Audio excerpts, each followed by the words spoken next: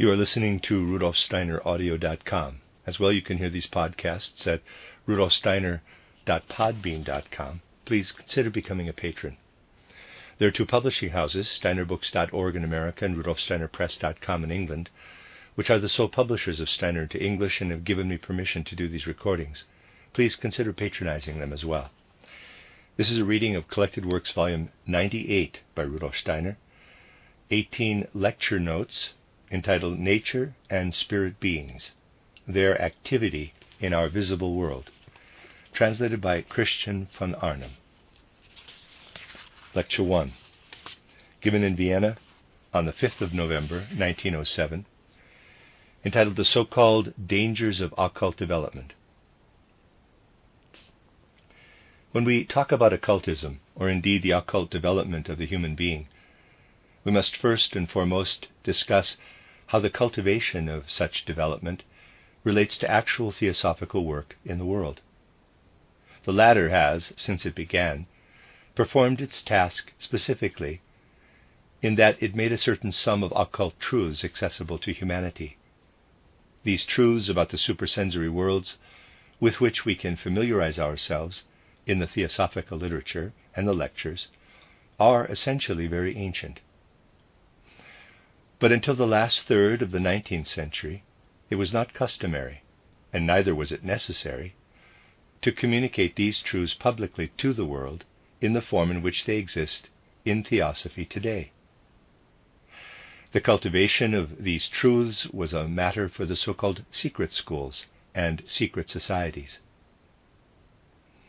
A person who wanted to know something about the ancient truths relating to the inner world had to be an accepted pupil, as we say, a pupil of the great teachers of humanity.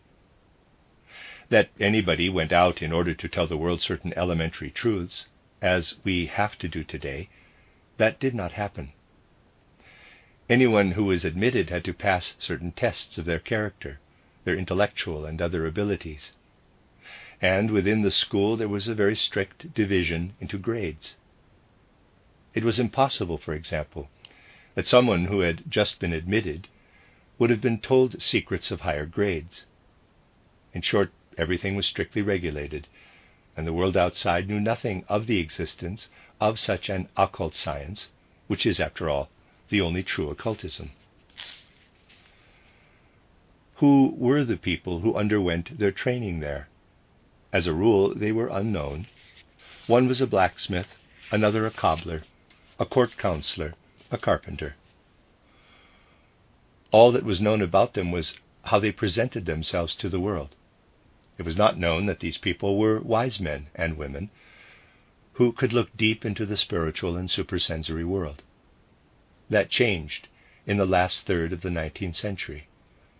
It is necessary today for at least the basic part of the occult sciences to be communicated in public, in theosophical writings and lectures, and in other ways.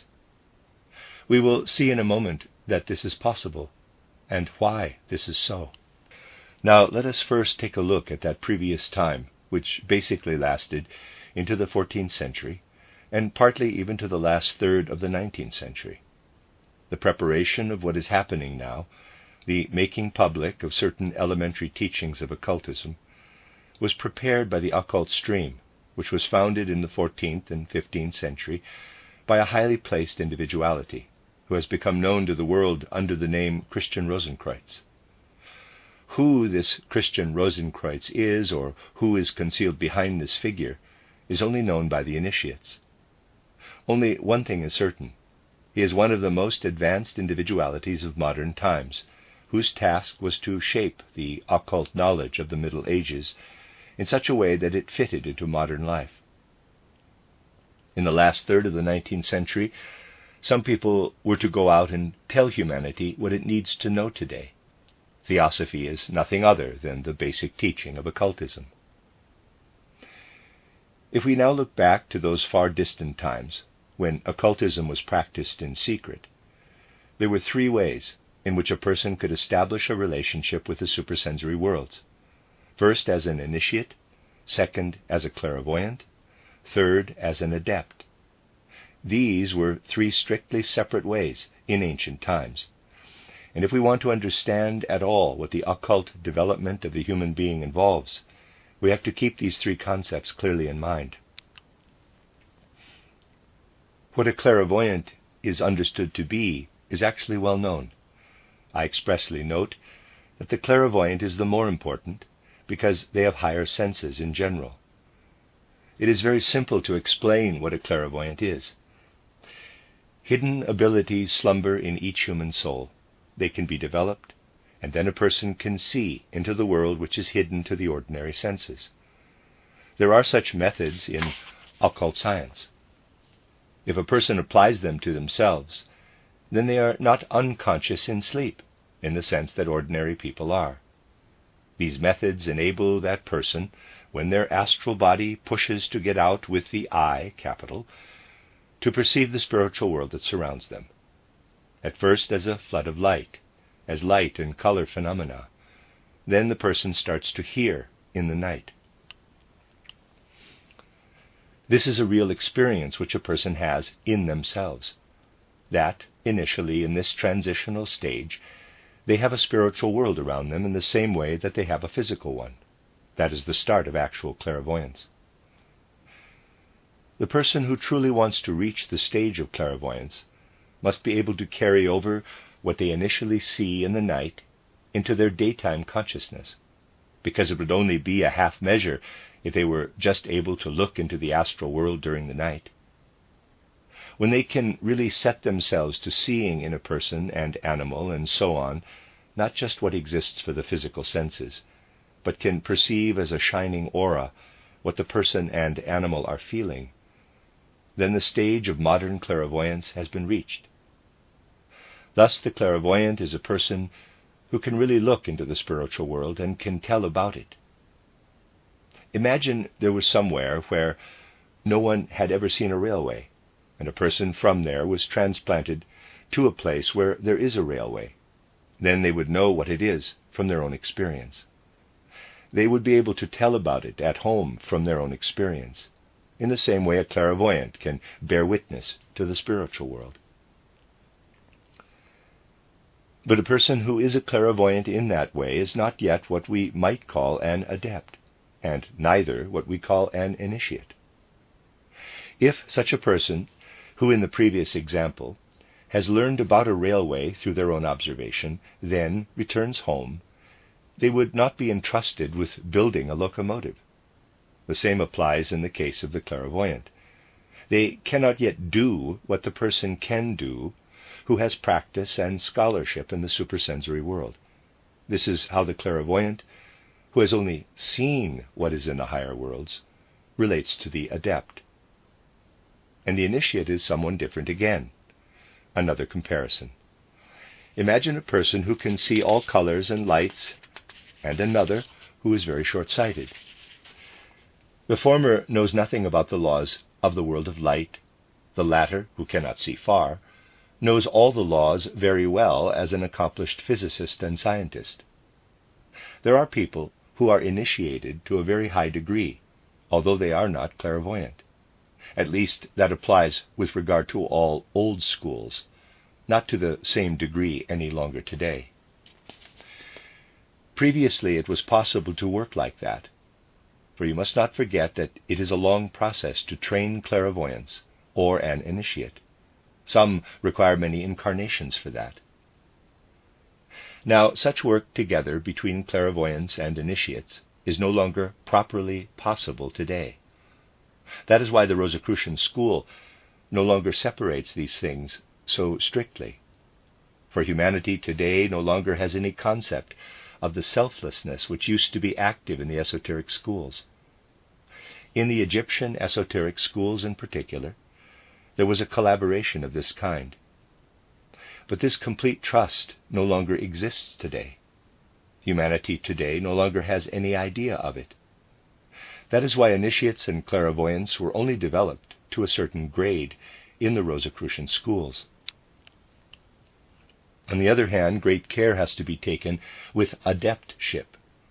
One could easily harm the world. For people are very reluctant to believe that spiritual forces are at work in everything. A storm would be unleashed, and the consequence would be that the preparatory understanding would be put at great risk. First, clairvoyants and initiates have to make known the occult knowledge, and only then will the adepts gradually follow. What is an adept? They exist in all fields. Look at the human being themselves. The human being consists, by their nature, of a physical, etheric, and astral body and the I. The different constitutional elements of human nature develop quite differently in the individual stages of life. That is a very important chapter. Because, for the occultist, the human being is born repeatedly, first physically out of the physical mother, we have the physical body, enclosed by the physical womb. The blood and fluids flow from the mother to the child. When the latter is physically born, this physical womb is detached from the child. That is the first birth. At this point, the etheric body has not yet been born. The second birth takes place at second dentition, in the 7th year of life. Until then, the etheric body is enclosed by the etheric envelope, which does not actually belong to the specific etheric body of the child. It is actually not until the 7th year of life that the etheric body is born. The envelope is pushed back, and the outer expression of this event is the appearance of the teeth, which a person keeps. To the degree that the teeth emerge, the clairvoyant sees how the etheric body is born out of its parent's envelope. Then, until puberty, the human being is still enveloped by their astral mother, who is there from the beginning and remains also after the 7th year of life. Then this astral mother is pushed away, and only then is the astral body born, like previously the physical and etheric one. The rise of the human being to puberty indicates the birth of the astral body. The I is not born fully until the period from age 21 to 28. When in the future people know how such a development takes place, it will become clear how it influences education. I have given an account of it in my publication titled The Education of the Child in the Light of Anthroposophy. This pamphlet sets out all the rules which have to be taken into account in this respect. Now, you see, a teacher who had mastered this system would be an adept in the field of education. Such practical work from out of the spiritual worlds, that is adeptship. Up to the 7th year, a kind of hardening of the form occurs in the human being. All the forms of the brain, of the skeletal structure, are created to the 7th year. They continue to grow, but what is not present by the 7th year is irretrievable. In this way, irretrievable things can be neglected in education. From then on, the etheric body is released. So now you can see how the teeth, which a human being gets, are an expression of whether such hardening and the formation of the etheric body that is being born are in the right proportion to one another. Both of these things are connected, the development of the teeth and the development of the etheric body. Everything that is growth and reproduction is associated with the latter. If one is not in order, the other will not be either. Here we can see how the connection between the teeth and the etheric body is explained out of spiritual science. Women with bad teeth are, for example, more likely to be affected by puerperal fever. There must be something of the hardening principle and something of the softening principle. There must be a correspondence between the hardening and softening principle. Rickets, for example, arises when the softening principle is stronger. Let us assume that the hardening principle predominates. Then the seeds are laid for tuberculosis, for arterial sclerosis. As soon as a person is capable of mastering the etheric and physical body from supersensory causes, they are an adept in the field of child education, just as Paracelsus, who is not understood today, was an adept, because he could see the invisible principle at every moment. Now you can imagine the uproar that would break out if you went to the university with such teachings. Humanity first has to be gradually prepared. then it will come to the point of demanding from the spiritual leaders that from out of the spiritual world they reinforce their teachings with works. That initiates exist is because the spiritual world can be researched and found by its laws through clairvoyance. But once it has been found and told about, then everything that the clairvoyant tells is comprehensible for ordinary human common sense. And if anyone claims that they cannot understand it, the reason is not that they are not a clairvoyant, but that they do not want to apply their ordinary common sense sufficiently. So one can be an initiate without being a clairvoyant, but one then has to rely on the clairvoyant. And in a certain respect, the Theosophical movement wants to help in such a way that everything that is to be made known must be obtained through clairvoyance. What then is the aim with the public? It is to make people, in a certain sense, into initiates, who understand without being clairvoyant themselves. That is the task of the Theosophical movement. It is also the correct relationship between the teachings which are being made known and how they are transmitted to the public at large. Now, this real penetration into the supersensory world is based on very specific methods. I have already spoken here specifically about the Rosicrucian method, so I will only mention a few things. If we want to guide a person into the higher worlds, if we want to turn them into a clairvoyant, it is necessary first to develop the forces which are already within them, thinking, feeling, and volition. This already includes many of the things which the first elementary stages bring in terms of difficulty, which we refer to when we draw attention to the dangers. Clairvoyance is too tempting for certain people today, and those who hear something about theosophy are keen to advance to clairvoyance.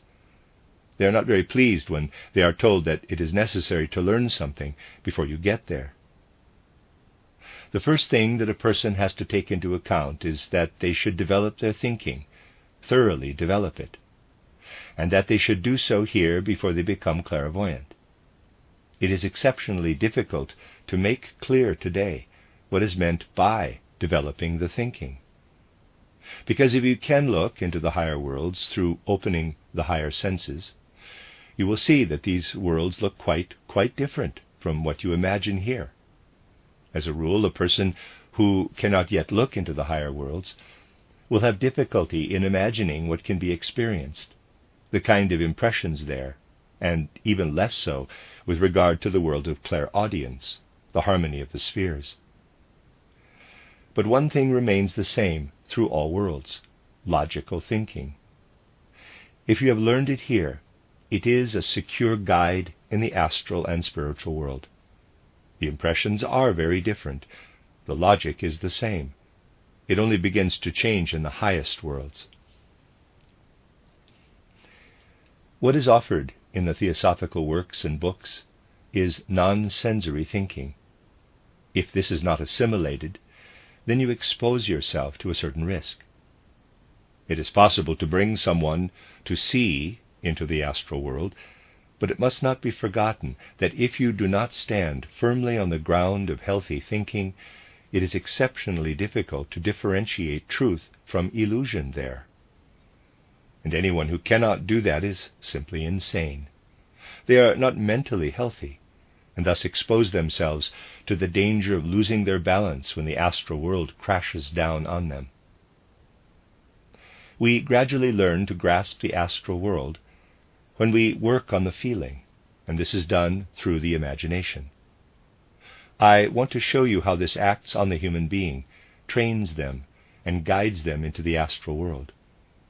It happens such that, for the human being, all ideas which are otherwise given in dogmas and abstract concepts are transformed into images, that they appear pictorially. What we think and say and learn are abstract concepts. It is speculation to begin with. That will not guide anyone into the higher worlds. Not until the concepts are transformed into images does a person gradually gain access to the higher worlds.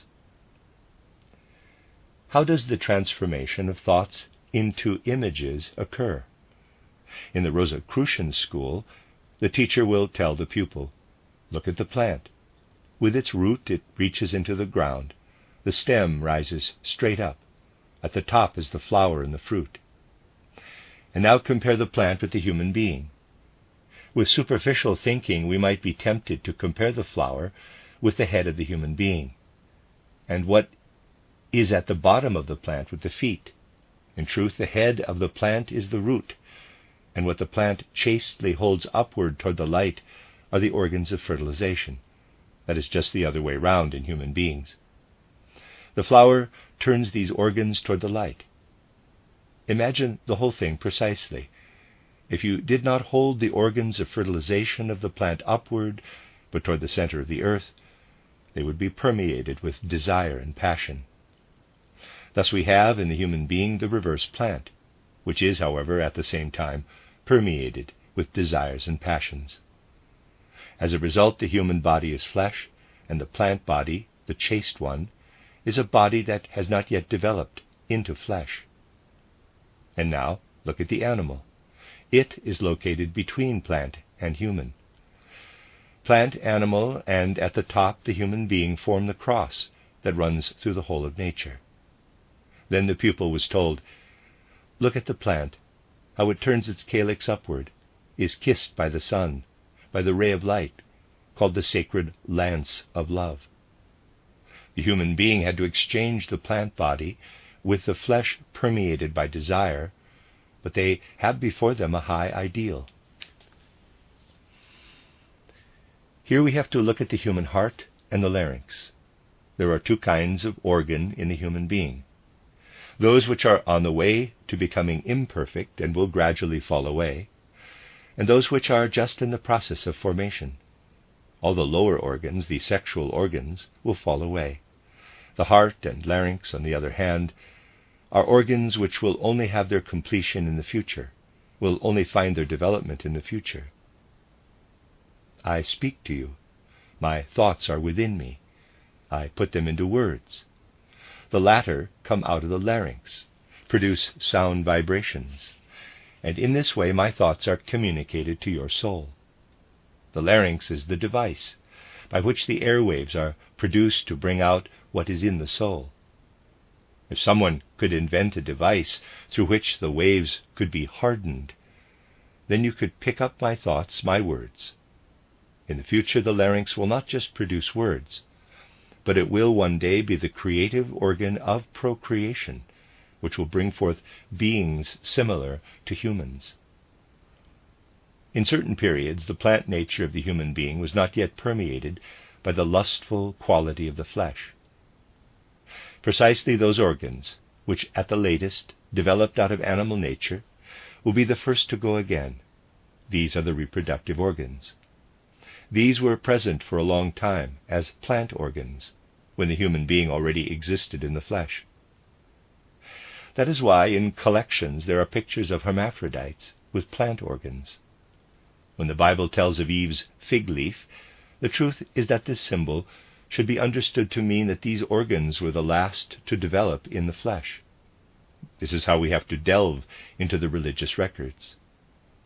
The sexual organs are declining organs, whereas the larynx is fully engaged in the process of transformation. And when human beings will have become chaste again, the larynx will turn toward the spiritual sun again. The calyx of the plant developed into the passion-filled form of the flesh, and the larynx will again develop into the chaste, pure chalice, fertilized by the Spirit, which is held toward the sacred lance of love. That is also the symbol of the Holy Grail, its high ideal. Compare this. Try to experience a sense of the awe in these images. You have here only one of the images which are given to the pupil of the Rosicrucians. And as you make your way through them in this way, you will gradually realize that your feelings become fact for you. You will observe that these feelings radiate light. It is always streaming out, but the lower human being does not see it. The person who experiences this mystery of the imagination learns to see their feelings. That is the beginning. This has nothing to do with magic, but the ascent to clairvoyance is, in the first instance, an intimate process through the imagination. But we must become clear about one thing here, for from that moment onward you see everything streaming out of you when you begin to transform your inner life into light. A person must be able to bear what they see there, and this requires a strength of character of which very few people have any idea. So, for example, if you lie without being a clairvoyant, that is bad in itself. But if you lie as a clairvoyant, and you see how the lie becomes visible, and what it means on the astral plane, then you will understand why it is said that a lie there is murder. And it is so. Suppose you have seen an event, have formed an idea about it, and say something that is not true. In other words, something that is a lie. Then what flows from the object is correct, and what flows from you is false. And this collision is a terrible explosion. And each time you do this, you attach a gruesome being to your karma, which you cannot get rid of again, until you have made good what you lied about. Everyone who wants to become clairvoyant has to develop 3 virtues, which they necessarily need. First, trust in themselves. They must be sure of themselves. Second, self-knowledge. They must never shy away from seeing their mistakes. And third, presence of mind. For they will encounter many things on the astral plane, but although these things always surround us, it is a different matter to see them. That is why these qualities must be primarily trained, and it is actually a folly when some school or society turns people into clairvoyance without guiding them in this way. Now, if the pupil is influenced in another way, through what is called occult writing, they are led up into the spiritual world of Devachan, into listening. Here a person has to immerse themselves in the images we have for the course of people's development. I will place such an image before your soul as an example.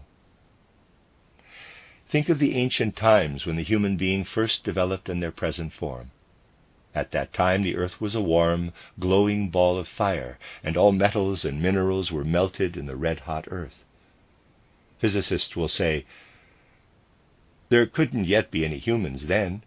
Human beings at that time descended from the Godhead and formed themselves in the fiery masses. The transformation is a long process. If you could see what the clairvoyant can observe, you would see that they envelop themselves with the body of fire. Where then has the fire gone, which glowed on the earth? Where is it? In your blood. All the warmth which is and has always been in human beings and animals is the burning heat of the earth. And once you are able to transform your blood again so that it shines, that will be the case when the human larynx has been transformed into the Holy Grail. Then the human being will emit shining masses again. If the human being now immerses themselves in an image such as this, then they can become seeing, hearing. I would like to draw your attention to the prologue of the book of Revelation, which says, quote, "The revelation of Jesus Christ, which God gave unto him, to show unto his servants things which must shortly come to pass," close quote. These are images which have been used for development in the Rosicrucian schools. The clairvoyant must learn to decipher such images. The development of the earth will be the Word, and the Word will be with the human being, and the human being will create the human being through the Word. The end of Lecture 1. You are listening to RudolfSteinerAudio.com. As well, you can hear these podcasts at RudolfSteiner.podbean.com. Please consider becoming a patron. There are 2 publishing houses, SteinerBooks.org in America and RudolfSteinerPress.com in England, which are the sole publishers of Steiner into English and have given me permission to do these recordings. Please consider patronizing them as well. This is a reading of Collected Works, Volume 98 by Rudolf Steiner. It is the listener notes of 18 lectures, not direct stenographic reports, entitled Nature and Spirit Beings, Their Activity in Our Visible World, translated by Christian von Arnim. This is Lecture 2, given in Vienna on the 7th of November 1907, entitled Esoteric Development and Supersensory Knowledge. I would like to speak to you today about an extension of the subject from the day before yesterday, about inner or esoteric development and supersensory knowledge. In doing so, it will be necessary for us to assume that we are familiar with what we looked at the day before yesterday, and to build, so to speak, on what passed through our souls at that time. You have seen from what we discussed there that the development of the human being is not something which may be taken, let us say, as a joke. It is not something which may be taken lightly. On the other hand, it must be emphasized again and again that we must not speak of the dangers of occult development in the usual trivial way. The dangers are great. But the way in which these dangers are usually spoken of is not correct, and we will have to achieve clarity about a great many things. First of all, let us get a more precise idea for ourselves of what happens to someone who has developed through some kind of exercises, let us say through exercises along the lines as indicated in the last lecture, and let us compare them with a person who is not in such a schooling and lives as everyone else does in everyday life. We obtain a conscious understanding in this context when we start, for example, from what we know about the ordinary state of sleep. From the previous lecture, you gathered what the astral body of the human being actually does during the night in the ordinary state of sleep. When a person sleeps, the physical body and the etheric body lie in bed. The so-called astral body, with the I, capital, is out of them. It has removed itself, has left them.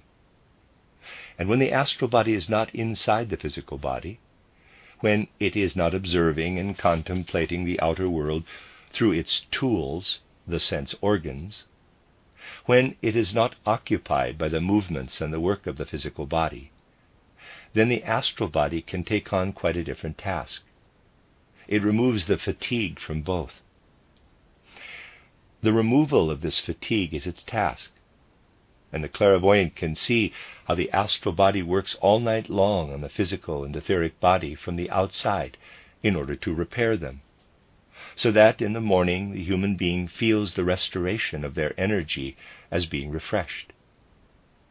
That is why sleep is such a good doctor, and why a person loses so much who does not have healthy and sufficient sleep. Many things that look like illnesses are only disorders in the physical and etheric body. These disorders remain when the astral body is not able to remove them. But it is able to remove these disorders when it is not in the body, as it is in the waking state, but when it is outside the body.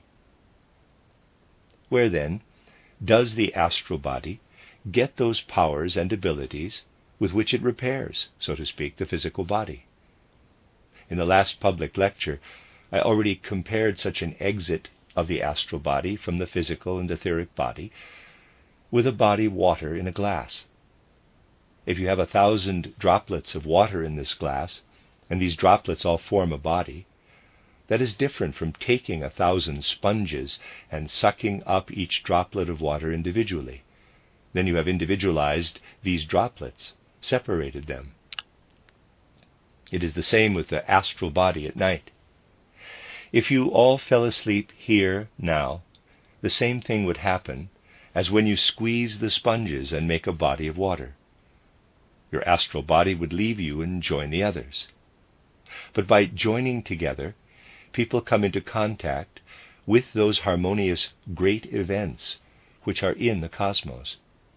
Our souls return in the night to the harmony of the spheres, and from these, the astral body with the I, and that is the soul, draws the strength necessary to repair the physical body. Now, what happens to a person who is given an occult teacher and undergoes occult training? They are given certain tasks. We can only speak in broad terms about these. They are given tasks for meditation, concentration, and so on. What is the purpose of the task that the teacher gives the pupil? It has the purpose of gradually making the astral body see when it is outside the physical body during the night. In the ordinary human being, the astral body, when it is outside, is unconscious in the astral world, just as you would be unconscious in the physical world if you had no senses. If you have no senses, then the world does not exist for you. Once the person is given the guidance to awaken the powers slumbering in their soul, their astral body acquires sense organs of the spirit or soul, those organs which are called lotus flowers. They are not flowers any more than the lungs are wings. Everyone knows that the hawk has wings that look different from the lungs. Lotus flowers are organs that have a kind of circular movement. One such an organ is below the forehead, 1 centimeter below where the eyebrows meet, in the brain. When this point is thought of intensely with the simultaneous utterance of a certain word, a kind of flash occurs, an illumination, and this is visible to the clairvoyant from the outside. This sense organ gets into a kind of revolving movement. It is described as the wheel turning, coming alive. In the ordinary average person, such an organ is not present at this point, or at most there is a trace of it. Training produces such an illumination when the astral body is out of the physical body. It gives the impression of a wheel turning, which can be observed from the outside by the clairvoyant. This wheel is called the swastika. The symbol, like real symbols in general, cannot be explained speculatively. They are not invented arbitrarily, but they are actually visible on the spiritual or astral plane. The swastika is an image of this sense organ, and all more or less ingenious explanations in the theosophical writings are nonsense. In theosophy, there should not be allegorical or symbolic explanations. That is what we should first discard as a habit. All speculation, all thinking about how things might be, must be abandoned. It is solely a matter of penetrating the world of facts itself. Near the larynx is the 16-petaled lotus flower, an organ on which much depends in human development. Near the heart is the 12-petaled lotus. Further down is the 10-petaled one, and so on. These organs develop through the exercises which the teacher gives the pupil, just as the senses of the physical body are developed through practice, for example, through the influence of light and sound. Just consider the one as a physical, the other as a spiritual process of wholly the same duration. You must not believe that any tumultuous processes, sorcery and the like, can lead a person to develop these sense organs. It is merely intimate processes, learning within thoughts, which have the power within themselves to develop such organs. Here it is important that the person keeps learning again and again which thoughts these are, and that they think of a certain organ in the body, for example, a point in the brain which lies 1 centimeter below where the eyebrows meet. When the person thinks of this point with a very specific sequence of words, they awaken certain faculties inside their astral body. It is all systematic, and one might say technically determined. Some people find this extremely inappropriate for themselves. We can hear phrases over and over again which are an absurdity for the true occultist. I don't need a teacher. I must find my own inner teacher. In such talk there is, first and foremost, the greatest egoism imaginable. Then it is also nonsense. If someone were to look at geometry from this point of view, what would be the result? Everyone can find all the rules of geometry through inner development. It will take them many thousands of years, but they can find them. But is there really a need to rediscover geometry? Should we not build on what humanity has found in centuries of work and continue to build on it and benefit humanity, which has given us so much knowledge? Humanity has a right to this, think of what we can spare humanity in devoted love of the teachers of the past. In exactly the same way, we do not seek inner development for ourselves, but as workers in the great service of humanity.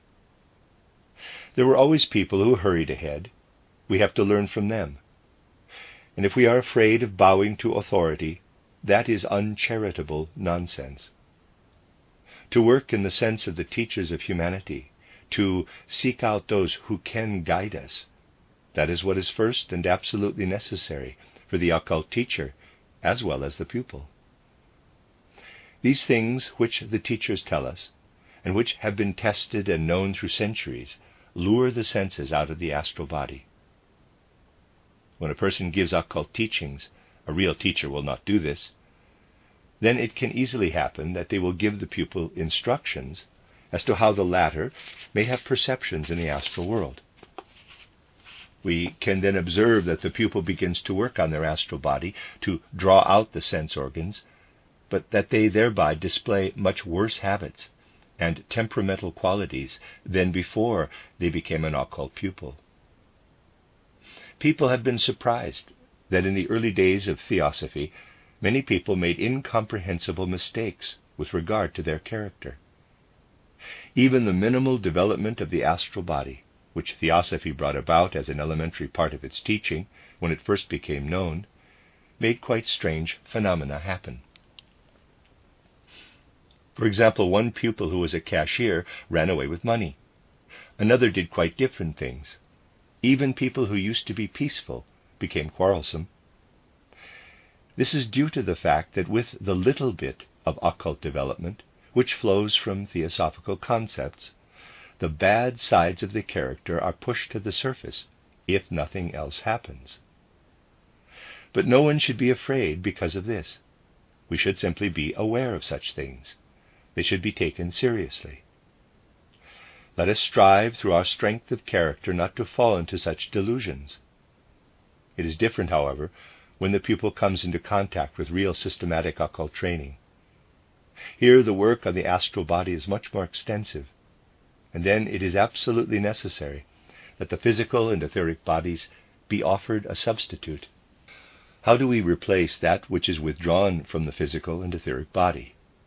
For this, it is necessary for very specific qualities to be developed in a person. It is possible to develop qualities in human nature and the human being, by which the physical body and the etheric body do not need to be repaired in such an extensive way. Think of it as doing something during the day to strengthen the physical and the etheric body, to mend them so that they oscillate through their own sense and rhythm in harmony with the great cosmos. Only then are you able to use the forces for the astral body itself. And this must be done. It does not need to be done at once, but the time will come when it must be done. When the teacher says, "You must concentrate your thinking," they do not mean merely ordinary thinking. When you are told you must sit down, take an ordinary thought, and reject any other thought, think it as intensely as possible with the rejection of all other thoughts, then the human being must overcome a certain inner resistance. It is this process of overcoming that is important. It is not the object that should be of interest and captivate us. It is easy, for example, to think of Napoleon, but very difficult to think of something like a match without interruption for a longer period of time. That is the essential thing. Then you will see how, after some time, you will gain a certain inner strength and security. You can already feel by inner experience whether it has had its effect.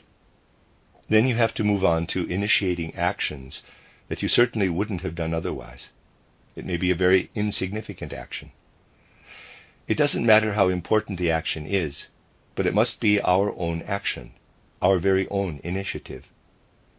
A gentleman to whom I said this told me, after some time, that he took 7 steps forward and 7 steps backward in his office every day, imagining evolution and involution. Excellent. What is required is not the greatness of the action, but the very own initiative.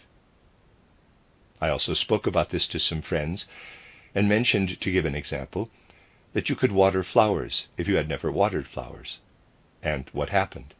When I visited the friends, I found them all watering flowers. That was the most wrong thing they could have done, for it was not my action they were to do, but one that was their very own, which they had found themselves. If you do this for a long time, you will see what an inner effect it has. These things harmonize and balance everything in the physical and in the etheric body in such a way that both resonate themselves and no longer need so much correcting, so that the astral body can withdraw a part of its forces from them. Then the human being must control themselves in relation to pleasure and grief. In ordinary life, people are subject to the slavery of feelings.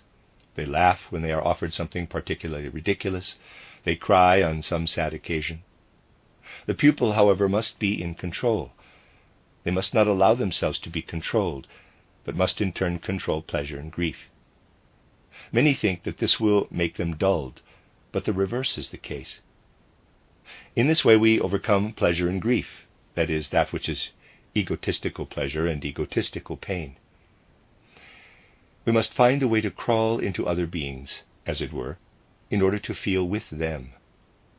No one should let themselves be kept from this exercise for fear of becoming dulled. They will feel with greater subtlety. A fourth exercise is the one I prefer to characterize by telling a legend. This legend is from the life of Jesus Christ. It is not found in the Bible, as many others are not. It is from the Persian. Once, when the disciples were walking with Jesus Christ, they saw the half-decayed carcass of a dead dog lying on the road. "What a horrible carcass," the disciples said, and turned away in disgust. But Jesus Christ alone stopped and looked at the carcass and said after a while, "What splendid teeth the beast had." He saw the beautiful teeth on the ugly decaying carcass. This gives us a clue that we should and must learn to see the grain of beauty in everything ugly, good in bad, truth in error. This quality of positivity must be practiced over time. It gives inner harmony and inner rhythm. The fifth is that the human being should acquire a certain open mind with regard to everything new that confronts them in the world. We could also say that they must never influence the future by what they are used to from the past. The words, quote, "I don't believe it," close quote, must disappear completely from your mind. And if someone comes to you and says that the church tower has started leaning overnight, you must find a corner in your heart where you consider it possible that anything can really happen. That doesn't mean that you must become uncritical, just that nothing must seem impossible to you. A person who can do this can have a very significant effect on the physical and the etheric body. As a result, they enter into a rhythm that enables us to provide the astral body in the night with something that gives it meditation and concentration. For human beings will only gradually be guided to true, real theosophy when they understand in all instances why everything happens in this way and not otherwise. A person who is familiar with the mechanism of sleep also knows why such exercises have to be done. If a person takes these steps on the occult path for a while, under appropriate guidance, much becomes visible, tangible, experienceable to them, which would otherwise have escaped them. You must not believe that the dangers you encounter are not otherwise there in life, but you don't see them beforehand. You go through life, but you don't see them. We only learn to see what is around us in the spiritual world when we can penetrate into the higher realms. Something, for example, which the human being must and always will find on a higher level, and which they must endure, for which they must prepare themselves, is the guardian of the threshold. People usually have rather strange ideas about him. What is this guardian of the threshold? Today we will draw attention to this experience by skipping, so to speak, over some other things and experiences. You must be clear about what the human being usually does during their whole life. Let us take, in its real sense, the life in Kamaloka, the life after death. where human beings still have what we might call a certain inclination to physical and sensory existence. And let us compare this life with what happens immediately before the life in Kamaloka begins. A great memory tableau appears before the soul of the person who has just left the physical body. Then the life in Kamaloka begins. This is very singular. First of all, it has the peculiarity that the person goes through their experiences in reverse. In fact, they live their whole previous life in reverse, reliving the events that preceded their death up to their birth. In this way, we live through all the events in reverse and are finished when we arrive at our birth. We get to everything we have been through. Let us say you reach the age of 60, and in your 40th year you slapped someone in the face. When you come to that memory point in the reverse experience, you are drawn to that person, and a mark is made on you, so to speak, which is something strange. You feel the pain you caused. During your life, you may have been guided by feelings of revenge. Now you feel what the person you took revenge on, or wanted to take revenge on, felt. You experience in the reverse experience the sensations and feelings you spread. Everything you experience there offers you a great deal of that which hinders your further development in the history of humanity.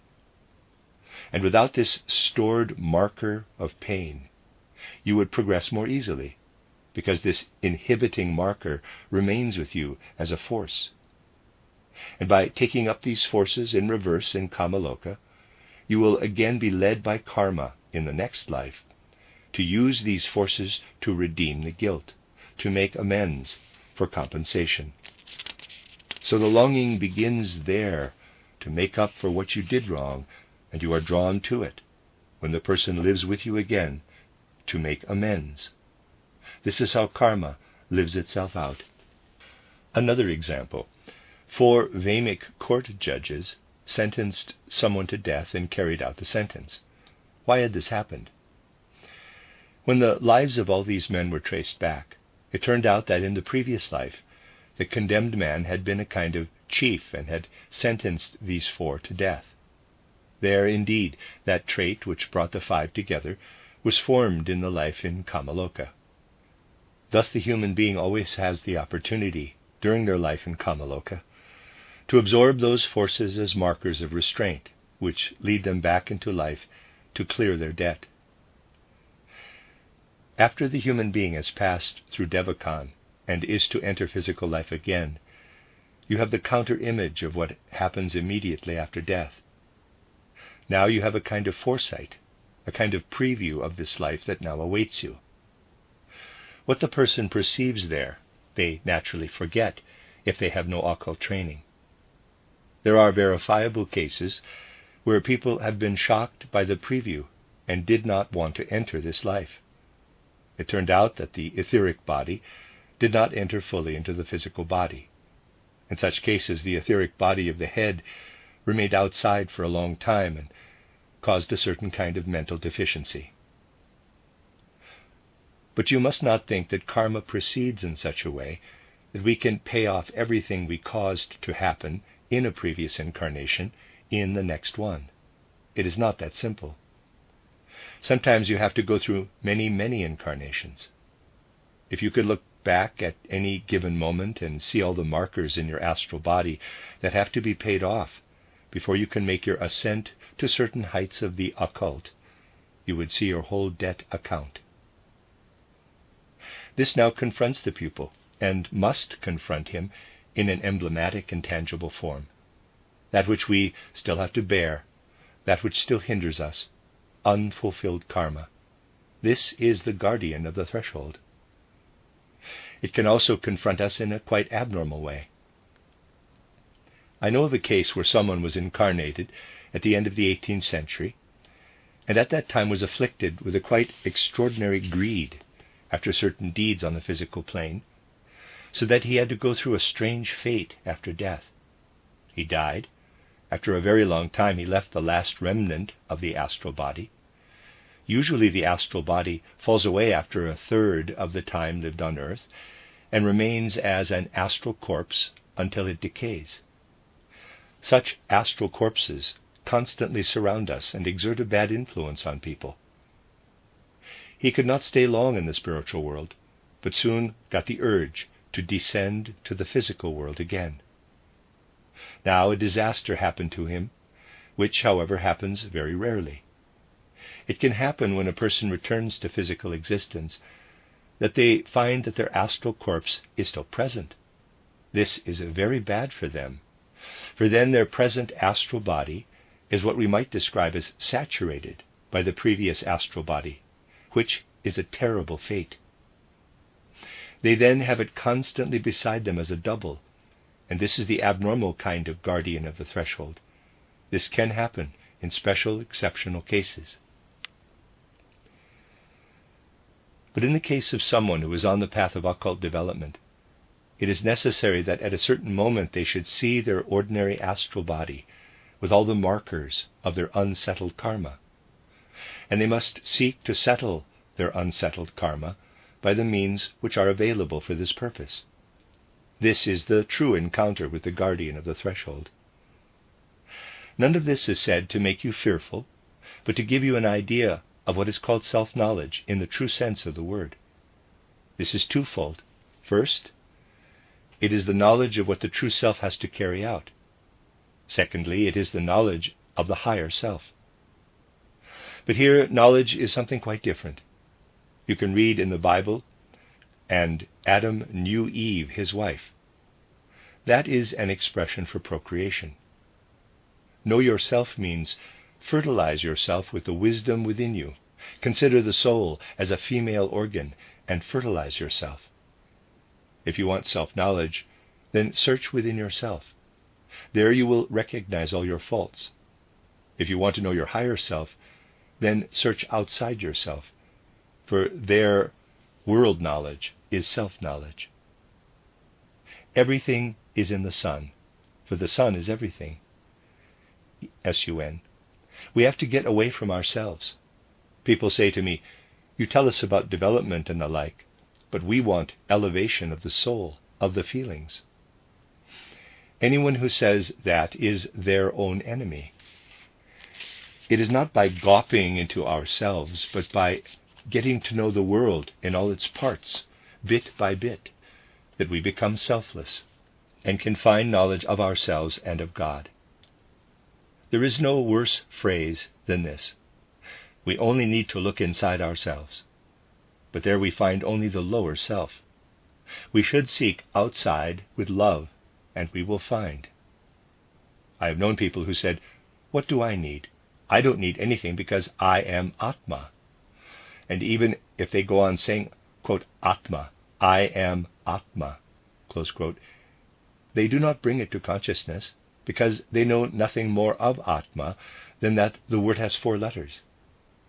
Looking into ourselves only leads us to close ourselves off. We are nothing but a member of this world. The finger is only a finger because it remains attached to the organism. Detach it and it is no longer a finger. The finger does not separate itself from the organism, but the human being is so, in quotes, clever as to believe that they could separate themselves from the earth, even though they would only have to be taken a few kilometers above the earth and they would perish. The human being, by their etheric and astral body, belongs to the sun, to the whole solar world.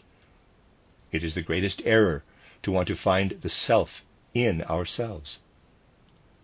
Getting away from ourselves by immersing ourselves in all the details of the world, that is the correct thing to do. The person who fertilizes themselves in love and humility finds godliness, while the person who seeks God within them hardens themselves. So you see that we have much to learn if we really want to have knowledge of the esoteric path. And what matters is that we have the right thought about such matters. You do not need to think about it from morning till night, just as it is unnecessary always to say your own name to yourself. It is enough if you know the thought. There are thoughts without which the esotericist cannot be an esotericist. If they have them as they have their impulses, their motives in ordinary life, then these thoughts represent steps for them, which lead them up to the supersensory plane of knowledge, represent for them a penetration into the wisdom of the world, an advance in knowledge toward love. The end of Lecture 2. You are listening to RudolfSteinerAudio.com. As well, you can hear these podcasts at RudolfSteiner.podbean.com. Please consider becoming a patron. There are 2 publishing houses, SteinerBooks.org in America and RudolfSteinerPress.com in England, which are the sole publishers of Steiner into English and have given me permission to do these recordings. Please consider patronizing them as well.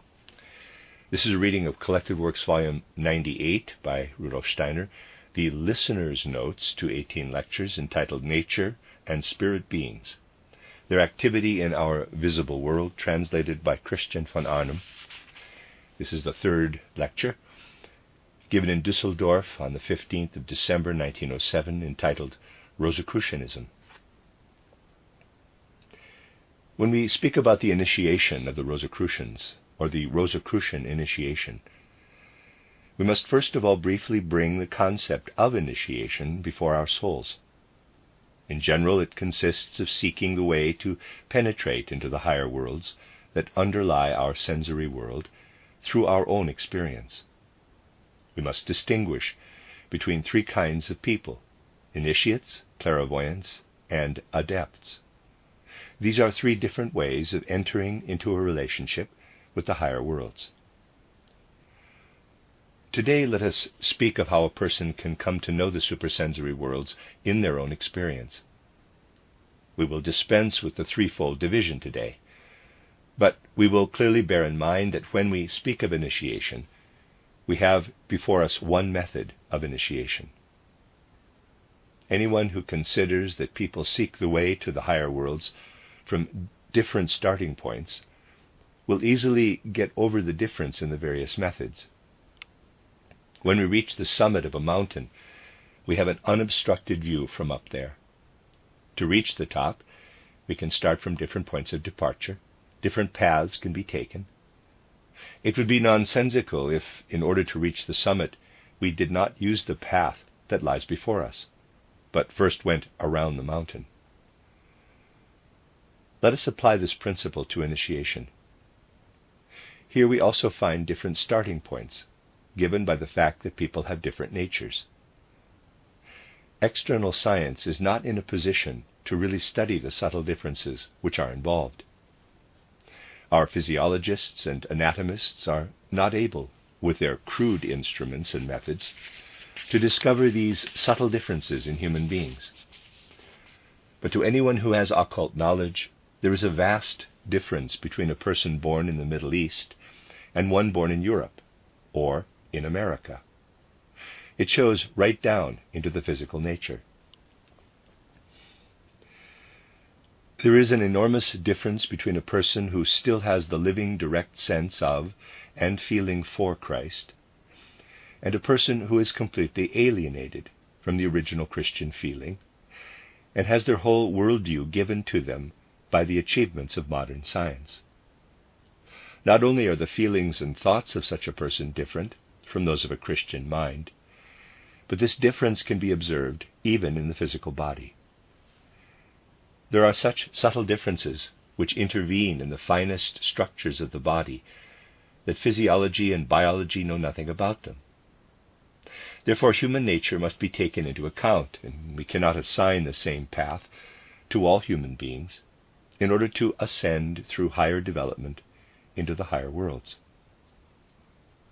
To understand this, we have to go back to earlier times of humanity.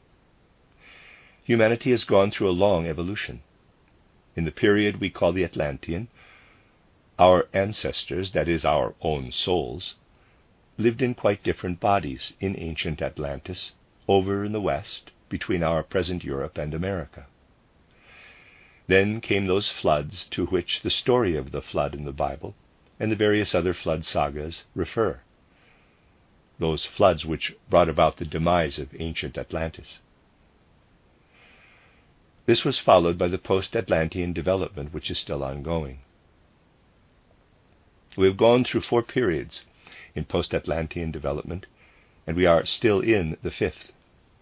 The first of these periods was the ancient Indian culture, There the peoples themselves were taught by the holy rishis, inspired men of whom a person today can have no idea.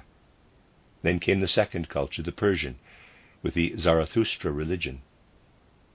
The third culture was the Babylonian, Assyrian, Chaldean, Egyptian culture, from which Hebrew culture slowly developed.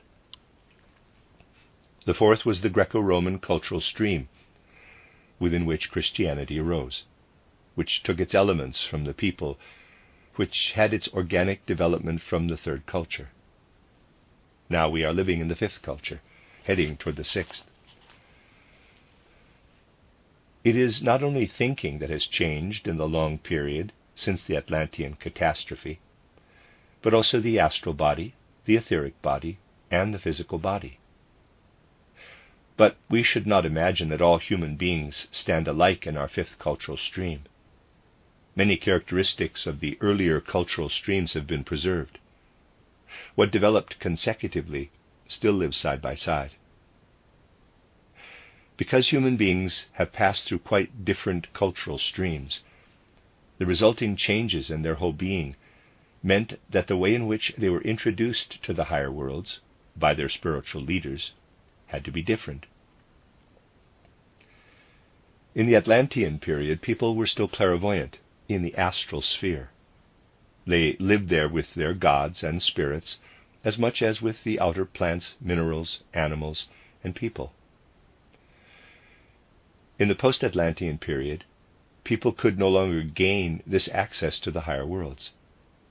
They could no longer penetrate into the higher worlds through direct contemplation of the divine spiritual, but only in an artificial way could they put themselves back into the state through which they again became companions of the gods. This is the basis of the Indian way of yoga initiation. This yoga initiation into the higher worlds consists essentially in dampening the consciousness that the human being has acquired in the post-Atlantean period, the external perception, and in putting themselves back into earlier clairvoyant states of consciousness, such as the Atlanteans had. If we follow the development of humanity further, beyond the Persian and Chaldean cultural streams, we come to the Christian cultural stream. It brought with it Christian initiation, which can only be attained through a direct relationship with Jesus Christ, through the Gospel of John and the Apocalypse. Then, in the 13th and 14th centuries, there followed the first dawn of the materialistic cultural stream. At that time, enlightened people were able to recognize, now the material time is rising. Everything that fully came to fulfillment in the 19th century, that appeared in its extreme form, had been prepared long before. Materialism is not only to be found in the spheres of external activity, but must be sought in all fields. Until the 13th, 14th century, people retained a quite different sentiment and feeling. The change occurs in all areas, even the seemingly most remote ones. In painting, for example, we encounter the great change in people's feeling. Today it seems arbitrary to the materialist when, for example, Cimabue paints the background in his pictures in gold. Readers aside, I'm pronouncing Cimabue, Cimabue. Apologies if that's incorrect. End of readers aside. But at that time, this painter still had the tradition of a perception of the higher world. If we look into the highest regions of the astral world, then we find that this gold background is a reality. Those who later wanted to paint something similar, as imitators of these older painters who still had knowledge of the reality of the astral world through tradition, appear to us as barbarians compared to those who really still had a relationship with the higher worlds. In Giotto's work, for example, there is no longer a representation of what he felt to be the truth, but everything is painted only out of external tradition. In his time it was natural to move to that which can only be seen on the physical plane, to materialistic art. Only the greatest painters of that time still held onto tradition. In Raphael's Disputa, we can see how, in the basic tones, from bottom to top, is indeed reproduced with a certain correctness that experience which a person has when they rise into the higher worlds. This is a necessity, this gradual experience of the transition from the lower to the higher worlds, up to the vision of those genii who emerge from the gold ground. Anyone who knows the spiritual truths knows that behind the physical facts there is something else. They know that the reason why people are materialists today is that they are under external materialistic influences. But this is not only a question of external perception. We also learn about other reasons from the standpoint of occultism. Thought and sentiment are realities that radiate out into the world. We are surrounded by materialistic thoughts. These thoughts are buzzing around us everywhere. Even if no books or magazines expressing materialistic views reach the farmer out in the countryside, they are still surrounded by these materialistic thoughts which influence them, which are relevant. If we ask how a human being entered existence at a time when people still knew something about occult powers, we find that at that time care was taken, for example in China, that the human being on entering the physical world was received by people who were filled with spiritual thoughts. This is something quite different from when they are received by a materialistic doctor and a materialistically thinking environment. The human being is confronted with completely different things than was previously the case in an environment with spiritual thoughts. It is here that we must seek the reason for the materialistic attitude of human beings. Since the 13th and 14th centuries, human beings have been immersed in a materialistic atmosphere from the moment of their birth. That had to be the case. But a method had to be created for those who wished to ascend to the higher worlds, by which they could become strong and powerful enough to enable them to ascend to the spiritual worlds in spite of these external materialistic conditions. This method of initiation is the Rosicrucian method, which originated at the turn of the 13th and 14th centuries and was first inaugurated by Christian Rosenkreuz, one of the great leaders of humanity. Strictly isolated from the outer world, this method has been at work in the centuries since that time, known only to a narrow circle, and was most strictly isolated in the 19th century, the materialistic one. It was only in its last third that it became necessary to make known to the world, in theosophy, at least in its elementary parts, what had been taught in the schools of the Rosicrucians. In 1459, the actual founder of the Rosicrucian stream himself attained that stage through which he had the power to influence the world in such a way that from him this initiation could be brought to the world. Since that time, this individuality of Christian Rosenkreuz has repeatedly been there as the leader of the relevant stream. Throughout the centuries, it led a life, quote, in the same body, close quote. We have to understand this expression, in quotes, in the same body, like this. If we look at the physical body, we find that what made it 10 years ago is now no longer in the physical body, but the consciousness has remained the same. Every 7 or 8 years, the human being replaces all the parts of their physical body. But consciousness survives this continual exchange of physical substances throughout life. What we go through in this way between birth and death, the initiate goes through such that when they die, they are reborn soon afterward in a new body as a child. But they follow this path fully consciously. Consciousness remains present from one incarnation to the next.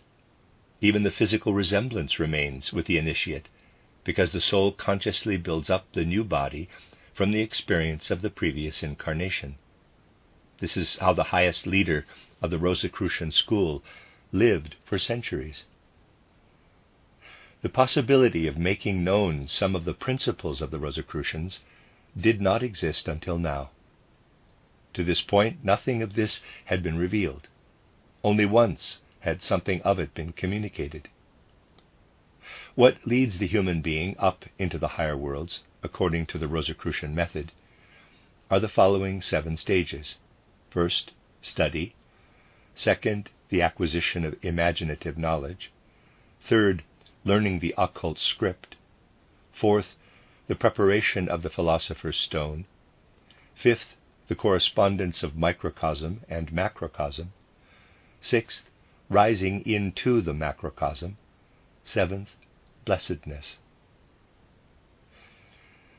This does not mean that these 7 grades must be passed through one stage after the other.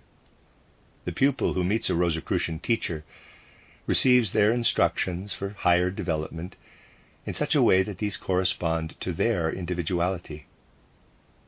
From the 7 stages of higher development is chosen what is most suitable for them. A person might begin with the 1st and 2nd stages, and then perhaps the 4th and 5th will follow for them. The only thing which everyone must start with is that which is called study. Here, however, study means something different from what is understood by it in ordinary life. Here it means the specific acquisition of ideas and concepts, which is called non-sensory thinking. All the thinking of ordinary people is attached to the external senses. Pay attention to everything you experience from morning to evening, and think away everything you have seen and heard externally. For most people, then, very little or nothing remains. But the human being, if they want to follow the path to the higher worlds, must get into the habit of being able to think, even if the source of their thinking lies only in their own inner being, without being linked with the outer world. The only kind of non-sensory thinking in European countries is arithmetic. The child learns that 2 times 2 is 4, first of all from an external observation, from their fingers or beans or from the dreadful calculators. But a person does not arrive at a satisfactory result in this field as long as they cannot form these ideas without the crutch of the external observation. A circle can never be seen in external reality. Circles drawn on a blackboard are chalk mounds strung together. Only an imagined circle is exact. You have to construct the circle in your mind. You have to think the circle. Today, non-sensory thinking can only be found in people in the field of numbers and geometry. But this is not accessible to most people, and is therefore only mentioned for comparison. The best means of acquiring non-sensory thinking is theosophy itself, because there a person hears about things which they have not seen. What people learn there, how the human being consists of a physical, etheric, and astral body, or how the earth itself is developed through the various states, cannot be seen. Only when we make an effort to think and see the inner logic of the matter can we understand these things with ordinary logic, if only we would place ourselves on this all-encompassing foundation of logic. If people today say that they cannot comprehend it, it is not because they lack clairvoyance, but because they do not want to apply the logic of comprehending things in such a way. The experiences of the clairvoyant can be understood with ordinary logic. Clairvoyance is only necessary to investigate these things. What is present in theosophy is the only logical thing as regards theoretical and practical life. On the other hand, what people present in a materialistic way about supersensory things is illogical. What spiritual science brings is what is really fruitful in a concrete way in life.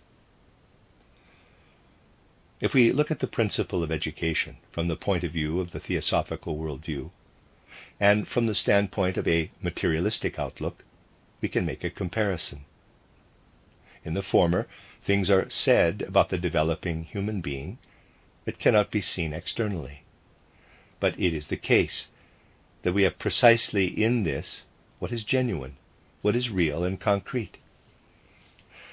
Today's worldview does not understand the developing child. Only when we take into account the whole being of a person, and not just an external perspective, do we learn to place the fullness of the human being into the world. At the same time, the person who immerses themselves in the teachings of the theosophical worldview has a means of learning non-sensory thinking. True theosophy will always aim to develop non-sensory thinking as much as possible. If we look at the theosophical teachings, we find descriptions of states we cannot see. If we look at the evolution of our Earth and what it emerged from, we describe that planetary state in which everything was different from the stage of our present Earth, the old moon, not the present one, where there was not yet a solid mineral crust on which a person could walk, but where the planet only existed in a kind of plant nature. In this mass, which we can compare with lettuce or spinach, solid elements were only present in the way that the bark of trees is today. Mineral matter did not exist at that time. If this is disputed from a materialistic point of view, because we can only think of plants growing on mineral soil, then we can admit that this is indeed not possible in any other way under today's conditions. But at that time, quite different conditions prevailed. The materialist cannot imagine this because they always start from today's conditions. But in such images, you can free yourself from what you see around you. Nonsense turns to sense when we look at circumstances which are far removed. That is where we learn to educate ourselves, to get away from our sensory situation. We learn to place pictures in front of our soul of things we are not familiar with today. In this way, our thinking moves away from the possibilities given today. Those who strive to connect their thinking only with what would be possible today cling to today's conditions and cannot get away from them. For study in the Rosicrucian sense, it is important to practice our thinking precisely on these images of conditions as they no longer exist. To let concept develop out of concept in full non-sensory thinking is a means of arriving at what is called study. This can also be achieved by studying a book such as the title Philosophy of Freedom. Here the writer is simply given the opportunity for the thoughts to think themselves. The individual thoughts have developed out of themselves on the basis of full non-sensory thinking, structured themselves out of themselves, so that no thought could be removed from where it stands and be placed somewhere else, just as little as the hand could be cut off from the body and placed elsewhere. This is the way of non-sensory thinking.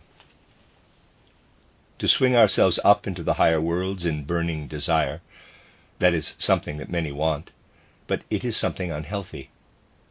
Healthy striving is only when inwardly sound logic is cultivated out of thinking that is free from all sensory aspects. Those who know about the higher worlds know that the perceptions in the higher worlds are quite different from those in the physical world. But there is one thing that remains the same element in the three worlds, the physical, astral, and devachanic worlds. That is logical thinking. This sure guide saves us from all illusion. Without it, we never learn to distinguish illusion from reality, and end up mistaking every illusion for astral reality. Here in the physical world, it is easy to distinguish illusions from realities, because the external facts correct us. For example, if you have gone along the wrong street, you will not arrive at the right place. In the higher worlds, we have to find the right way ourselves by our own spiritual power. Otherwise, we get into ever more difficult labyrinths there.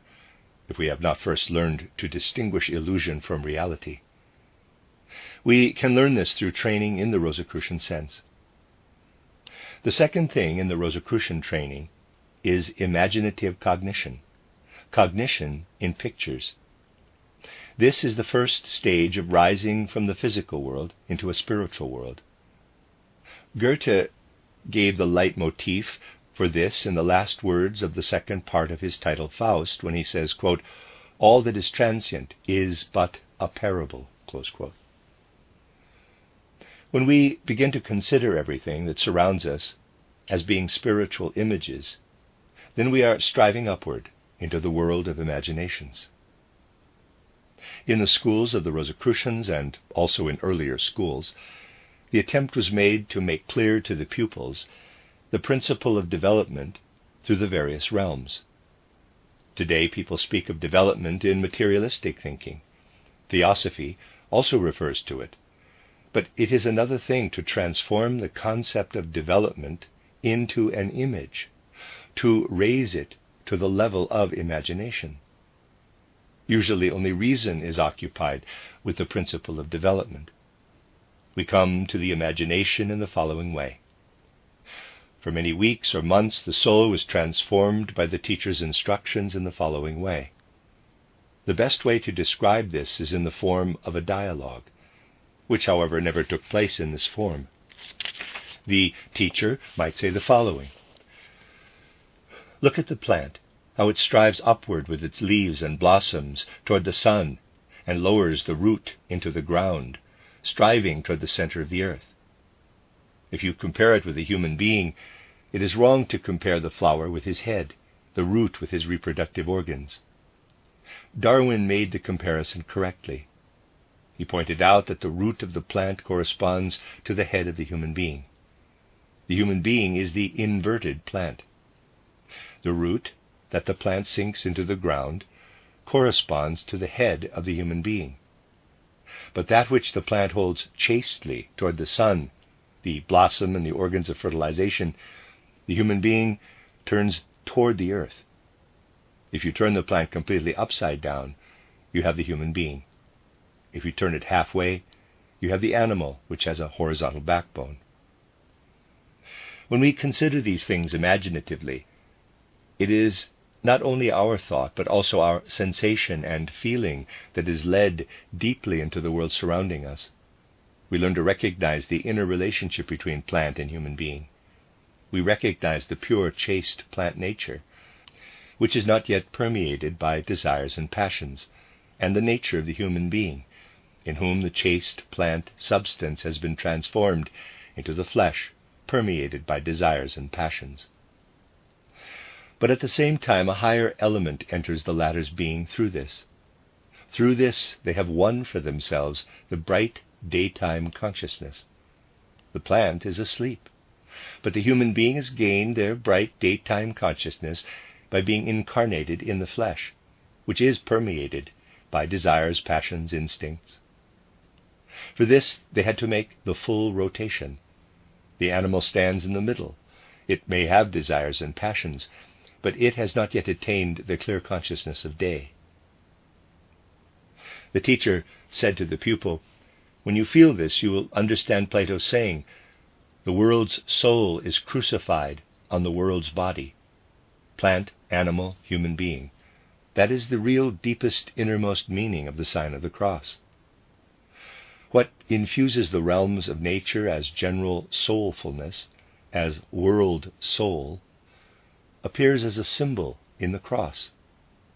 This was taught in the mystery schools as the deepest meaning of the cross.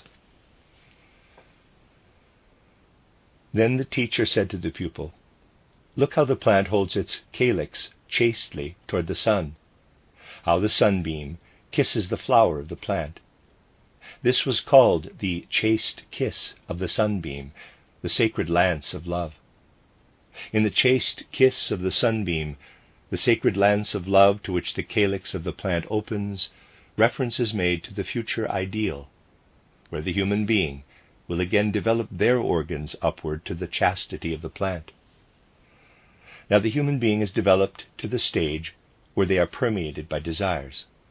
The human being will continue to develop to the stage where they have transformed their desires, where they will again be kissed by the spiritual beam of the sun, where they will again bring forth their own kind on a higher level, where the power of reproduction will be spiritualized. In the mystery schools, this was called the Holy Grail. This is the real ideal of the Holy Grail, an organ that human beings will have when their reproductive power will be spiritualized. In the past, we see the chaste nature of the plant. In the present, the human being permeated by desire. And in the future, the human being with the purified body, as they receive the spiritual beam of the sun in the chalice of the Holy Grail as a higher stage of development of the plant chalice. This is not abstract thinking, but a state in which we feel, not merely think, each stage of development. When we feel in this way what is developing, then we gradually ascend in such a way that we come to imaginative knowledge through the images. The image of the Holy Grail stands before us when we detach these images from sensory appearance and receive the image of that higher world. When we let such pictures, which represent to us certain processes of the spiritual world, and which have been established in the mystery schools, work upon us, we say that we let the occult script work upon us. This is the third part of the Rosicrucian training. We have such images in the seals and columns as they were presented in Munich at the Congress on the beginning and end of the evolution of humanity and in the Apocalypse. Human beings were formerly on an earth that was molten. They have only gradually come through many incarnations to their present body, and they will continue to develop through many more incarnations. Above all, the transformation of the larynx and the heart will take place. These will be the organs of reproduction in the future. Today, thoughts, feelings, and sentiments only embody themselves in words which let the stirrings of my soul in this room reach your ear through vibrations and awaken similar thoughts and sensations in your souls. Later, the human being will create warmth and, finally, light, just as they now communicate their thoughts to the air in words. Just as the human being descended from a sphere of light and warmth in the past, so will they create warmth and light themselves in the future. This is represented on the first apocalyptic seal. The initial state of humankind, when the earth was still in a state of molten fluid, is represented by the fact that the feet of the human being in the picture are in a fiery metal stream. The future state is represented by the fiery sword coming out of the mouth of the human being. Such an image acts not only on the imagination, but also on the will of the human being when we watch the great forces of nature in this way. For the same force that lives as a primordial force in the will of the human being also lives in the whole outer world. If we learn to train our will, then the will of the world lives in us. Then our will becomes one with the will that flows through nature. The human being learns this through selfless devotion to the occult script. The fourth part of the Rosicrucian training is the preparation of the Philosopher's Stone.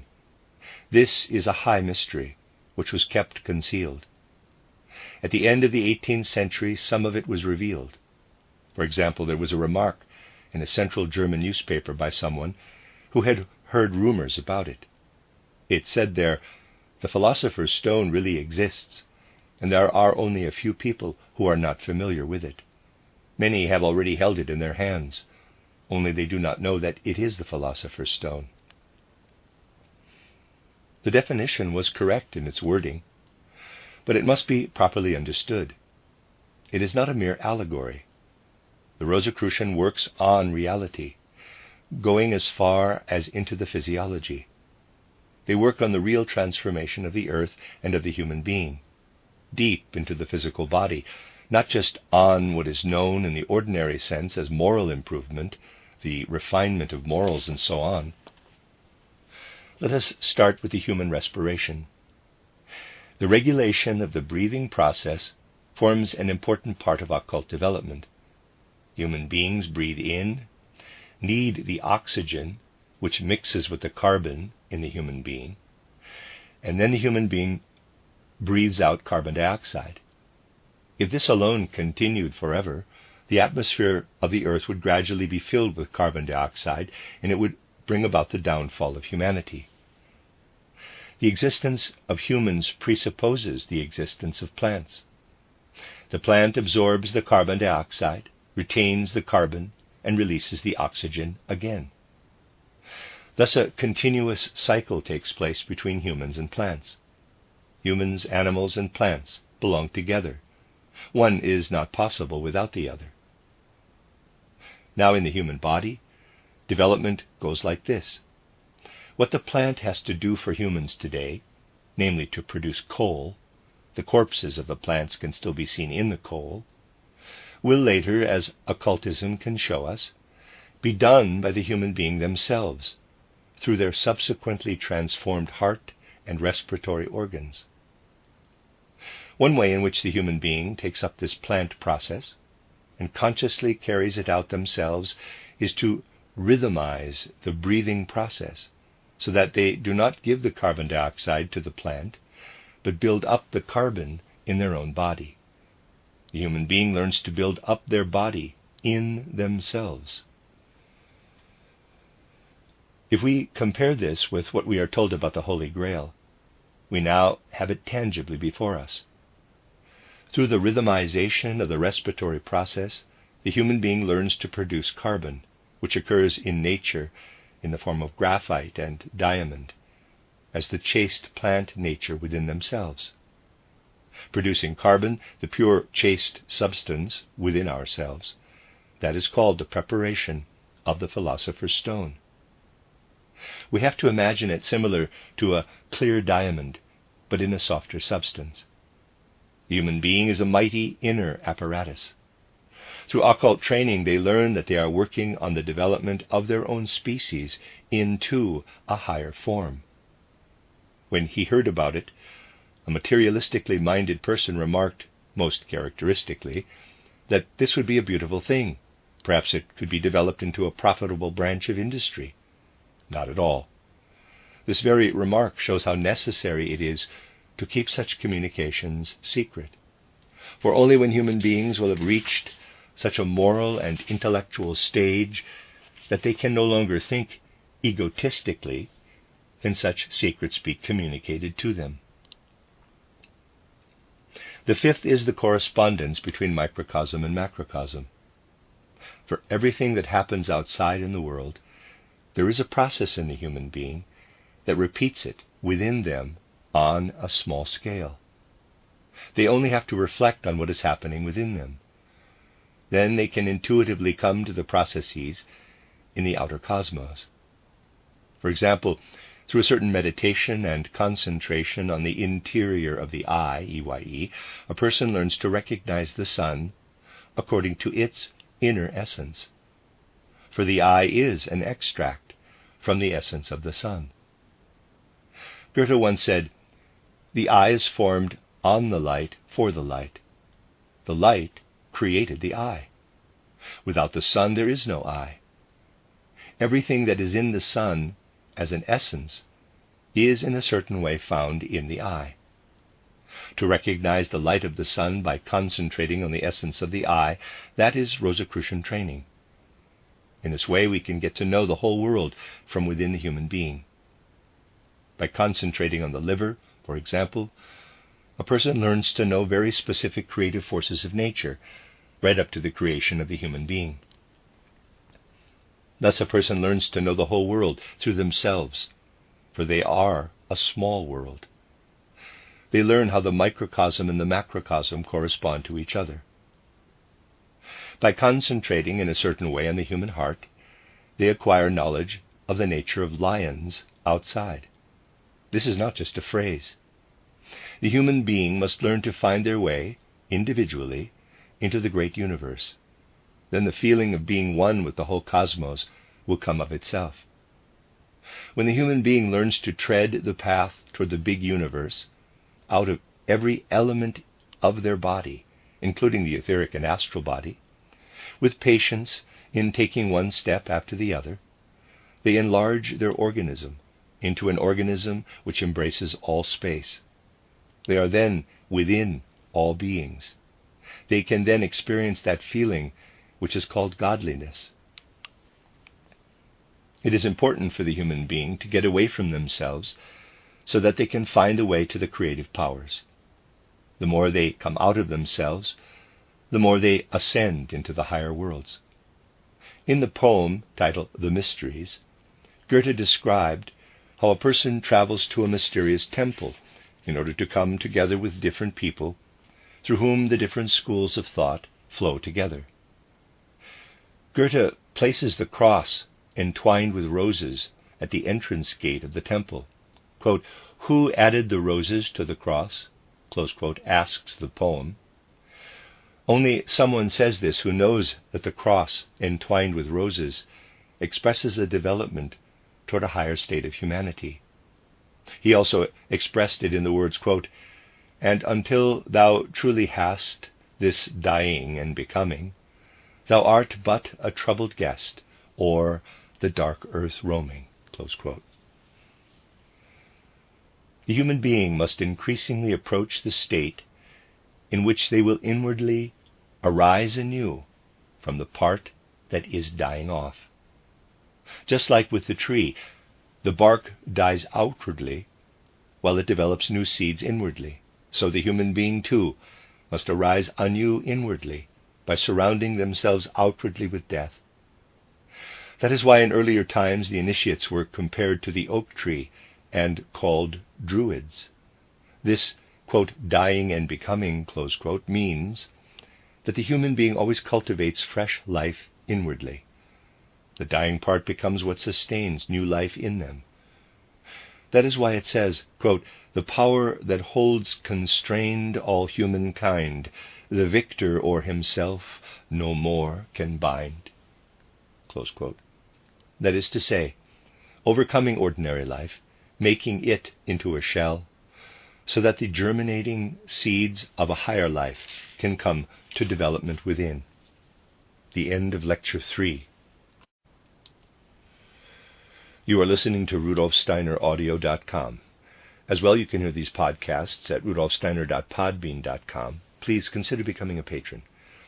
There are two publishing houses, SteinerBooks.org in America and RudolfSteinerPress.com in England, which are the sole publishers of Steiner into English and have given me permission to do these recordings. Please consider patronizing them as well. This is a reading of Collected Works, Volume 98 by Rudolf Steiner.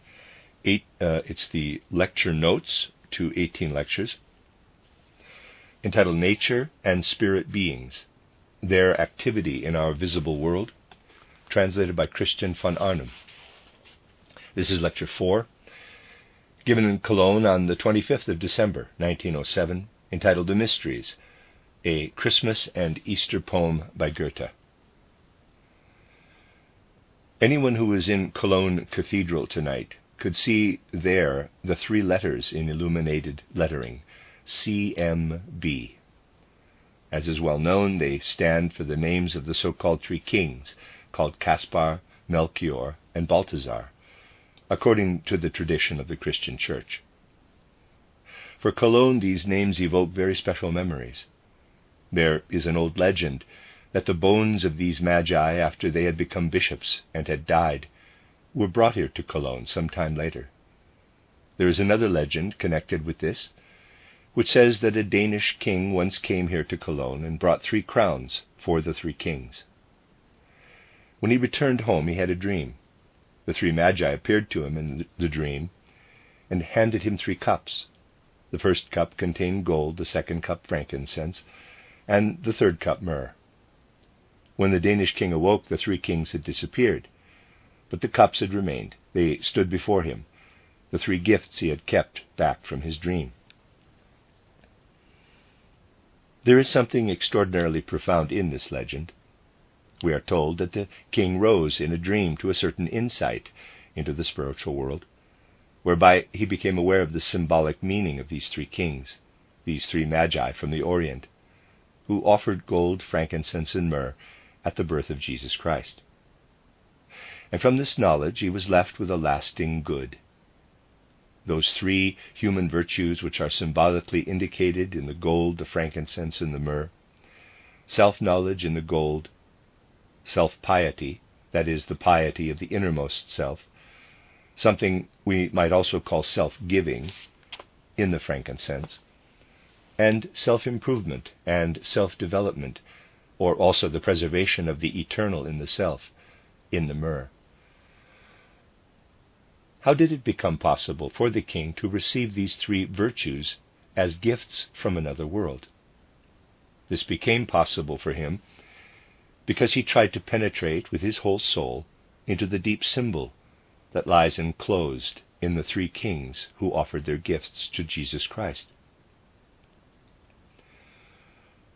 There are many, many features in the Christ legend that lead us deeply into the greatest variety of meanings of what is meant by the Christ principle and what it is supposed to do in the world. One of the most profound features of the Christ legend is the worship and offering of the three magi, the three kings from the East. And it is not without a deeper understanding that we may approach this fundamental symbolism of the Christian tradition.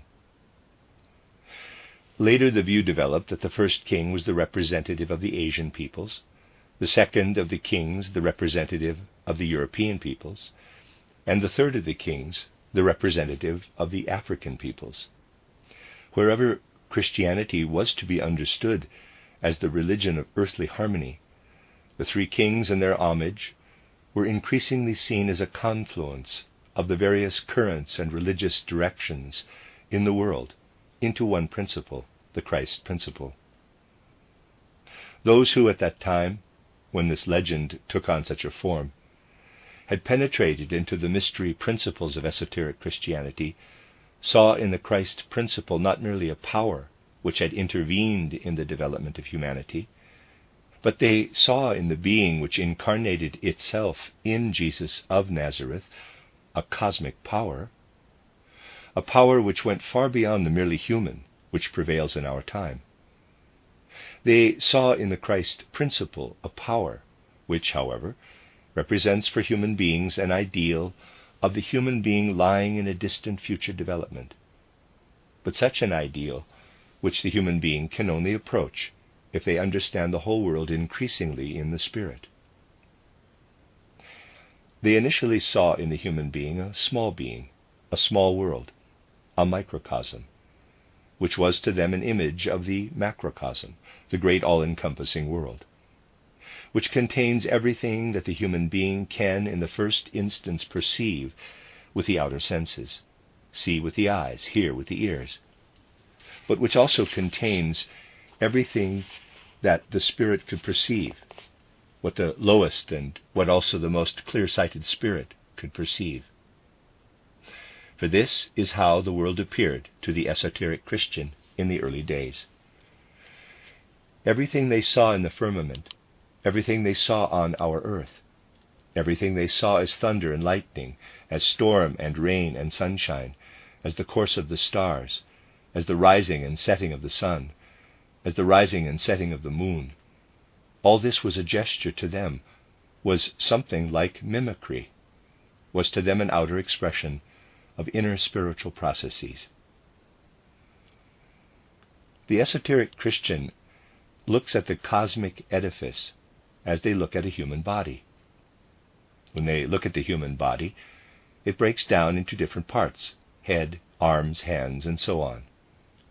When they look at the human body, they see hand movements, movements of the eyes, movements of the facial muscles.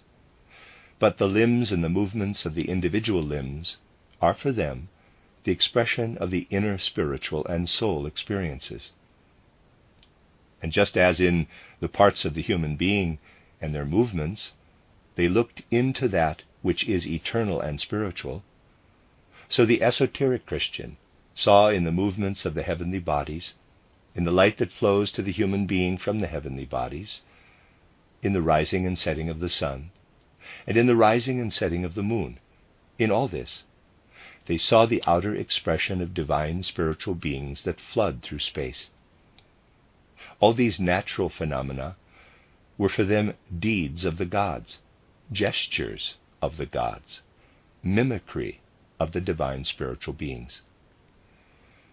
But also everything that happens in humankind, when people found social communities, when people submit to moral commandments, when they regulate their actions among themselves by laws, when they create tools for themselves out of the forces of nature, albeit with the forces of nature, but in a way such that they were not directly given by nature in this form. Everything that the human being does more or less unconsciously was, for the esoteric Christian, an outer expression of inner divine spiritual activity. But the esoteric Christian did not stop at such general forms, but pointed to very specific individual gestures, individual parts of the world physiognomy, the world expression, in order to see in these individual parts very specific expressions of the spiritual. They pointed to the sun and said, "The sun is not just an outer physical body. This outer physical body of the sun is the body of a soul spiritual being, who rules over soul spiritual beings, who are the rulers, the leaders of all earthly destinies, who are the leaders of all outer natural events on earth, but also the leaders of everything that happens in human social life, in the behavior of all people toward each other, as determined by law." When they looked up at the sun, the esoteric Christian, they worshipped in the sun the outer revelation of their Christos. At first, Christos was the soul of the sun to them, S-U-N. And what the esoteric Christian said was this: from the beginning the sun was the body of Christos, but human beings on earth and the earth itself were not yet ripe to receive the spiritual light, the Christ light, emanating from the sun. Therefore people had to be prepared for the Christ light. And now the esoteric Christian looked up at the moon. Then they saw how the moon reflected back the light of the sun, but was weaker than the light of the sun itself. And then they said to themselves, "If I look at the sun with my physical eyes, I am blinded by its radiant light. If I look at the moon, then I am not blinded. It gives me back the radiant sunlight in a weakened form." In this weakened sunlight, in this moonlight shining down from the earth, the esoteric Christian saw the physiognomic expression of the old Jehovah principle, the expression for the religion of the old law. And they said, before the Christ principle, the Son of righteousness, could appear on the earth, S-U-N, the Yahweh principle had to send down this light of righteousness upon the earth, weakened in the law, in preparation. Thus that which lies in the old Jehovah principle, in the old law, the spiritual light of the moon, was, for the esoteric Christian, the reflected spiritual light of the higher Christ principle. And with the adherents of the oldest mysteries, the esoteric Christian, even deep into the Middle Ages, saw in the sun the expression of the spiritual light governing the earth, the Christ light, and in the moon the expression of the reflected Christ light, which in its direct nature would blind human beings. And in the earth itself, the esoteric Christian, together with the adherents of the oldest mysteries, saw that which at times concealed, veiled the blinding sunlight of the Spirit to them. They saw in the earth the physical expression of a spirit, just as they saw in all other bodies the expression of something spiritual. They imagined that when the sun shines perceptibly on the earth, when from spring and through the summer it sends down its rays and makes all budding and burgeoning life shoot out of the earth, when it has then reached its climax in the long summer days, then the esoteric Christian imagined that the sun nourishes the outer burgeoning life, physical life. in the plants that sprouted from the ground, in the animals that could develop their fertility here in these periods. The esoteric Christian saw the same principle in an outer physical way that they saw in the beings for which the sun is the outer expression. But then, when the days become shorter, when autumn and winter approach, the esoteric Christian said, the sun increasingly withdraws its physical power from the earth. But in the same measure as the physical power of the sun is withdrawn from the earth, the spiritual power grows, and it then flows most strongly to the earth when those days come which are the shortest, with the long nights, in the periods which have subsequently been fixed by the Christmas festival. The human being cannot see this spiritual power of the sun. They would see it, said the esoteric Christian, if the inner power of spiritual vision were present in them. And the esoteric Christian still had an awareness of what was a basic conviction and basic knowledge of the mystery pupils in the most ancient times up to more recent times. In those nights which today are fixed by the Christmas festival, the mystery pupils were prepared for the perception of inner spiritual vision, so that they could see inwardly, spiritually, that which, according to its physical power, withdraws most from the earth at this time. In the long Christmas winter night, the mystery pupil was brought to the point that at midnight they became capable of such a vision. Then the earth no longer covered the sun, which was behind the earth. It became transparent to them. They saw through the transparent earth the spiritual light of the sun, the Christ light. This fact, which reflects a profound experience of the mystery pupils, was recorded in the expression, seeing the sun at midnight. There are regions where churches, which are otherwise open all day, are closed at midday. This is a fact that links Christianity to the traditions of ancient religious faiths. Within ancient religious faiths, the mystery pupils said from their experience, at noon, when the sun is at its highest, when it unfolds its strongest physical power, then the gods sleep. And they sleep the deepest sleep in summer, when the sun unfolds its strongest physical power. But they are most awake on the night of Christmas, when the outer physical power of the sun is weakest. We see. All beings who want to develop their outer physical power look up to the sun when the sun rises in spring. They strive to receive the outer physical power of the sun. But then, when at summer noon the physical power of the sun flows most strongly from the sun to the earth, its spiritual power is weakest.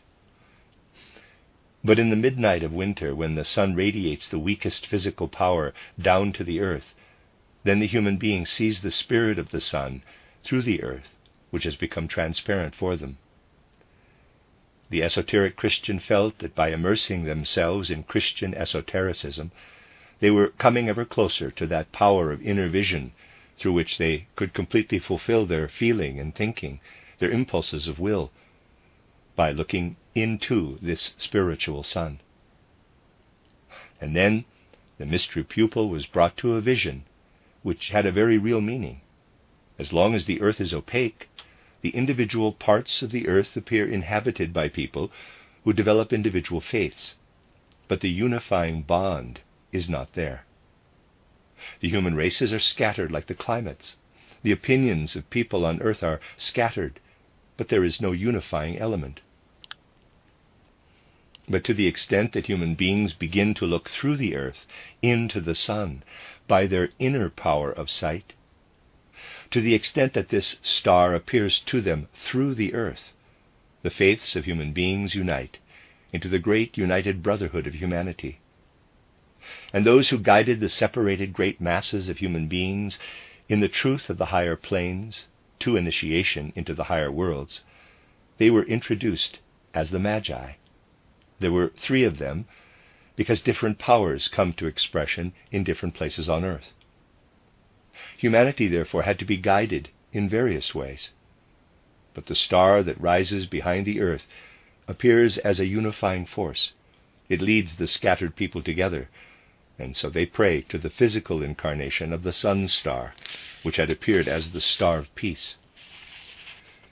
In this way, the religion of peace, of harmony, of world peace, of human brotherhood, was associated at a cosmic and human level with the ancient Magi, who laid down the best gifts they had for humanity at the cradle of the incarnated Son of Man.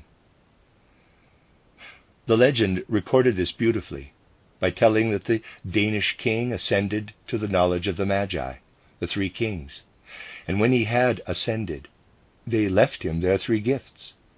First, the gift of wisdom and self-knowledge. Second, the gift of devoted piety in self-giving.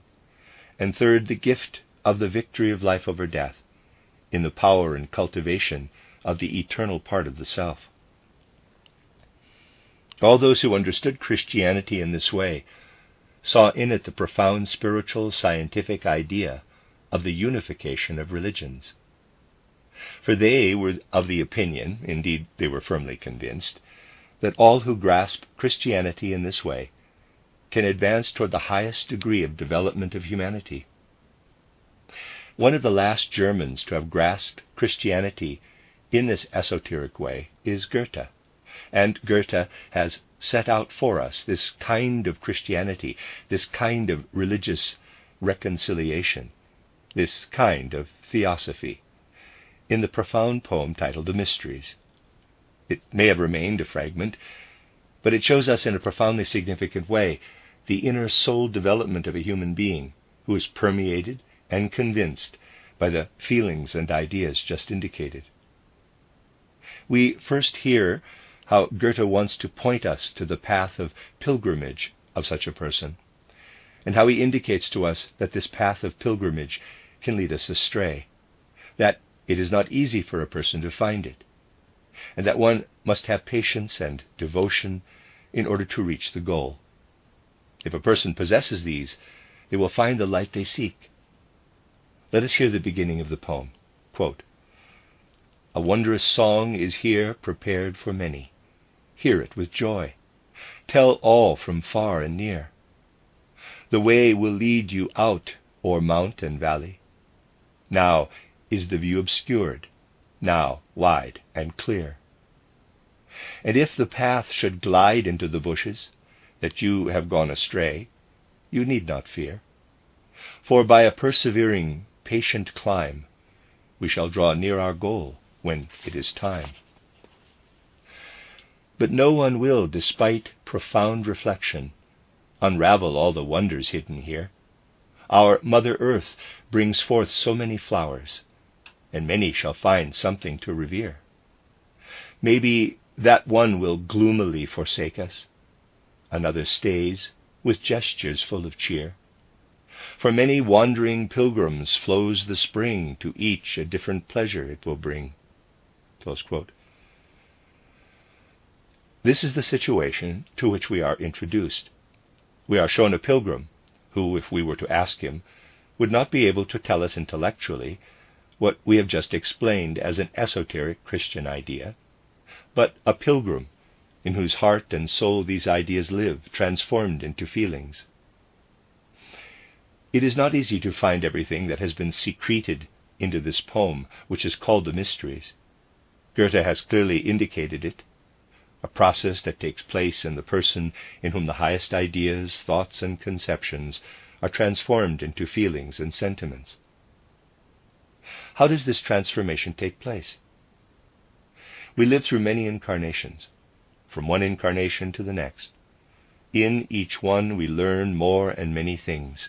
Each one provides many opportunities to gain new experiences. It is not possible for us to carry everything and every detail from one incarnation to the next. When a human being is reborn, it is not necessary for everything that they learned earlier to come to life in every detail. But if a person has learned much in one incarnation, when they then die and are reborn, not all their ideas need to come to life, but that person comes to life with the fruits of their former life, with the fruits of what they learned. Their sentiments, their feeling, correspond to the knowledge of their earlier incarnations. In Goethe's poem, we here have expressed a wonderful thing in that we encounter a human being who, in the simplest words, as if from the mouth of a child and not in intellectual form or as an idea, proclaims the highest wisdom as the fruit of earlier knowledge. He has transformed this knowledge into feeling and sentiment, and is thereby called to guide others who have perhaps learned more by way of ideas. Such a pilgrim with a mature soul, who has transformed much into direct feeling and sentiment, which he has gathered in earlier incarnations, such a pilgrim we have before us in Brother Mark. He is sent as a member of a secret fraternity, with an important mission to another secret fraternity. He travels through various regions, and being tired, comes to a mountain. He finally walks up the path to the summit. Every line in this poem has a deep meaning. When he has climbed the mountain, he sees a monastery in a nearby valley. This monastery is the dwelling place of another fraternity to which he has been sent. Above the gate of the monastery, he sees something special. He sees the cross, but of a special kind, the cross entwined with roses. And he speaks meaningful words that can only be understood by those who know how often that watchword has been spoken in the secret fraternities. Quote, "Who added to the cross the wreath of roses?" Close quote. And from the center of the cross he sees three rays emanating as from the sun. He does not need to evoke the meaning of this profound symbolism before his soul in concepts. In his soul, his mature soul, there lives a sense and feeling for it. His mature soul knows everything that lies within it. What does the cross mean? He knows that the cross expresses many things, including the threefold lower nature of the human being, the physical body, the etheric body, and the astral body. In this, the I, capital, is born. In the rose cross, we have the fourfold human being, the physical human being, the etheric human being, and the astral human being in the cross, and in the roses, the I. Why roses for the I? Esoteric Christianity added the roses to the cross because it saw in the Christ principle the call to raise the I, insofar as it is born in the three bodies, to an ever higher and higher I. It saw in the Christ principle the power to carry this I upward more and more. The cross is the sign of death in a very special sense. Goethe also expresses this beautifully elsewhere, when he says, quote, "And until thou truly hast this dying and becoming, thou art but a troubled guest, o'er the dark earth roaming." Close quote. Die and become. Overcome that which is first given to you in the lower three bodies. Kill it off. But do not kill it off in order to desire death, but to purify that which is in these three bodies, so that you may gain the strength in the I to assimilate ever more perfection. By killing off what is given to you in the three lower bodies, the power of perfection enters into the I. In the I, the Christian is meant to assimilate, in the Christ principle, the power of perfection right into the blood. This power is to work right into the blood. The blood is the expression for the I.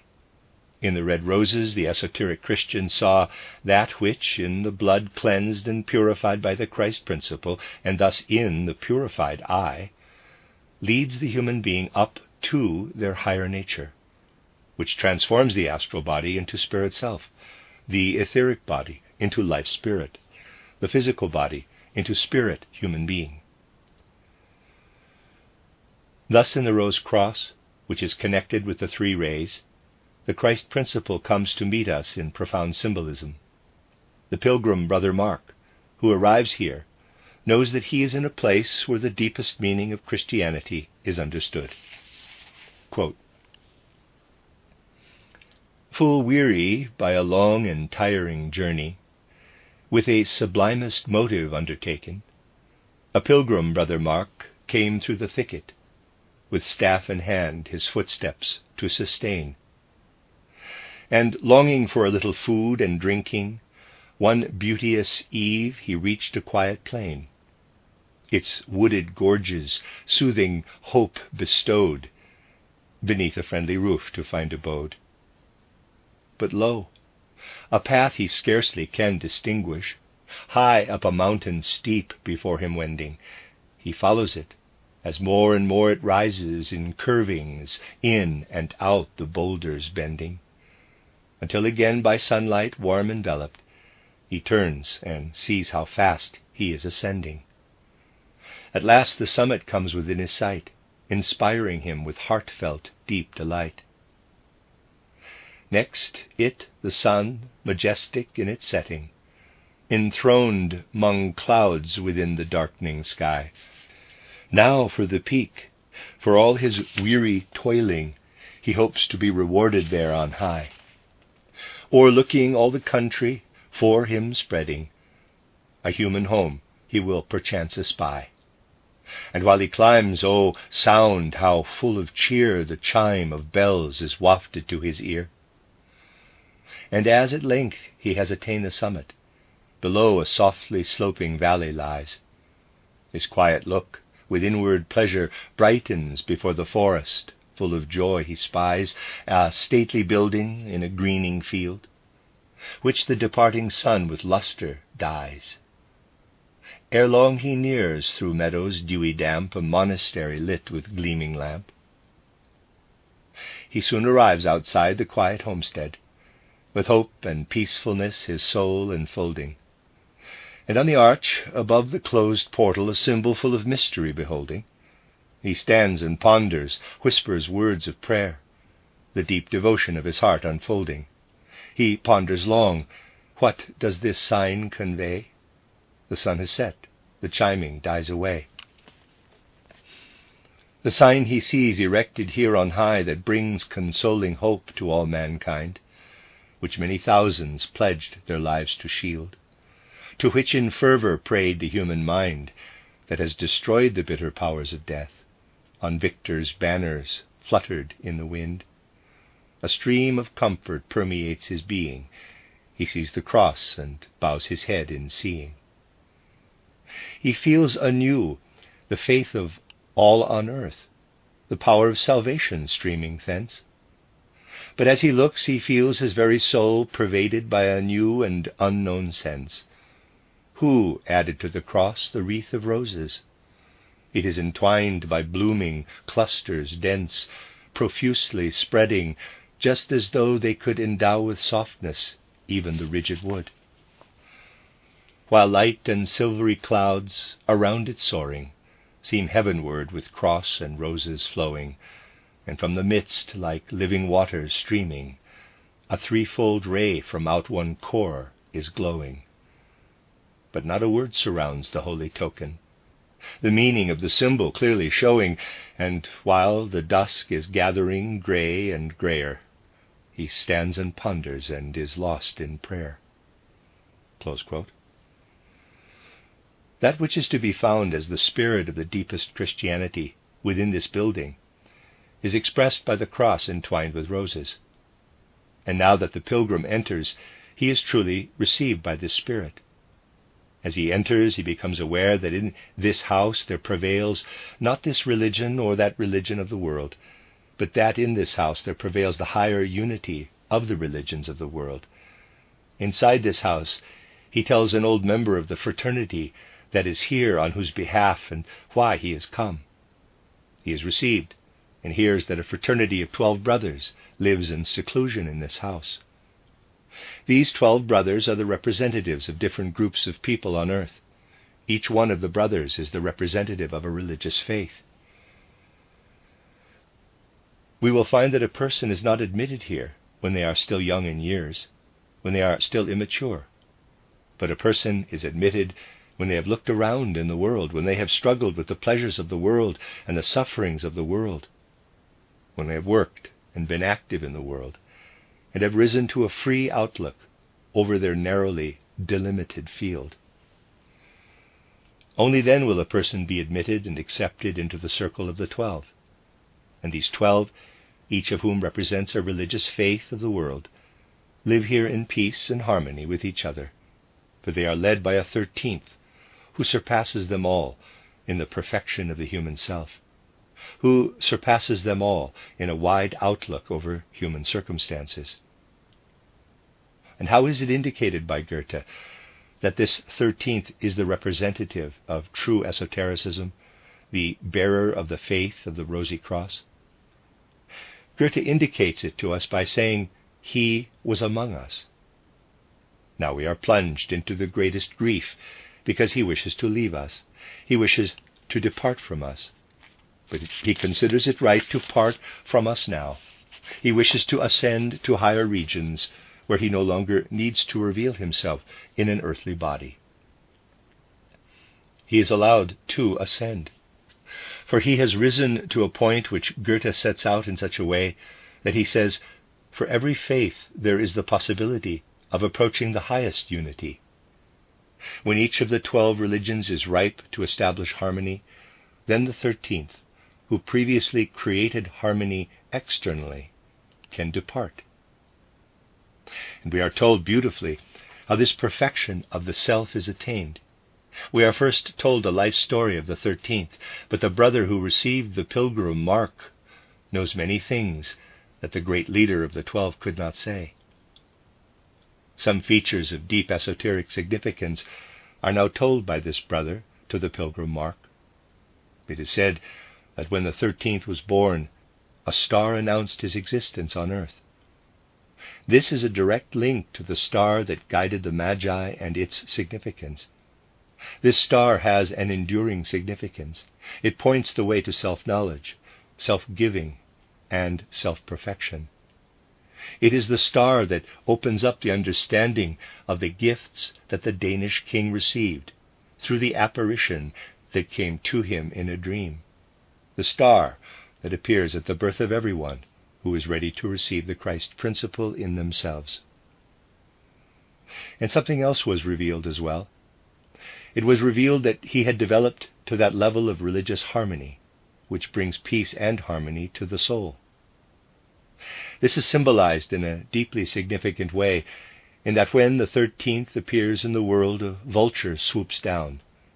But instead of wreaking havoc, it spreads peace among the doves. We are told still another thing. As his little sister lies in the cradle, a viper coils itself around her. The 13th, still a child, kills the viper. This is a wonderful illustration of how a mature soul, for only a mature soul can achieve such a thing after many incarnations, kills the viper in early youth, that is, overcomes the lower astral being. The viper is the symbol for the lower astral being. The sister is our own etheric body, around which the astral body winds itself. He kills the viper for his sister. Then we are told how he obediently conformed to what was initially demanded of him in the parental home. He obeyed his harsh father. The soul commutes its knowledge, ideas, and thoughts. Then healing powers develop in the soul, through which healing work can be undertaken in the world. Miraculous powers develop. They are expressed in that he causes a spring to emerge from the rock with his sword. It is intentionally shown here how his soul follows the trail of the Scriptures. Thus the superior, the representative of humanity, the chosen one, who works here in the community of the 12, of the great secret order which has taken on the mission for humanity under the Rosicrucian symbol to harmonize the faiths spread throughout the world, gradually matures as the 13th. In this way we are first acquainted in a profound way with the state of soul of the person who has hitherto guided our fraternity of 12. Quote, "At last he knocks.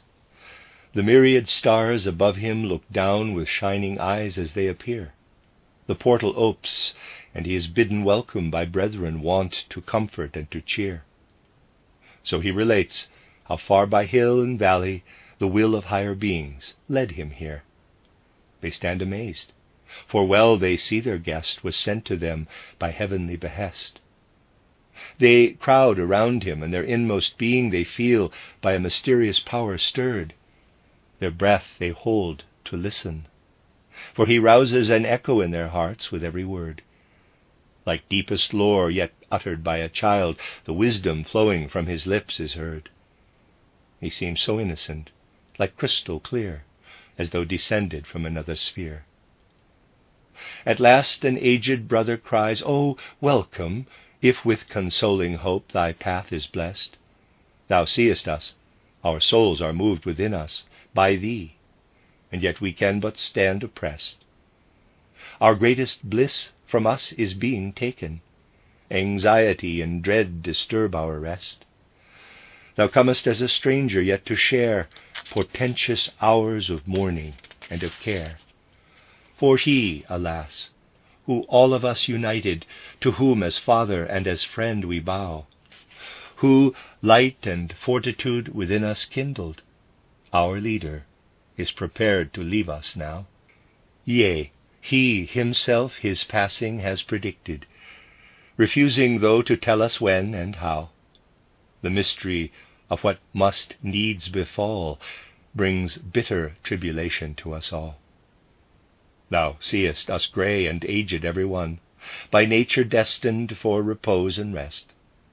Not one was here admitted who a youth desired to fly from worldly joy and zest. Each one has met with life's vicissitudes, its burdens, pleasures, and its anxious quest, until matured, too old to longer roam, within these walls we found a sheltering home. The noble man, who has led us to this haven, within his heart the peace of God does dwell. Along the path of life we walk together, his every action I remember well. But now his fervent praying, his seclusion, the hour of his departing must foretell. How small is man! O would that he could give his life, so that a greater one might live. This is my heart's profound and only wish. Fulfillment is denied to my desire.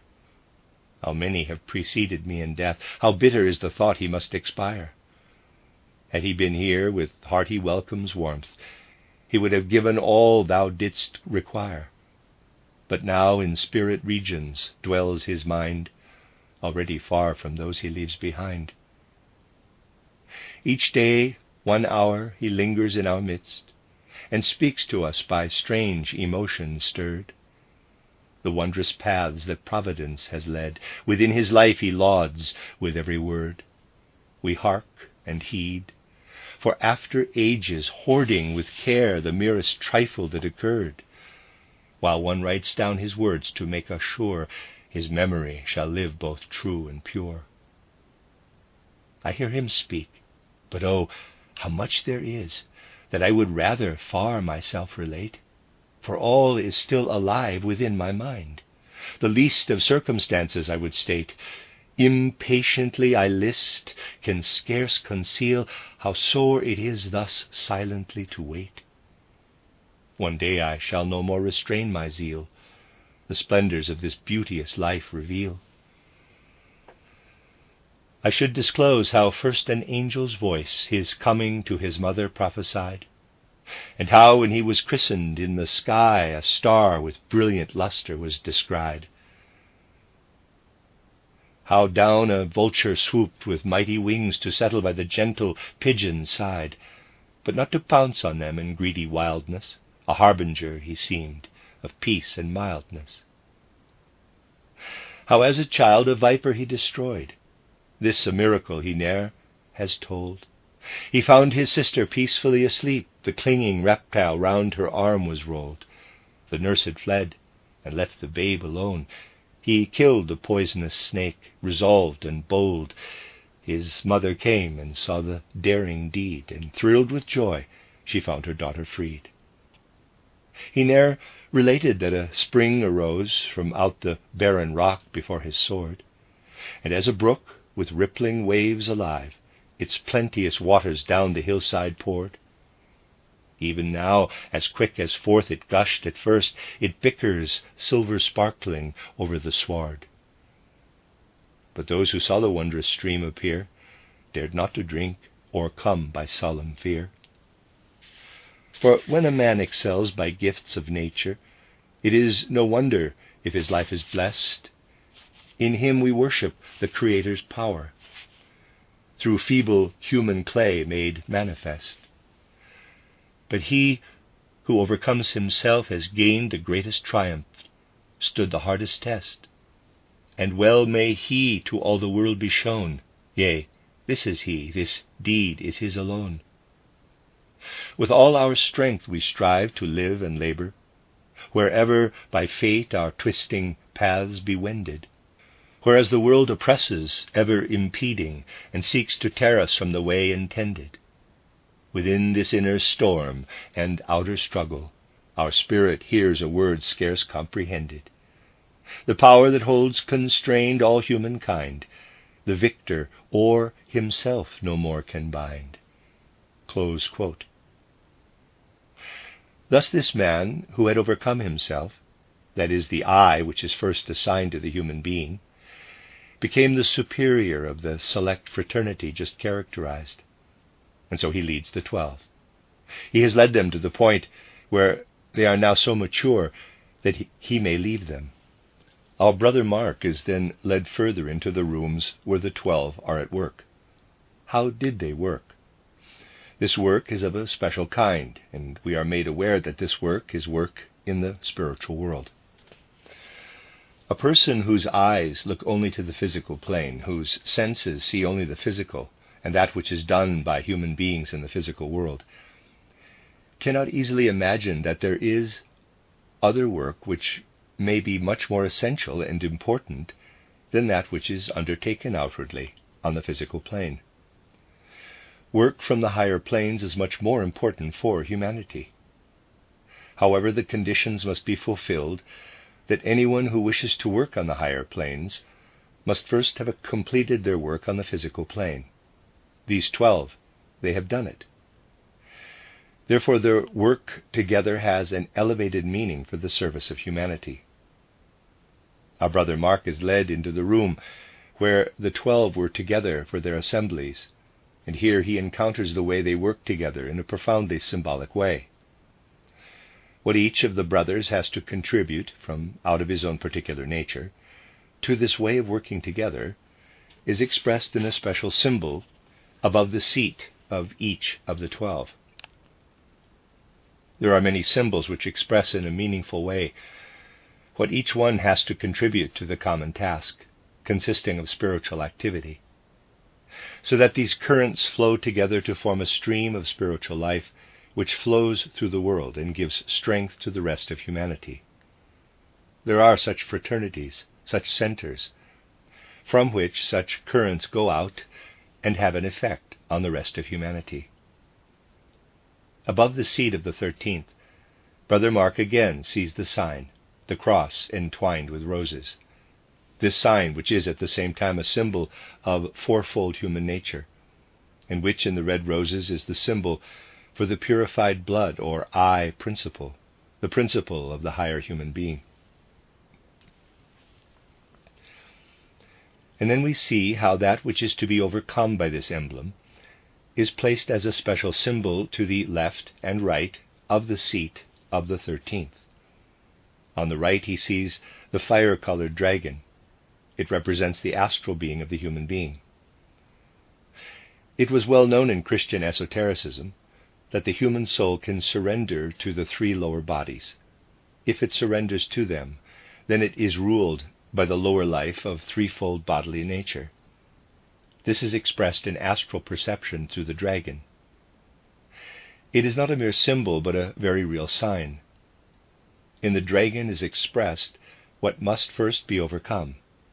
In the passions, in these forces of astral fire that are part of the physical human being, in this dragon, the Christian esotericism which inspired this poem, and which spread within Europe, saw that which humanity had received from the hot zone from the south.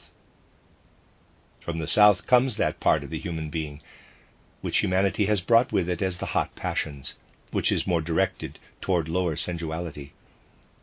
The first impulse of which people had a sense that it could fight and overcome this was the one which flowed down in the influences of the cooler north. the influence of the colder north, the descent of the eye into the threefold bodily nature, is expressed according to ancient symbolism, taken from the constellation of the bear, by the hand reaching into the bear's mouth. The lower human nature, that which expresses itself in the fiery dragon, is overcome. And that which has thus been preserved in the higher kind of animal nature was represented in the bear, and the eye, which has developed beyond the dragon nature, was represented in a profound reference by the human hand reaching into the bear's mouth.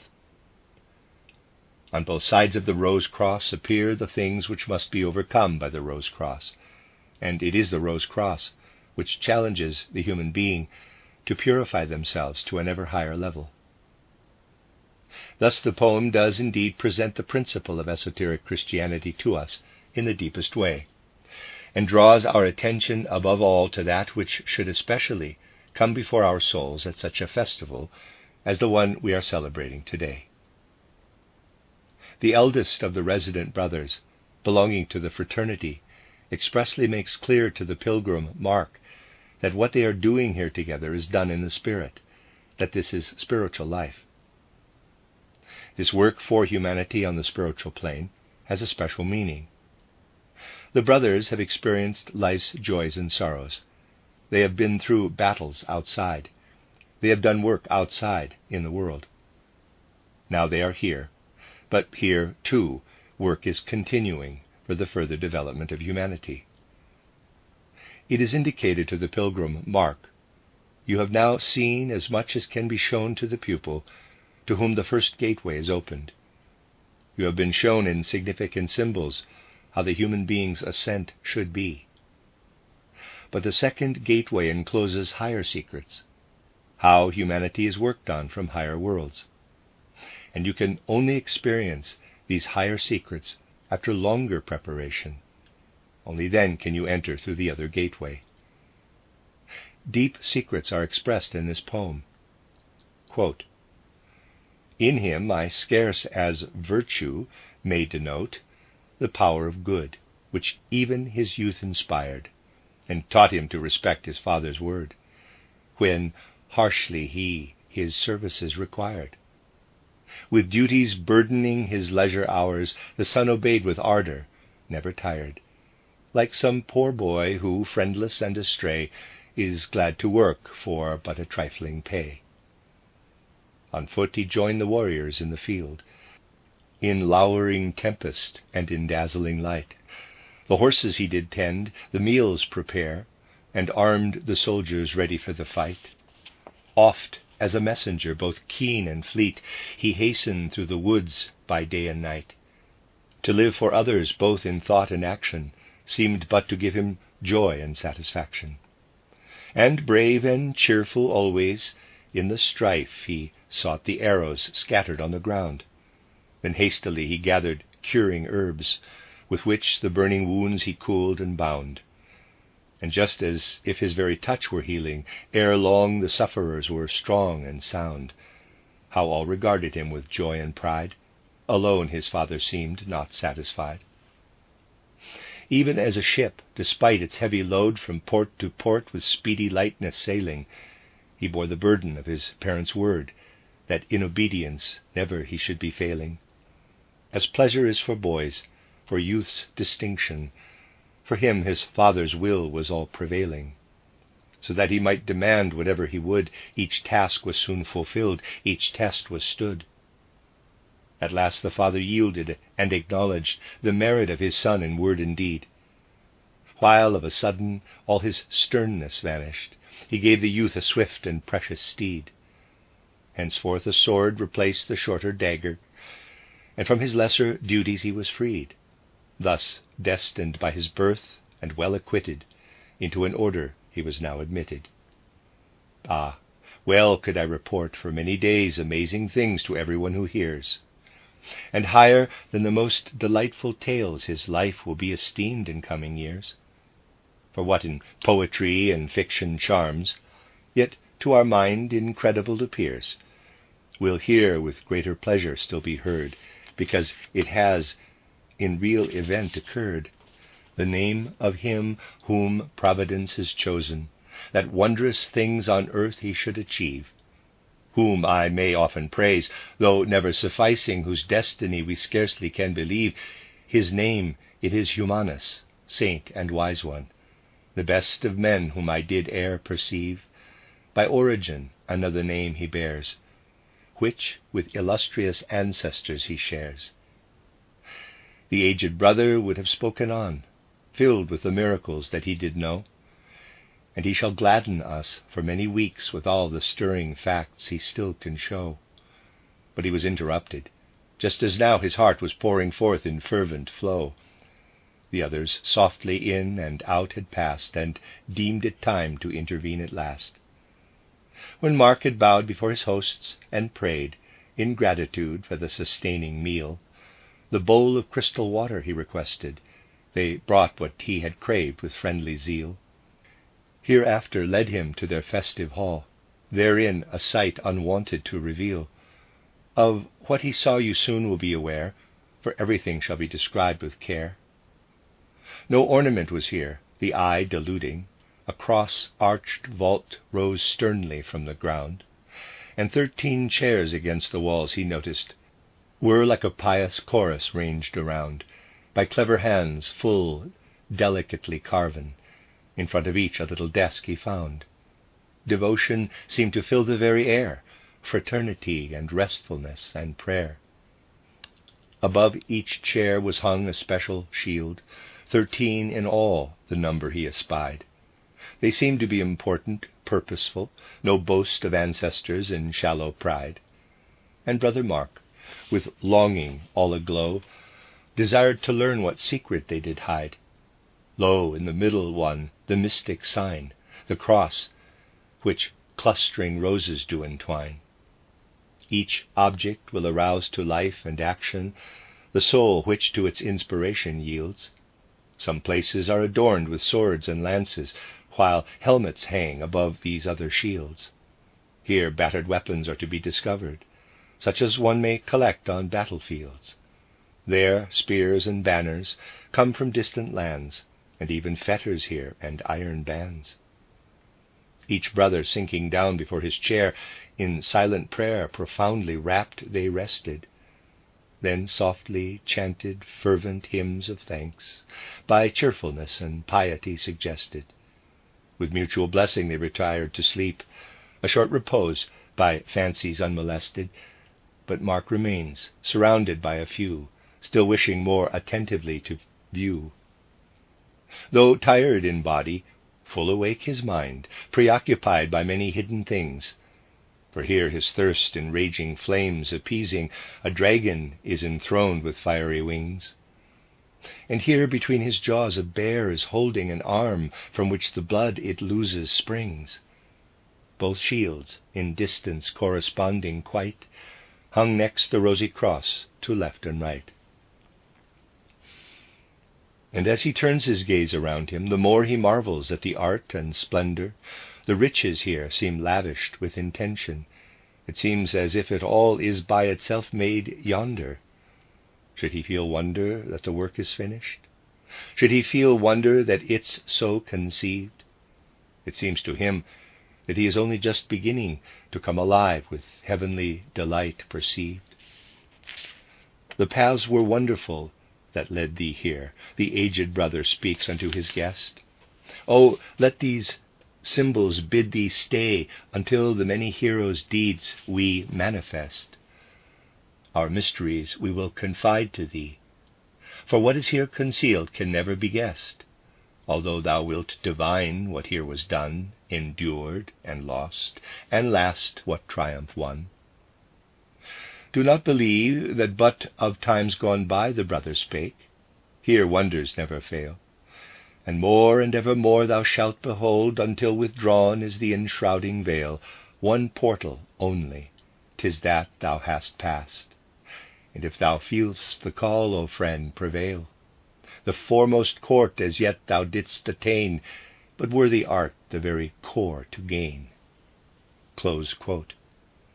After a short rest, our brother Mark initially learns to get a sense of at least something of the interior.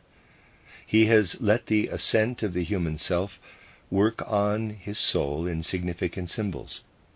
And when, after a short rest, he is awakened by a signal, he comes to a gateway, but finds it locked.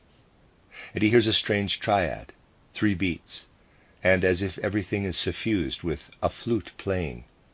He cannot look inside, cannot see what is happening in the room.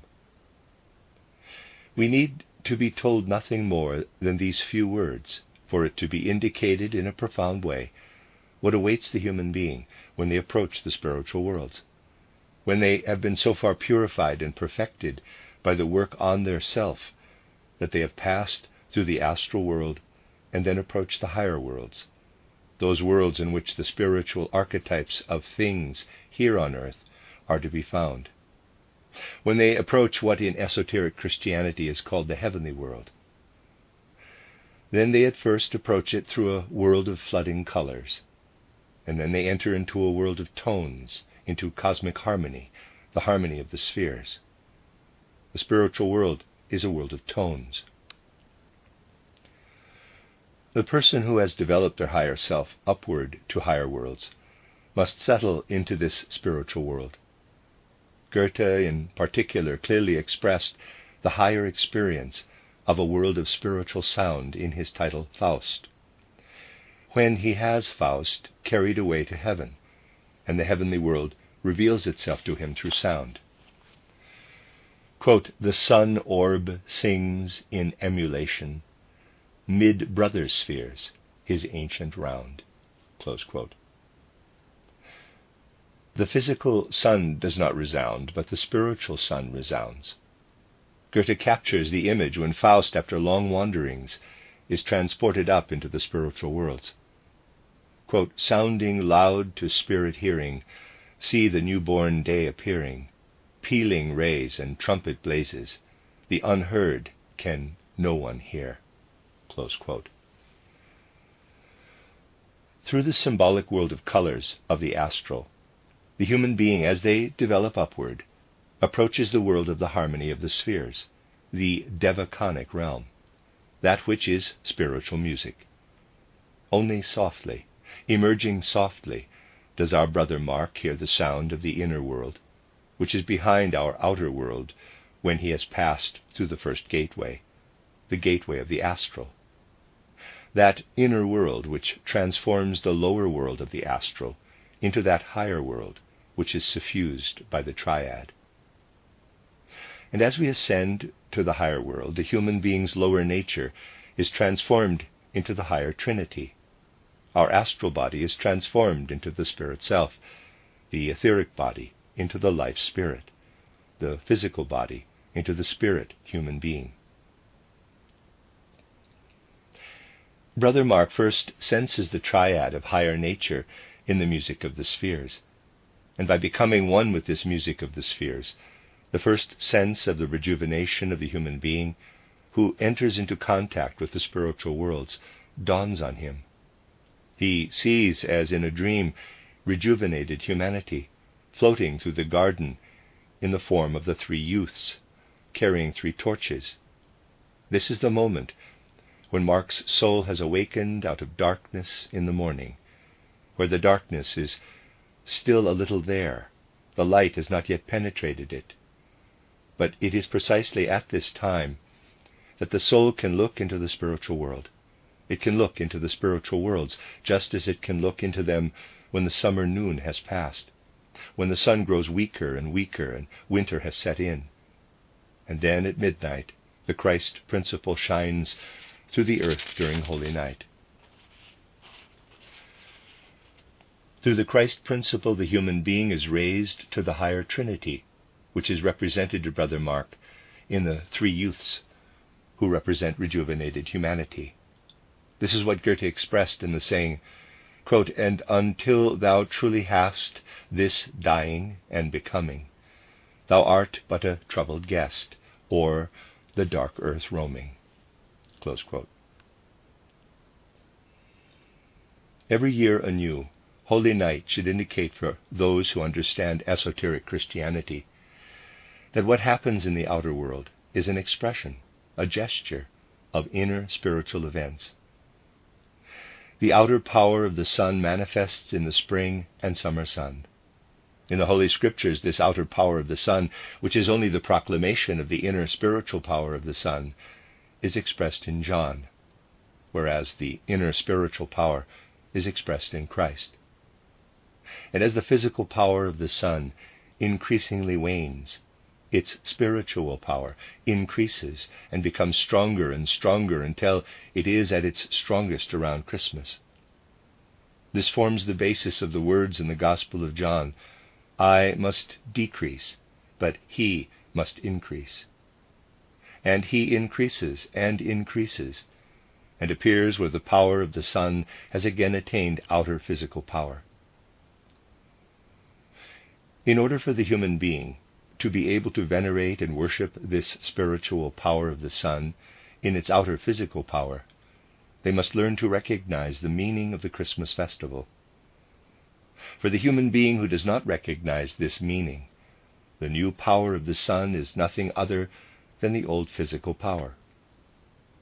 But the person who has acquainted themselves with the impulses which esoteric Christianity, and the Christmas festival in particular, are meant to give them, will see in the growing power of the body of the sun the outer body of the inner Christ, who shines through the earth, who gives it life and fertilizes it, so that the earth itself becomes the bearer of the power of Christ, of the earth spirit.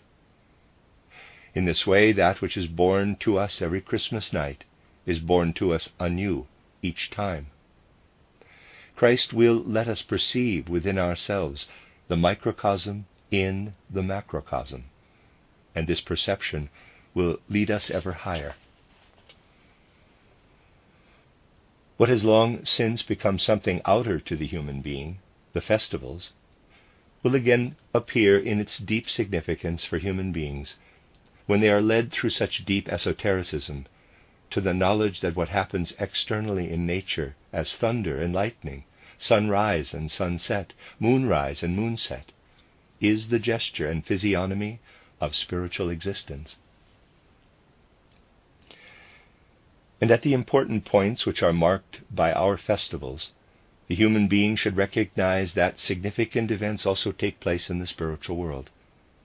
Then they will be led to the rejuvenating spiritual power which is indicated to us in the three youths, which the I capital can only gain by devotion to the outer world, not by egotistically closing itself off from it. But there is no devotion to the outer world if the outer world is not infused by the Spirit. That this Spirit should appear every year anew for all people, even for the weakest, as a light in the darkness, that should be written into people's hearts and souls every year anew. This is also what Goethe wanted to express in this poem titled The Mysteries. It is both a Christmas and an Easter poem. It aims to point to deep secrets of esoteric Christianity. If we allow the deep secrets of Rosicrucian Christianity to act on us, if we absorb even part of its power, then we will become missionaries for at least some of those around us. We will succeed in turning these festivals into something filled with spirit and life. Quote, "When after short repose within his cell, a deep resounding bell awakes our guest, his soul is filled with longing for devotion. He rises quickly with unwearied zest, and hastens to the church with all his heart, responding to the gladly heard behest. Obedient, peaceful, and by prayer bestirred, alas, the door is locked, he stands deterred. But hark! A blow on dull resounding oar, 3 times in equal intervals renewed. No chime, it seems to be, of clock or bells, from time to time with tones of flute imbued. The floating music fills the heart with joy. Mysterious 'tis, and scarce to be construed, it sounds like singing, solemn and entrancing, to which the couples interlace in dancing. Bewildered and by strange emotion moved, he hastens to the window, there to gaze. The day is dawning in the distant east. the sky o'erflown by lucent streaks of haze. And may he trust his eyes? A mystic light is fleeting through the garden's winding ways. 3 youths with torches in their hands he sees, who haste along the paths between the trees. He clearly sees their wonderful apparel, the white resplendent garments which they wear, their girdles made of intertwining roses, the wreaths of flowers in their curly hair. They seem to come from some nocturnal dances, with joy of movement thrilled, enlivened, and fair. But as the stars will fade when day is near, extinguishing their torch, they disappear. Close quote. The end of Lecture 4. You are listening to RudolfSteinerAudio.com. As well, you can hear these podcasts at rudolfsteiner.podbean.com. Please consider becoming a patron. There are 2 publishing houses, steinerbooks.org in America and rudolfsteinerpress.com in England, which are the sole publishers of Steiner into English and have given me permission to do these recordings. Please consider patronizing them as well. This is a reading of Collected Works Volume 98 by Rudolf Steiner, the listener's notes of 18 lectures, entitled Nature and Spirit Beings, Their Activity in Our Visible World, translated by Christian von Arnim. This is Lecture 5, given in Cologne, the first lecture, on the 7th of June 1908, entitled The Whitsun Festival of Joint Spiritual Striving and Spiritualizing the World. It has already been emphasized on various occasions that the spiritual development which the spiritual scientific movement strives for must bring the human being into living connection with the whole environment. Much in the environment which still filled our ancestors with veneration has become dead and prosaic for human beings. A large number of people have become estranged from and indifferent toward our annual festivals, for example. The urban population in particular has only a scant memory of what the festivals of Christmas, Easter, and Whitsun mean. That powerful emotional content which our ancestors associated with the festive seasons, because they knew the connection with the great facts of the spiritual world, is no longer present in humanity today. People today have a cold and prosaic attitude toward Christmas, Easter, and especially Whitsun. The descent of the Spirit has become an abstract event for many people. But things will change. It will only become life and reality when people come to a true spiritual knowledge of the world as a whole. Today we talk a lot about the forces of nature, but we talk very little about the beings that stand behind these forces of nature. When we speak of natural beings, people today regard it as a rehashing of an old superstition. That the words our ancestors used are based on reality, if someone claims that gnomes, undines, sylphs, and salamanders mean something real, is regarded as an old superstition. The theories and ideas that people have are in a certain sense immaterial in the first instance. But when people are seduced by these theories, not to see certain things and to apply their theories in practical life, then the matter begins to obtain its full importance. Let us take a grotesque example. Who believes in beings whose existence is bound to the air, or who are embodied in water? If, for example, someone says, our ancestors believed in certain beings, in gnomes, undines, sylphs, salamanders, but that's all fantastical stuff. Then one is tempted to reply, ask the bees. And if the bees could speak, they would answer, for us the sylphs are not superstition, for we know very well what we have from the sylphs. And the person whose spiritual eyes are open can trace what force it is that draws the little bee to the flower. Instinct, natural instinct, as people reply, are empty words. It is beings that guide the bees to the calyx to seek food there, and in the whole swarm of bees that swarms out for food, beings are active that our ancestors called sylphs. Wherever different kingdoms of nature touch, there is an opportunity for certain beings to reveal themselves. For example, in the interior of the earth, where stone touches the vein of metal, special beings settle. At the spring, where moss covers the stone, and thus the plant kingdom touches the mineral kingdom, such beings settle. Where animal and plant touch each other, in the calyx, when the bee touches the blossom, there certain beings are manifest. Likewise, where humans are in contact with the animal kingdom. This is not the case in the ordinary course of contact. Not, for example, when the butcher slaughters a cow, or when a person eats the meat of an animal. Not in the normal course of life. Then something like that is not the case. But where, outside the normal course, as in the case of bees and flowers, the kingdoms touch each other, as through an excess of life, there beings manifest themselves. And especially where a person's mind, their intellect, is particularly engaged in dealing with the animals, in a relationship such as the shepherd has with the sheep, a relationship of mind, such beings manifest themselves.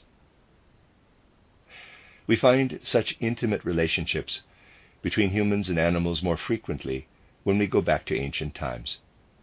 In times of earlier cultures, people often had a relationship like that of the Arab to his horse, not like that of a racing stable owner to his horses. There we find those forces of mind that play across from kingdom to kingdom, as between the shepherd and the lambs, or where the powers of smell and taste are developed and radiate across, as between the bee and the flower. Opportunity is created for quite specific beings to manifest themselves. When the bee sucks at the flower, the clairvoyant can observe how a small aura forms at the edge of the flower. This is the effect of taste. The bee's sting into the calyx has become a certain means of tasting. The bee feels the taste and radiates it like a flower aura, and this is nourishment for sylph-like beings. Likewise, the element of feeling that plays between the shepherd and the sheep is food for salamanders. This question is not relevant for the person who understands the spiritual worlds. Why are the beings there then, and not otherwise? We must not ask about their origin. Their origin lies in the universe. But if we give them cause for nourishment, the beings are there. For example, bad thoughts emanating from the human being attract bad beings into the aura of the human being because they find nourishment there. Then certain beings manifest in their aura. Wherever different kingdoms of nature touch, there is an opportunity for certain spiritual beings to manifest themselves. Where metal nestles against stone in the interior of the earth, the clairvoyant, when the miner cuts away the earth, sees strange beings crouching together in various places, as if huddled together in a very small space. They scatter when the earth is removed. They are strange beings, who, for example, are not at all unlike human beings in certain respects. They have no physical body, but they have reason. But the difference between them and human beings is that they have reason without responsibility. That is why they do not feel that anything is wrong with the many tricks they play on human beings. These beings are called gnomes, and the earth is home to numerous kinds of them. They are at home where stone touches metal. In former times they served humankind very well in the old mining industry, not in coal mines, but in metal mines. The way in which mines were laid out in ancient times, the knowledge of how the strata were laid down, was learned from these beings.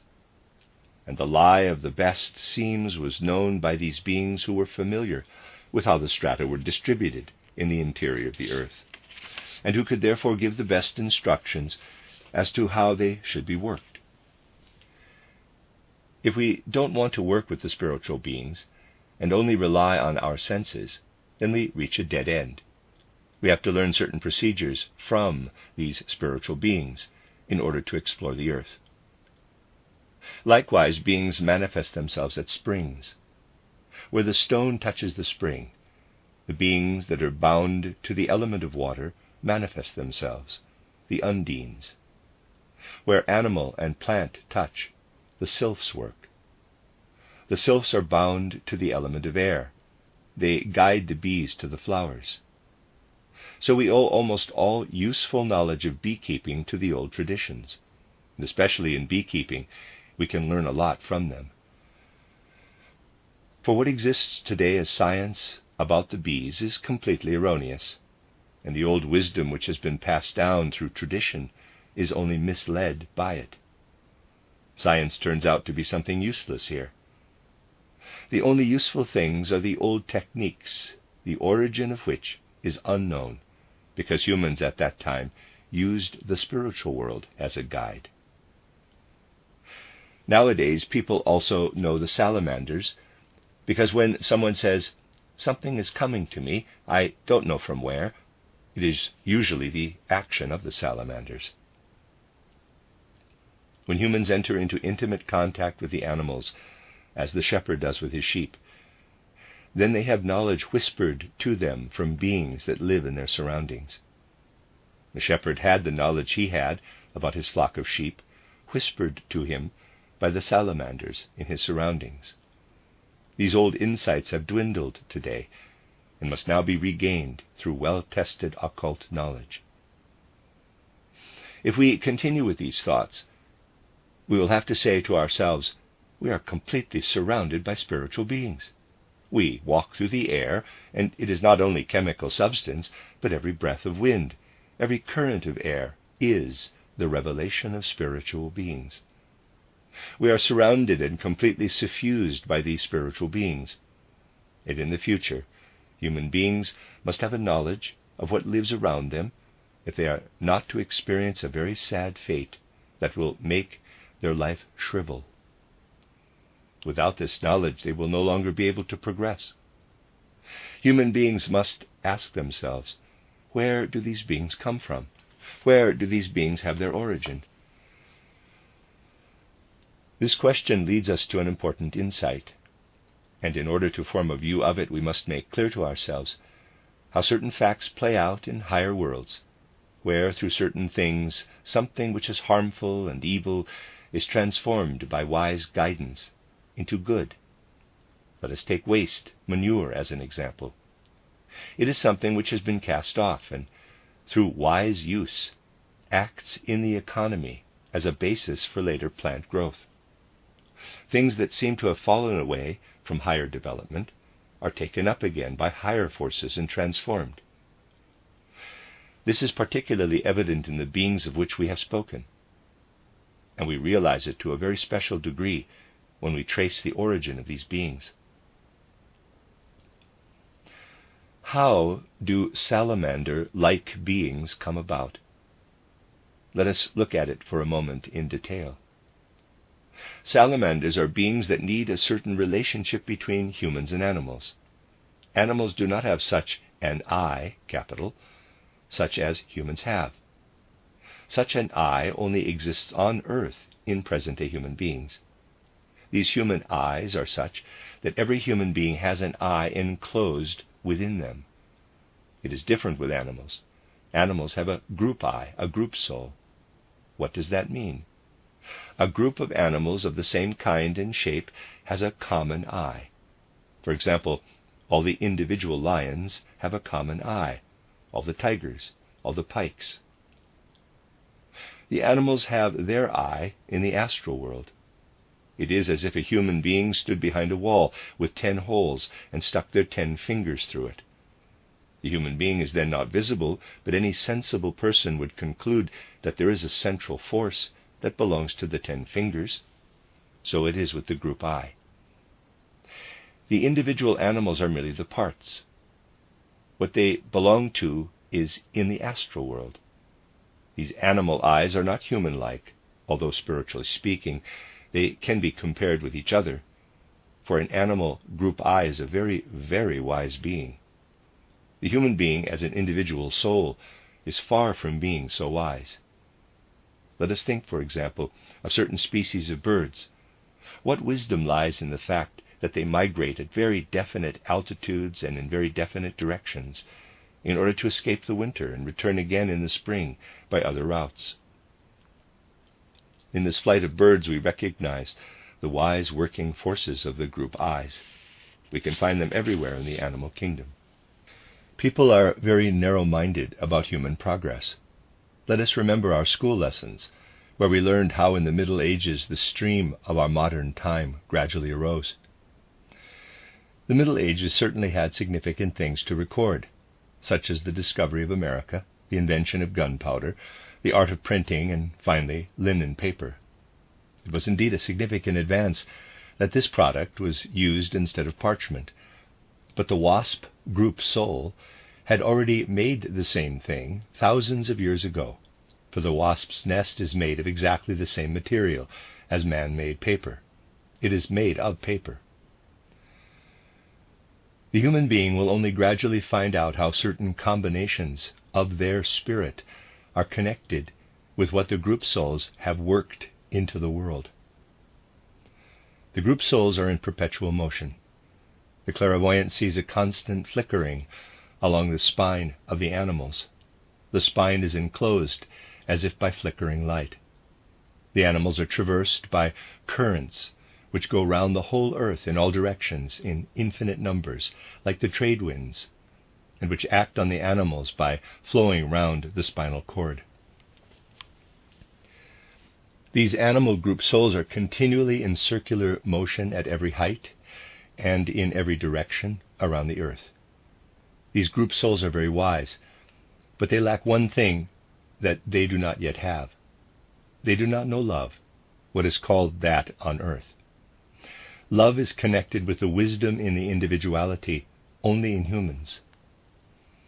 The group soul is wise, but the individual animal has love as sexual love and parental love. Love exists individually in the animal, but the wise institution, the wisdom of the group I, is still empty of love. The human being has love and wisdom united. The animal has love in the physical life and wisdom on the astral plane. When people learn such things, a tremendous amount will dawn on them. Now, the human being has only gradually come to their present I. In the past, the human being also had a group soul, and the individual soul only developed gradually. Let us trace the development of humanity backward to ancient Atlantis. In the past, humans used to live in ancient Atlantis, a continent now covered by the Atlantic Ocean. At that time, the vast Siberian expanses were covered with great seas. The Mediterranean Sea was distributed quite differently then. There were also vast expanses of sea in our European regions. The further back we go in the ancient Atlantean period, the more all the states of life change. The more the waking state and the sleeping state change in the human being. Now, when the human being sleeps, the physical body remains in bed with the etheric body. The astral body and I depart. Consciousness darkens, everything becomes dark, obscure, mute.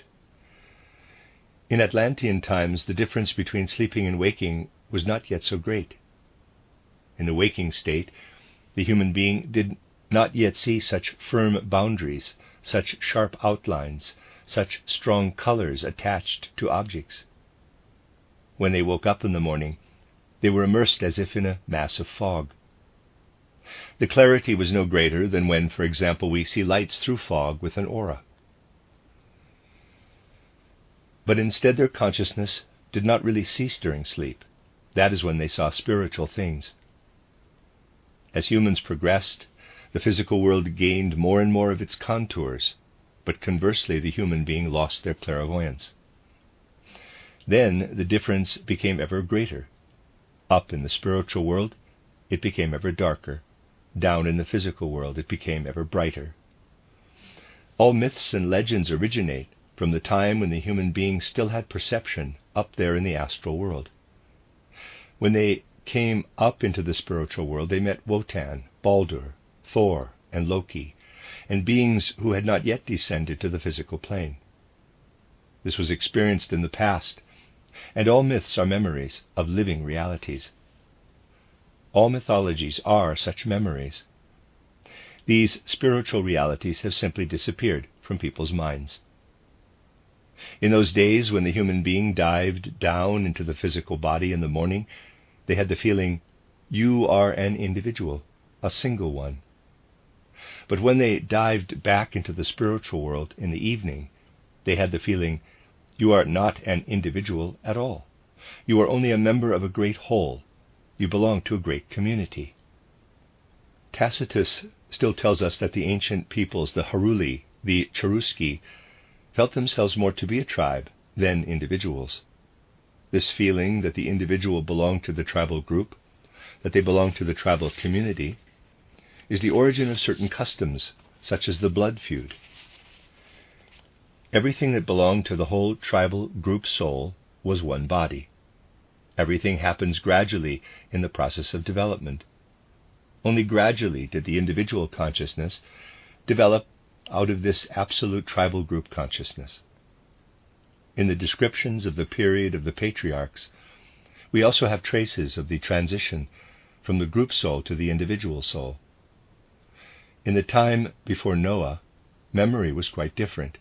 It reached back beyond what the father, grandfather, great-grandfather had experienced. The birth boundary was not a boundary.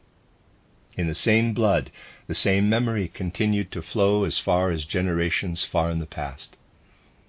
Today, the authorities are interested in knowing the name of the individual. In the time when a person remembered what his father and grandfather had done, this was given a common name. What at that time was connected by the same blood and the same memory was jointly named. It was called Adam, in quotes, or Noah, in quotes. Names like Adam and Noah do not refer to the life between birth and death of an individual, but to the stream of memories as far as it reached. The ancient names encompass whole communities of people who lived out their lives in time. What is the situation, then, when we compare certain beings, the human like apes, with the human being? The enormous difference is that the apes have a group soul, and the human being has an individual soul, or at least the disposition to develop such a soul. The ape group soul is now in a very special position, and there's a drawing. Think of the earth, see drawing, the horizontal line. Above it float in the astral world, as in a cloud, the group souls of the animals which spread out over our physical world. Let us now take the lion group I and the ape group I. Each lion is a single element into which the group soul pours some of its substance. When a lion dies, the outer physical part drops off from the group soul, like a fingernail in a human being. The group soul then takes back what it had sent in and gives it to another lion who is born anew. The group soul remains above. It stretches out tentacles, as it were, which harden in the physical, then fall off and are replaced again. As a result, the animal group soul does not know birth and death. The individual animal is something that falls off and grows on again. The group soul remains untouched by life and death. For the lions, it is indeed true that every time a lion dies, everything that was sent out by the group soul goes back into the group soul. However, this is not the case with the ape. There are individual animals, and they tear off something from the group soul, which then cannot return. When the ape dies, the essential part goes back, but a part of the group soul is pinched off. The ape constricts too much, as it were, what is stretched out. And when it dies, a part of the group soul is cut off, so that a piece of it breaks out, we might say, tears off from it, and cannot return. This is how constrictions from the group soul arise. In all species of ape, constrictions from the group soul occur. We have something similar with certain amphibians, with certain species of birds. and especially clearly with the kangaroo. Through these constrictions, something remains of the group soul, and that which remains of warm-blooded animals in this way becomes an elemental being, a nature spirit of the salamander. These elemental beings, these nature spirits, might be described as waste products of higher worlds, which are taken into service by higher beings. Left to themselves, they would disrupt the cosmos. Thus, for example, the higher wisdom uses the sylphs to guide the bees to the flowers. In this way, the great army of elemental beings is placed under higher, wise guidance, and thereby the harmful things they could cause are transformed into something useful. This is how it is in the realms that lie beneath the human being.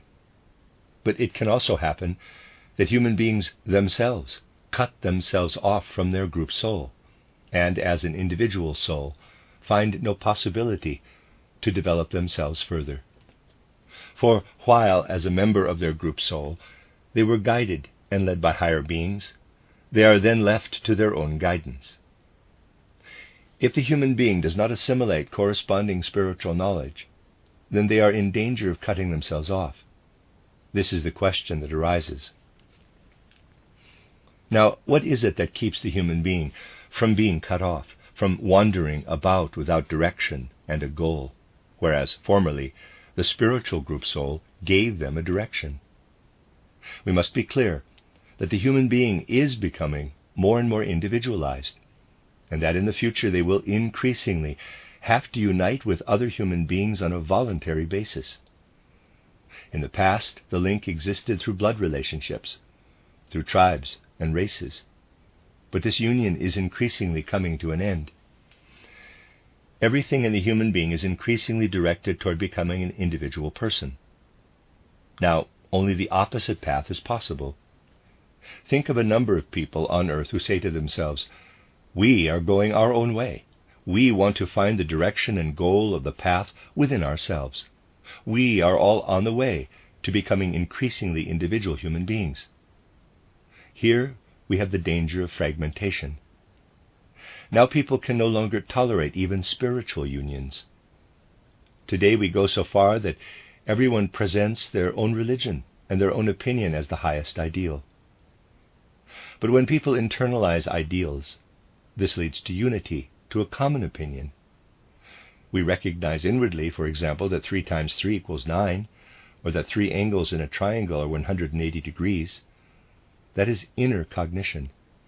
There is no need to vote on inner cognition. No differences of opinion arise from inner cognition. It leads to agreement. All spiritual truths are of this kind. What spiritual science teaches, the human being finds through their inner powers. These lead them to absolute unity, to peace and harmony. There are no 2 opinions about a truth without one of them being wrong. The ideal is the greatest possible internalization. It leads to unity, to peace. First, there was a human group soul. Then in the past, humanity was released from the group soul. But in the future of development, human beings must set themselves a secure goal toward which they strive. When human beings unite in a higher wisdom, then a group soul will descend again from higher worlds, when free communities arise from bonded natural communities. What the leaders of the spiritual scientific movement want is that we should find in it a society in which hearts stream toward wisdom as plants stream toward the sunlight, where communal truth unites the different eyes.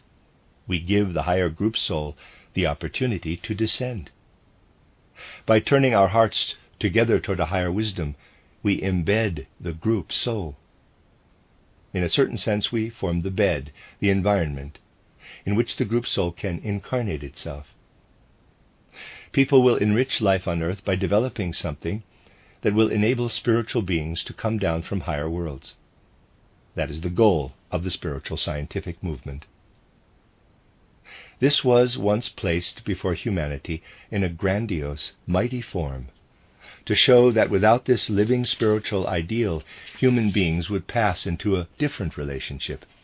It is an emblem which can show people with overwhelming power how humanity can find the way in spiritual union to offer the common spirit a place of incarnation. This emblem is presented to us in the Whitsun congregation, when a common feeling of fervent love and devotion burned in a number of people who had gathered for a common deed. Here we have a number of people whose souls continued to shake from this shattering event, so that the same thing lived in all of them. In the way that this one same feeling flowed together, they provided that in which a common soul could incarnate. This is expressed in those words which say that the Holy Spirit, the group soul, descended and divided itself like tongues of fire. This is the great symbol for the humanity of the future. If human beings had not found this connection, they would have devolved into elemental beings. Now humanity must seek a site for the beings bowing down from higher worlds. In the Easter event, human beings were given the strength to receive such powerful ideas into themselves and strive toward one spirit. The festival of Whitsun is the fruit of the unfolding of this power.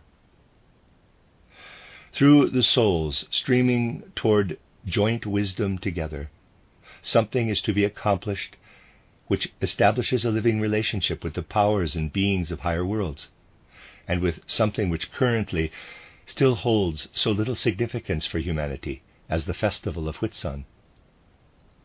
Through spiritual science, it will again become something important for human beings.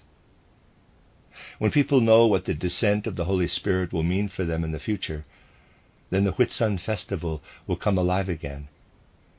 It will then not only be a reminder of the event in Jerusalem, but it will be the beginning of that everlasting Whitsun festival of souls striving together. It will become a symbol of the great Whitsun congregation of the future, when humanity will come together in a common truth in order to give higher beings the possibility of incarnation. It will depend on human beings themselves how valuable this will make the earth for the future, and how effective such ideals can be for humanity. If humanity strives toward wisdom in this right way, then higher spirits will connect with human beings. The end of Lecture 5. You are listening to RudolfSteinerAudio.com. As well, you can hear these podcasts at rudolfsteiner.podbean.com. Please consider becoming a patron. There are two publishing houses, steinerbooks.org in America and rudolfsteinerpress.com in England, which are the sole publishers of Steiner into English and have given me permission to do these recordings. Please consider patronizing them as well. This is a reading of Collected Works, Volume 98 by Rudolf Steiner, the listener's notes of 18 lectures, entitled Nature and Spirit Beings, Their Activity in Our Visible World, translated by Christian von Arnim. This is Lecture 6, given in Cologne, the second lecture there, on the 9th of June, 1908, entitled The Whitsun Festival of Joint Spiritual Striving and Working Toward Spiritualizing the World. In the last lecture, we considered some spiritual beings who are located below the human being, some of whom have faculties which can be compared with human faculties, but they lack the sense of responsibility. We have seen how they must be regarded as waste material of evolution, who would be obstructive if left to themselves, but how they are used under a higher wisdom, and how they are transformed from harmful beings into good ones. Today we will add to the multitude of these beings the consideration of some others in order to show how the interaction of human beings with these beings takes place. First of all, let us assume that every time night falls, the human being undergoes a change from the waking state to the sleeping state. We know that when the human being is in the daytime waking state, their four constitutional elements are connected with each other and interpenetrate one another. We will also remember that every night the astral body and the eye rise out of the physical and etheric body. Now, we have seen this human association, the fourfold human being, develop into two different beings during the night. The physical body and the etheric body remain in bed. The astral body and the I, capital, remain outside. For today's human beings, completely different conditions apply at night than during the day. We can compare the state of consciousness of today's human being at night with the state of consciousness of plants. The plant has the state of consciousness of dreamless sleep. People are also afflicted with a kind of plant consciousness during sleep. The human being is also in a dreamless state of sleep in the spiritual worlds at night. Add to this thought that every element of the human being has its expression in the physical body.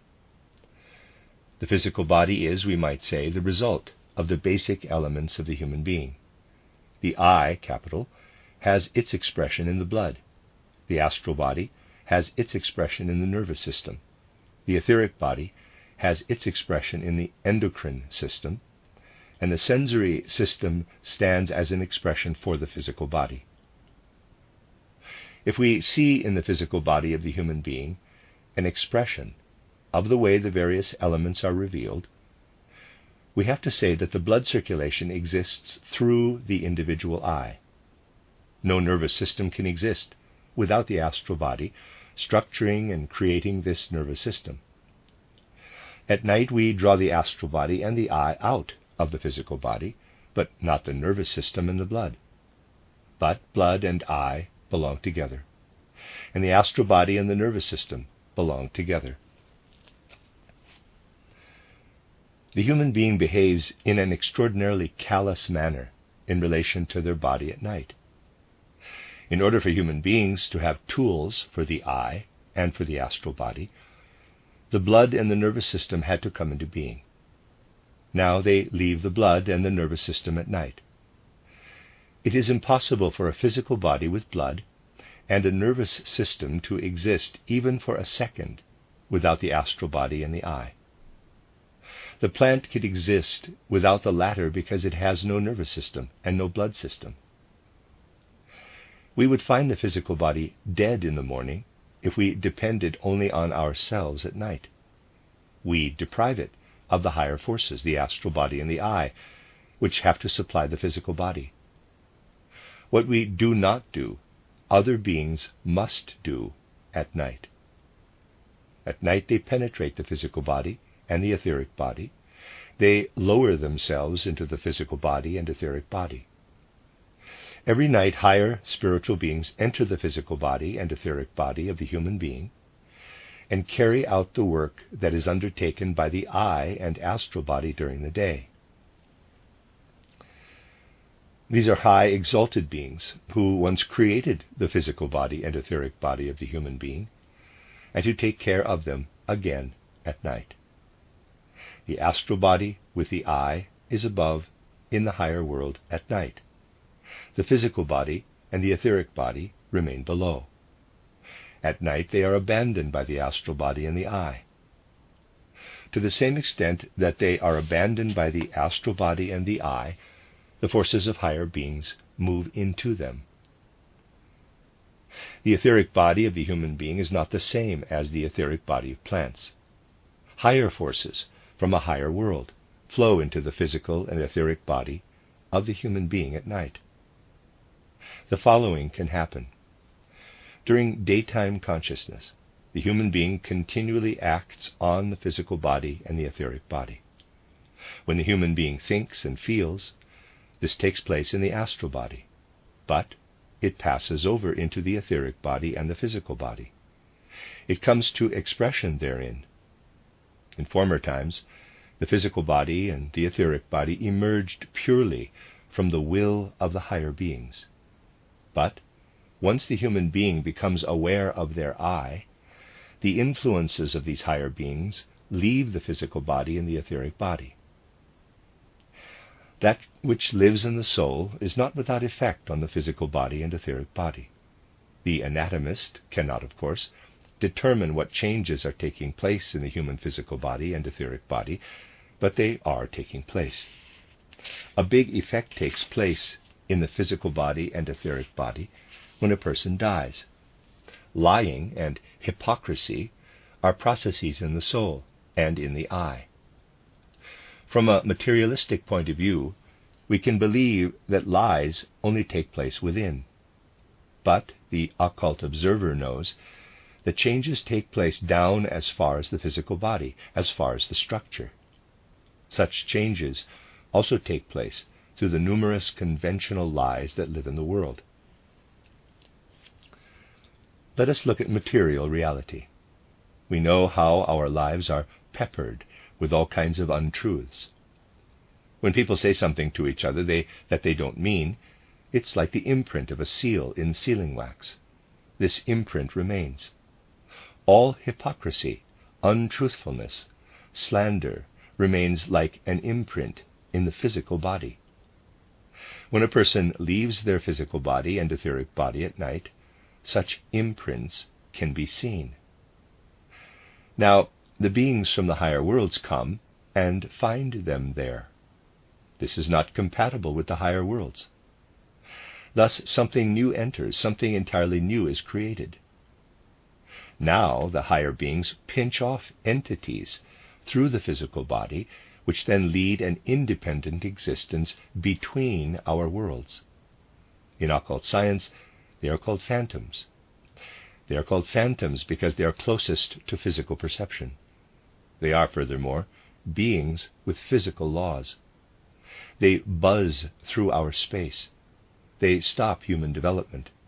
They make what lives in the world worse than if they were not there. These phantoms are beings that people create through lies, hypocrisy, and so on, which hold back development. Learning about the effects of spiritual beings is of much greater help than moral preaching. A future humanity will know what it is creating through lies, hypocrisy, and slander. By getting to know facts, we create the most effective morality, not through moral principles. The strongest incentives and impulses for morality are created through the spiritual scientific foundation of existence. Phantoms are also a kind of natural being that is here, created by the activity of human beings. In the evening, the human being leaves the physical body and leaves behind in it the imprint of lies, hypocrisy, and so on.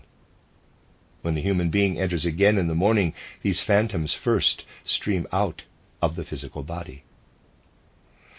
The etheric body can also be influenced in such a way that it produces pinched-off beings. Again, there are certain processes in the human world which cause such constrictions to arise through the etheric body.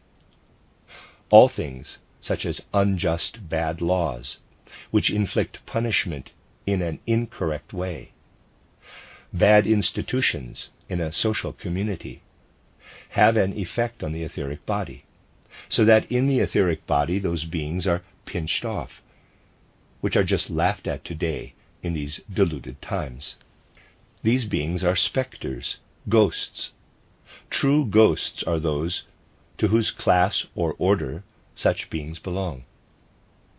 People should endeavor to make their institutions as good as possible, so that they do not create such beings. Now, let us look at the eye and the astral body during the night. Let us remember that the astral body and the eye are also in a special position in the human being. They have adapted themselves to the life of the blood and nerves. Higher forces from a higher world also flow down to the astral body and the eye during the night. When the human being takes certain things with him from their daytime life, a process of constriction takes place once again. Again, it is things of the soul life that bring about the process of constriction. Let us think of two people having two opinions that are different. One tries to persuade the other, and has the desire to convince them. This desire is very common among people today. People should present their opinion to the other and wait to see if forces will stir in the other, which cause them to accept the opinion. There are so many who are fanatical about their opinion, and who are not at all satisfied if they are not able to force the other person to accept their opinion. When this happens, it harms both astral bodies. They take persuasion and false advice with them. What is sunk into the astral bodies causes beings to be pinched off from the astral body in the night, who are called demons. These demonic beings have a particularly adverse influence on our human development. They buzz through the spiritual space and prevent people from developing their personal views. Think how much is sinned in this respect in many a coffee bar, at the pub. Forces are constantly taken away from there which form demons. These creep into the human soul. Consider what occurs at this or that trial, how people testify. They have their beliefs, and in fact they do not take a false oath because they have their beliefs. An event was once arranged that took place as planned. 30 people were supposed to describe it. 2 described the event correctly, but all the other 28 wrote things about it that had not happened. Thus all kinds of influences come from demonic beings who are formed in this way. There is no alternative for human beings other than to understand these facts, to know what they are doing in order to free themselves from the influences of these harmful spiritual beings. Wherever there is an opportunity for these beings to exercise their devastating influence, that is where they are. In the courtroom, the occult observer can see this. These beings always work in respect of the way in which they were created. Such entities who came into being through bad laws work in turn in such a way that they lead human beings to make bad laws. People should look into the spiritual world so that they become practical and not continually create obstacles. If we let our gaze wander over what has just occupied us, we must tell ourselves that the human being, during their waking daily life, gives rise to all kinds of spiritual beings, elemental beings. We must ask what significance these beings have in the future development of humanity. We look back to earlier times, when our ancestors lived in the Atlantean world.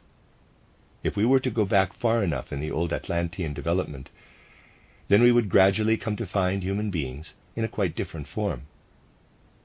Let us think back to about the middle of the Atlantean period. We must imagine human beings then in such a way that the part of the etheric body which is in our heads today, at that time protruded far above the physical head, just as it is still perceptible to the clairvoyant in the horse. It is particularly noticeable in the elephant. It has a large protuberance in front of the present physical head and above it. This was the case with the human being in ancient Atlantis. The progress in development consisted in these parts moving closer together, so that today the etheric head and the physical head of the human being almost coincide. The human being used to have a dreamlike clairvoyance. When the human being dipped down into the physical body during the day, they did not see fixed boundaries, but they saw the objects surrounded by an aura. At night, they did not see these boundaries at all, but only the spiritual aspect of things. In the post-Atlantean period, we have so far to distinguish 5 cultural epochs. In ancient India, in the first post-Atlantean period, human beings were such that the connection of the etheric head with the physical head was a very slight one.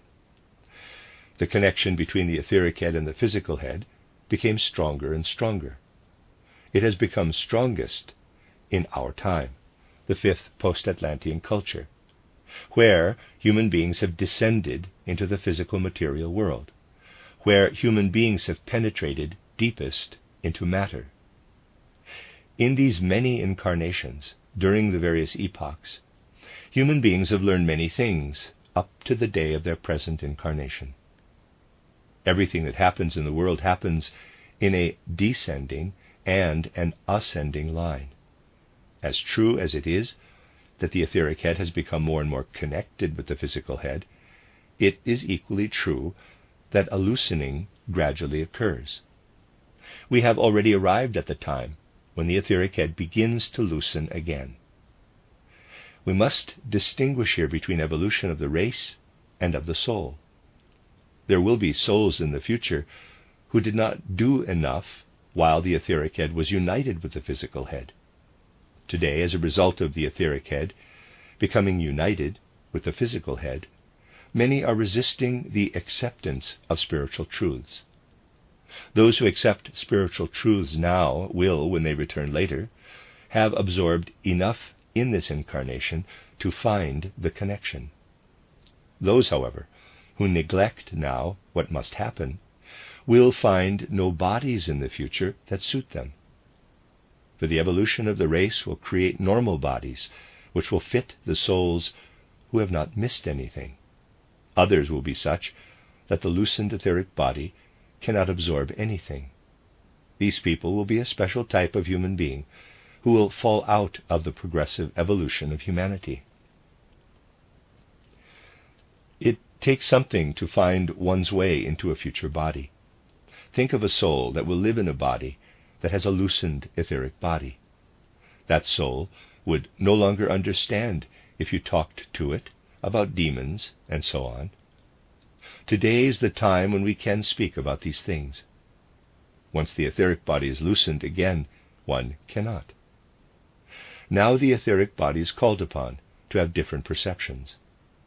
The etheric body will later live in the spiritual world. This is populated with demons and so on.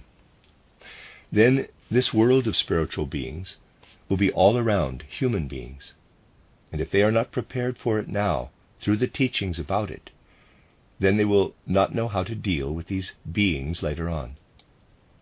But those who take the knowledge about these beings with them from this incarnation will know how to behave toward them. These knowledgeable people are called upon to transform these beings to serve a progressive development in the future. Thus we see how human beings can miss their task in the further development of humanity and the other beings.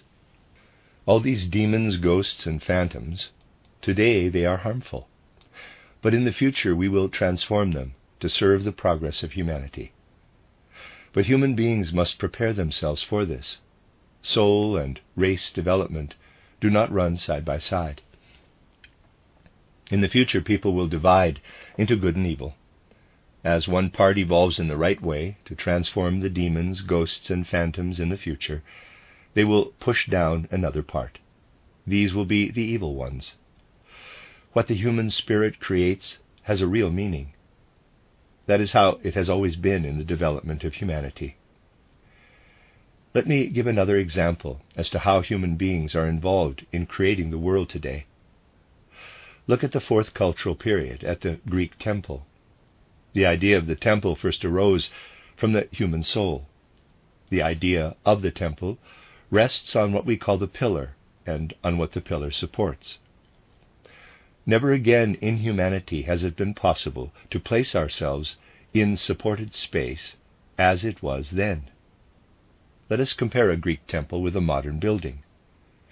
If the column becomes decorative, it is no longer the true column it is when it stands freely and is a real support. The human being must feel that the column must consist of the right material. If we paint an iron column that is thin and carries the same as a thicker stone column, it is lying to us. A Greek temple is a Greek spatial idea. People would understand that if they could imagine forces going from top to bottom, from right to left. We can imagine a painting of three angels floating in the air, so that we know they are supporting each other. We find this sense of space in the old painters. We no longer find it today, not even in Böcklin. On his Pieta, there is an angel who gives us the feeling that it is about to fall down. This is something that can be missing even in the greatest genius, if the spiritual culture is missing, the sense of space. Every time the human being creates a real spatial idea, this gives beings the opportunity to fill this space. We then banish higher beings down into the space. We call down quite different beings with the Greek column and the entablature resting horizontally on it. Quite different beings again with the Gothic cathedral and its pointed arches. The Gothic cathedral differs spiritually from the Greek temple in the following way. The human being has secreted the idea of space in such a way that the temple is a crystallized idea of space. Because the temple is as it is the dwelling place of a higher being, of a God, even if it is abandoned by people. But people belong to the Gothic cathedral. It must be complemented by the devotion of the people and the folded hands they raise. The Greek temple is a dwelling place of the God. The Gothic cathedral is a place of worship and a dwelling place of God when people are present. The Greek temple, even when it is deserted, is the dwelling of a spiritual being. Thus we see that by being in harmony with the spiritual world, human beings cooperate with the spiritual world. Thus we can see in the Spirit how through their deeds human beings can work more and more to guide down higher beings. Again, the idea of Whitsun comes before our soul. The idea of Whitsun expresses in a symbol what we can understand through such considerations. That through their work human beings create places for the descent of spiritual beings, that they work on the spiritualization of the world. We must understand spiritual scientific ideas in such a way that they penetrate into all the individual branches of life. In our materialistic times, the outer life is an expression of the inner only to a limited extent. Formerly, every door lock, every key was the expression of something spiritual. Now everything is so meaningless in comparison. Human beings will learn to be creative again in such a way that the outer is an image of the inner. Then a railway station will also be built as an idea, just as the Greek temple and the Gothic cathedral were built. Our time, too, has an architectural style that corresponds to our time. This is the department store.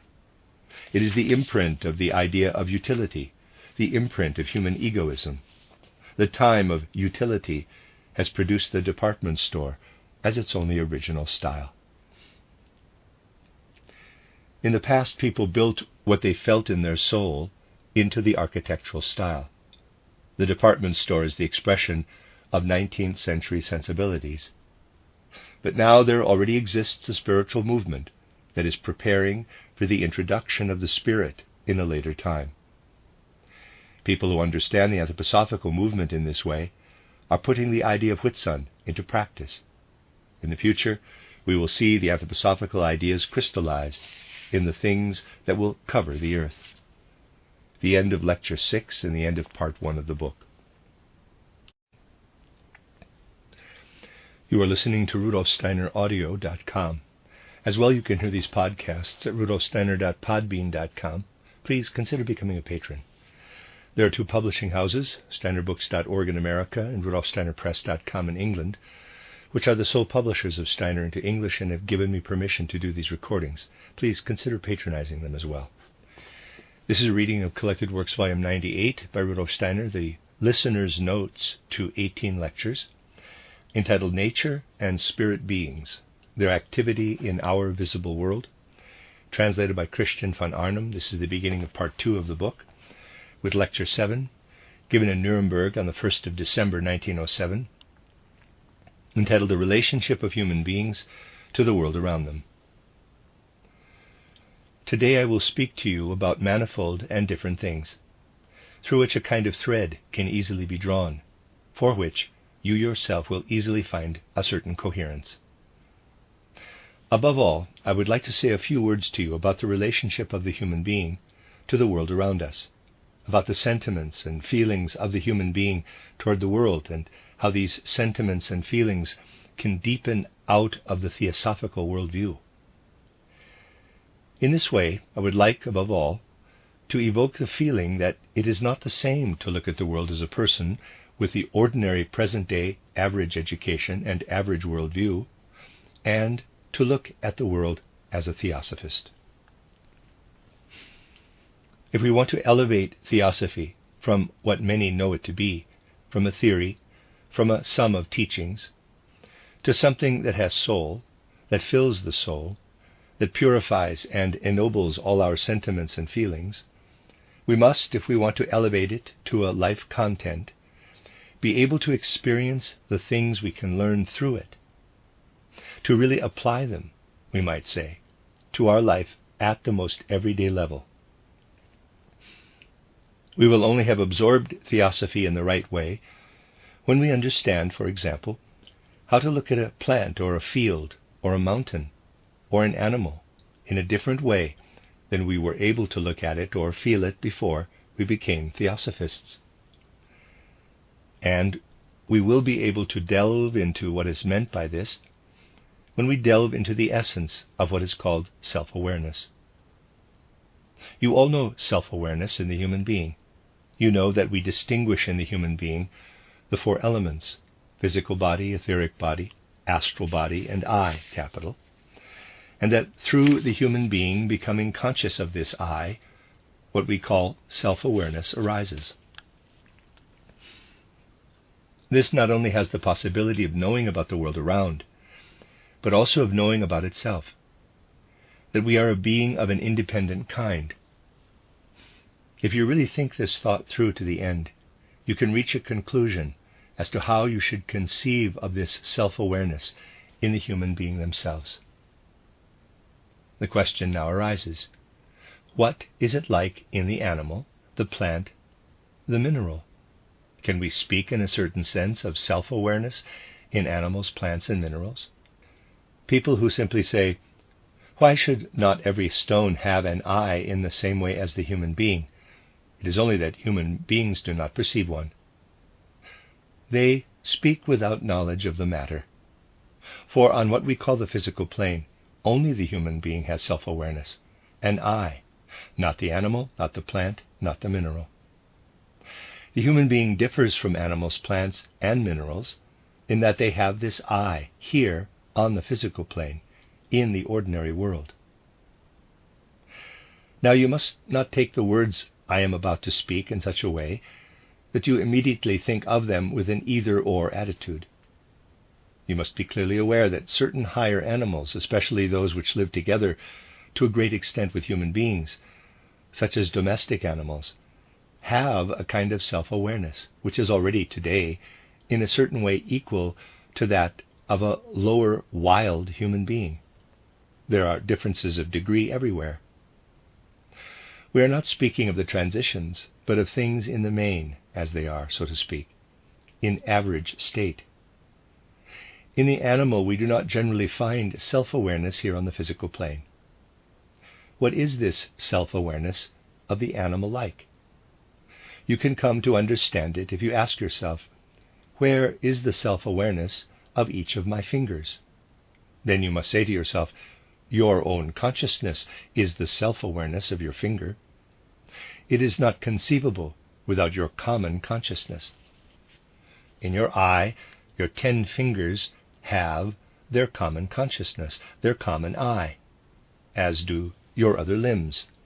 That is their self-awareness. Transfer this concept in a certain sense to the concept of an animal species. There you must say to yourself, everything that is similarly shaped in the animal kingdom, all the lions, bears, frogs, fish that are similarly shaped, these lions that belong together, and so on, really behave like your 10 fingers. Distance does not matter here. If you were to ask the individual fingers about their eye, they would have to say, it is the eye of the human being to which we belong. So if you were to ask one lion in a zoo and another in Africa, and so on, they would all have to point to the communal species I, to the generic I, the group I. All similarly formed animals have a communal I. This is how the human being differs from the animal. that every human being has an I for themselves, but the animal has a species I, a group I. You cannot find these I's of animals in our physical world, but these I's are present where we speak of the astral plane. For all the lions, you will find a single being there, just as you can meet a human being here on the physical plane who shows you a self-contained being within their skin. So you could, if you were clairvoyant, meet beings on the astral plane, the lion I, the bear I, as self-contained beings like human beings here. These are very intelligent beings there which do not lag behind human beings. The individual lion trails behind them, but its I is a very high being, and with a penetrating wisdom has to grasp and carry out the complete task of lions here on earth. So the animal I's are very intelligent beings. Now, if you could follow these beings, which make up all the I's of the animals, as a clairvoyant, you would see that these beings are engaged in a remarkable activity. What the animals have as their task is administered, governed by these beings, which we call the animal I's. These animal I's constantly surround the earth. As one example among many of these things, I will give you one task of these animal I's. If you follow a phenomenon which is very well known and to which much thought is given, the flight of birds, you will find that the birds which live in northern regions gather in autumn. They fly from the northeastern regions toward the southwestern ones, then toward the south. In spring they gather again and head north in the opposite direction. What underlies these migrations is essentially breeding, having young, and so on. The spring flight is a kind of nuptial flight.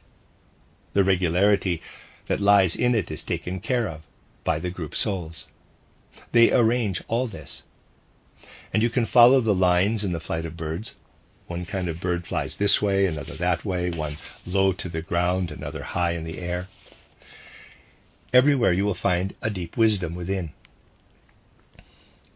That is to say, all that is animal, soul, all of that circles our planet, circles the earth. This is an example of how in the flight of birds the wisdom of the group soul is at work. What is the situation with plants? They only have a physical body and an etheric body. They have no independent astral body and no independent I here on the physical plane. Now, if you could observe yourself during your night's sleep, you would see how the physical and etheric bodies lie in bed.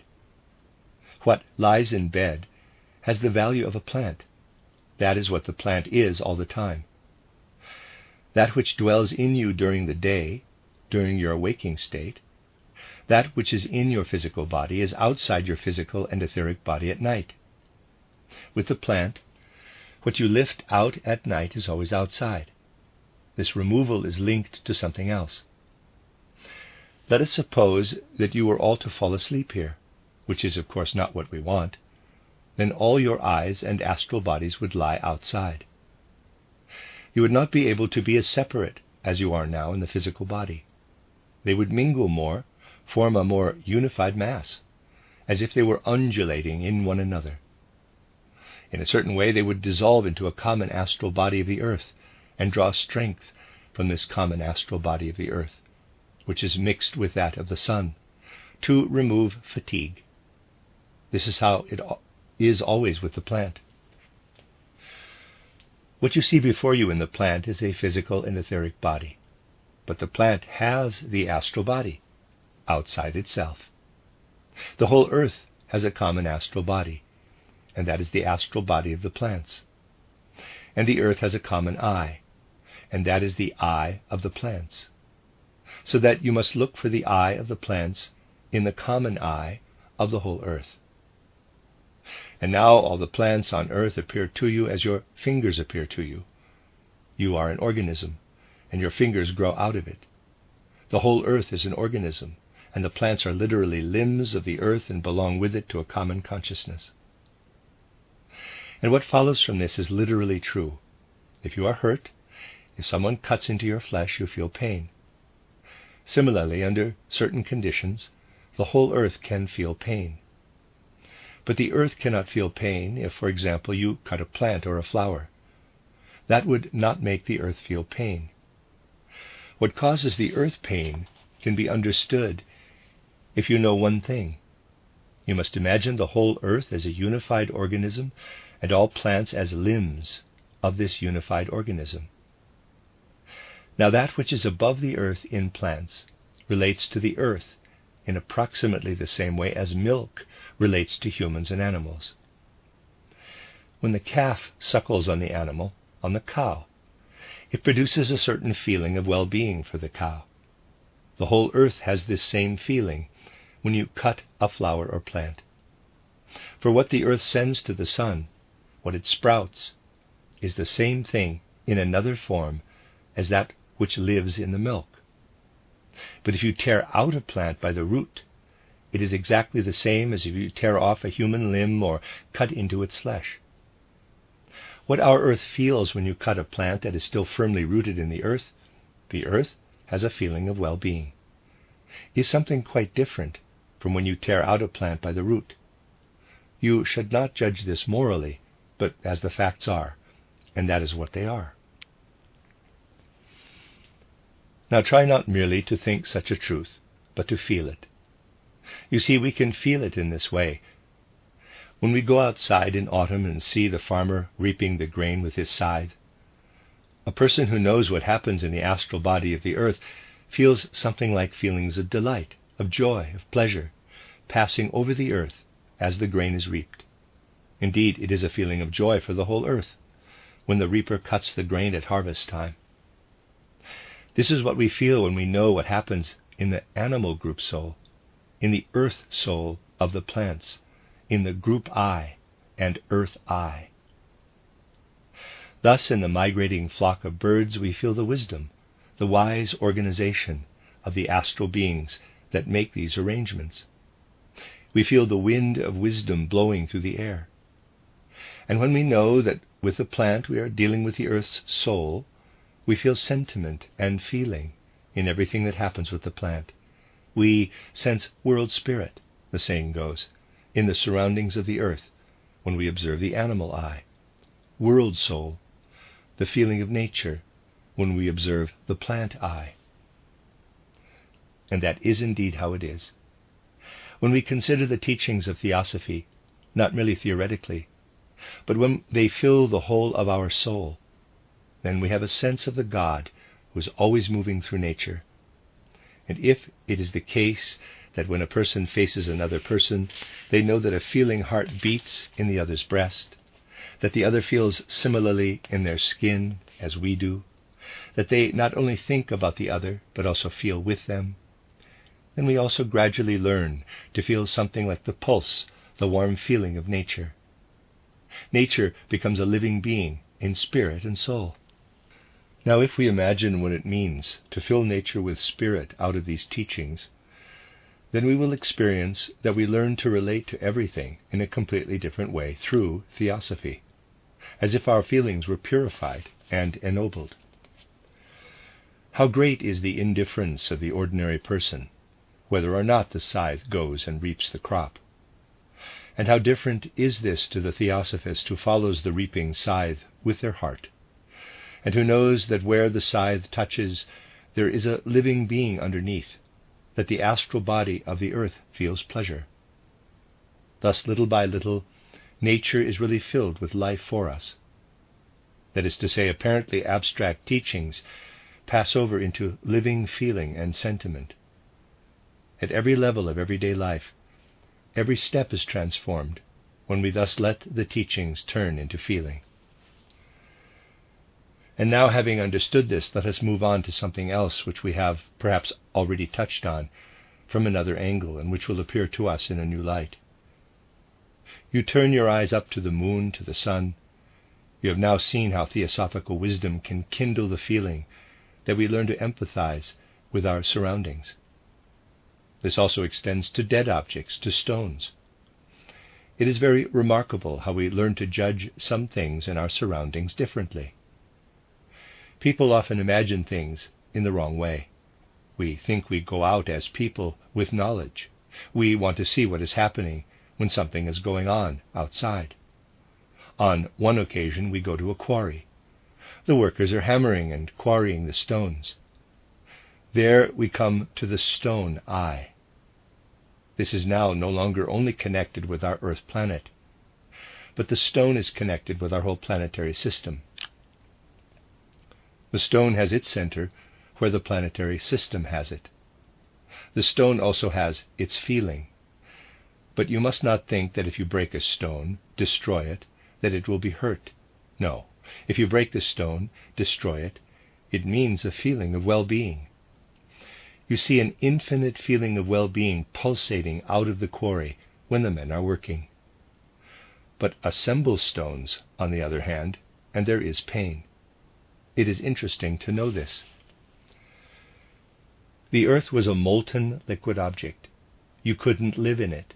It had to cool down. Everything was dissolved in the heat. It had to fuse. This creates pain. Separation creates joy, pleasure. The whole of lifeless nature suffers so that you can build dwellings for yourself. It sighs for those who can see it. It sighs. It will again be dissolved into its elements. In order for human beings to have been able to pass through their development, lifeless nature had to be assembled in pain.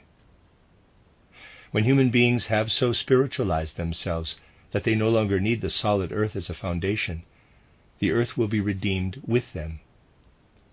This is what lifeless nature longs for. It is true what Paul says, quote, "All creatures groan and suffer under pain," close quote. They will be redeemed by the approach to that spiritualized state of the human being. We can even notice the children, who, because they are still constructed differently from adults, have a certain feeling for the astral, still feel something of what an inanimate thing feels when it is destroyed. Not always. It can also be because they are naughty. But this is often a reason why children have such empathy and destroy things. It is not always out of naughtiness. You can even see that. Things sometimes have a completely different aspect from a spiritual point of view. So, you see that the whole earth is ensouled, filled with spirit, permeated with feelings. That is the wonderful thing about theosophy, that it leads us into living nature. Now, you will easily understand that the person who looks into it as an occultist must think of things, even the sun and the moon, as being just as ensouled, filled with spirit, as the kingdoms of nature. It really is like this. What we see of the sun, when we look at it with the physical eye, relates to the whole of the sun in the same way as what we see of the human being with the physical eye relates to the whole of the human being. The body of the sun is the body of the sun's spirit, and the body of the moon is the body of the moon's spirit. And the sun, moon, and earth belong together in a spiritual relationship, and the matter is indeed very complicated. A whole series of spiritual beings are united with the sun, which have the sun as their body, not just one spiritual being. So when the occultist looks into the sun and sees the rays of the sun, it is not merely a physical phenomenon for them, but something else. You can get an idea of what they see when you observe, for instance, a female person in the street raising her hand in a giving gesture toward a child. There you see the hand movement and perhaps a coin falling into the child's hand. But that is only the physical part. If you were able to look into what is only an expression here, then you would see the empathy. You would see how this causes the movement of the hand. In the child, too, you would be able to see and follow the outer process as the expression of a spiritual process, perhaps as the expression of gratitude. The person who merely perceives the rays of the sun with the physical eye relates to the person who sees spiritually, in the same way as the person who only sees the physical movement of the woman and the child relates to the person who also observes the inner processes. The person who sees the processes of the rays of the sun coming to us with the trained eye, EYE, of the occultist, can see how spiritual beings in the sun overflow in feelings, and how these feelings become deeds. And their deed is what they send down in the rays of the sun. And if you observe the astral body of the earth, then you see something like gratitude of the whole plant soul, which receives the rays of the sun. And throughout the course of the year, when the plants open up, it is both a heartfelt expression of soul for inner soul processes of the earth, as well as for what the creatively giving spirits of the sun feel. Now, there is a certain contrast, which is not to be understood as opposition, between the spiritual beings in the sun and those in the moon. Earth, sun, and moon belong together. In the distant past, they were one body. The sun detached itself from the earth, that is, from the union of today's earth and today's moon. Why did this happen? We can cite the most diverse reasons, but today we want to cite only one of the many reasons. At that time when the sun detached itself from the earth, all the beings went with it who were of a higher nature than that which remained behind. For the sun can be the scene of much higher spiritual beings than the human being is. Beings far, far above the human being went with it as sun spirits, and the sun became their setting. So that when we look into the sun with the trained eye, EYE, of the occultist, we then see the physical sun as a body, as the scene and dwelling place of exalted spirits, the sun spirits. They were able to continue the development for a while on the same body on which we still live today, but they had to separate by taking out the finest substances in order to continue the development in an appropriate manner. One spirit detached themselves from these sun spirits and was given a special task. He still remained connected to the earth, and later the moon also left. The earth became independent. And this spirit, who was, so to speak, a sun spirit, but one who initially had been given another temporary task, not one based in the sun, this one spirit is Yahweh, or Jehovah, as cosmic intelligence. This one individuality went with the moon, so that when the earth split away, we had in the sun a type of high sun spirit, and in the moon Jehovah. With the light that comes from the sun and the moon, the soul and spiritual forces of these beings also shine upon the earth at the same time. And human beings could not have developed as they did under the influence of only one of these beings. It had to happen as it did. If the earth did not have the moon but only the sun, then human beings would always have transformed themselves in tremendously rapid succession, would have developed very quickly. This could not be allowed to happen to them. They would have run ahead of themselves, jumped ahead of themselves. The best forces that belong to the development of the human being are united in the sun, but the rapid pace was not allowed to be pursued. Therefore, Jehovah was split off, so that the whole course of the human being's development was thereby slowed down. Thus the sun and moon forces work together and create the right middle course in the development of the human being. If only the forces of the moon had acted, the human being would have withered away. Instead of living human beings, there would only have been withered, lifeless creatures, mere beings of form. If you walk among statues in a museum, you have a picture of what the moon would have made of them, soulless beings of form, of great beauty, but soulless nevertheless. Into these forms, into this paralysis, the forces of the sun bring life and movement. But with the forces of the sun alone, human beings would have made themselves too spiritual too quickly. This is how wisely the course of our earthly development has been arranged. That is why the sun and moon, with their powers and beings, had to separate themselves from the earth. If a clairvoyant had followed the development of the earth from another planet, if they had been able to watch how the earth has unfolded, they would have seen a strange spectacle. We hypothesized that someone from a distant celestial body would follow our earth's development. They would see not only the physical body of the earth, but also the astral body of the earth. If they were to observe this astral body, they would see it displaying all kinds of light phenomena. They would follow this through millennia. There comes a time when this astral body changes completely, when it shows new colors, completely new processes. There is such an incision in the development of the earth, namely, when we look at the earth as an organism. Before, its astral body shows us certain colors, and afterward it shows us other colors. These two periods of the earth's astral body are quite different, and if the person concerned were to investigate what happened at the time when the astral body of the earth underwent this radical change, they would find that it was the time when Christ died on Golgotha. The whole astral body of the earth changed when the blood flowed from the wounds of Jesus Christ. This is the cosmic mystery of the meaning of Christ's death. This must not be judged by reason alone.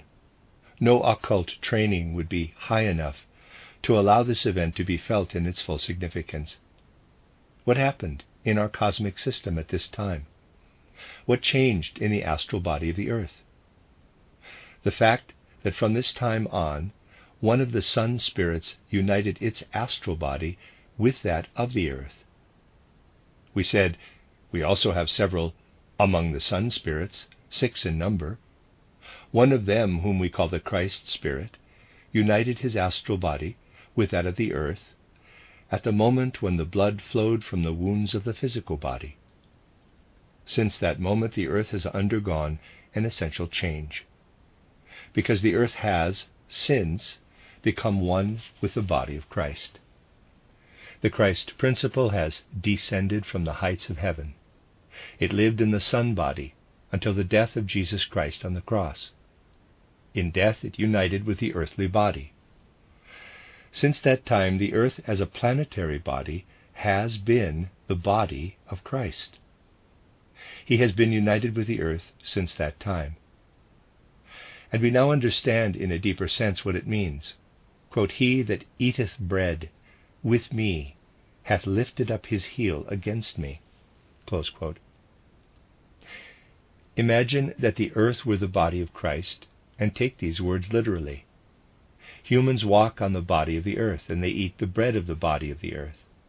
And when the spirit of the earth speaks, it cannot describe this process in any other way than with the words, quote, "He who eats my bread tramples my body underfoot," close quote, and that without rancor. And the Last Supper itself? How infinitely deeper does it become when we understand that the earth's body is the body of Christ? What is the bread that is baked from the grains? How must the spirit of the earth address such bread? "This is my body." This must be taken literally. How must the spirit of the earth address the forces of the plants? How must it address, after it has united with the earth's I, capital, the saps that flow in the plants? "This is my blood." Just as the blood runs through your veins in your body, so in the body of Christ, in the earthly body, the blood of Christ literally runs in the plant sap. And who would say that through this, something like the Last Supper does not experience infinite deepening? What do we feel when we feel the astral body of Christ uniting with that of the earth, and at that moment become aware of the meaning of the words which have just been quoted? What does the human being feel when they live their way into it completely? How profound does something like the mystery of the Last Supper become to that person? Thus we learn to think of all life around us differently, especially through an occult contemplation of these processes. We learn to understand the religious records literally. And we realize that when we learn this, all external interpretations of the religious records must disappear. For the religious records are written out of the most profound facts and reflect them. You will find nothing in the authentic records that does not agree with such great truths as the confluence of the Christ Spirit with the earth when the blood flowed on Golgotha. And how infinitely is the feeling life deepened when we look into this mystery. This is the calling of Theosophy, to work toward human beings learning anew to revive those deep feelings and sentiments in the soul which really lived in our ancestors. For in the same way as we are now trying to conjure up before the soul through theosophical teachings what the soul can feel through them, the first Christians felt this way already in ancient times. They felt it deeply. They felt it so deeply for a long time, until materialism came with its intellectual judgments. Then the spirits withdrew, we might say, for nothing has such an alienating effect on spiritual beings as the intellect.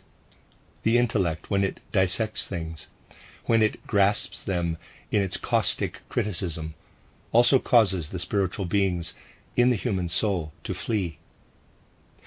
The myth of the brownies has a deep meaning. They were there when the light of reason did not yet shine in the human being. The light of reason frightened away the brownies. Those feelings were there when the critical mind had not yet penetrated the human soul. Theosophy is here to bring back to human beings, in spite of their intellect, the warm, living empathy with all nature. The development of the intellect could not be prevented. The spiritual being had to step back for a time. The spirit will return.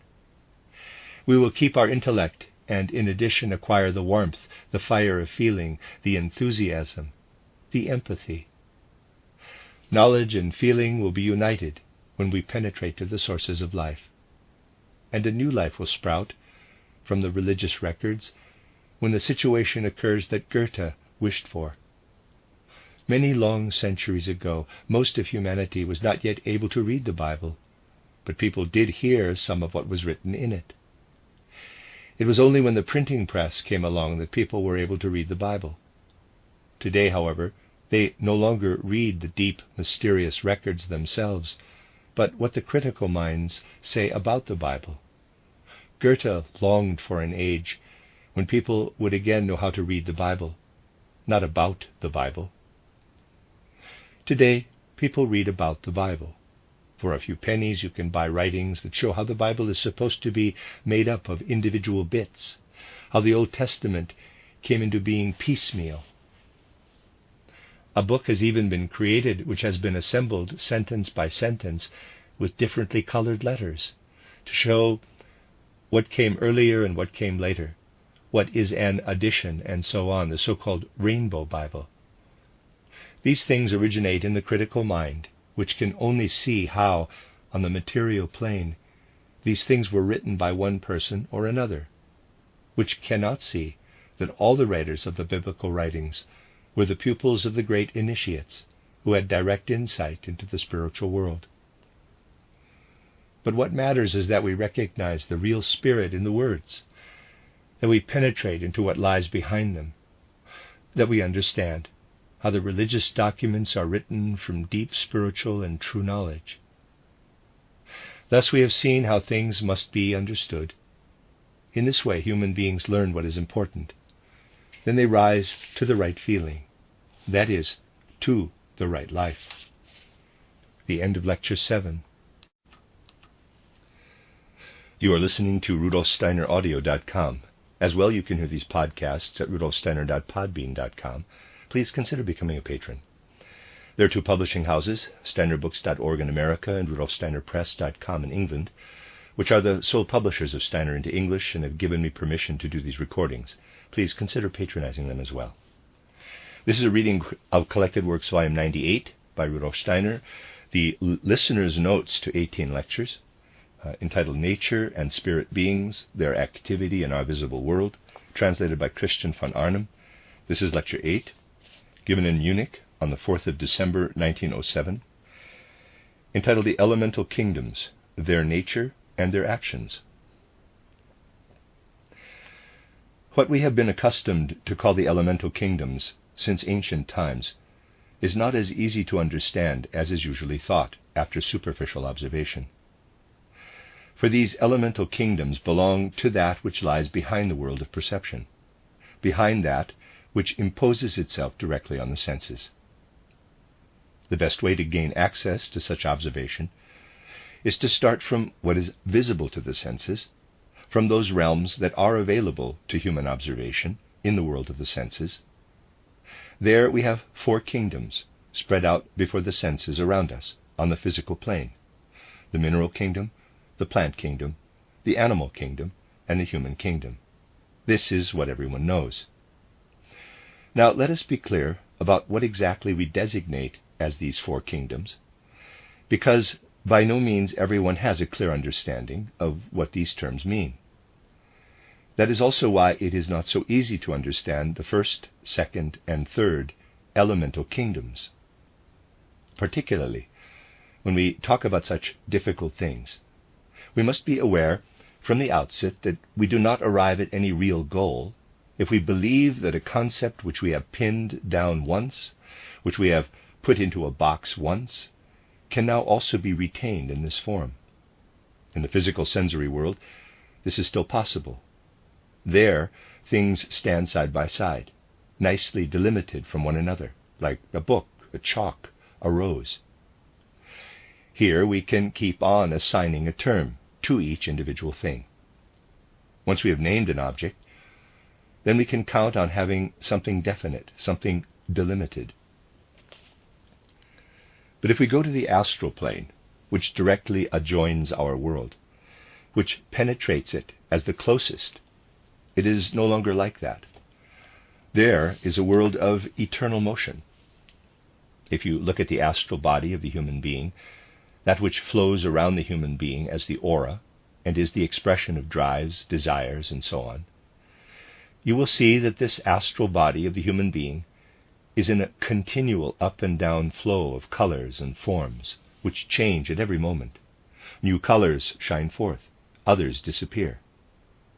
That is how it is with the human being. Now, there are beings who buzz around on the astral plane. Their astral bodies do not belong to a physical body, but they are no less changeable and shifting. They are of a different form, color, and luminosity every second. Everything on this astral plane is the perpetual expression of what is the interior of these beings. We would be very much in a tight spot if we wanted to make our concepts there as rigid and unchanging as for the physical plane. We must adapt ourselves to the mobility of the forms. We must have flexible concepts, be able to apply a concept sometimes in this way, sometimes in that way. This is the case to a much greater extent in the still higher worlds. For a higher observation of the world, everything that is in the physical world is an expression of the forces and beings of those higher worlds. Such forces and beings are hidden in everything we see around us. That is precisely what constitutes the diversity of beings in the physical world. You see around you, for example, the mineral kingdom. All apparently lifeless beings on our earth, all minerals, belong to it. You are told at first that these minerals on earth have no etheric body, no astral body, no I, capital, of their own. But that only applies to the physical world. We must know this in order to be clear about what is on the physical plane. But if someone comes along and says, the mineral is something that only has a physical body, that is just as wrong as it is right if someone says, the mineral kingdom is something that only has a physical body on the physical plane. For the real spiritual way of looking at a mineral is that it has its physical body here on the physical plane and nothing else. If we wish to seek the etheric body, we must ascend to the astral plane. That is where the etheric body is to be found.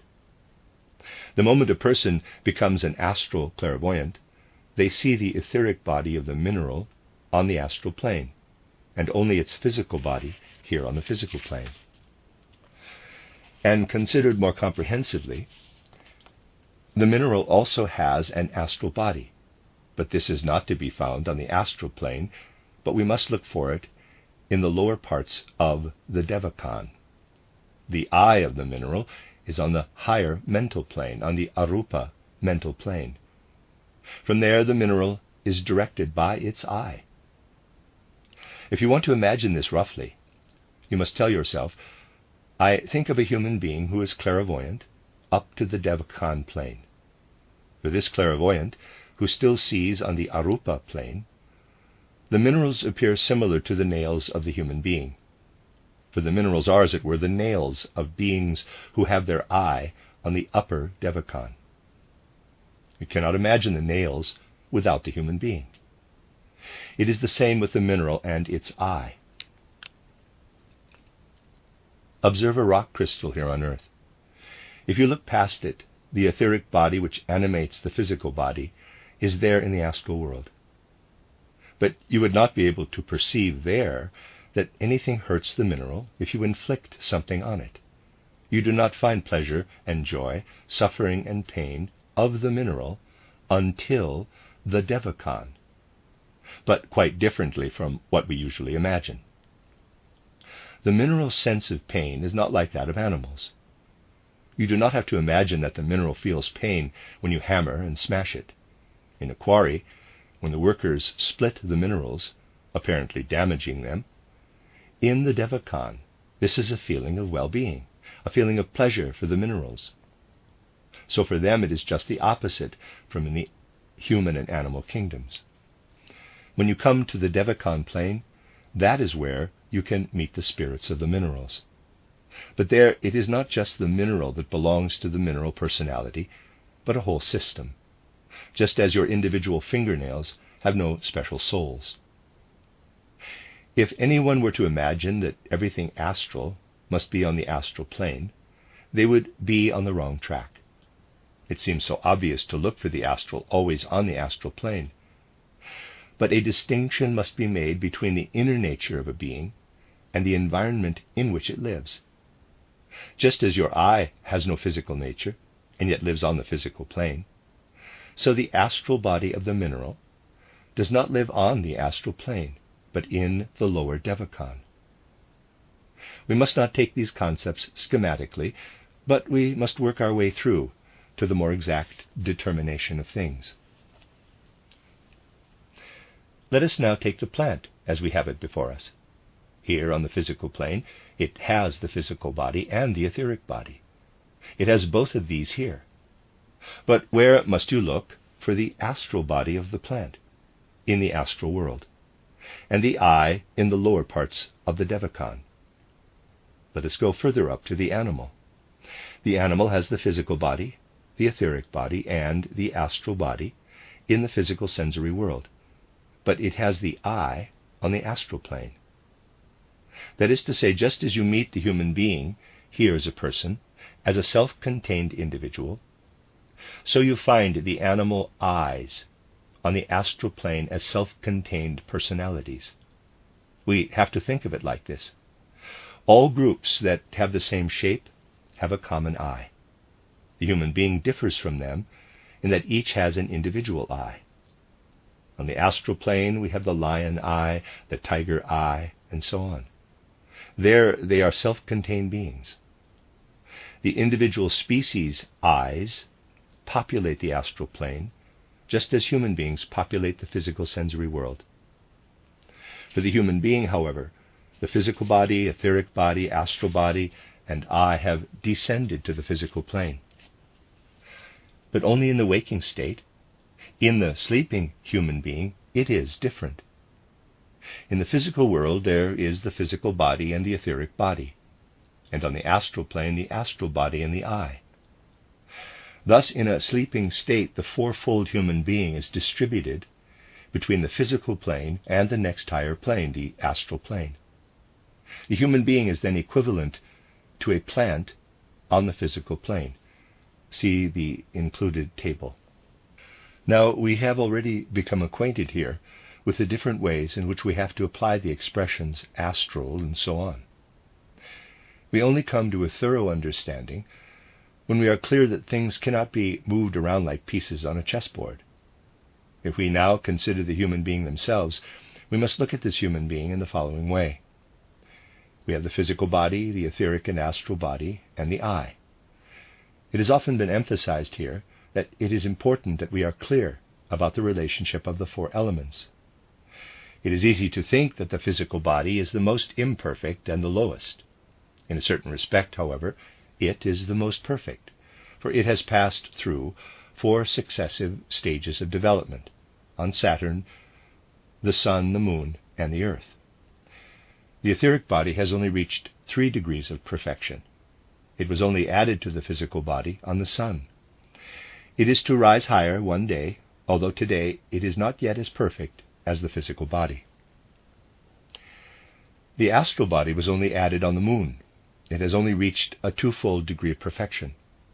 The I is the baby among the 4 elements of the human being. It was only added on Earth. It is only at the beginning of its development. It has a continual corrupting effect on the other bodies. Anyone who, as an anatomist, looks at the wonderfully organized physical body is astonished at the perfection of the heart and the brain. How imperfect, on the other hand, are the desires, the urges of the I. The I has desires for wine, beer, and so on, which have a destructive effect throughout life. And yet, the physical body withstands these attacks for decades. Now we must understand how the I was worked into the physical body and how it first came into being. First, there was the development of Saturn. That was the first phase of development for the precursor of our physical body. At that time, this physical body of the human being had the cosmic value of a mineral. If you look at a mineral of today, you have a backward stage of existence. It has preserved the stage which the physical body had on Saturn. But you must not imagine that the physical body would have looked like our present minerals. That would be quite wrong. The present minerals are the youngest forms of development. In particular, the human body was not so dense at that time. The density of the physical human body was very low. We have to picture the relationship between the material stages. The first is what we call Earth. That is, everything that is called a solid body today. For instance, iron, copper, zinc, and so on. Everything that is solid is Earth. Secondly, everything that is liquid is water, for example, mercury. Even if you make iron liquid, it is water. Any liquid metal is water in the meaning of spiritual science. Thirdly, if you make water evaporate or put anything in vapor form, even metal vapor, it is air. Spiritual science goes further still. It shows that air as such can be rarefied further, can pass into thinner states. Here we must go beyond the physical in the present. Here the spiritual researcher assumes warmth ether or fire. For the spiritual researcher, fire is something that belongs in the sequence of earth, water, and air, whereas present-day science sees it only as a state of the bodies. On Saturn, heat was the substance of the physical body of the human being. On the Sun, the physical body of the human being was condensed to the density of air. The etheric or life body embedded itself in it and reshaped the physical body. So, we have a physical body and an etheric body worked into it. This etheric body has one constitutional element. The physical body has 2 on the Sun. We must distinguish in the physical body on the Sun a more perfect and a more imperfect part, such a part as has not yet been penetrated by the etheric body. In this picture of the physical body on the Sun, we must think the inner part has received nothing from the etheric body. It is of the same value as the physical body was already on Saturn. So that we have a part already on the plant level, which is interspersed with another part that is still on the mineral level. But the two interpenetrate each other completely, and there's a drawing. We now pass on to the physical body on the moon. Here it was already condensed down to water. The etheric and astral bodies are integrated into it.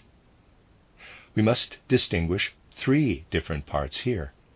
One is permeated by the etheric and astral body, one only by the etheric body, and one has remained mineral. See the drawing. Now we look at the physical body on Earth. That is where the I is added. On Earth there are four interwoven elements. The first part is permeated by the etheric body, the astral body, and the I.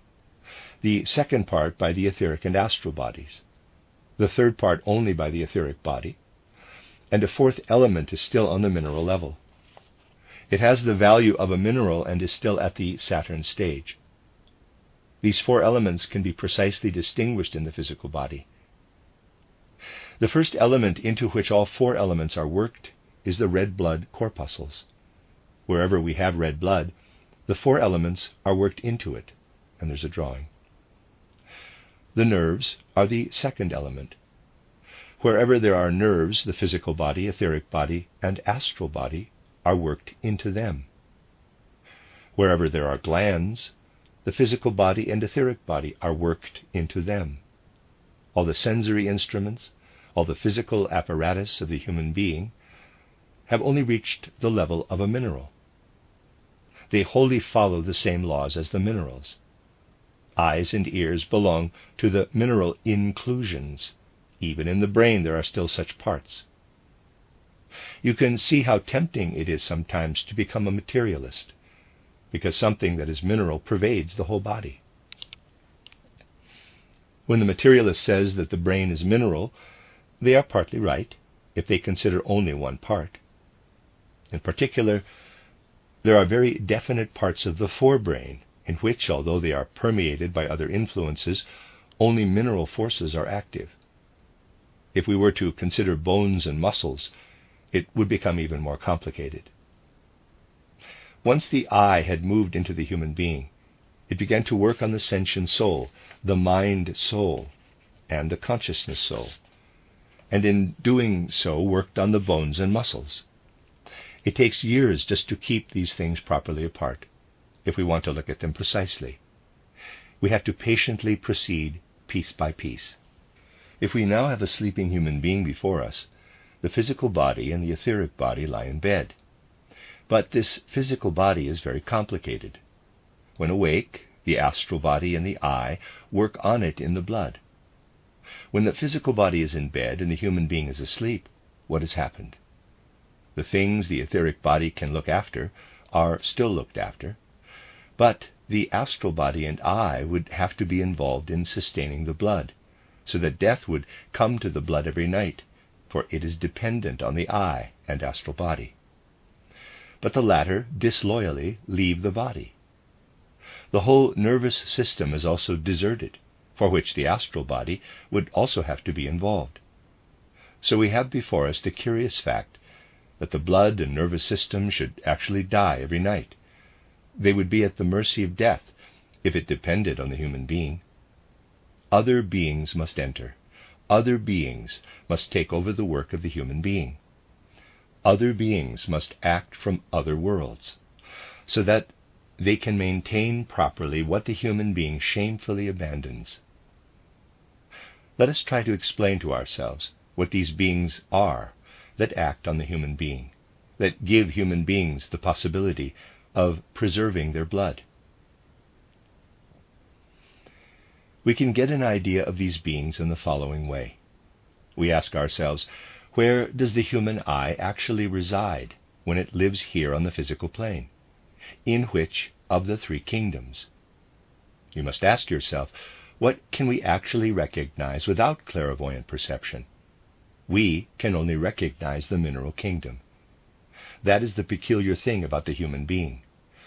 that they do not even fully understand the plant, as long as they do not possess astral clairvoyance.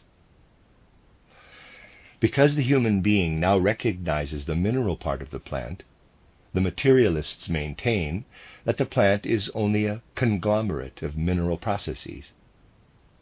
When the human being has worked to such an extent on themselves that they have reached the first stage of clairvoyance, then the life of plants and the laws of life will be just as clear to them as the laws of the mineral world are to us now.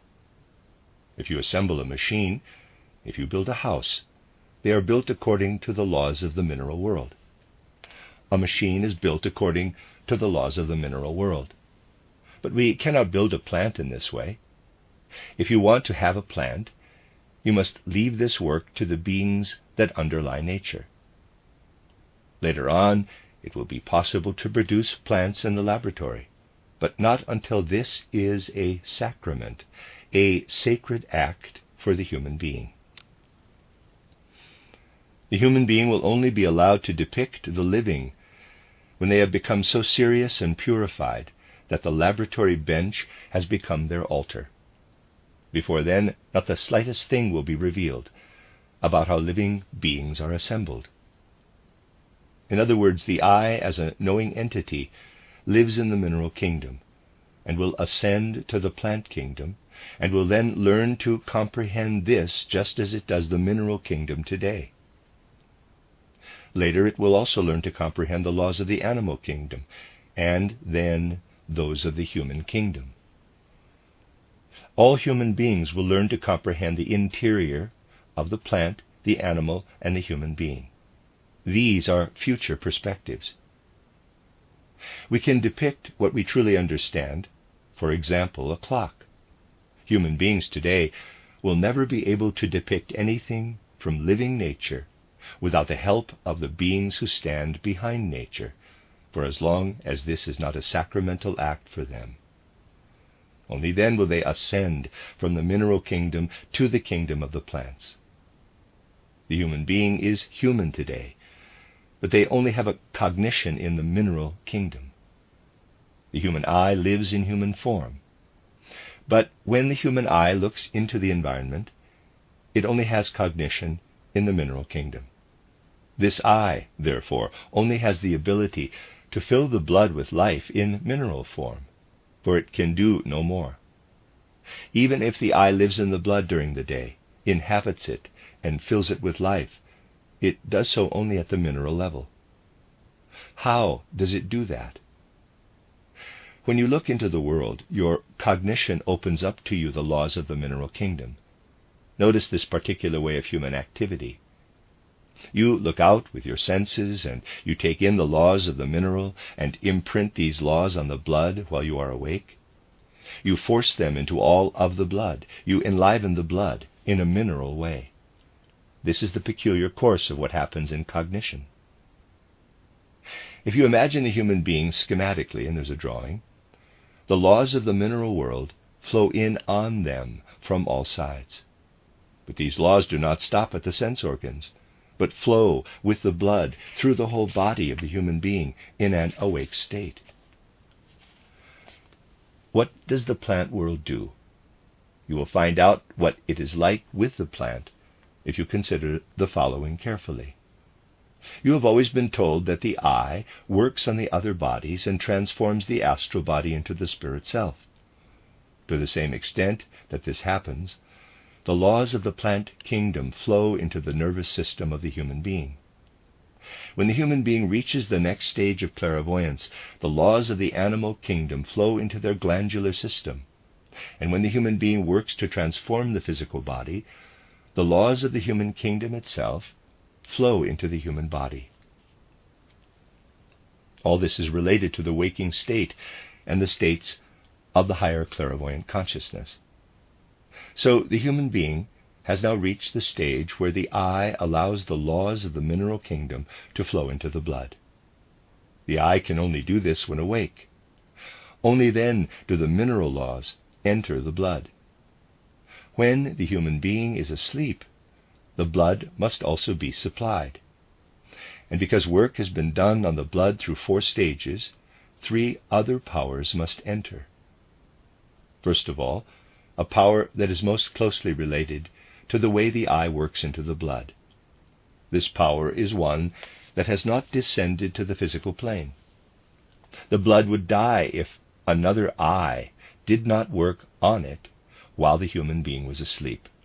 Another eye, which has remained above on the astral plane, intervenes and temporarily takes over the work on the blood. If we consider human blood, this special fluid, the eye of the human being acts on it on the physical plane while awake. During the night, an eye acts on the blood that is on the astral plane. There are such eyes. Now, I have previously mentioned to you eyes on the astral plane, the group eyes of the animals. Now we have another species of eyes that lives on the astral plane and have an effect on the human being and enliven the blood while the human eye has left it. With what? What do they bring into the blood? The thing which must be in the human body since Saturn: fire, warmth. These are spirits who have never descended to the physical plane, spiritual beings, who live on the astral plane and have a body of fire. In the mineral realm, everything appears to us in a certain state of heat. Thus you encounter heat in your environment as a property of solid, liquid, and aeriform bodies. Now, think of heat as something separate, that does not exist on the physical plane. But on the astral plane you will find such heat flowing to and fro, such fire, which moves to and fro as an independent entity and embodies beings within it, just as we ourselves were on Saturn. These enter the blood at night and enliven it with their warmth. But something else must happen as well, for the blood is also left by the astral body, and the latter too is necessary to form it. So it is not enough for these eye beings to approach at night and work on the human being with their warmth body, but they must be joined by beings who can work the blood in the same way as the astral body does. These beings have their eye on the Devachan plane. This eye has a much higher body, which is not even condensed to the point of heat. The eye that I first described has never descended to the physical world. It has remained on the astral plane. The second eye has descended still less deeply. It has never entered the astral plane and has remained on the Devachan plane. It penetrates the blood and does the same in it as the human astral body does during the day. So you see how we are indeed sheltered and protected in the night by higher beings who do not live in the mineral kingdom. The eye of the human being descended to the mineral kingdom and will then ascend to the plant kingdom, and so on. These other eyes have gradually lagged behind the human kingdom. They form the hidden kingdoms, the elemental kingdoms, which lie behind our physical world and which work into our physical world. The first being that works in the blood at night has a warmth body, just as you have a physical body. It penetrates the blood with warmth and lives on the astral plane in the warmth body. And through this warmth body, it belongs to the third elemental kingdom. These beings of the third elemental kingdom are the comrades of the group souls of the animals. They belong to the same region. And these eyes, what can they actually do? They do not need to be able to do what the human eye can do, which has descended into the physical sensory world, but they can replace the human eye from the astral plane. These eyes have an effect from the astral plane, like the animal group eyes on the animals. That's why we see them as similar beings to the animal group eyes. That is, they enliven the astral body of the human being with drives, desires, and passions. If we now have an astral body before us, what lives in this astral body?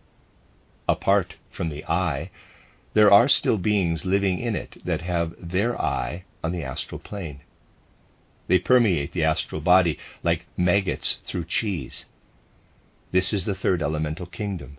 This kingdom forms the drives and passions that are animal. Behind it lies another kingdom, the second elemental kingdom. It works and creates in a purer element. It shapes and structures the forms of the plants. It also works in human beings on their many plant elements, nails, hair, and so on. These are not permeated by the astral body, but only by the etheric body. Hence, they are not sensitive to pain. The hair and nails are such products from which the astral body has already withdrawn. One can cut them without causing pain. Formerly, the astral body was in them. Much in the human being is of a plant nature, and the beings of the second elemental kingdom work into the whole of this plant nature. So, what builds up the body in the plant are forces of the second elemental kingdom, the plant I, which pervades the etheric and astral bodies, and these beings of the second elemental kingdom work together in the plants. The plant I, on the Devachan plane, is a comrade of the beings of the second elemental kingdom. And while the plant I works on the plant from within, these beings work from outside, form it, make it open up, make it blossom. The whole plant is permeated by the etheric body. However, the plant does not have its own astral body, but the whole astral body of planet Earth is the common astral body of the plants. The eye of the plants is in the center of the earth for all plants. All the group eyes of the plants are centralized in the center of the earth.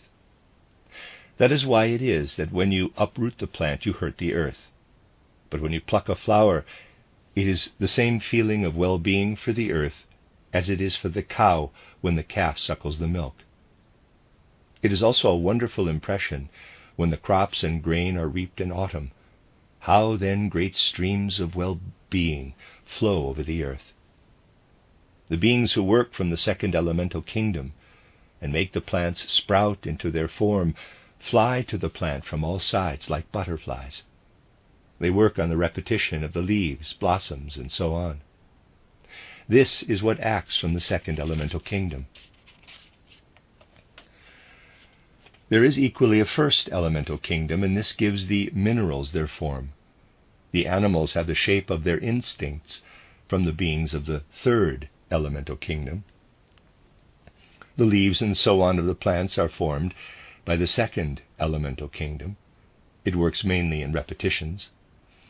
The formative powers of the minerals, which work out of formlessness, are to be found in the higher Devachan. These three elemental kingdoms interpenetrate, flow into each other. Anyone who imagines them as being separate can never arrive at real ideas.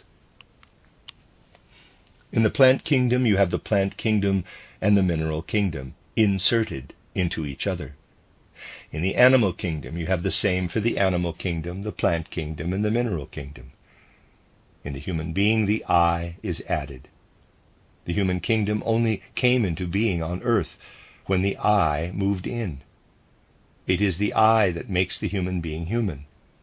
It finds its expression in the blood. But the I can only cognitively penetrate the mineral kingdom. It must leave the other kingdoms to the beings of the elemental kingdoms. The mineral kingdom also contains, apart from the mineral kingdom, the first elemental kingdom. Hence we have a formed mineral kingdom. The plant only has a shape through the second elemental kingdom, otherwise it would be spherical. The animal is equipped with instincts and so on, because there is, additionally, the third elemental kingdom. Our world is something that is interwoven. Only when we make our concepts fluid do we gradually come to understand the matter. If we want to imagine how the third elemental kingdom works in the animal kingdom, we can illustrate it with an example. You all know the flight of birds. Birds have very specific paths for their migration, from northeast to southwest, from southwest to northeast. who is directing these movements.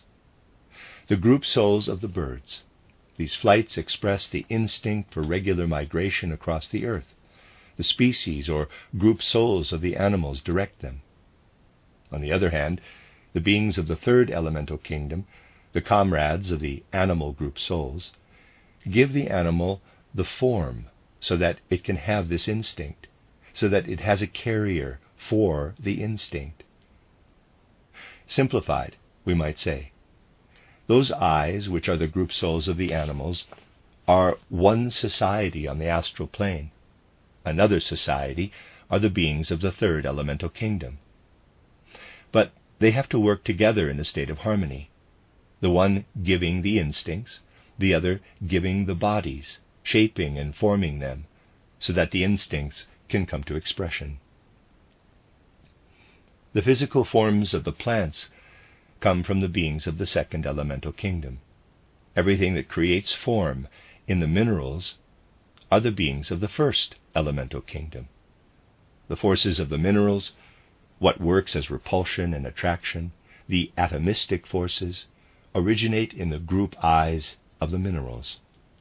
What gives form to the minerals are the beings of the first elemental kingdom. Here a perspective opens up as to where we should look for the effects of the kingdoms in our world. But we have to engage with these things very precisely.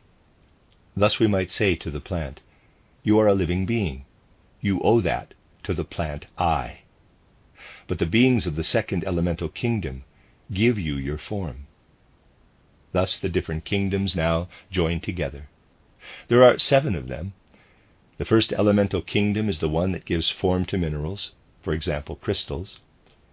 The second elemental kingdom works in the shaping of plant forms. The third elemental kingdom enlivens the blood in sleep, and at the same time shapes the instinctive life of the animals. The mineral kingdom is the one in which an eye can work into the mineral kingdom. The plant kingdom is the one into which an eye can form a plant world.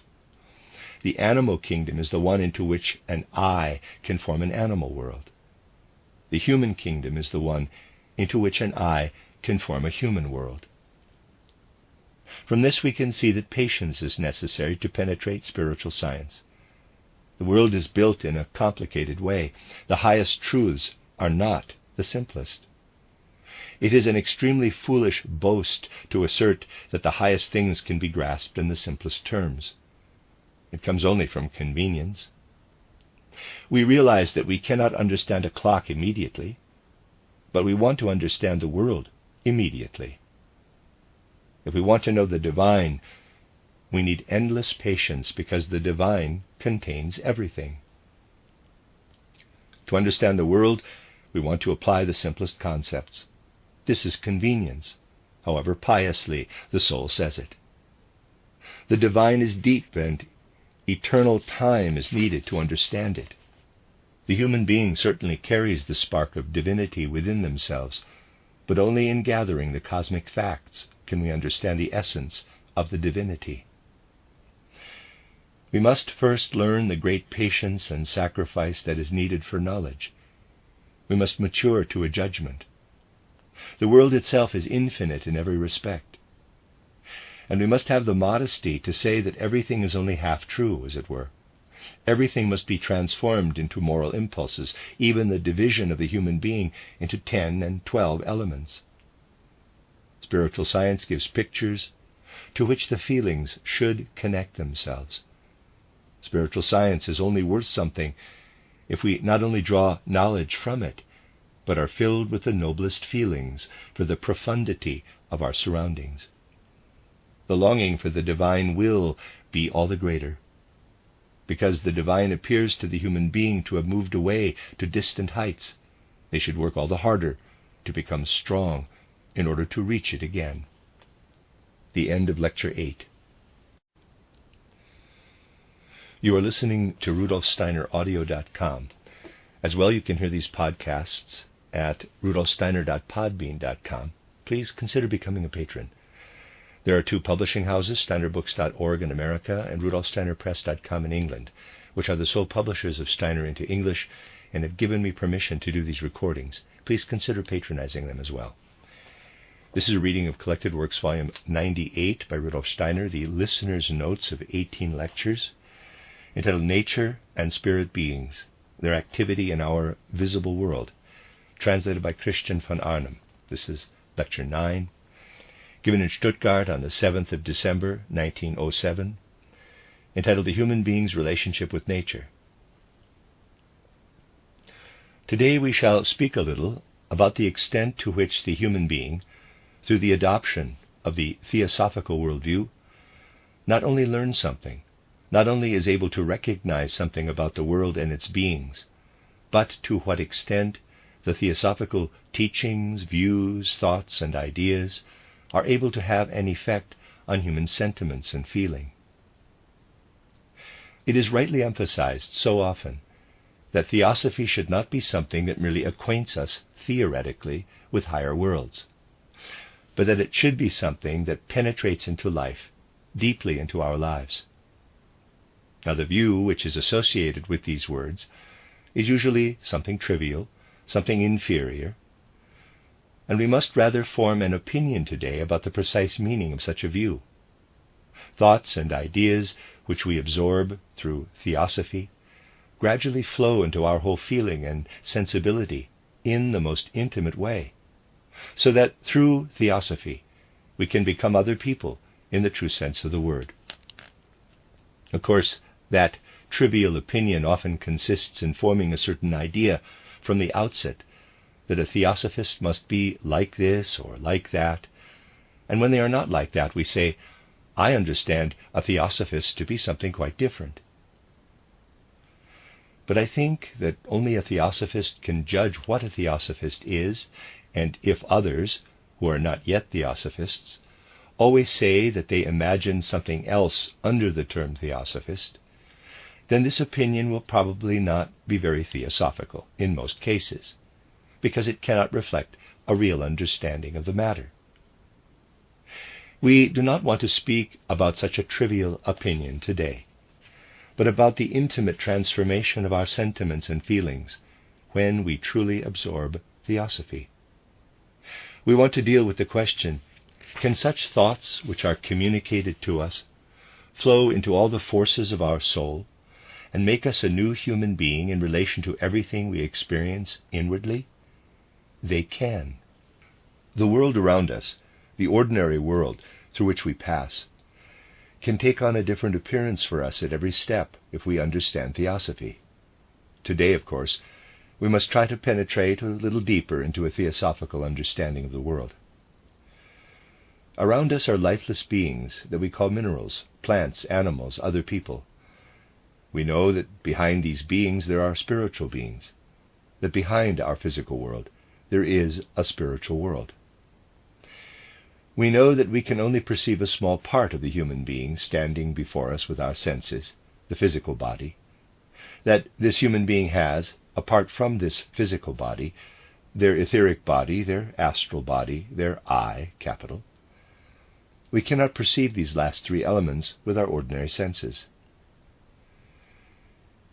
When we look at a stone, we say to ourselves, it differs from a human being in that as a mineral, as a stone, it has no etheric body, no astral body, no I in the physical world, but only the physical body. Of the plant we know that it has a physical body and an etheric body. Of the animal that it, additionally, has an astral body, and only the human being has the fourth element, the I. This makes the human being the crown of our physical world, that they have one element, the I, beyond all other beings.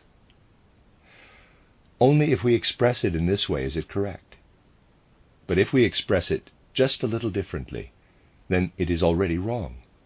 If someone says here in the physical world the stone or the mineral only has a physical body, then that is correct. But if someone just leaves out these few words, quote, here in the physical world, close quote, then that is already wrong, and fundamentally wrong. Although it looks so pedantic, it simply has to be said in order to spread a feeling of the precision with which we must speak in relation to these subtle things. Even the stone has its etheric body, its astral body, and its I, only not in the physical world. The same applies to plants and animals.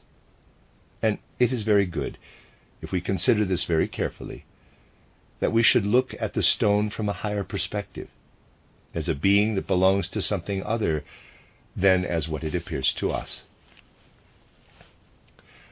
Just look at your fingernails. Imagine if some very small being were to look at these nails, and because it had no sense organs, could see nothing of the fingers. It would believe that these nails were something in themselves, and that is not true. These nails only have a meaning when they are on fingers. It is the same with all our minerals. People look at the minerals, but just as the nails belong to the fingers, so the physical body of the mineral belongs to an etheric body. Only this etheric body is no longer to be found in the physical world. The physical body of the mineral is in the physical world. The etheric body of the mineral is in the astral world. And for a being who looks into the astral world, it is just as if you traced the nails to the fingers. For this etheric body in the astral world belongs to the mineral. Likewise, the mineral has an astral body, only this astral body of the mineral is in what we call Devachan. And finally, the mineral also has an I, and this I is in the higher Devachan world, in the Arupa world. So if we look at the minerals around us, they are projected entities, which, like our nails, protrude from the organism. That is, they protrude from the beings to which they belong, and which, in relation to their I, are in higher worlds. Just as you have your nails here, so these beings have their limbs, which they extend, first into the lower Devachan world, then into the astral world, and then they still grow nails below that, the minerals on earth. So when you look at a mineral, you needn't think that this one mineral has an I, but there are many related minerals together in a common I. There are few such mineral personalities up on the Devachan plane. The plant differs from the mineral in that it has its physical body on the physical plane and also its etheric body. In the astral world, it has its astral body, and on the Devachan plane, it has its I. The I of the plant is one step lower than that of the mineral, so that on the lower Devachan plane we meet beings who have the plant as their lowest element. Animals have their physical body, their etheric body, and their astral body all on the physical plane, here in the physical world, and their I in the astral world. All animals belonging to one species, all lions, do not each have an I for themselves, but a collective I. This I is also called the group I of the animals. The human being differs from the animals in that they also have their I on the physical plane. So, when you look at an animal, if you look at this animal with the gaze of the theosophist, the feeling must arise in us. You find an I in every human being, in every individual human being. In the case of the animal, you cannot find an I on the physical plane. You must ascend to the astral plane, so that the astral plane is populated by these animal group I's. The lion I on the astral plane is a very different being from the individual lion, just as your fingers are a different entity from yourself. There are group I's of animals that are much cleverer than the cleverest human beings on the physical plane.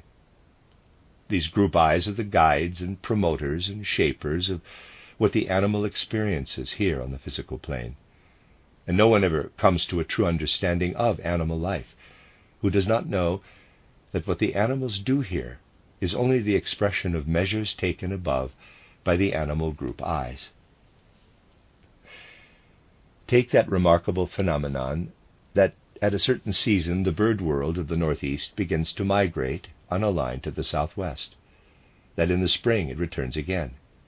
Each species migrates at a certain height, and you can imagine that these bird migrations are connected with important instincts in this animal world. The spring migration is a nuptial flight. If you ask about the wise institutions that underlie it, you cannot understand them unless you realize that it is the group eyes that direct and guide everything. Everything that happens in the animal world takes on a different aspect for us when we know about this presence of the group eyes.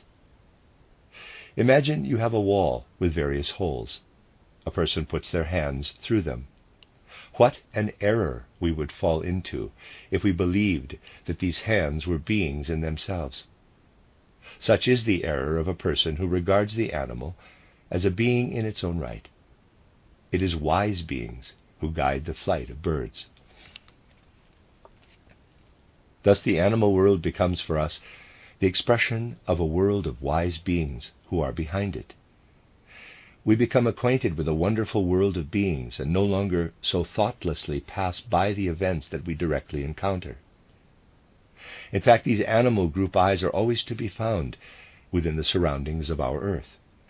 These animal group eyes are constantly circling the earth spiritually, like the trade winds, or the migrating birds, or the electric and magnetic currents that go around the earth. Thus, there are spiritual currents and movements which represent nothing other than the actions of the animal group eyes. If we now look at the plant world, it presents us with something similar. We see the outer plant. That which we have before us as a plant is the physical body and the etheric body. But if we rise to the astral plane, we have the astral bodies of the plants, and in the Devachan plane, we have the plant eyes. There is a bigger number of such plant eyes for our earthly plant world. But all these plant eyes have a common place where they are together. That is the center of the earth. All plants are such that they strive with their being to come together in the center of the earth. Now, see what becomes of the earth itself when we look at it from this point of view. It does not become the body as which geology presents the earth, but the earth itself becomes a living being with an eye. The individual plant has no astral body, but all plants are immersed and enveloped in an astral body, so that we can imagine the whole plant world of the earth something like this. All plants belong to the astral body of the earth, and in the center of the earth is the eye of the plants. Thus the earth becomes a conscious being for us. Just as your eye is in your body and sends out its rays to the fingers, so the earth has its eye in its center and sends out the rays to the individual plants. Like our hair, the plants are organs of the earth organism. Every plant strives toward the center of the earth as toward its eye.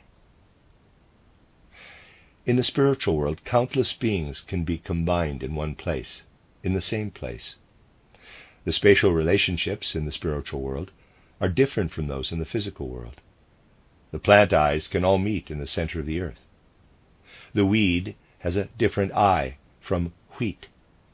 The two eyes are not well disposed toward one another, but they both have their eye in the center of the earth. Such a truth must not only be grasped with the intellect, it must be felt in every step of life.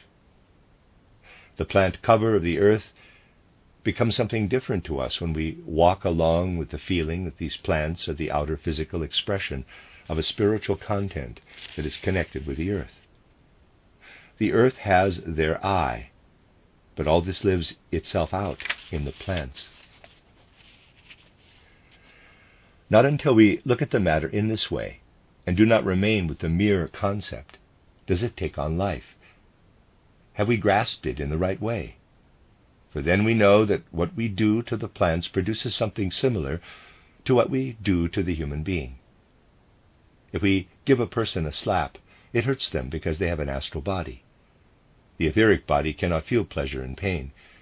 It does not hurt the individual plant when it is pressed, because not all individual plants have an astral body. But the earth has, the communal astral body of the plants, and what you do to the plant hurts it. And in the center of the earth are the eyes of the plant. There, what we do to the plant becomes conscious. If we grasp this teaching as something we assimilate with all the forces of our soul, we walk differently over the surface of the earth. Thus, every step in our life becomes an interaction with the earth, as with a conscious being. And we know that this earth feels pleasure and suffering and joy and pain as a whole. Only we must feel this in the right way. We might believe that when we cut a plant, it hurts the earth. That is not the case. Only the person who can see into the way the astral body of the earth works can give information about the details. When you break off a flower, it is a feeling similar to when a calf suckles milk from a mother cow, which gives the cow a kind of feeling of well-being. What the earth makes sprout in plants can be compared to the milk coming out of the animal, so that you can pick flowers, and that gives the earth a feeling of well-being. But if you pull them out by the root, it hurts the earth as if you were cutting into flesh. If you take this in a way that is filled with life, then you will notice the spiritual relationship you obtain with the earth. When the scythe cuts through the stalks, the clairvoyant sees feelings of well-being sweeping over the earth, over the fields. When a field is mown, a flood of feelings of well-being sweeps over the earth. Our relationship with the world deepens wonderfully when we enter into these truths in a living way. And we feel how it hurts the earth when we tear the plants from the earth, as it does when a hair is torn out of our head. We might object, yes, but it is sometimes a very good feeling not to pull out all the flowers, but to leave them in nature, and sometimes it is good to move the plants and pull them out by the roots. That does not change the fact that uprooting causes pain and picking causes well-being. The moral side is different from the fact itself. A moral approach that has its justification in human life must not be applied to the cosmos. Think when someone begins to get the first white hairs, it may be desirable from an aesthetic point of view to pull them out. They may become more beautiful, but it hurts them. So it may be desirable to transplant plants, but it hurts the earth. Now the question is whether it isn't necessary to cause such pain, or may or should we cause this pain? Pain is in many ways inseparable from existence. The human being enters the world through the pain of the mother. That which is born in pain. Even if it may be necessary to uproot plants, there is always the earth's pain. In this way our concepts and ideas pass over into intimate feeling and sensation. We begin to notice all the things we do not perceive in our surroundings, when we know nothing about all these things. In our surroundings there is always feeling and sensation and life. It is not only a mechanical process when the scythe cuts through the stalks, but floods of sensations flow over the field in autumn. This is how we learn to live our way into the beings around us. And rock? We have said of rock that it has its eye just like the human being, only in a much higher world. This rock eye and this rock astral body feel and have sensations just as the earth does when you uproot or pick a plant. And it is not just a mechanical process when the quarrymen in the quarry break out stone after stone. The person who uses only their senses sees the stones that are blasted loose as a process of the outer world. That something similar is happening, is experienced in a soul, is something we learn when we immerse ourselves in theosophy. But you must not judge by analogies. You must proceed in the concrete. We might think that hammering in the quarry causes pain. That is not so. You can do the mineral kingdom no greater favor than when you break a stone. That is its true pleasure. And there is an outpouring of pleasure when you blast in a quarry and the stones are hurled in all directions. The stone is a true longing and a passion to be split, to be shattered, to be torn apart. In contrast, something else causes pain and suffering to the being that underlies our rock world.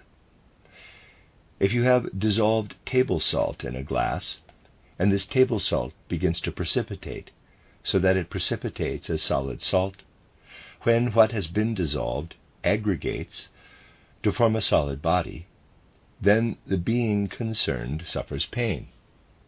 When you dissolve again what has been combined, then it experiences pleasure. If you were to reassemble the disintegrated rock fragments into the original rock, it would hurt the rock soul tremendously. Consider that this is basically how our earth was built. It was a body of fire. And so that you could get solid ground under your feet, solid bodies had to be grouped together with the greatest variety of solutions and watery forms. Once our earth was such that all metals were molten. Then the first islands were formed. This was associated with enormous pain. That the earth could become our dwelling place, that happened in pain. And what is described in natural science, this solidification of the earth, refers at the same time to spiritual processes. When a person who has insight into things experiences a volcanic eruption, for example, how the dissolved masses flow out and solidify, then they see streams of suffering of the lava soul flowing down the mountain. Thus the whole of nature is ensouled for us when we know these things. But this is also what the initiates have always told humanity. The words of the initiates, as a rule, have deep meaning and deep value, and sometimes not just one meaning. Understand that the earth was once a fluid body of fire, that this kingdom of rock solidified and coalesced. It was through suffering that the earth evolved into our dwelling place. It was only through the suffering of the rock kingdom that we were able to reach a certain state of development. These sufferings of rock will only cease when the final state of the earth arrives, when the earth will again become softer, when it will again become spiritual. Put yourself in this state of the earth, fiery, fluid earth, the people still spiritual in it, the rock masses solidify, continuous pain and suffering for the progress of humanity in the lifeless rock kingdom. How better to put this than, quote, "For every creature groans in pain, awaiting adoption," close quote. We cannot go deep enough if we really want to understand sayings of the initiates. All this shows that understanding the world is something quite different from abstraction. When the concepts are deepened, then the experiences and the feelings come to us through which we see into the soul nature flowing through the world. Everything becomes for us an expression of the soul in some form. Then every step in our life becomes something different because we enter into a relationship not only with the beings in front of our senses, but with the unknown beings on ever higher planes of the world. We must just find our way into the quite different way in which this is lived. So we learn how to find the soul in the plant, in the animal, in the mineral. So we get to know the soul of a whole people. A whole people also has a common soul. And what is called a folk soul is not a dead concept. It is something real. When a people comes into being, let us say the Goths, and passes away again, it is a coming into being and a passing away just as with individual human beings. But something soul-like lives in the whole people, and the individual human beings are the members of this folk soul, embedded in the substance of the folk soul, which in turn has its own destiny, its suffering and joy. At first we acquire an inkling, then ever greater knowledge that all around us the world is flooded everywhere with pleasure and pain. Everywhere there are old things and young things in nature around us, as in ourselves. This is what changes us as people through the theosophical teachings. Acquiring theosophical understanding means putting theosophy into practice in life in an intimate way. It is as if the theosophical concept were a seed which we put into its appropriate soil. Then it sprouts up and becomes blossom and fruit, when it becomes feeling and sentiment. And we then live our way deeply, deeply into our environment through feeling and sentiment. When through theosophy plants and stones become not only objects of observation for us, but our friends and fellow beings, we warm to us through theosophical contemplation, whom we learn to love as we learn to love human beings. Then, gradually, the understanding will dawn on us, the perspective will open up of the tremendous educational value theosophy will have for the whole future. Imagine people in 2, 3, 4, 5 centuries who will not only think the concepts of karma and reincarnation, but will walk through the world with such feelings as we have indicated, and how all human life, all education, will then be different when human beings will be able to hear the pulse beat of beings everywhere. When they lay their hand on a tree and feel the pulse of the earth, when they break the stone and experience the feeling of well-being that passes through the stone soul, and they become aware that the earth has had to endure pain, then human beings will walk differently over this earth. Then life will be different, and the right empathy through human beings themselves will prevail and be alive. The end of Lecture 9. You are listening to RudolfSteinerAudio.com. As well, you can hear these podcasts at RudolfSteiner.podbean.com. Please consider becoming a patron. There are 2 publishing houses, SteinerBooks.org in America and RudolfSteinerPress.com in England, which are the sole publishers of Steiner into English and have given me permission to do these recordings. Please consider patronizing them as well. This is a reading of Collected Works Volume 98 by Rudolf Steiner, entitled Nature and Spirit Beings, Their Activity in Our Visible World. It's the listener notes of 18 lectures, translated by Christian von Arnim. This is Lecture 10, given in Munich on the 15th of January 1908.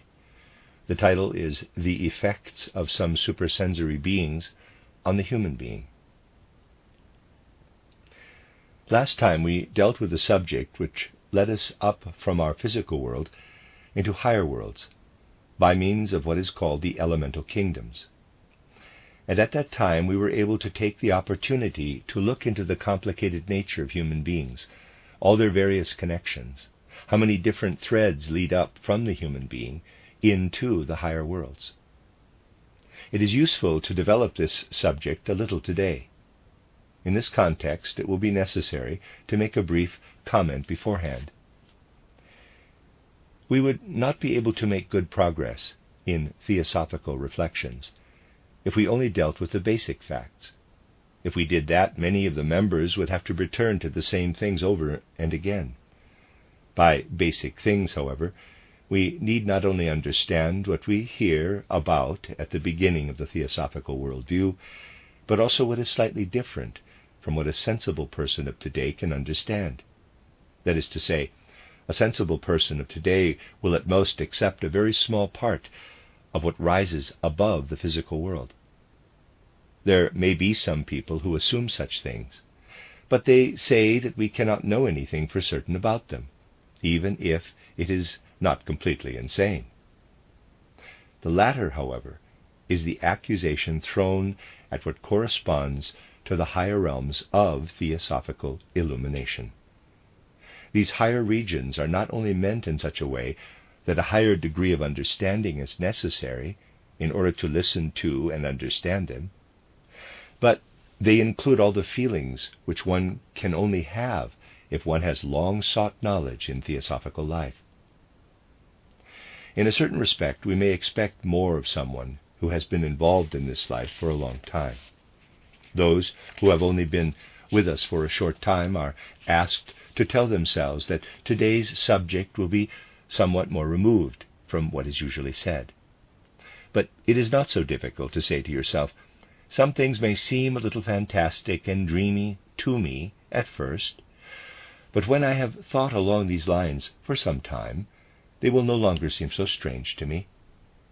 It could be that some things seem insane to me just now, but when I have acquired a feeling for them, they will no longer appear to me in that light.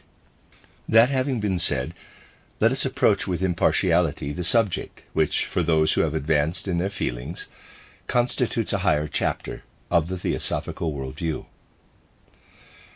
If with the open eye, EYE, of the clairvoyant, we penetrate further and further into the higher worlds of which we have already spoken several times, into the astral world, the lower and higher Devachan, we see that there are beings there which do not incarnate themselves down into our physical world, which do not assume a physical body, but which are, nevertheless, self-contained beings like the human beings here on our plane. When the human being moves up from the solid ground of the physical world into the higher worlds, they must distinguish between two different kinds of beings. The one kind sends its manifestations down to the physical plane. The other kind either does not reveal itself at all, or manifests itself in such a way on the physical plane that this manifestation can hardly be grasped by ordinary perception. Let us remember groups of animals that belong together, that are shaped alike, and are related to each other. They have a group soul, a group I, capital, in the astral world.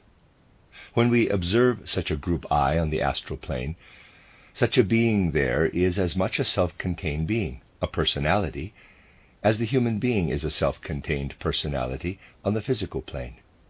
The clairvoyant encounters the group souls of the animals there, just as we encounter human beings here. They are individual, self-contained personalities on the astral plane, and only their manifestations are sent as far as the physical world. It is just as if I were separated from you by a wall, which, however, has holes so that I can put my fingers through them. We could then also say, I see something that belongs to another being. That is roughly what it is like when you look at a lion. The soul to which it belongs is also like behind a wall, and all lions are like fingers stretched out. So we meet these group eyes as self-contained beings on the astral plane. So they are easily found in their manifestations in the physical world. We see the organs that are stretched out. But it is not the case with all astral beings that one can easily observe their manifestations. The human being does not even suspect the presence of these astral beings if their senses are not sharpened. Thus the human being meets personalities on the astral plane who are partly known to them, and also other beings who give the impression of being unknown to them, whom they do not know so well from the physical plane. These beings are new to them in a certain respect. The astral plane is very populous, and many things live there which human beings could not imagine possible. This is not to claim that these beings have no effect at all on the physical plane. On the contrary, they have a tremendous effect on human beings. We only realize how complicated the connections are when we look at everything that is involved. We meet these beings, and some of them give the impression of being extraordinarily gentle, mild beings, who also live very peaceably among themselves. But we also meet others who cannot exactly be characterized in this way, who have all kinds of malicious qualities, and who, above all, pose a danger when they come close to human beings. The peculiar thing about these beings is that all our ideas about spatial relationships, which we have from the physical world, become obsolete. If we do not want to be fantastical, we must gradually settle into ideas that are quite different from those we usually have. In the case of these not very sympathetic beings, we find that they are basically not where we perceive them to be, but quite elsewhere. Their effects are in the astral world, but their home is not there. A rough comparison would be the following. Think of a worker who lives outside the city and goes to work in the city every morning. He has his field of work there, but lives outside. That is a rough comparison.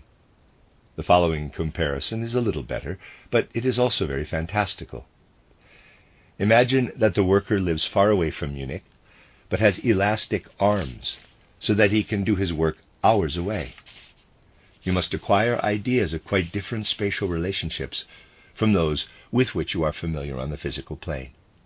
any being of an astral nature can dwell on another planet, and yet exert its effects here on the astral plane, for the separation of spatial relations no longer exists. These effects, which it exerts from other cosmic bodies, appear on Earth. We must avoid wanting to investigate the spiritual world only with the ideas formed in the physical world, but we must make an effort to form new ideas. Those beings of which I spoke to you just now, that they belong to the unsympathetic beings, are moon beings. That is their real home. You can make the observation with clairvoyant eyes in the same way as if you saw their stretched out fingers here in Munich and would have to go from the city for hours to observe the being itself. You will find that such beings have their fingers in the pie here on Earth. But if you follow the force lines, you will come to the moon. That is where they have their home. The moon really is populated in this way. These beings do not have the dense physicality of our earthly beings, although they also have a body. But this is so diluted that it expresses itself in astral form on Earth. We could compare them with dwarf-like beings who do not grow taller than a 6 or 7-year-old child. These beings have a peculiarity which is due to the conditions on the moon, and which will seem quite strange to you. But if all worlds were the same, it would not be necessary for so many to exist. This peculiarity consists in the fact that they can roar with infinite power. Their instruments for roaring are extraordinarily well developed. These beings first express themselves on the earthly astral plane. They are not always and everywhere present, but are attracted by certain conditions of our life. The actions of such beings are to be found in certain places, especially where mediums, somnambulists are, where very specific things are present. There they penetrate with their effects and actions and express themselves with regard to human beings in a very unsympathetic manner. They can also be found where lower passions unfold. On the other hand, you can find the benign beings of the astral plane, where extraordinarily philanthropic passions run free. In any charitable society, where real charity lives in the souls, something is stimulated which attracts such beings into the surroundings of the people, so that the human being actually exerts an attraction on certain beings through what they do, what emanates from them by virtue of their qualities, and thus establishes a connection with distant cosmic bodies, which is brought about through the expression of the actions of the cosmic beings in human souls. The beings I just referred to, which are gentle and mild, also have their home on another planet, namely on Mars. From there they have their effects on the Earth. So these beings work by, one might say, traversing the vastness of space with their actions. Everything apart from the physical, that is really an effect from one planet to another, is based on such relationships between the inhabitants of cosmic bodies. You see, then, that when we come up into the higher worlds, we find very strange companions. It is no use saying that there are spiritual worlds and so on. The human being must get to know these beings. If we now ascend to still higher worlds with the clairvoyant faculty, we come to the lower Devachan plane, the lower spiritual world. It too penetrates our physical and astral world. There we find the group eyes, capital, of the plants. You already know that the plants that cover the earth are united into large groups, to which a group eye then corresponds. These group eyes are to be found on the Devachan plane, but they are, in the first instance, located in the center of the earth. There all the group eyes of the plants have their center. And if you imagine the whole earth in this way, you see it as a great organism in which the various group eyes of the plants also interpenetrate. This sum of group eyes of the plants feels suffering and joy, pleasure and pain, just as the human organism does. We can state exactly how pleasure and suffering exist in this earth organism. We know that picking plants gives pleasure, even delight, a feeling of well-being similar to that which the cow feels when the calf suckles its milk. The uprooting of the root, on the other hand, hurts the earth organism, causes it discomfort. Thus, if you see how we can state specifically how the beings of the devachanic world feel. What we do on earth is not just a sober fact, but when we do this or that, we give some being pleasure or pain, joy or suffering. When the reaper cuts through the stalks, a breath of well-being, which the plant soul feels, passes over the fields. Thus the person who has a sense of these things passes over the earth, learning to sympathize with the spiritual beings who live in the higher worlds, and who again only send their organs into the physical world. But once we enter these devachanic regions, then we encounter other beings who do not send their actions into the physical world in such an open way, but who express themselves in a much more hidden way. Here again, two kinds of beings are to be distinguished. On the one hand, extraordinarily gentle, mild beings that radiate harmony, and on the other hand, predator-like beings that are constantly in battle with each other.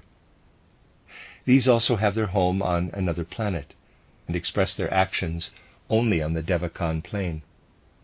They are rooted on Venus. There they are found as inhabitants of this planet, if we visit it with spiritual sight. Thus there are new acquaintances for each of the worlds, if we first start from the physical plane, from what we see as gross matter, and then rise to the origin of the beings. If you start from whole groups of plants, groups of animals, you will find the plant soul, the animal soul. But then you will also be able to find other beings who do not express themselves in such a grossly sensory way on the physical plane. Instead of plants or animals, we can also start from minerals or stones, and here we find the beings in the higher Devachan. These also feel pleasure and suffering, joy and pain. When the clairvoyant looks at a quarry where the workers crush and chip the stones, they see how the mineral soul experiences something. We must not draw conclusions here by analogies and similes. Crushing with a hammer does not hurt. A breath of well-being emanates by crushing the stones. A feeling of pain is present when you want to recombine the stones from separated masses of rock. When you want to crystallize a whole, again, from scattered masses, pain is inflicted. In this way, you can also learn to empathize with the mineral world, with the I capital of minerals, and experience what it does. Once again, however, we learn to recognize beings here that do not express themselves in such a gross, crude way in the physical world. Again, let us consider two types as the most conspicuous here. They are those who have a peculiar spiritual constitution. They are difficult to describe, but you will get an idea about them if you imagine an extraordinarily gifted being who, in order to make inventions, does not need to think much at all, but is already prompted by their perceptions to reshape the object in some ingenious way. They are beings who live in a certain way in perception, without thinking as such, playing such a great part. They are very strange beings of extraordinary inventiveness, which, however, is only based on perception, not on thinking. Opposed to these are other beings who are just as unsympathetic as these are sympathetic. These other beings can be characterized in that they also live in the world of perception in this way, do not think particularly, but especially seek out the perceptions which for us humans are dreadful, horrible perceptions. That represents pleasure for them. That is what they rummage in. These beings have their home on Saturn, just as the others that have been described live on the Moon, Mars, and Venus. So there we have a perspective on the higher beings. We could ask, but why should all these beings be relevant to us? It might seem like idle curiosity to concern ourselves with them, but they do concern us very much. For even if they do not announce themselves so obviously in the physical world, they nevertheless express themselves in their effects in a way that is extraordinarily important for human beings. And here we are led by these beings, as if by ourselves, to an effect of these beings that is normal for us humans. What has been said about somnambulists and so on is in a certain way an exceptional state. But they also have quite normal effects on human beings, for some more, for others less. What effects they have on us comes before our soul when we look at the human being in a certain way in relation to their constitution, to the fluids that flow through them. Different kinds of fluid flow through the human being. Let us first consider the nutritional fluid, the chyle. The food is ingested with the most diverse elements, is digested, passes into the intestines, and is forced through the intestinal walls by the organs located there in order to be used in the appropriate way for rebuilding the body. This is the one current that penetrates the human being. It has its source in the ingested food. Another type of fluid is the lymph, a fluid that runs in vessels, some of which run together with the blood vessels that collect in the abdominal cavity, but which also flows through the whole organism in a certain way. These have a peculiarity which we shall discuss another time, that all these lymphatic vessels, which come from the left side of the torso and head, gather and flow into the left subclavial cavity. Only the flows coming from the right part of the body are separated from this. This has an occult meaning. A third fluid is the blood, which in turn flows through the human organism in a great variety of ways. Anyone who looks at the human body with materialistic eyes only sees in these substances, blood and so on, entities which can be analyzed chemically, which are made up of these and these chemical parts. But anyone who sees with clairvoyant eyes knows that there is spirit everywhere, that all matter is based on spirit. Whatever you may see, gold that runs through the earthen veins, quicksilver that settles in drops, it is the expression of a soul entity. And so the person who examines the three fluids with a spiritual eye, EYE, knows that little is said by examining the fluids chemically and so on.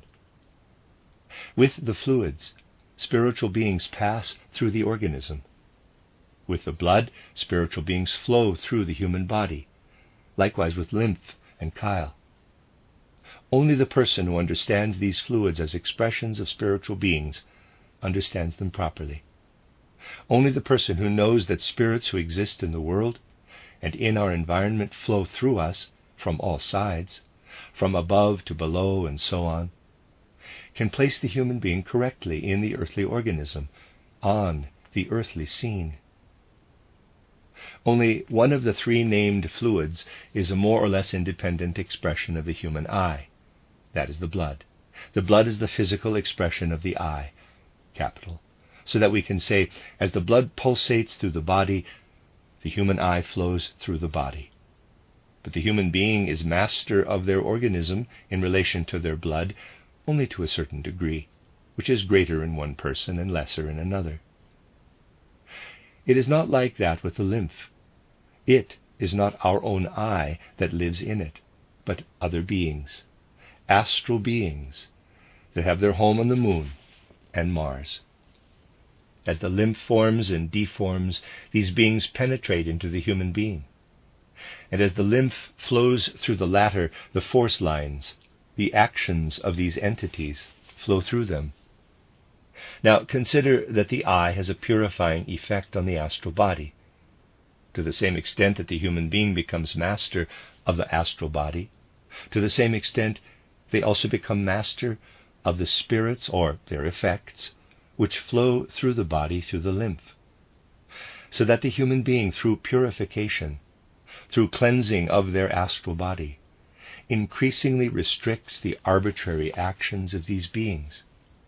You can see what you do spiritually by ensuring that intellectuality is trained, that ethics become purer and nobler, that aesthetic feeling is purified. In this way you can change the effects which emanate from the beings of the astral plane mentioned earlier. These beings lose terrain in you. Higher development consists in a person increasingly becoming an expression of their own being. Just as in the lymph the astral beings pass through us and flow through us, so the Venus beings permeate the nutritional fluid. It is not controlled by lower beings, but by higher beings. It requires a higher power also to make the composition of the chyle an expression of our own personality. If you remember that these beings are the companions of the plant souls, the plant eyes, you will see that these beings essentially take their point of attack from the kind of food that a person eats. That is why people differ according to race and nation in the various regions of our globe, because they eat different kinds of food. And when the human being gradually learns to emancipate themselves from the randomness of food, when they choose food according to the principles of spiritual knowledge, then they gradually attain power over this nutritional fluid. They emancipate themselves from these beings who work from outside. That is why such great importance is attached to food, which has an effect on the human being in one way or another. What we eat contains the forces of certain beings, and as we gain influence over these, so we make ourselves the ruler of our organism. In fact, by consciously choosing our food, we exorcise spirits by which we were previously possessed. In fact, the human being has mastery over their blood only in a certain way, but they can also gain mastery over other fluids. If you try to understand how humans attract these beings, bad beings, through this or that food, you will understand what significance this has for education, medicine, and other sciences. It is not enough merely to say the human being must perfect themselves. We have to deal with the details of how we can perfect ourselves. The Saturn beings influence another area of our existence. Because they live entirely in outer perception, they influence our outer perception. It matters whether a person passionately turns their eyes and senses toward what is disgusting and lowly, or whether they turn their eyes with a certain attraction toward what is beautiful and noble in the world. Depending on this, good or evil Saturn beings gain their influence over the human being. Beings creep into a person, like with the nutritional fluid in the lymph, in the passion with which that person draws in some sense impression in this respect. It is never without side effects when you direct your gaze at sense impressions. You take in the actions of spiritual beings with every glance. If you see a beautiful, noble picture, not only does what is visible to you flow into you, but spiritual beings flow in with what you see. If you listen to voluptuous music, the spiritual power of Saturn beings also flows in. Thus you can appreciate how complicated life is as soon as you penetrate to the spiritual foundations. The effect of the sensory impressions we call smell is particularly strong. With sense, the human being absorbs a vast number of effects of spiritual beings. You can consciously influence a person by conveying the effect of horrible beings with sense. Many a perfume would not be used if the person knew what effects it has on their fellow human beings. In the intrigues of many a noble house, it was not only words that played a role, but there were times when personalities well knew how to beguile their fellow human beings through the effects of perfume and aroma.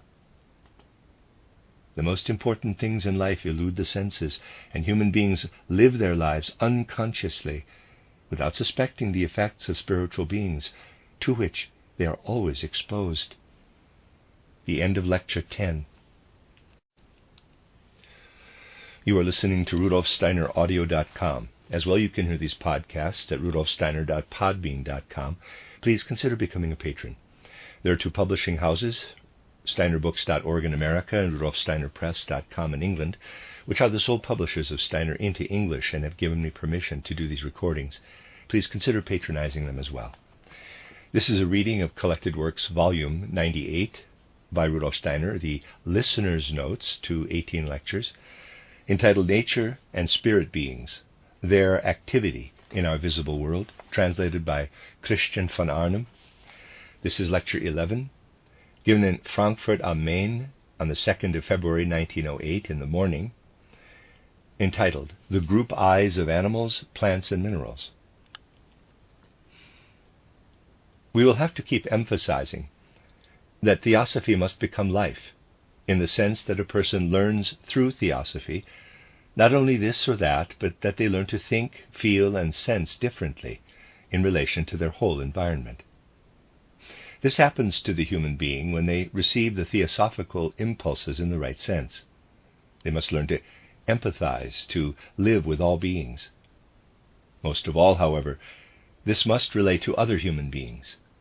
But we learn best to empathize with human beings when we first learn to empathize with the rest of the world. The human being gradually learns to know the whole world around them. They gradually learn that they are surrounded by spiritual beings everywhere, that they walk through spiritual beings everywhere. They learn to understand this in terms of feeling, in terms of sentiment. They learn to recognize what is around us in the three kingdoms of nature. They learn to recognize the beings in the mineral, plant, and animal kingdoms. They walk differently through meadows and forests, over fields and pastures, than the human being who has not gone through theosophical training. If we look at the other beings, we might at first believe that the animal beings do not have a soul like the human being. However, the human I, the human soul, is different from the animal I. The human I lives on the physical plane. If we consider the animal as such, the individual animal has a physical body, etheric, and astral body. In the human being, in addition to these three elements, we also have the I.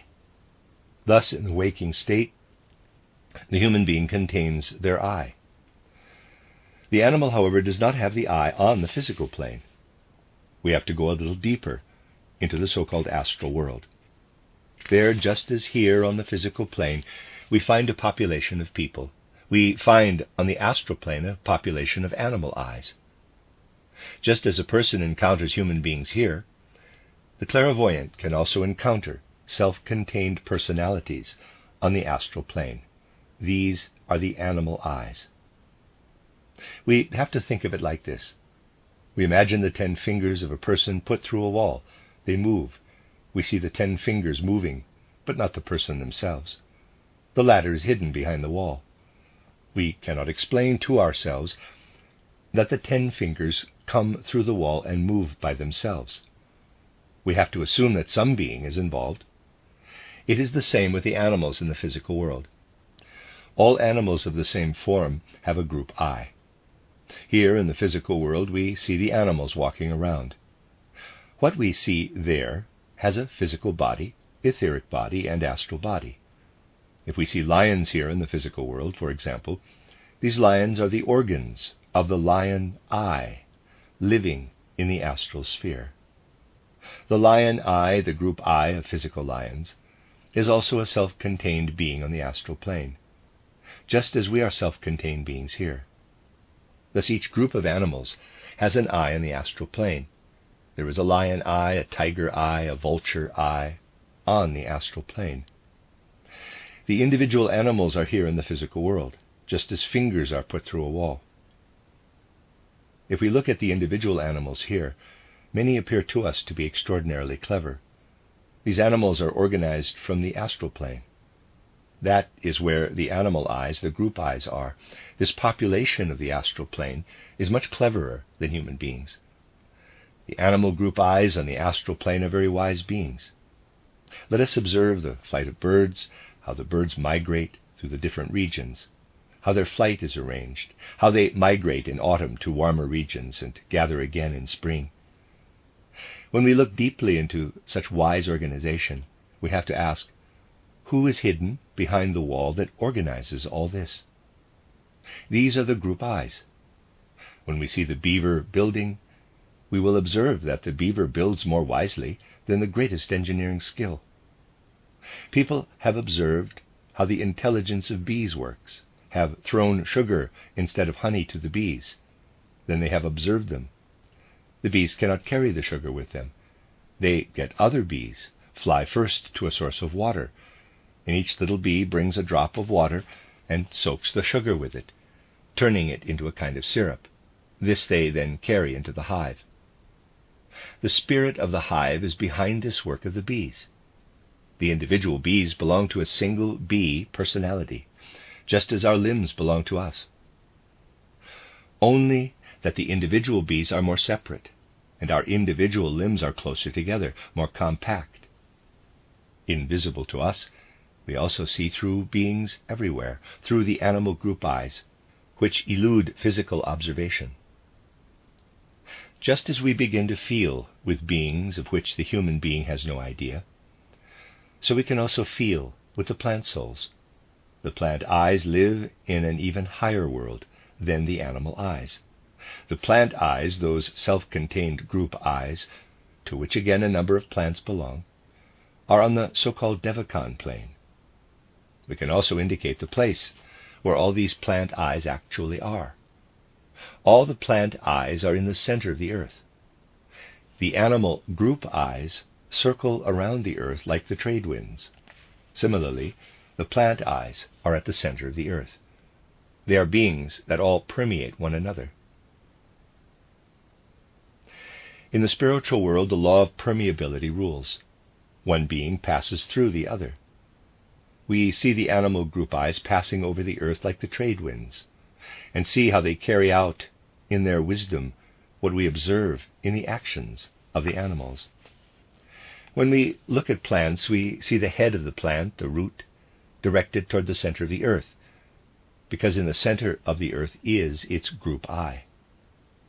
The earth itself is the expression of soul and spiritual beings. From a spiritual point of view, the plant appears to us like the nails on our fingers. The plants belong to the earth. Anyone who observes the individual plants never observes them completely. Each plant belongs to the sum of beings that make up the plant eyes. In this way we can live our way into the sentiments and feelings of the plants themselves. What grows out of the earth, what strives from the inside of the earth toward the surface, is different in nature from what grows under the earth. If you cut the blossom, stem, and leaves of the plant, that is something different than if you tear out the root.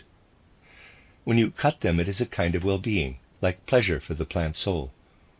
This pleasure is similar, for example, to that which the cow feels when the young calf suckles on the udder. What grows from the plant out of the earth is really something similar to the milk of the animals. When we walk through the fields in autumn and the stalks fall under the reaper's scythe, when the scythe sweeps through the sheaves, then feelings of well-being, of pleasure, flow through the fields. It is something tremendously significant when we not only see the falling sheaves with our physical eyes, but when we see how these feelings of well-being sweep over the earth as the reaper goes through the fields with the scythe. But when the roots of the plants are pulled up, this is a feeling of pain for the plant soul. In the higher worlds, the same laws do not apply as in the physical world. We obtain different conceptions when we penetrate into the spiritual worlds. Even here in the physical world, the principle of beauty sometimes contradicts the principle of pain or pleasure. It may be that someone, driven by a sense of beauty, pulls out their white hair, but it still hurts. It is the same with plants. If you pull them out by the roots, it may look neater, it may be more beautiful, but it still causes the plant pain. The stones too are lifeless, only in the physical world. In the higher worlds they also have their group eyes. The group eyes of the minerals are present in the higher parts of the Devachan plane. They too suffer pleasure or pain. We cannot learn anything about this through speculation, but only through spiritual science. When we see in a quarry how the worker quarries out stone after stone, we might think that this causes pain to the stone soul. But it is not so. Precisely when the stone is blasted, feelings of well-being shoot out of the stone on all sides. Strong feelings of well-being flow out on all sides from the quarry from which the rocks are blasted. If we have water in a glass and put salt in it, and the salt dissolves, the water is flooded with pleasure, with feelings of pleasure. Joy flows through the water if we look at the dissolution of the salt from a spiritual point of view. But when we let the dissolved salt become solid again, it happens with a feeling of pain. In the same way, the stone soul would feel pain if we were able to bake the fragmented rocks together again. The clairvoyants have always given people information about these secrets in their occult writings, the religious records. But people have forgotten how to understand these occult texts. Let us think back to distant past periods of our Earth's development. We see the stone masses of the mountains, stratified together from various clay masses, basalt rocks, and so on. Going further back, we find that things on Earth become softer and softer. Then we get back to a time when the Earth was filled with mighty masses of fiery heat, when iron, all metals and minerals were dissolved into spiritual substance. The human being was also a spiritual being at that time. If human beings were to develop further, if they were to obtain their present form, that soft mass had to solidify. The mountains were formed. The mineral masses detached themselves from the soft substance, and the earth became the dwelling place of present human beings. The lifeless mass of rock crystallized out of the fiery earth like salt out of a salt solution. Everything took shape such that the solid masses formed themselves out of the liquid state. This did not happen without pain. The whole process of solidification of the globe was connected with pain in the stone soul. In the future, the earth will again become spiritualized. The whole earth will fragment again, as radium is already showing today. The process of disintegration of the earth will occur. It will become spiritualized, divine, adopted.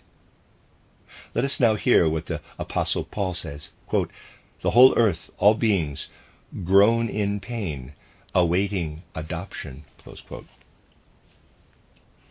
Here we have a representation of what happens on earth where the stone soul suffers pain until the state occurs on earth in which it is adopted.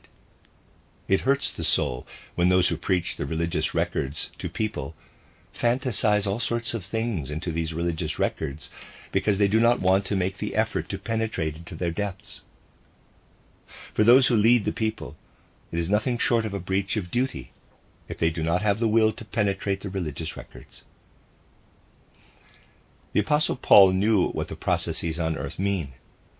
In our new age, it is theosophy that should lead people into the depths of the religious records. It is sad when its appointed representatives make no effort to penetrate them, but they have no will to understand them. All the arrogance of the present, which says, "And to what glorious heights we their bequests have brought," must vanish. How many people believe that our ancestors knew nothing? People come and interpret Paul's writings, the religious records, as they wish, but filled with arrogance, with a feeling that they know more than our ancestors. But what effect do the words have on us? Quote, "For every creature grows in pain, awaiting adoption." Close quote. If we allow the knowledge of the feeling stone soul to act on us as it waits in pain, awaiting adoption. People with a materialistic mentality believe that outside they are merely passing through air, through wind and mist, through oxygen and nitrogen. But the person who has spiritual knowledge knows that they pass through spiritual beings everywhere, that with every breath they breathe and incorporate spiritual beings. Thus we have seen how the animal eyes circle the earth like the trade winds, how the plant eyes are gathered in the center of the earth, how the earth itself feels something when we uproot the plants. and how the earth itself lives and is ensouled and feels something. Everything outside is ensouled and alive. Just as the physical body is born out of the physical substances and forces, so our spiritual parts are born out of the great universe. Then we begin to see in ourselves a small world that rests in the great world. This causes a blissful feeling in us. Only when we learn to empathize with minerals, plants, and animals do we also learn to feel how our I rests in the whole cosmos. Thus we see how theosophy leads into the spiritual foundations of existence.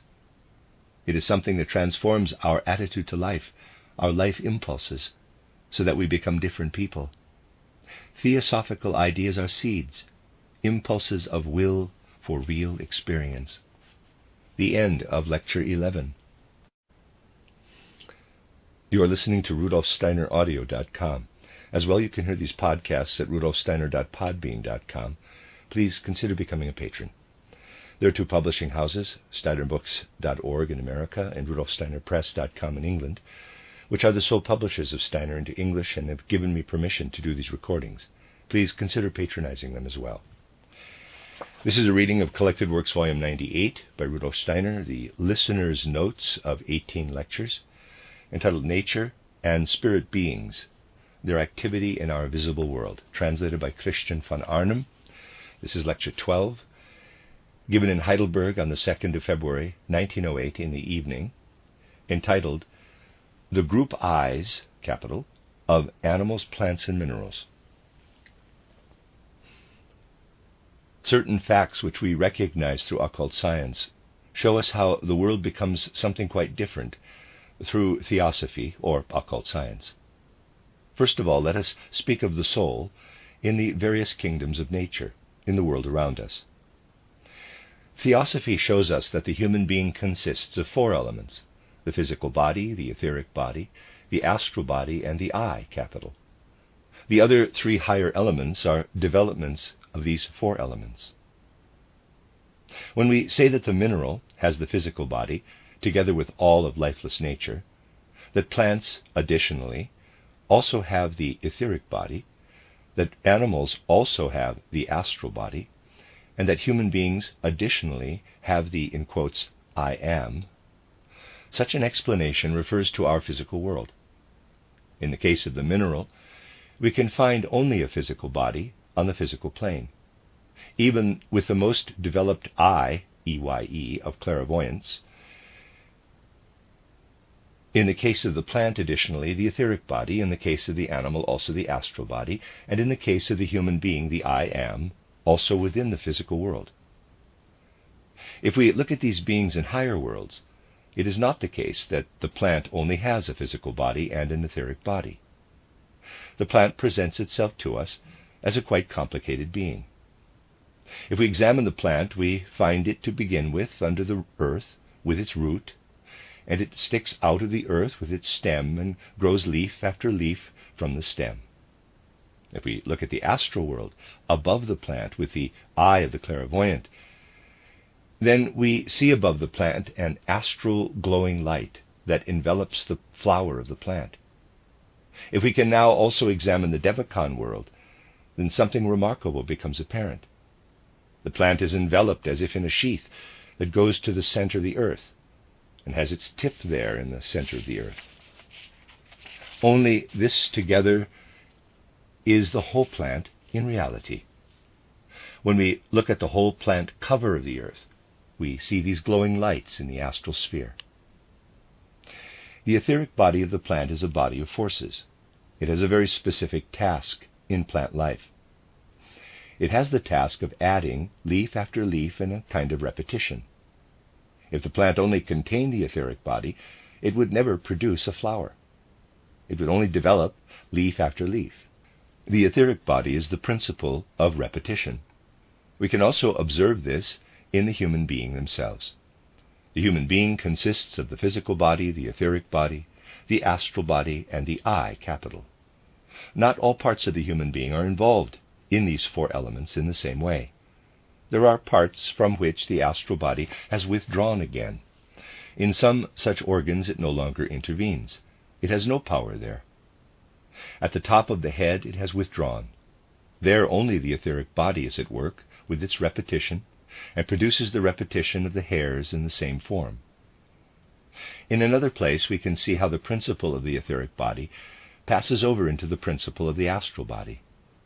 The principle of the etheric body works in the vertebra of the spinal column. At the end, the astral body intervenes and drives the vertebra up to the cavity of the head.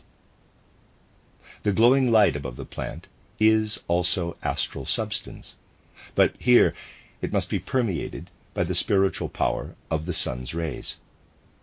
The force which here surrounds and edges the plant is stimulated by the spiritual forces of the sunlight, and transforms the principle of repetition, the leaves, the etheric body, into the flower by the principle of the astral.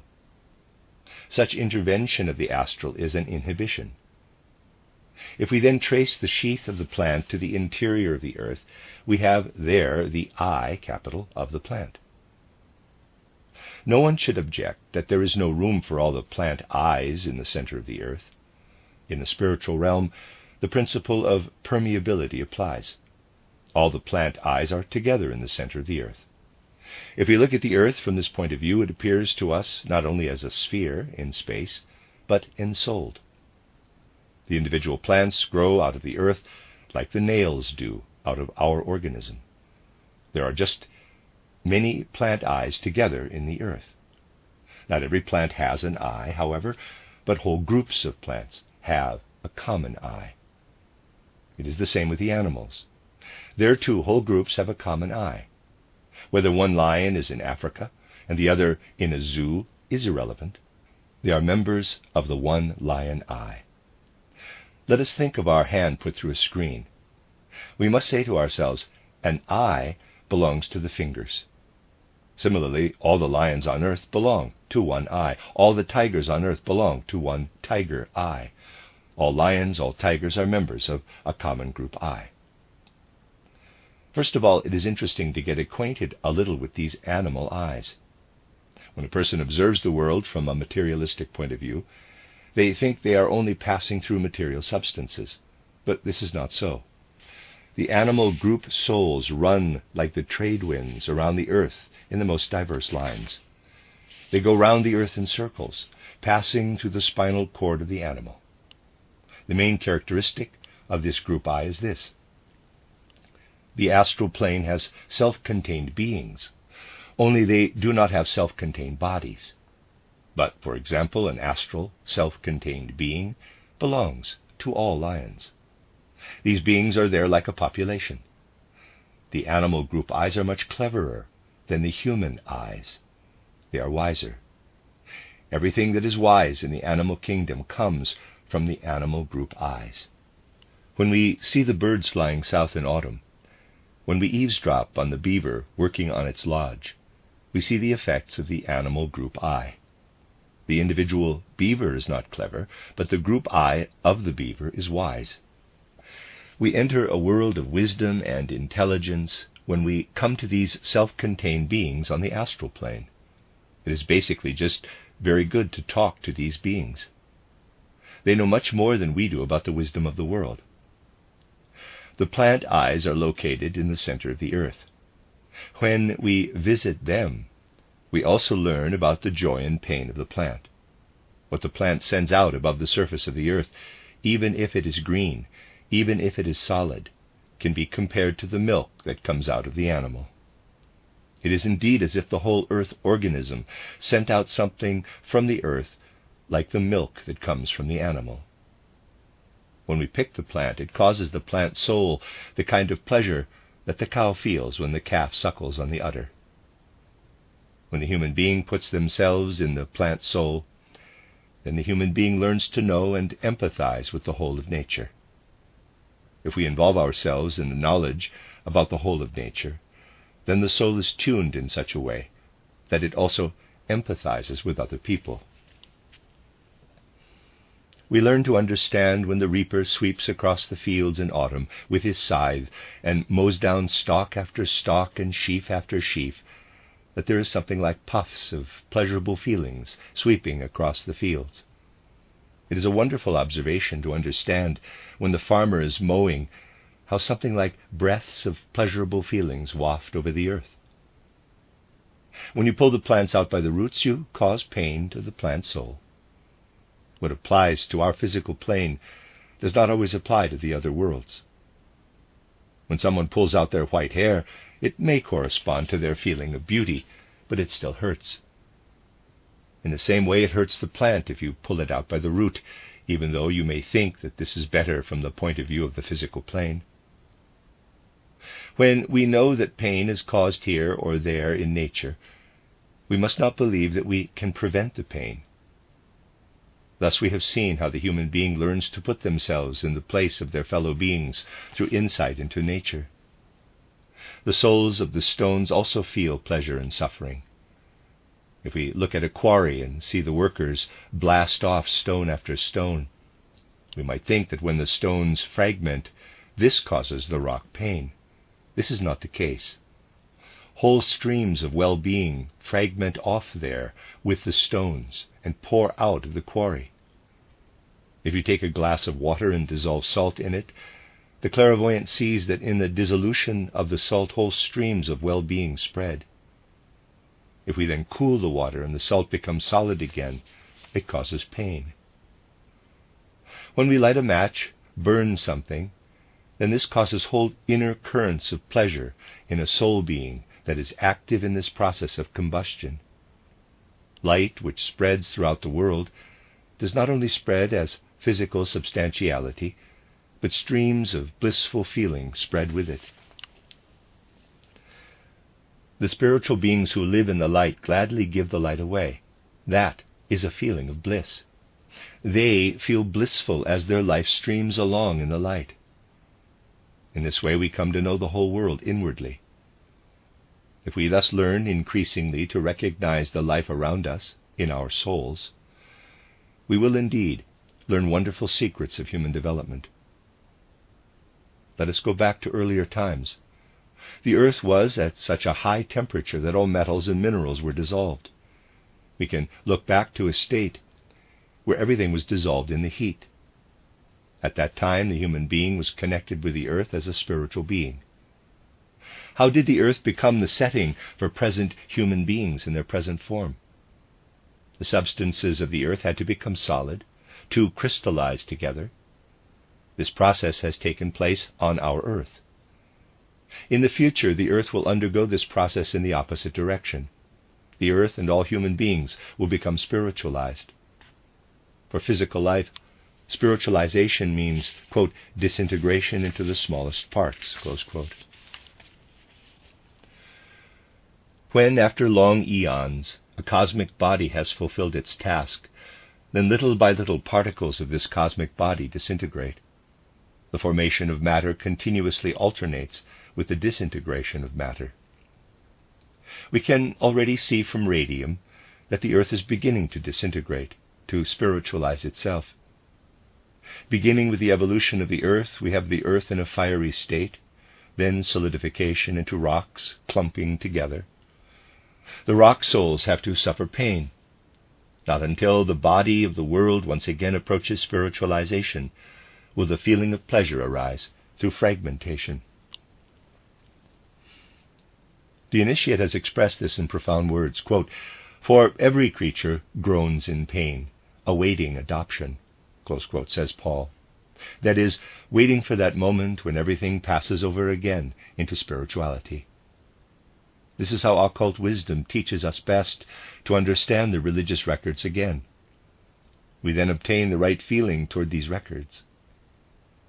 The materialistic person of today who says, quote, "and to what glorious heights we their bequests have brought," close quote, knows nothing of this development.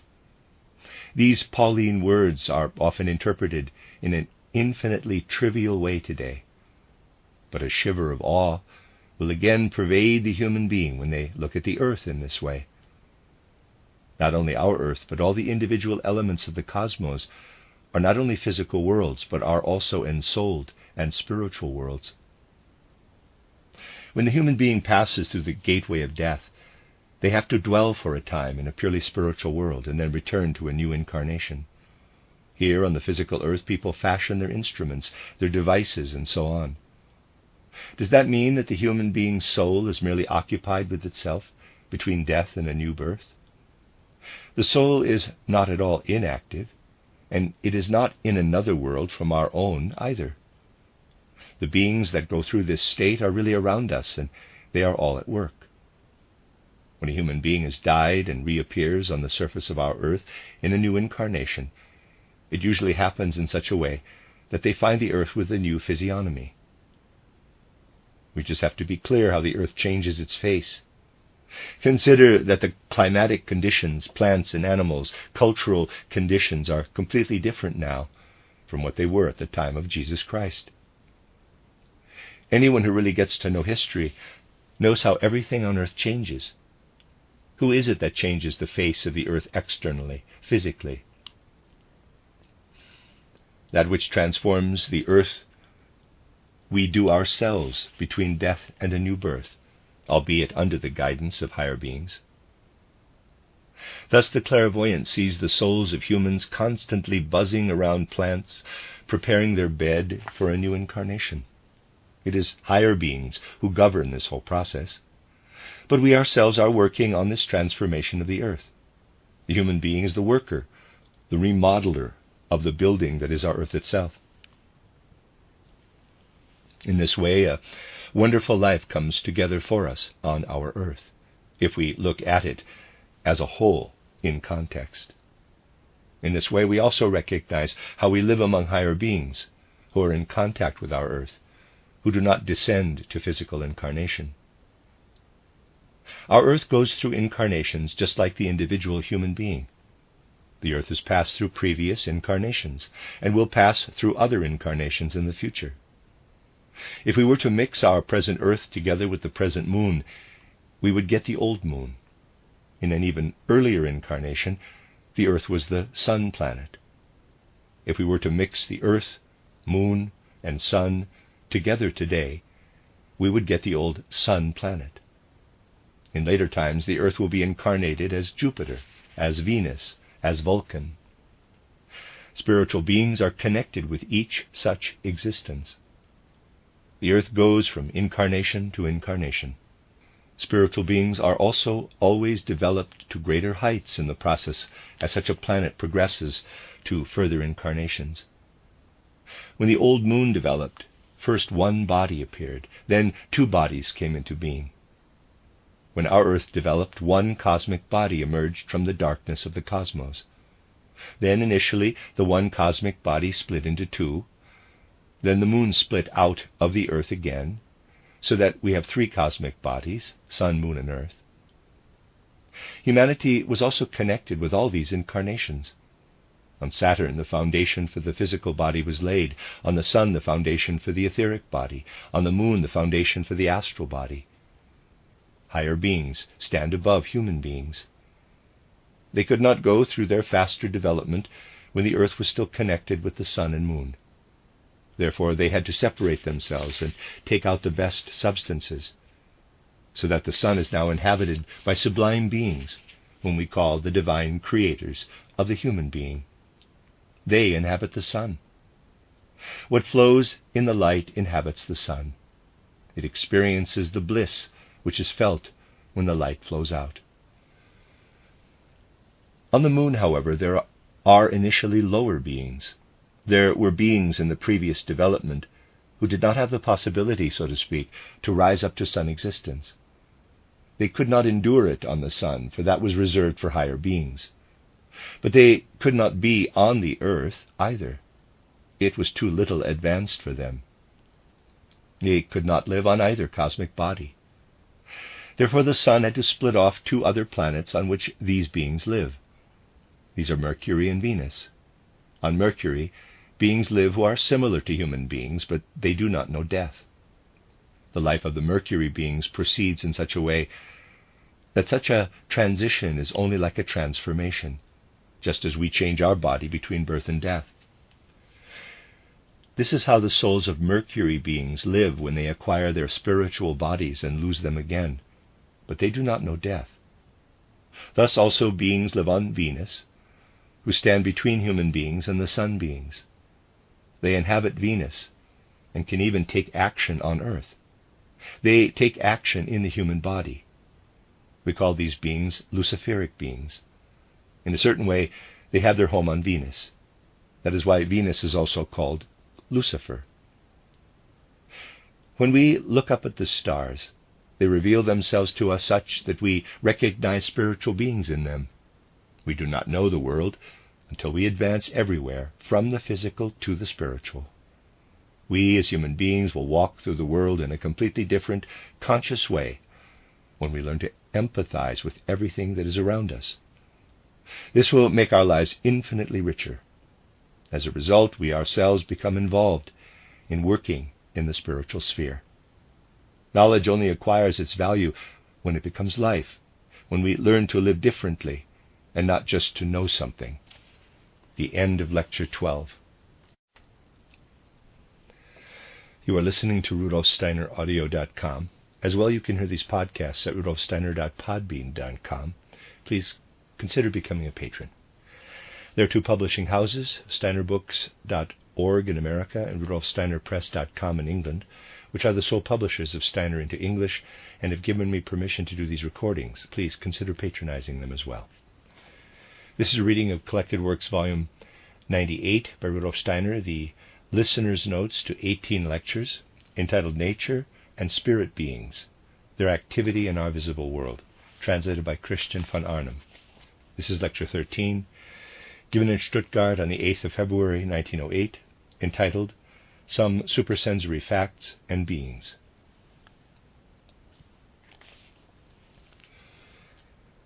Today let us look at some details from the occult world. Some of what we will say today is intended to follow on from the reflections here last time.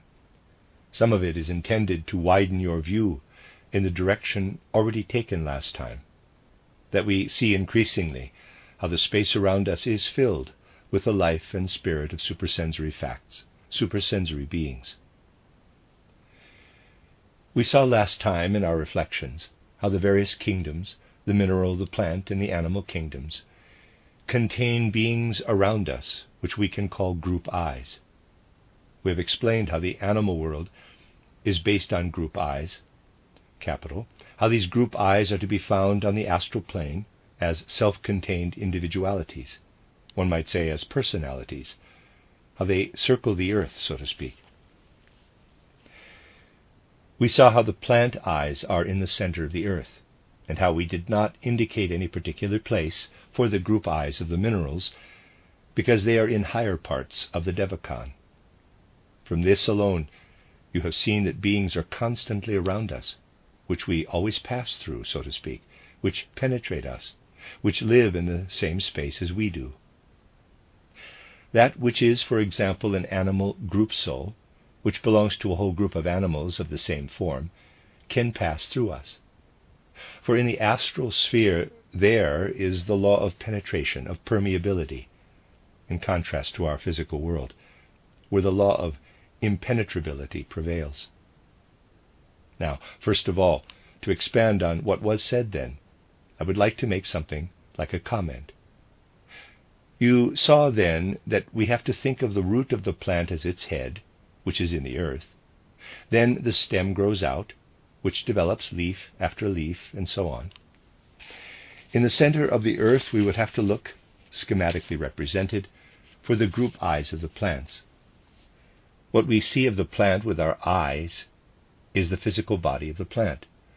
This is embedded in what we call the etheric body of the plant. What is characteristic of this etheric body of the plant?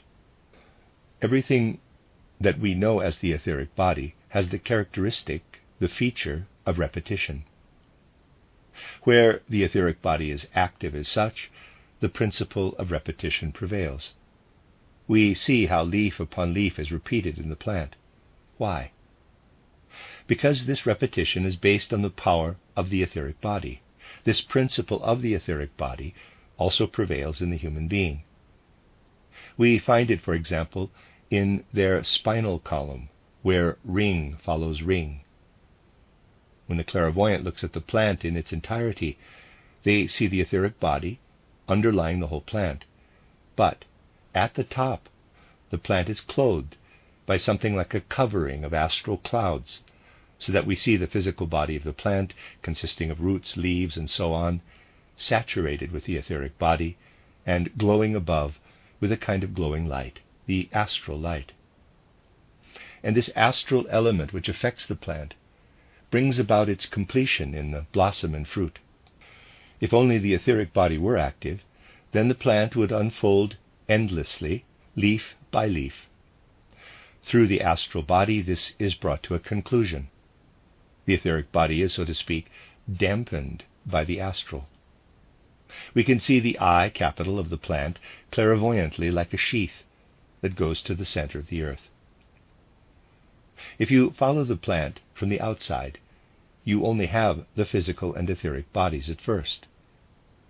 That which glows around the plant belongs to the astral atmosphere of the whole earth. So you see how the spiritual bathes our globe. That which you yourselves have in you as an effect of the etheric body principle is the succession of the vertebra of the spinal cord. It is brought to a conclusion by the fact that the spinal column is surrounded by the powerfully intervening astral element. Through the astral body unfolding, the vertebra of the spinal cord close off to form the bones of the head. This is how you would have to trace the interaction of the etheric with the astral everywhere in the world in general. There is a mystery at the root of this, the mystery that all living things must be damped down, killed, as it were, by the astral. This killing in the astral brings the etheric to a conclusion. If we imagine it as a force effect, it is called azote. Readers aside, spelled A-Z-O-T-E. Apologies for the pronunciation, end of readers aside. In spiritual terms, azote means that force in the cosmos which prevents the etheric from unfolding with abundant power without ever coming to a conclusion. The fact that consciousness is invoked in the living is based on the power of azote, for without the astral there would be no consciousness. Everything that is spiritual also has its expression in the physical, just as all physical matter is, for the spiritual observer, nothing other than the incarnation, as it were, of the spiritual. We have now seen, spiritually speaking, the interaction of the always developing etheric with the astral, which arrests the etheric, and in doing so gives rise to consciousness.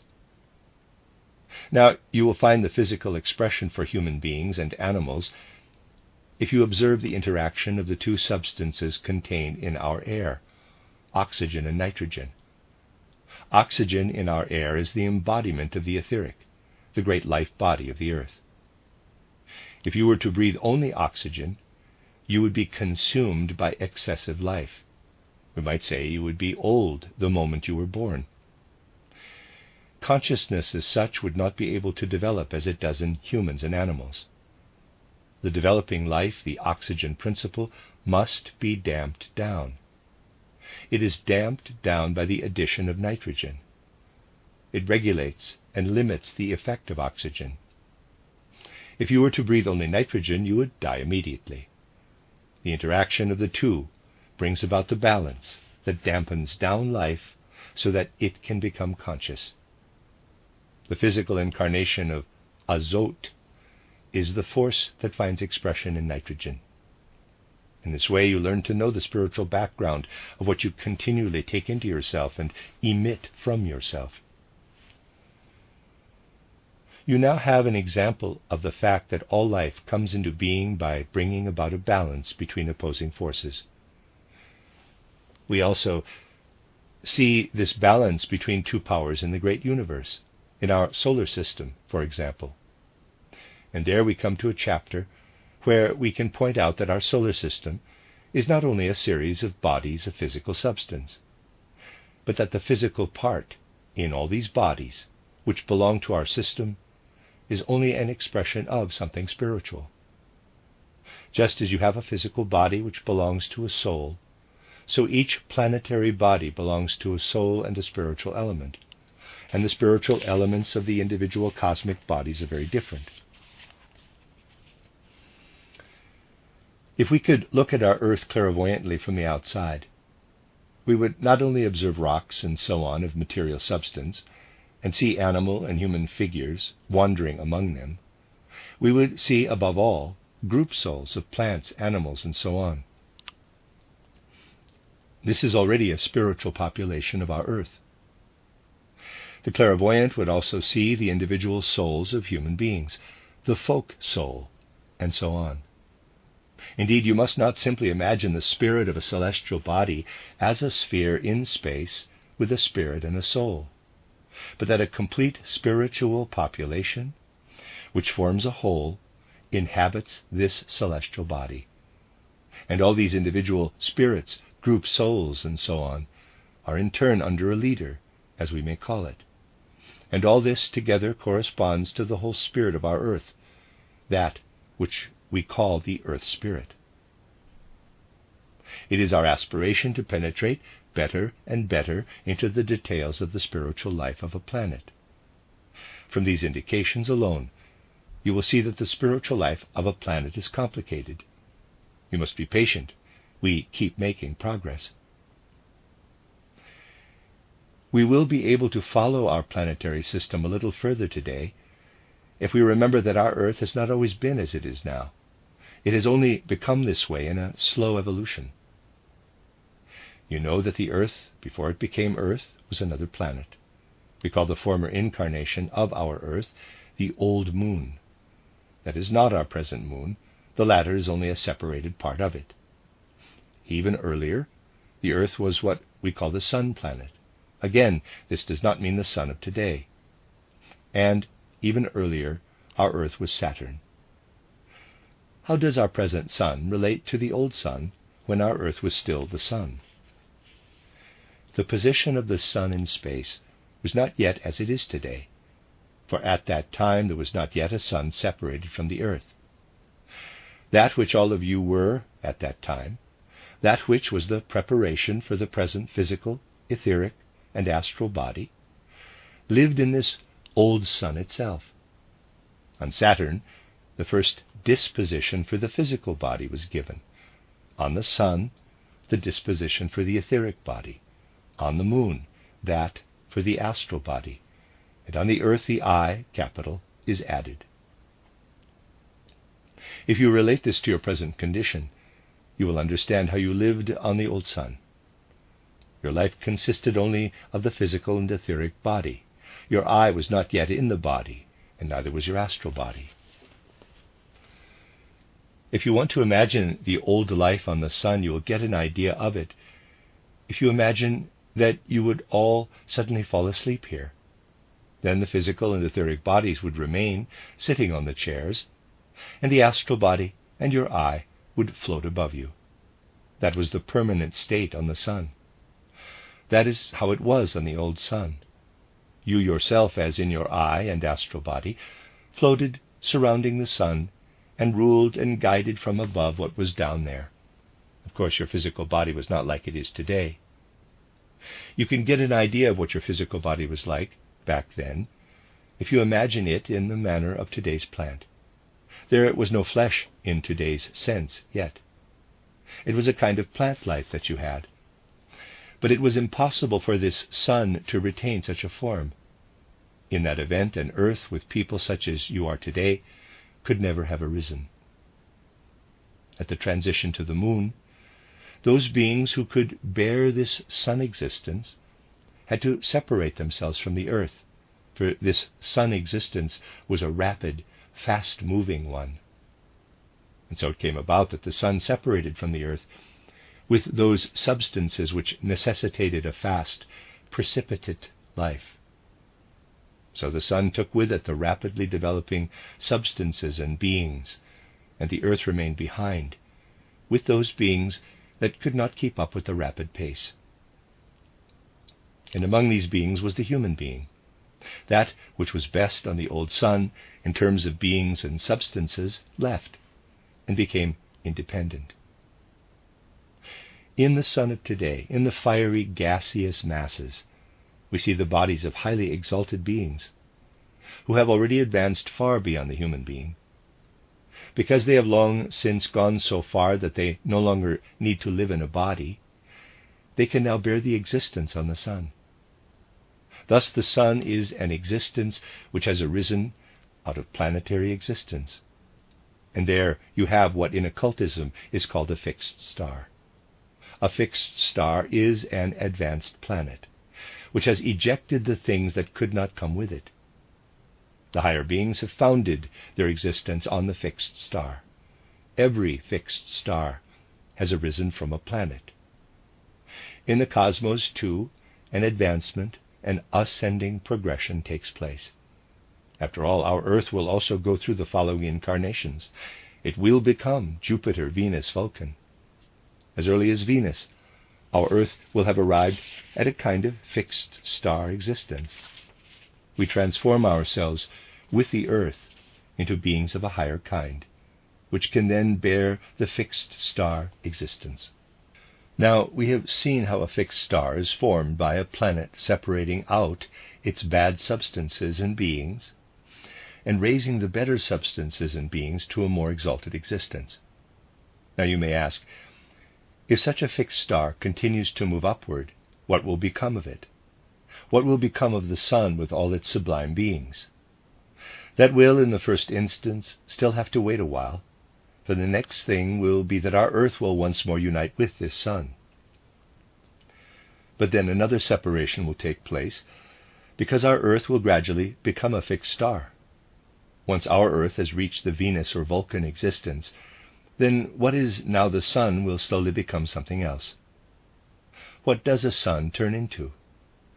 A sun becomes that which we see glittering down from the sky today as the zodiac. The higher stage of development of a sun is that it unfolds into the zodiac. The zodiac consists of the 12 constellations: Aries, Taurus, Gemini, Cancer, Leo, Virgo, Libra, Scorpio, Sagittarius, Capricorn, Aquarius, Pisces. To the materialistic astronomer, they are simply group images. The clairvoyant, however, knows that they are not simply situated in space, but that in their constellation they correspond to spiritual beings that are grouped around this band in the sky. When beings have completed their sun existence, they become such a zodiac. This too has a kind of development. Today you know the zodiac, which has a certain relationship to our life and existence, as a certain spatial arrangement of certain stars. It was not always like that. It has developed out of a kind of nebulous substance. Imagine the old Saturn, which once represented the Earth, which then became the Sun, the Moon, and finally today's Earth. It was already surrounded by our zodiac, but at that time our zodiac was not differentiated into stars. The mass was like a shower of mist. With the advance of Saturn toward the Sun and the Moon, the masses grouped together and the constellations shone forth. Where did this zodiac come from which surrounded Saturn at that time, and which, once our Sun turns into a zodiac in the future, will disappear because it has done its service? Well, you can imagine that Saturn was preceded by other stages of evolution. An earlier sun, which shone over earlier incarnations of our Earth when it was Saturn, sacrificed itself and became this zodiac. If we look at the zodiac with occult vision, we see that it has only become a zodiac through a great sacrifice. Substances and beings that preceded our existence sacrificed themselves and formed this zodiac, first as a nebula, and then grouping themselves into stars. That which was described to you as the creative beings for our beings, when the Earth was still Saturn, that was united with the old zodiac at the time. All the sublime beings who had previously passed through a high stage had to work downward From them flowed the disposition for the physical body. This is the secret of the development of the world, that all beings ascend from beings who receive to beings who produce and create. Becoming creators is the goal of beings. Beings gather in the zodiac when they have ascended from receiving to giving. Matter flowed together from the zodiac to form the first disposition for the physical body of the human being. Thus we learn to look increasingly into the cosmos and into that which floats through it. And the physical bodies appear to us only as the physical expression of higher spiritual beings. Thus matter flowed out from those higher spiritual beings through their will. That is the powerful magical action, that the will becomes so strong that it can cause matter to flow from itself. Substance rained down from those beings, who on old Saturn were called to form the substance which in the course of time transformed itself into the present physical body. We call these sublime beings thrones, or spirits of will, who had developed to such a height that they could cause that cosmic rain to percolate down, which was the first disposition for the physical human body. This is another such vista we aim to obtain. The time will come when what we might call a convergence of all these vistas will emerge. But you must have the patience to learn all the details, so that the greatness of the cosmos will gradually emerge. We will now move on from these worlds to another chapter. We go back to that point of our Earth's evolution where the sun separated from our Earth, where, once upon a time in the distant past, when sun and earth still formed one body, the sun departed with the more highly developed beings, and left our earth behind as a setting suitable for us, who were developing more slowly. The sun then shone on the earth from outside. The beings of the sun are sublime and powerful beings, but creative in a different way from the thrones, those spirits of the zodiac. That which flows from the sun to the earth is light. This is also a mighty deed, but it is cosmically inferior to the trickling down of substance itself. What we now call the moon was initially still united with the earth. Our moon came into being because the inferior substances and beings, which at that time were still connected with the earth, were ejected. For if the earth had kept the moon within itself, then our evolution would not have proceeded properly either. Evolution would have become too slow. The earth would have been mummified, so to speak, like a statue. Life would have died out. Too much would have been killed, and the earth would finally have to become a field of the dead. That is why the moon had to go, and the earth stayed behind and could keep the balance. But now the sun and the moon affect the earth from outside. They keep the balance on earth, so that human development can take place. Everything is kept in balance by opposing forces. This is the only way that the I capital could gain a foothold in humanity, that the two opposing forces, the sun and the moon, act upon the earth. And now remember our first elementary representation of the human being. The human being consists of a physical body, etheric body, astral body, and I capital. The I works on the astral body and transforms it into manas, the etheric body into buddhi, the physical body into atma, or spirit human being. But it would have been impossible for this development to have taken place in this way right from the beginning. The sentient soul, mind soul, and consciousness soul had to insert themselves here. These elements, which lie between the body, the physical, etheric, and astral body, and the spirit, manas, buddhi, atma, have been provisional transformations. Now the I, in its spiritual stage of development, is working the spirit self, manas, into the astral body. everything that happens now is purely the work of Manas, or the spirit self. But this hasn't been happening for long. We only began with it in the Atlantean period. It was, however, prepared earlier, albeit unconsciously, through the three intermediate elements: the sentient soul, mind soul, and consciousness soul. When the human being came over from the moon to the earth, they consisted only of the three bodies, the physical, etheric, and astral body, and a bridge had to be built. The human being could not build this bridge. They had to be helped. In Lemurian and Atlantean times, work was done on this unconsciously, just as you are now working on it consciously.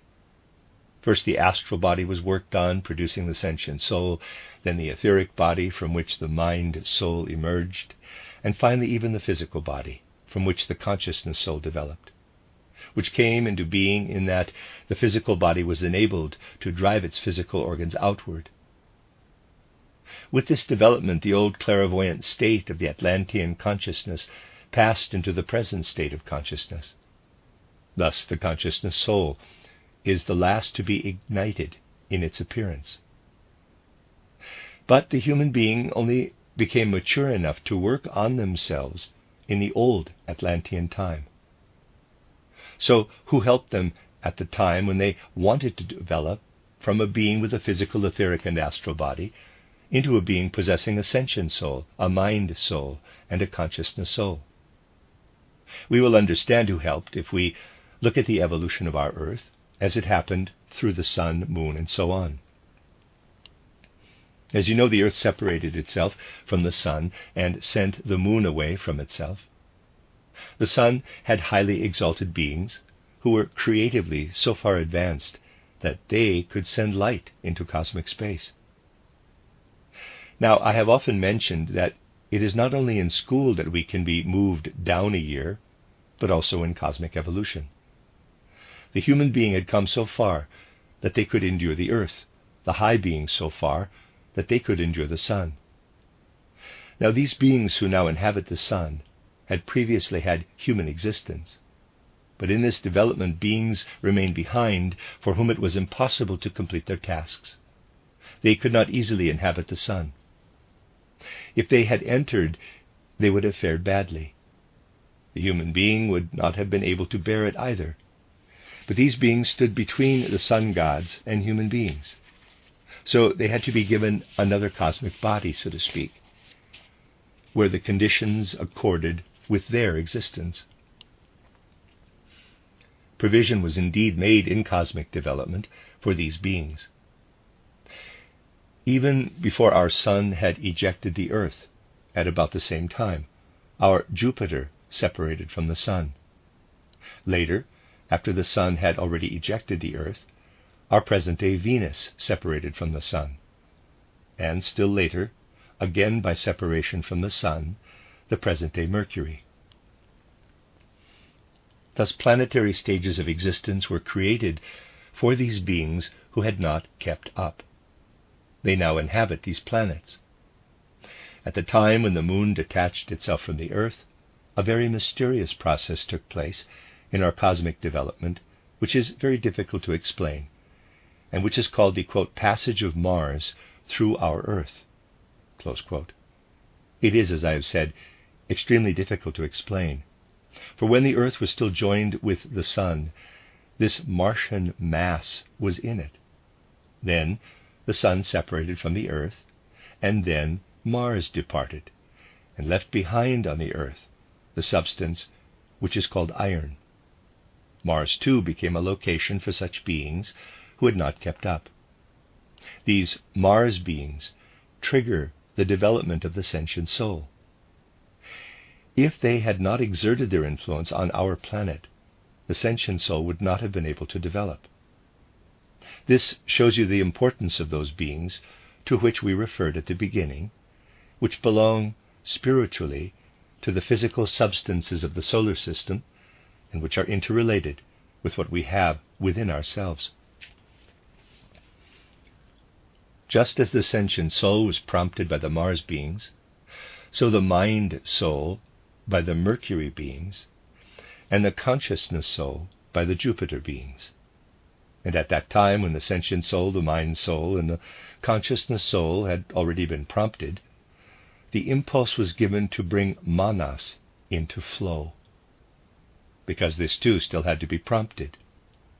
Once it was set in motion, the human being could, so to speak, take their development into their own hands.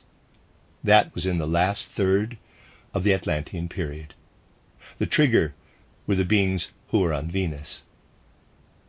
In this way you can get an idea of the interaction of the different elements of our planetary system. We must think of the human being as having brought with them their physical body, their etheric body, and their astral body. Then 3 elements develop: the sentient soul, the mind soul, and the consciousness soul, and finally manas. The consciousness soul has its strength from Jupiter, the mind soul from Mercury, the sentient soul from Mars, and the spirit self received its impulse from Venus. Thus, if you want to discover the forces that are in you, you must look up to the relevant stars. Humans are complicated beings. They have become so because the forces of the cosmos have flowed together in them. Finally, let us present the whole thing in a picture.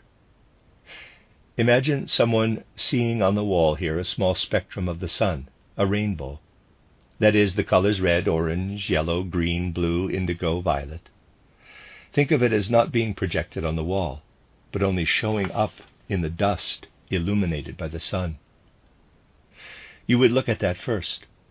Then when you investigate how that comes about, you would see how the sunlight enters the room through a slit, and that through various devices, through a prism or some other light-refracting substance, this spectrum, this spectra, comes about.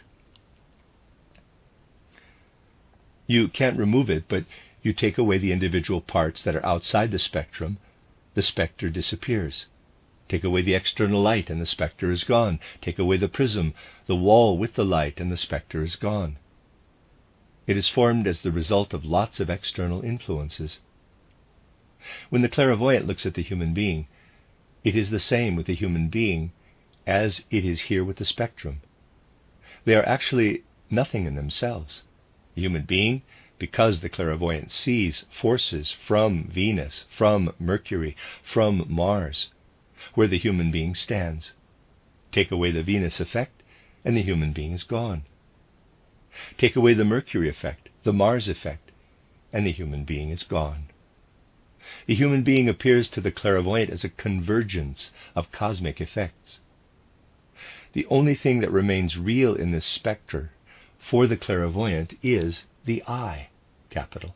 That is the true reality. This working I, which is the reason for everything flowing together, which works to ensure that all such influences are assimilated. Before the clairvoyant's gaze, all confluences disappear. The I alone remains as the only truth. The I, which so few people today regard as a reality, is the only thing that remains. That which the physical sense takes to be the human being is in truth a spectre, whose individual parts are held together by the magnetic force, as it were, of the I. Everything in the human being is an optical illusion, except for the working I. We have now pursued a train of thought together. Please transform it into a feeling. Only then will it acquire a correct value. Go through the world with this feeling. Think of our earthly natures dissolved into a spectre, with only the eyes working in them. When you feel this, then you feel what the materialistic way of thinking calls existence, reality, dissolve like a vapor, and you see true reality in the spiritual I. Only then do you feel something of what is meant in the Eastern worldview when it is said that reality is Maya. Any other words are an empty phrase. If you start out with the phrase, the world is Maya, that is an absurdity. Let us not speak the word Maya without first having acquired such a feeling through such reflection. So now you will have obtained a certain idea of what the true occult schooling intends with its long preparations. You see, it is actually a crude phrase to tell people that existence is a mere illusion. Such reflections must first proceed patiently and calmly, so that the soul's feelings may be kindled. Let us all first learn to speak the words we need in the right way. People speak our words for the most part only as empty sounds, when, in fact, these words, when spoken in those cultures in which they originated, were associated with deep, meaningful sentiments. Only reflections which show us what Maya is, which show us the true reality within the illusion, decant into our soul what we are to gather from theosophy as a sentiment. Therefore, it is necessary that you should not go away just with knowledge, but with this tone, this color of feeling that accrues to such a word. This is how imaginative reflection combines with what we take with us into life, what lives in our soul as feeling, as sentiment. The end of Lecture 13. You are listening to RudolfSteinerAudio.com. As well, you can hear these podcasts at RudolfSteiner.podbean.com. Please consider becoming a patron. There are two publishing houses, SteinerBooks.org in America and RudolfSteinerPress.com in England, which are the sole publishers of Steiner into English and have given me permission to do these recordings. Please consider patronizing them as well. This is a reading of Collected Works, Volume 98 by Rudolf Steiner, the listener's notes of 18 lectures, entitled Nature and Spirit Beings, Their Activity in Our Visible World, translated by Christian von Arnim. This is Lecture 14, given in Stuttgart on the 11th of February, 1908, entitled Influences from Other Worlds on the Earth. Last Saturday we took a look into remote worlds. Today, too, it will be up to us to do something similar in a somewhat different way. Today, too, we intend to delve a little deeper into spiritual worlds.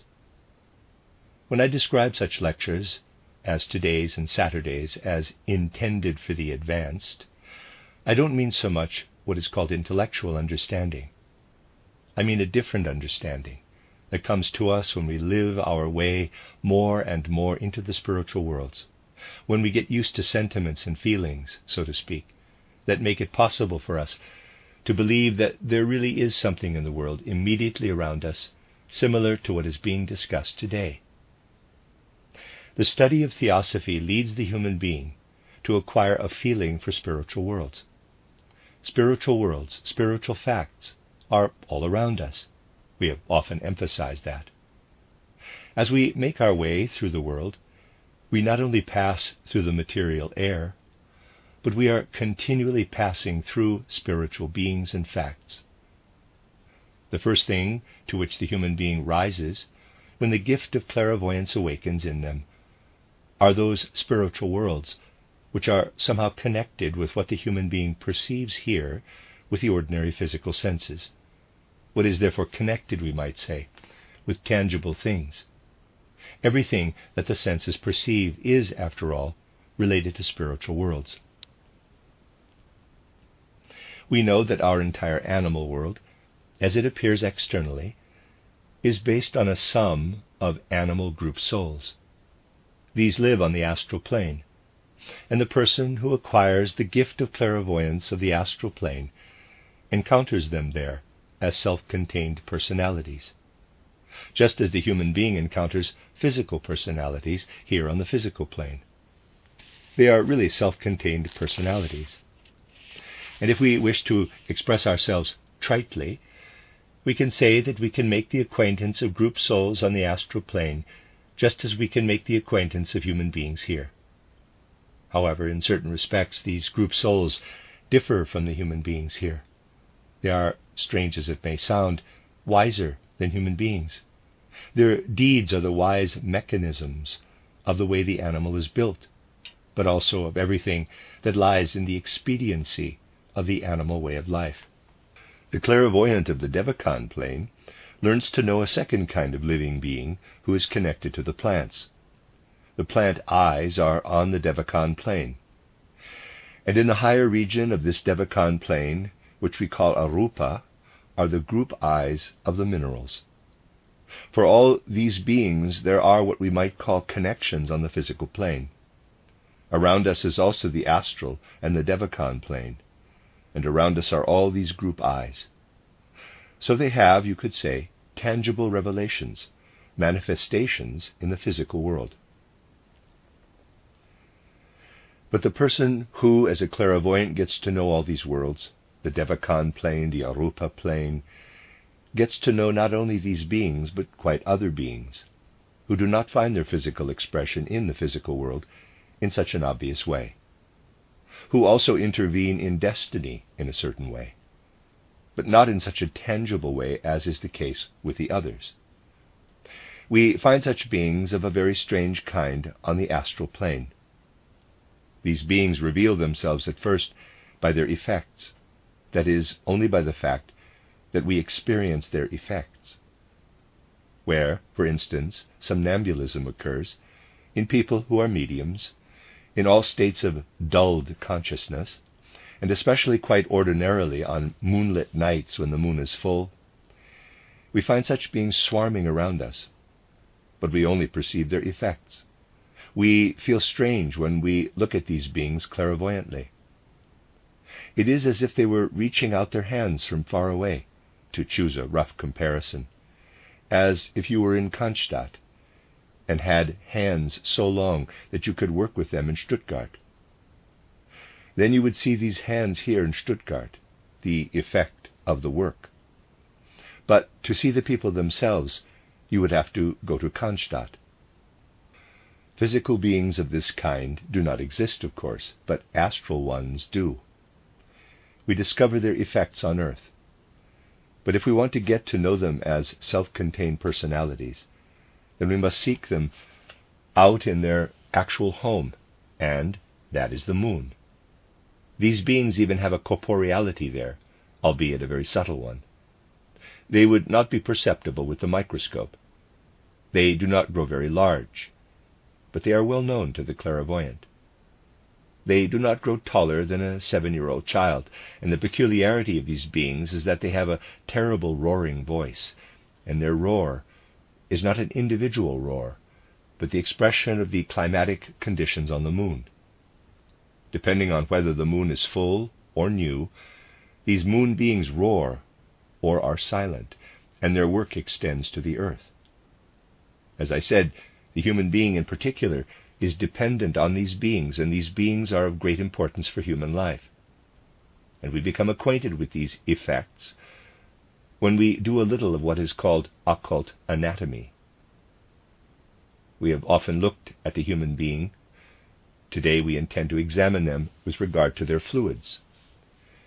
There are 3 kinds of fluids that we intend to look at today. First of all, the one called chyle, the nutritional fluid. The food goes from the stomach into the intestines and is absorbed by the human organism through the intestinal walls. A second fluid is that which flows in the lymphatic vessels, which run through the whole body.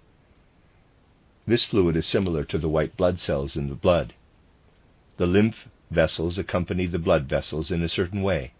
They are partly intended to absorb particularly the food pulp, and to carry it forward until it can enter the blood. In particular, it is the protein substances and fats that are prepared in the lymphatic vessels to be transferred into the blood. Only sugars and sugar-forming substances are absorbed directly into the blood. They do not first pass through the lymphatic vessels. So that we have a fluid flowing through the body which is a kind of transitional fluid between the chyle and the blood. A third fluid is the blood itself, which flows in the blood vessels and is constantly renewed by the respiratory process, by the supply of oxygen, and so on. Thus, in the 3 fluids, we have 3 stages of the fluid that the human being contains. Chyle is the crudest, as it were. Finer is the lymph, and the finest of the human fluids is the blood. Now, you know that the blood is the outer material expression of the I capital, that the I lives and pulsates, we might say, in the blood. When the blood flows through the body, it is not only matter, but also the eye that flows through all parts of the body. But the blood is the only one of the three fluids that is so intimately connected with our own spiritual being. Human beings will most likely become master over their blood. It is true that very few people today are already so far advanced that their eye is master over their blood, but the human being will gain more and more influence over it. The eye has less influence on the lymph. The spiritual also pulsates through the lymph. It is precisely in the lymph that you have a fluid in which the beings that were described to you earlier as moon beings exert their effect. This lymph pulsates up and down in you, and in it pulsates the effect of these moon beings in your body. There you can see what you have enclosed in your body. Another kind of being that also has an influence on the lymph are those that have their actual home on Mars. These Mars beings, who are accessible to clairvoyant observation, are again quite strange creatures. They have a certain kind of language, a gentle speech that lightly and pliantly expresses what these beings want to express. When you meet such Mars beings, they appear to you in such a way that they bear in their countenance the expression of their inner being, their soul. A malignant being has a malignant expression on its face. If the Mars being is good, then it bears goodness as the beauty of its countenance. Its soul being is on the surface of its corporeality. These are beings that the clairvoyant encounters when the latter reaches the moon and Mars. They learn about the actions of these beings from the composition of the lymph and from whether it flows faster or slower. For under every soul experience, the lymph changes in nature. The temperament, the character, is connected with the nature of this lymph.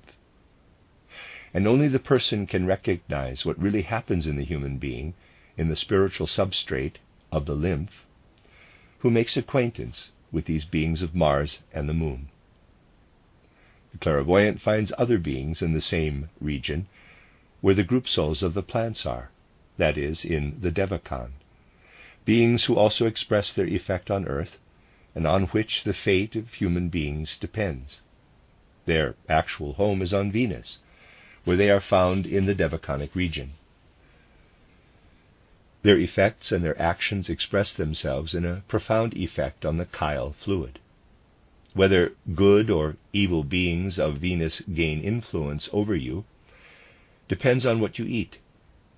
There are beings who are good, gentle, and mild, who have already developed a religiosity in themselves to a high degree, as it appears here on earth in Christianity. But there are also beings of bad character, rapacious entities, which destroy everything. And between these two radical extremes, all possible steps are represented on Venus. They express their activity in the human digestive fluid. And now picture how another heavenly body with its beings plays into the human body, into the whole human being. Think of how the human race is distributed on earth. In one region, people live on a certain kind of food. In another, quite different food grows. Depending on what the human being takes in as nourishment, quite different beings assert themselves in the person. This constitutes the difference in human character. The clairvoyant sees quite different influences arising from such beings in a person who eats something different from another person. And now you understand why, wherever we approach the nature of the human being from the spiritual point of view, importance is attached to what the human being eats. The suggestions of occultism with regard to food have been researched with these beings in mind. What occultism can offer us in relation to practical life depends on such complicated things.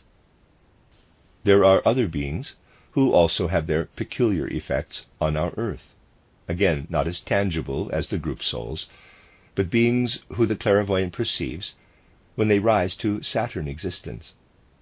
The effects of these beings are to be found in the higher Devachan world, and they exercise a profound influence on the human being.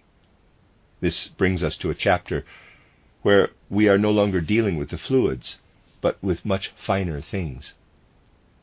When the clairvoyant examines these beings, the latter appear to them quite strange in themselves, for these beings are gifted with a grandiose power of invention. In fact, they are inventors every moment of their lives.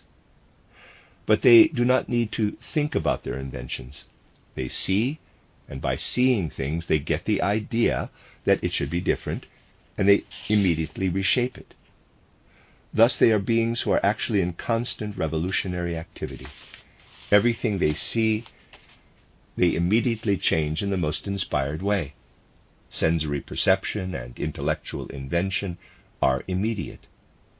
They don't want to have anything to do with thinking, with logic and the like, but they change everything directly in the sensory impression. There they are reformers, revolutionaries. These beings also express their influence on our earth.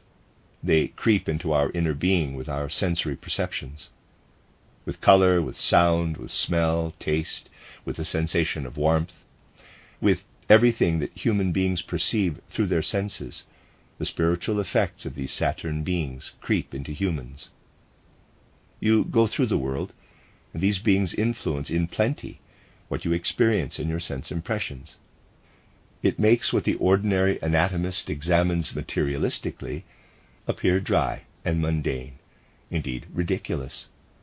For effects of such beings penetrate with the flash of lightning that penetrates the eye, EYE. It is not unimportant to know such things for practical life. Actually, a person who does not know this does not know the most important thing about life.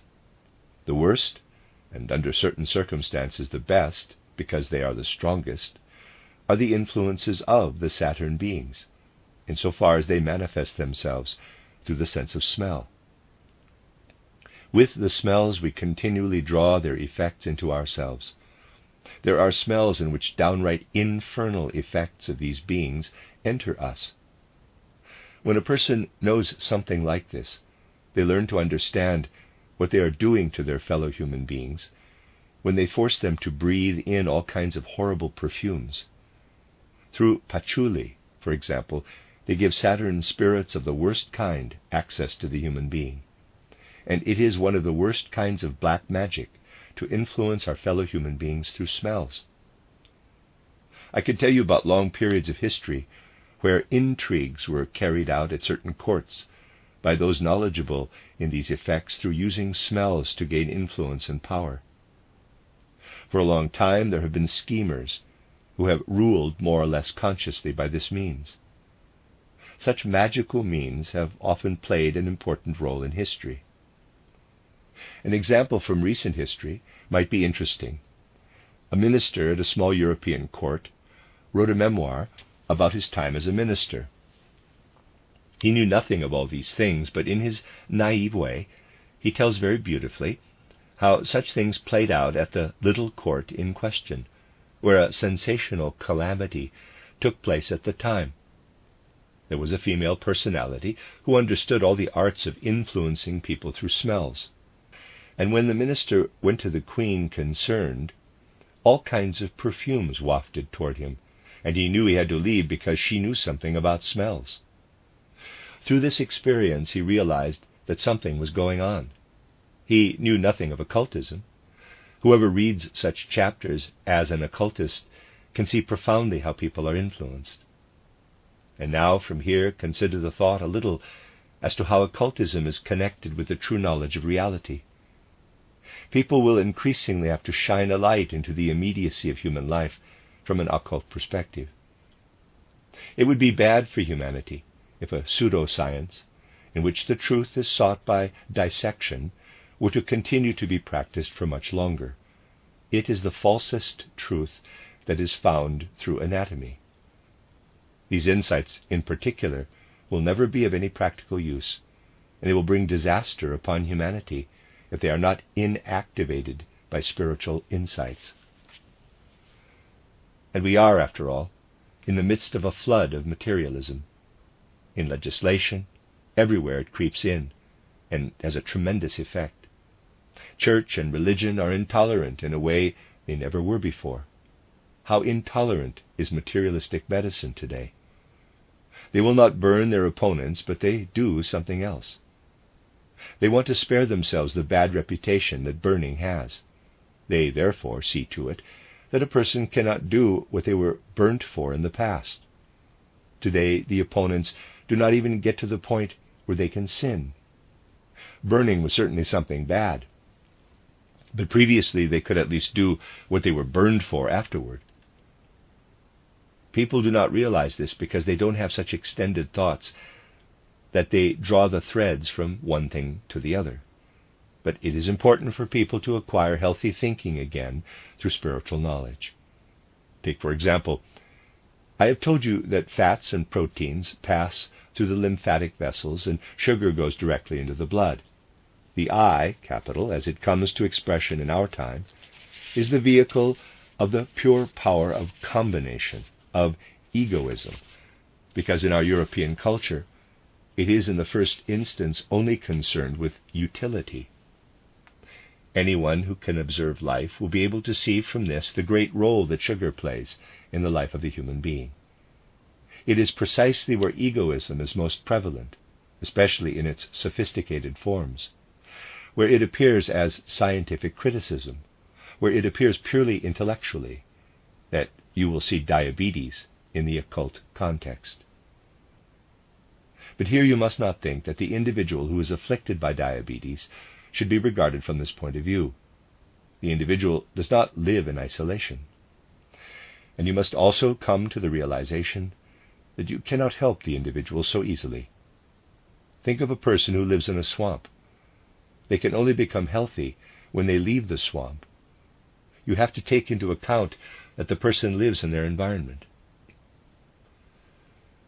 And therefore it is above all a question of understanding that we must make ourselves selfless, because theosophy is there for everyone. It is very important to understand this thoroughly. Only when people decide to devote their striving increasingly to the whole of humanity, only then will there be an atmosphere in which the individual will be liberated. If the individual innocently becomes diabetic, that is no indication of the general finding, which is correctly stated in theosophy. Diabetes is connected with the prevalence of egoism. You can let your gaze wander over two quite different regions of Europe. Look to Russia, to the peasants, where the ego feeling is only in its infancy, and to England, where the strong ego feeling prevails. This is not meant to be a criticism, only a statement of fact. And now, look at the sugar consumption. How much more sugar is consumed in England than in Russia? Now, one or the other may say, well, what should we do? Must we, because it is right, advise a person to eat little sugar, so that they will become selfless? The truth is not that convenient. People prefer fixed rules that fit all circumstances, a kind of set policy. There are people who, because of their mental and spiritual constitution, tend to lose themselves easily in a devout form of devotion. That is a good thing. It helps them to the highest joy of knowledge. But it must have an opposite pole. Such people must eat a lot of sugar. In order for them to stand firm on earth, they must be given a lot of sugar. Others, on the other hand, are intent everywhere to assert themselves. They are the opposite of a devotional nature. They may be advised restraint in their sugar intake. Thus we see that we must acquire the ability to take an all-round view out of theosophy, not to be quick to judge out of abstraction. Thus you have again become acquainted with other kinds of beings in today's remarks that are intimately connected with our life. If you have a certain reserve with regard to all the worlds of which you have heard here, if you perhaps think it would be better not to know anything about all these things, then remember that this is the same as the ostrich hiding its head in the sand, for these things exist, after all. And you can never free yourself by closing your eyes, but only by getting to know things. If you arrange your life in such a way that you increasingly become ruler over your bodies from the I, then you drive all these beings out of your life. Knowledge and truth are the means to become free. and it is true what is written in a religious record, quote, "And ye shall know the truth, and the truth shall make you free," close quote. The end of Lecture 14. You are listening to RudolfSteinerAudio.com. As well, you can hear these podcasts at RudolfSteiner.podbean.com. Please consider becoming a patron. There are two publishing houses, SteinerBooks.org in America and RudolfSteinerPress.com in England, which are the sole publishers of Steiner into English and have given me permission to do these recordings. Please consider patronizing them as well. This is a reading of Collected Works, Volume 98, 18 listener notes to 18 lectures, entitled Nature and Spirit Beings, Their Activity in Our Visible World, translated by Christian von Arnim. This is Lecture 15, given in Munich on the 17th of March, 1908, entitled Earth and Human Development. The last time I was permitted to speak to you, we looked up to the heavens, to the planets, which have a certain connection with our human organization, with our immediate life. Today, let us take a closer look at the development of our planetary system, insofar as it is connected with the human being. You know that basically we always look at all developments in the cosmos from the point of view of the development of humanity. However far back we let our gaze wander, we always do so with the intention of precisely understanding the nature of the human being. In doing so, we are compelled to look at the history of the development of our own being from the greatest variety of angles. For you can imagine that earlier conditions of our Earth and other celestial bodies were no less complicated than our present conditions, and the development of our system cannot be understood with a few ideas. We can only approach this development from different starting points. It can seem as if there are contradictions between the individual pictures that are outlined. But the occult facts are only described from different points of view, in the same way as if we were to paint a tree from different sides. You could make 100 pictures of the same tree, and you would always have painted the same tree, but the pictures would be different. Thus, if we want to obtain a comprehensive concept, we must describe it from different starting points. And when we have obtained many characteristics, they will come together like different photographs, taken from different spatial standpoints. Today we will describe the development of the Earth as it presents itself to the spiritual eye, EYE. We know that our present incarnation of Earth was preceded by 3 others, Saturn, the Sun, and the Moon. We also know how to imagine the state of Saturn. We cannot imagine that it had the same material composition as our present matter. We distinguish in matter our solid material earth, the liquid, our water, the gaseous, the air, and the initial finer state, heat matter. If we had approached the old Saturn, we would only have noticed its existence by entering a warmer space, like an oven. Within this fire matter, the first formation of the physical body occurred. But it was only a reflection that was thrown back into cosmic space. After a pralaya, Saturn passed into the sun state. Matter condenses and becomes gaseous. The human body interpenetrates with the etheric body, but everything is still very thin, gaseous matter. And what is present of the physical and etheric body shows itself like a mirage in this sun. After another pralaya state, the sun transitions to the moon state. Matter becomes liquid. The human being is permeated by the astral body. Now we must note a key event during moon evolution. What was present in its water matter was a mixture of the present-day sun, moon, and earth.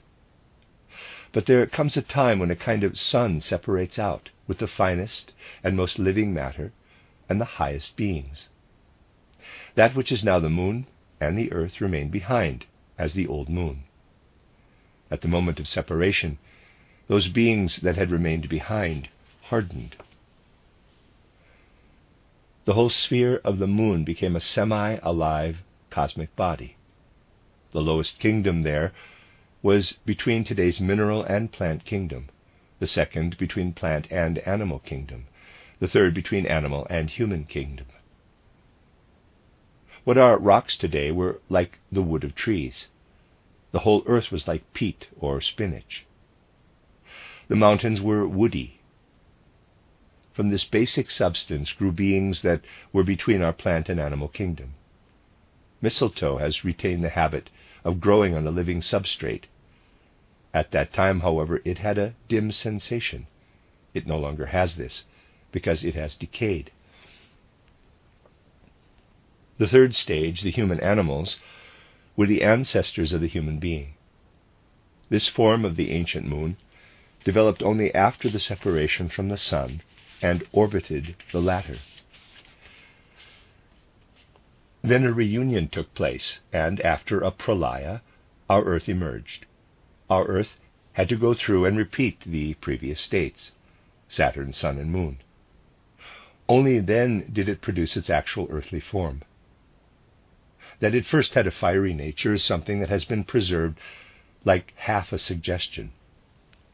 Physicists say that the Earth evolved from a fiery state, but the fiery state was not gaseous, but something quite different from the gas they think it was. Within it, the first disposition of the physical body was again formed. But the result was different from Saturn, for it had already matured in earlier states on Saturn, the Sun, and the Moon. It was now a more complicated human disposition, the result of the earlier states, made of fine etheric matter. The Earth consisted of a conglomerate of such human dispositions. It looked like a blackberry made of the finest warmth matter. It is nothing other than a conglomeration of human dispositions in warmth matter. I should now give you an idea of what this first disposition looked like. We must take into account what has remained of this first human disposition in later times. It is surrounded by other elements of human nature. It pulses in us today as the inherent warmth of the blood. That is the remnant of the first human disposition. What appears as lines of warmth has, in the course of time, again been very much transformed. At the top of the head, the child has a soft spot. This is the opening that the human being had there in primordial times. In about the middle of human development, a kind of warmth organ came out of it, flames radiating out, like suction arms, like an etheric lantern, the eye of the Cyclops. But it was not an eye, it was a warmth organ. Human beings needed this organ to orient themselves.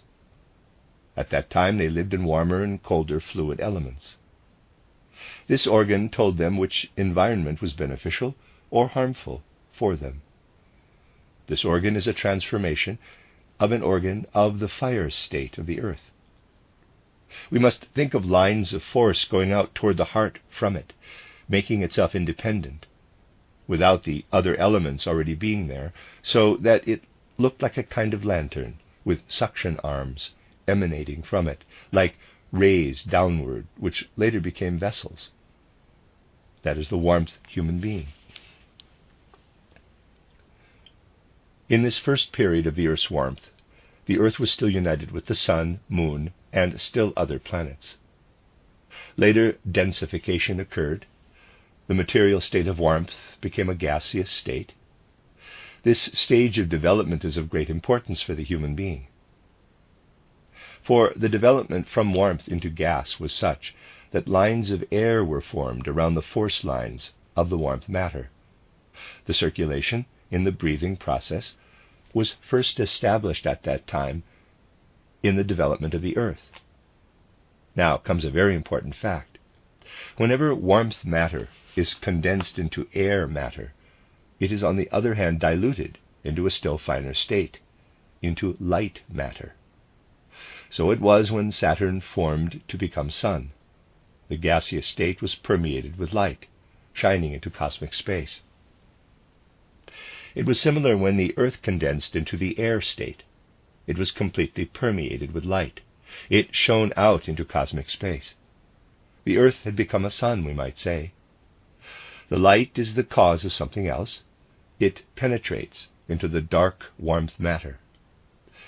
The first human dispositions were not luminous. At most they could have been felt through differences in warmth. Now light glows and radiates around this whole system, this warm bloodstream. This light settles in the human body. That is the nervous system. The force lines, the structural lines of the nervous system, are light that has taken shape. The brain was embedded as a light force around the fiery matter, around the lantern. The nervous system which perceives light was once light itself, and the whole earth shone out into cosmic space. Now the time came when the sun peeled out of the earth again. The finest matter and beings formed an independent cosmic body, so that our earth orbited the sun. The departure of the finest matter was connected with a densification of the remaining matter. On the one hand, the finely luminous body of the sun emerges. On the other hand, the matter of the earth becomes much denser. It enters a watery state, denser than our seawater, for it also contained everything that is solid today. With the fluidization, a new element appears. To the extent that water appears, the music of the spheres, the cosmic sounds, take effect out of the cosmos and the earth. It is not music like today, which is carried through the air. The development of the earth is now influenced by the cosmic music. Different kinds of matter are lifted out as individual substances from the undifferentiated great matter. The earthly substances begin to dance under the influence of the cosmic music. This is the differentiation of matter into organic matter, for example, into protein. Thus organic matter, the protoplasm, came into being under the influence of the cosmic music, similar to Chladni sound figures today. These substances, protein-like, glutinous matter, are pushed into the previous force lines of the human disposition. The cells, which today are regarded as the initial thing in the history of the development of organisms, came much later. They were first born from certain beings. The atom, too, is never the original. It is always something which falls out of the whole. The whole is never composed of cells. The whole process was supported by the moon still being in the Earth's body. The three human races that went through these periods are the polar, the Hyperborean, and the Lemurian. Then the moon separated from the Earth. While the moon was still connected with the Earth, something else came into being. It is a time of continual densification. Something special happens in the last period of the Earth's connection with the moon.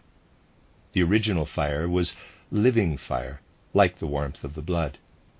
The outer fire emerged at the end of the moon period. What came into being under the influence of physical combustion can best be imagined by looking at a physical burning corpse. What drops as ash can be compared with the residue from the burning of the earth. This is a new element in our Earth's evolution. This is how everything mineral came into being. The mineral, the ash-like, falls out of the organic substances like something that is clouding, dimming. Before, there were only protein-like substances. Now clouds of ash appear and are embedded in the protein. These ash clouds are integrated into the organic substances of all the kingdoms of nature, the plant, animal, and human kingdoms. If development had continued in this way, everything would have become mummified and rigid. We have already mentioned the reason for the separation of the sun and the moon. The reason for this separation was that if all the forces and beings had remained connected, then human beings could not have assumed the living conditions they have today. If the sun had remained connected with the earth, human beings would have had living conditions which were too fast. When they were born, they would have grown old again immediately. Only the highly developed beings could participate in the intense development of life. They went with the sun. The other beings had to harden themselves. But such hardening would have become total, so the moon had to leave the earth. Thus the human being is kept in the middle in the right way. The sun gives the power of progressive living growth. The moon restrains this development to a degree that suits the human being. Human beings stand in the middle between beings who develop much more rapidly than they do and those who develop much more slowly. The sun took over the development of life, the moon the development of form. The human being was given the opportunity to transform the form they had attained. Now they were prepared in such a way that the seed of the I, capital, could lower itself in. This kindled the development of the human being toward the soul and spirit. That was at the end of the Lemurian period.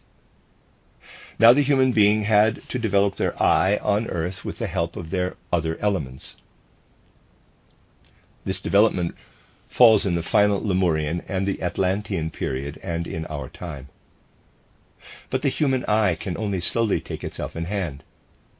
In the beginning, when bodily nature was fertilized with the I could not yet have taken its development into its own hands. If we follow this whole development of the earth, we first see the earth in a state of warmth. It was not yet separated from the other planets that belong to its system. Physics is also familiar with this starting point, but only in a physical way. It speaks of a dead ball of gas. But where life then comes from, that is not answered. The formation of a planetary system is illustrated with a drop of oil on water. A card is pushed between the drop which is turned with a needle. Small drops also separate as a result.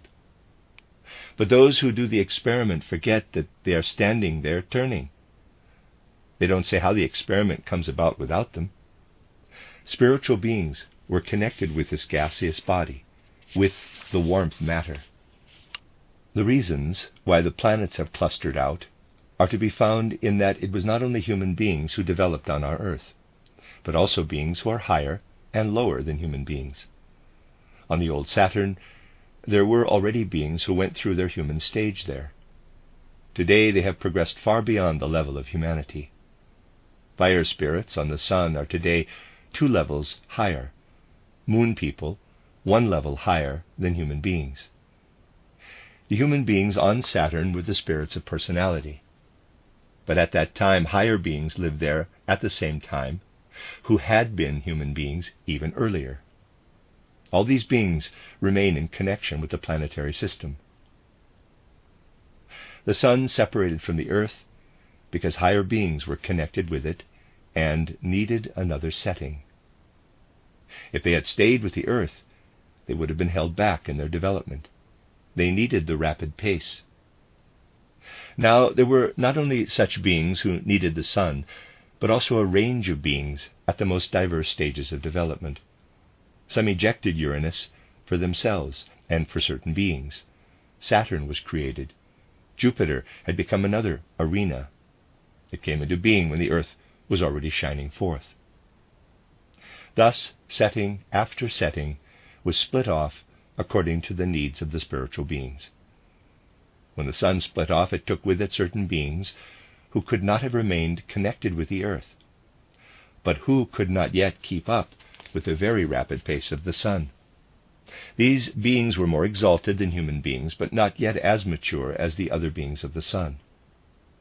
So the sun split off planets for these beings, Mercury and Venus, whose beings stood between earth and sun beings.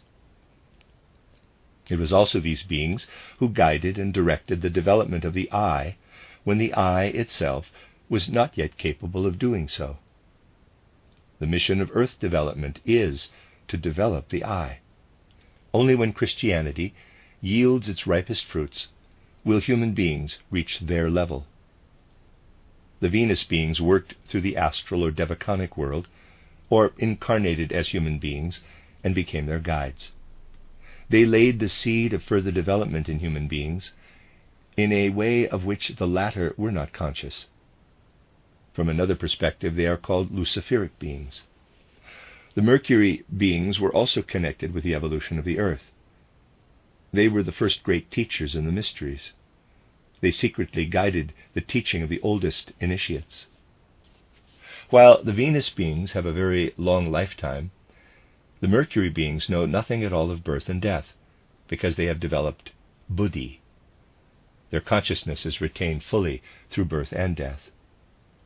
So we have discussed some things about how the development of the Earth came about, the meaning of the creation of the globe and of the human being.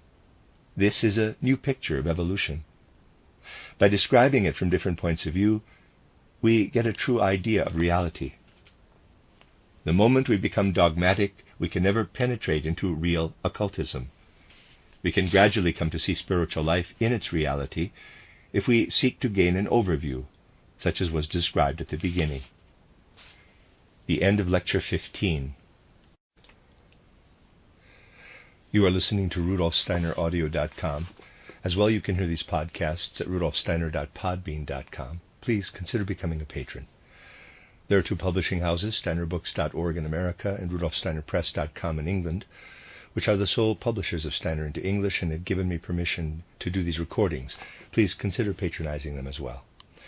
This is a reading of Collected Works Volume 98 by Rudolf Steiner, the listener's notes to 18 lectures, entitled Nature and Spirit Beings, Their Activity in Our Visible World, translated by Christian von Arnim. This is Lecture 16, given in Munich on the 29th of April, 1908, entitled The Connections Between Worlds and Beings. Today let us talk about some things that perhaps fall outside the usual course of our reflections, but which will shed light from another angle on many things from past lectures. Today's remarks as a whole are intended to move some of the things we have heard and some of the things we are still to hear into a clearer light. What is to be discussed today is the succession of beings that exist in the world from the human being upward. We have already spoken occasionally of such beings in connection with the development of the Earth. Today they are to be considered in a certain other context, namely from the point of view of the characteristics, tasks, and work of these beings.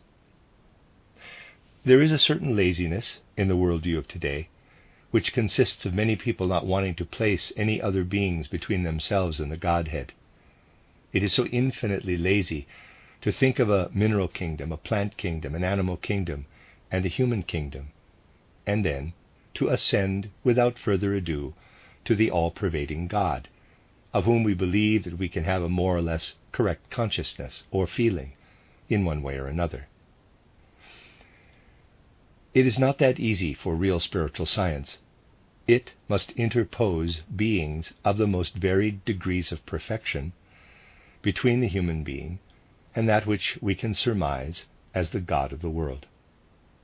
This sequence of stages has already been indicated repeatedly.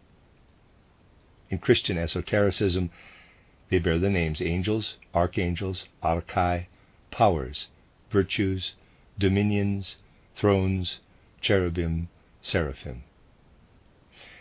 These are 9 different types of beings to whom the human being is attached at the bottom.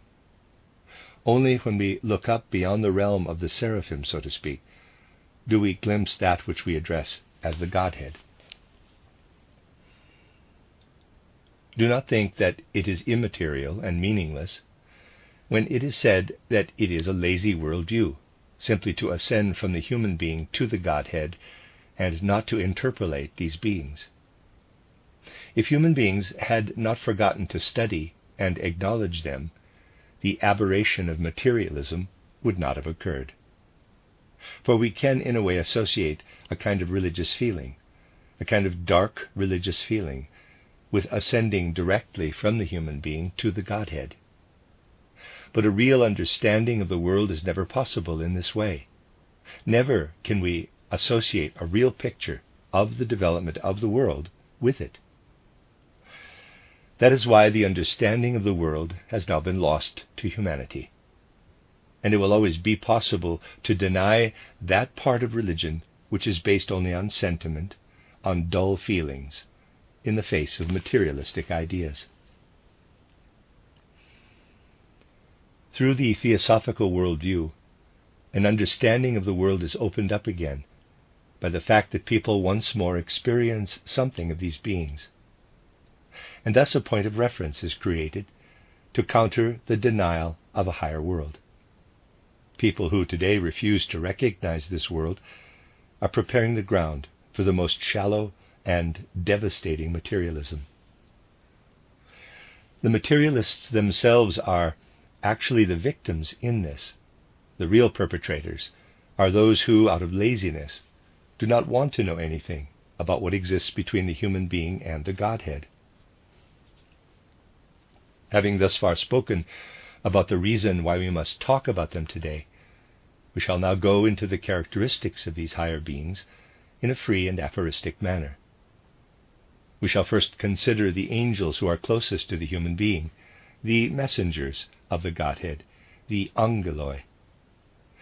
They differ from the human being, above all, in the nature of their perceptive and cognitive faculty. Human beings perceive and act within a world that consists of the four kingdoms of nature. Their actions take place between minerals, plants, animals, and humans. This is the nature of their perception, their acts of will. The angels, who are one step higher than human beings, differ from them in that the mineral kingdom does not exist for their perception. Their perceptive faculty begins with the plant kingdom, and then encompasses the animal, human, and angelic kingdoms, their own kingdom. The life of the angels takes place within these four realms. That which the human being perceives as a mineral, as filled space, is for these entities an empty space, an excluded space. If you remember what has been described in my title, Theosophy, how the human being in the Devachan perceives the mineral world, namely also as excluded, then you also have approximately the perception of these beings who live continually in such a world. The mineral world offers them no obstacle. They can pass through it. It does not interest them. It is too subordinate a realm for them.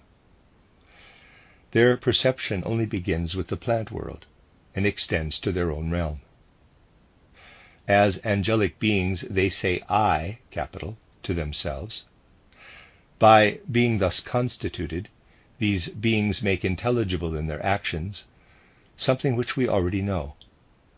When the human being has passed through the gateway of death, they first have the strange experience of the memory image. It happens like this. When a person dies, they first have the feeling as if they are growing and growing, and this growth is accompanied by the emergence of the memory image. When the image then stops, a kind of extract remains, like the fruit of the last life. This forms a kind of germinating force for the construction of the human being in their next incarnation. It is a kind of etheric, internally structured essence, which remains with them as the essence of the experiences in the etheric body, and which goes with them through the eternities. If we recall that after passing through Kamaloka, human beings take this essence with them to the Devachan, and that they are not inactive there, but have their essential tasks, then the activities of these beings, who are one step higher, will be quite comprehensible to us. A person will only incarnate again when they can experience something new, when they can assimilate a new fruit. The earth goes through many transformations, and it is therefore incorrect when some believe that it is unnecessary to return again and again. The human being can always experience something new that they can again take with them into eternity. What is it then that causes the earth's surface to change? Who is it that works on the transformation of the earth? How is it that in a certain region a completely different picture of the plant world, completely different living conditions arise? Just as the human being is continually changing the face of the earth on the physical plane with physical forces, try to imagine, for example, what it looked like 3,000 years ago at the place where Munich now stands, so you will be able to imagine that other changes must proceed from the Devachan, for human beings only change the mineral kingdom. And there again it is the human beings themselves who are continually reshaping the earth from the spiritual realm. But they could not do it alone. They would not know what the face of the earth should look like, what condition it should be in. They can only bring it about under the guidance of higher beings. Those higher beings who guide and lead them are the beings we call angels. They have to do with that part in the human being which is present in another form during the stay in the Devachan. They guide and lead the eternal I of the human being. And because in their nature they reach down into the plant world, they can bring about this transformation of the earth.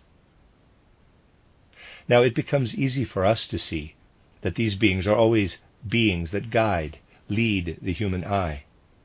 Neither do they cease their guidance when the I is incarnated anew. The I is regulated and guided by such beings. Therefore the naive belief is not without reason that there is a being that protects the higher I. But we know that these beings, whom we call angels, were still human beings on the moon itself. They evolved upward from human beings. You can easily understand from this that the human being is on the way to becoming such a being themselves, and on Jupiter they will be. Thus the part in the human being which today is working its way up to a higher existence is on the way to becoming such a being. They are then of a like nature with such angelic beings. There we see deeply into the spiritual development of the world. But we must not regard as something permanent what we have before us in the form of such names, but they are only degrees of rank.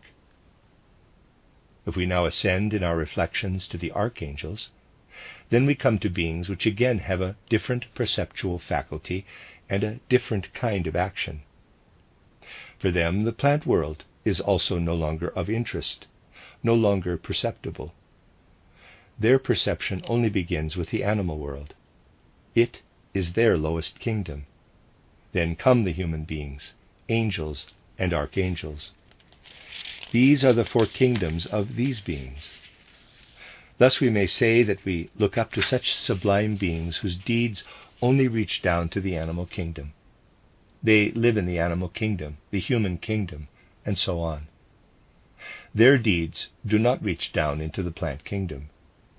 These beings were known to an earlier consciousness of human beings. And here we can take a deep look into the state of mind of earlier peoples and times. Just as our ancestors still felt the deeds of the angels in the plants, so they felt the deeds of the archangels in the animals. That is why ancient peoples showed a certain veneration for certain animals, for example the Egyptians. This is an expression of the knowledge people had. Anyone who looks at the remarkable figures of Egyptian animal worship in this way will stand in awe of the profound wisdom of these people. It was not for nothing that they associated these animals with higher beings and with the human being. If we remember how the life of humanity has always been connected with the life of animals, how progress on earth is connected with the animals, certain lines of business are dependent on the animals, then we will understand what a deep foundation this animal worship had. What is the task of the archangels? Some people today still talk about the existence of a folk spirit, but for most people this has become a mere word, an abstract thing. But that peoples are in reality guided by a real folk spirit, people today no longer knew much about that. This folk spirit, for whom the whole of a people is the same as a human body is for the human spirit, is an archangel. They are the tribal spirits. While the angels direct and guide individual human beings through the incarnations, the archangels direct the lives of whole groups, whole peoples. Now, we will understand, because the life of whole groups of peoples is deeply connected with the life of certain groups of animals.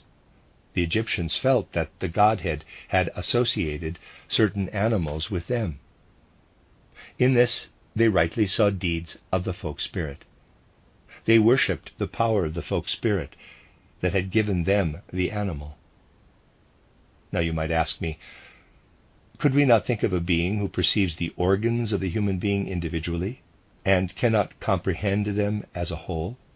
They cannot think of these organs as forming a whole?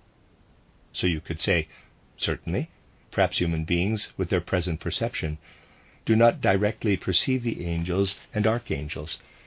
Perhaps what they perceive are their organs, their ears, their eyes. Or we can imagine that the angels perceive plants, animals, human beings, and angels. What then are these sense organs? Perhaps the human being could perceive the sense organs of the angels. Where are they? They exist and are perceptible for human beings. People just don't know it.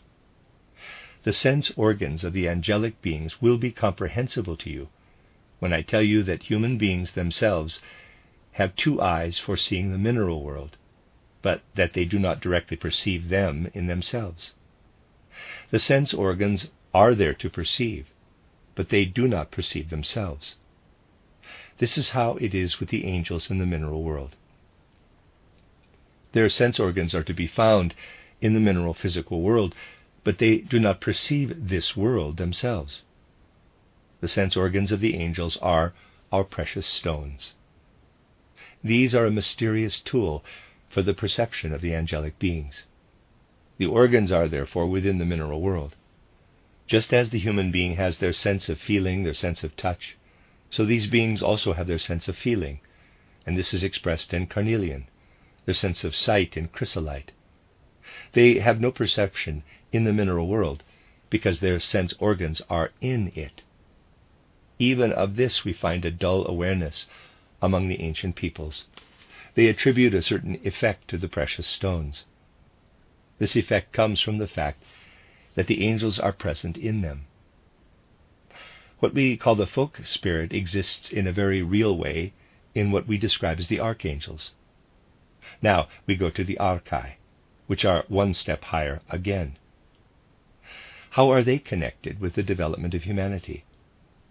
If we consider their perceptual faculty, we must say that the mineral, plant, and animal kingdoms do not exist for them. The human kingdom is what they perceive as the lowest kingdom. Then their perception also extends over 4 kingdoms: the human kingdom, the angelic kingdom, the kingdom of the archangels, and their own kingdom. So they still reach down as far as the human being. We will now seek out their deeds.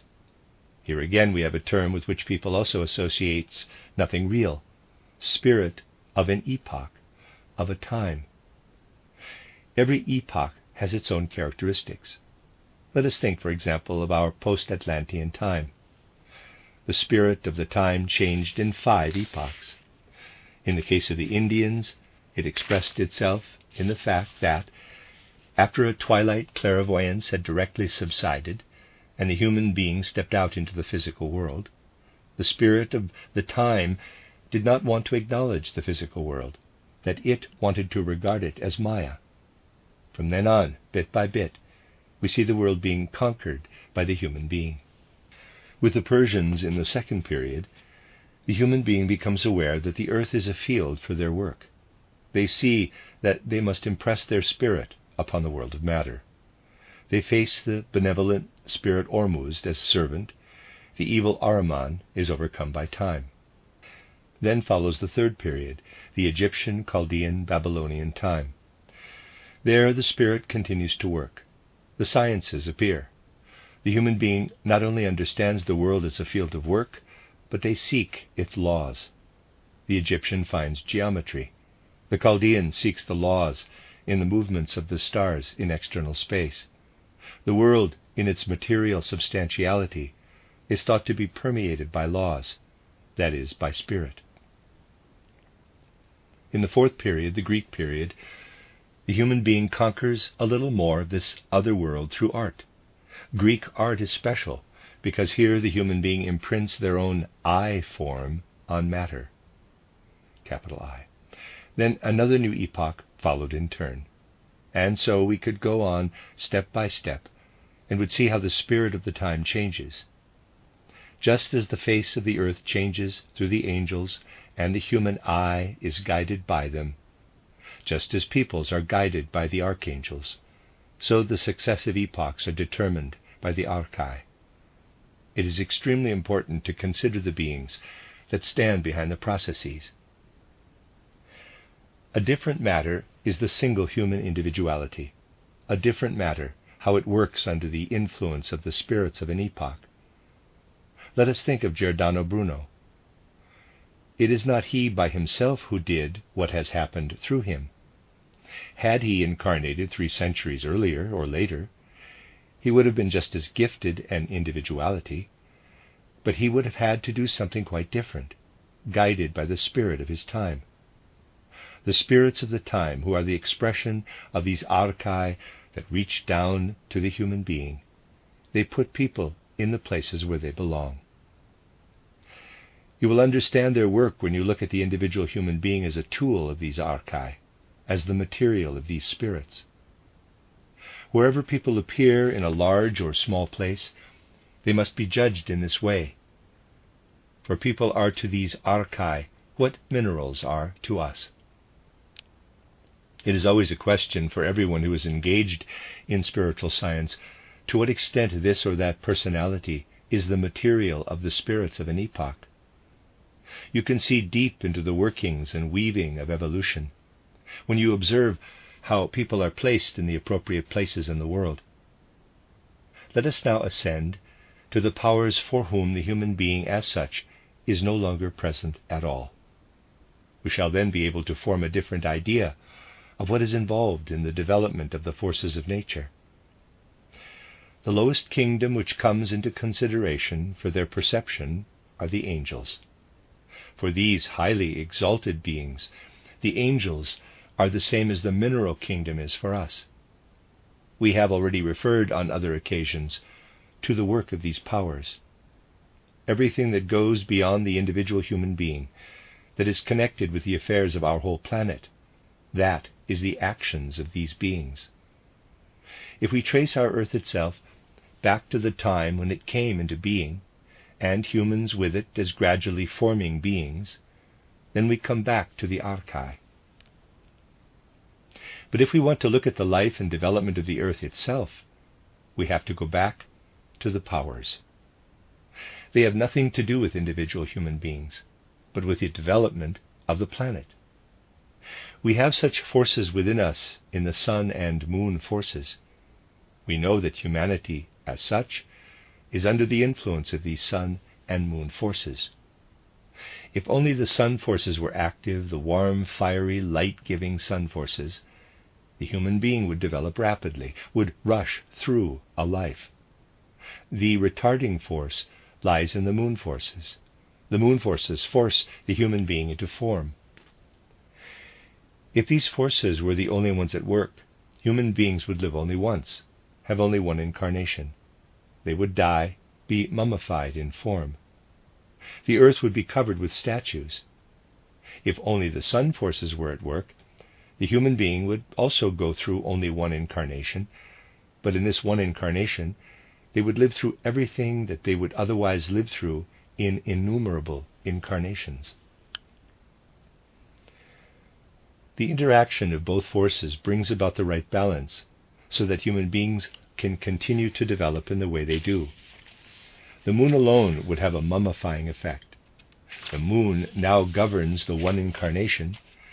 The sun governs the successive incarnations from without, while the angels work from within. There we see the nature and weaving of the powers, which are quite correctly described in the Bible as light spirits, or Elohim, who were there before the earth was created.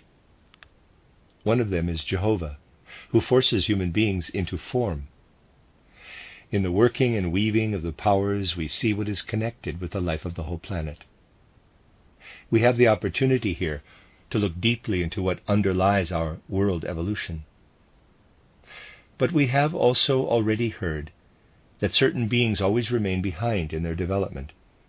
The present powers were archai on the moon. Now there are such archai of the moon who failed to complete their work on the moon, and who came to the earth as archai, who did not develop fast enough, although they had the expectation of becoming powers.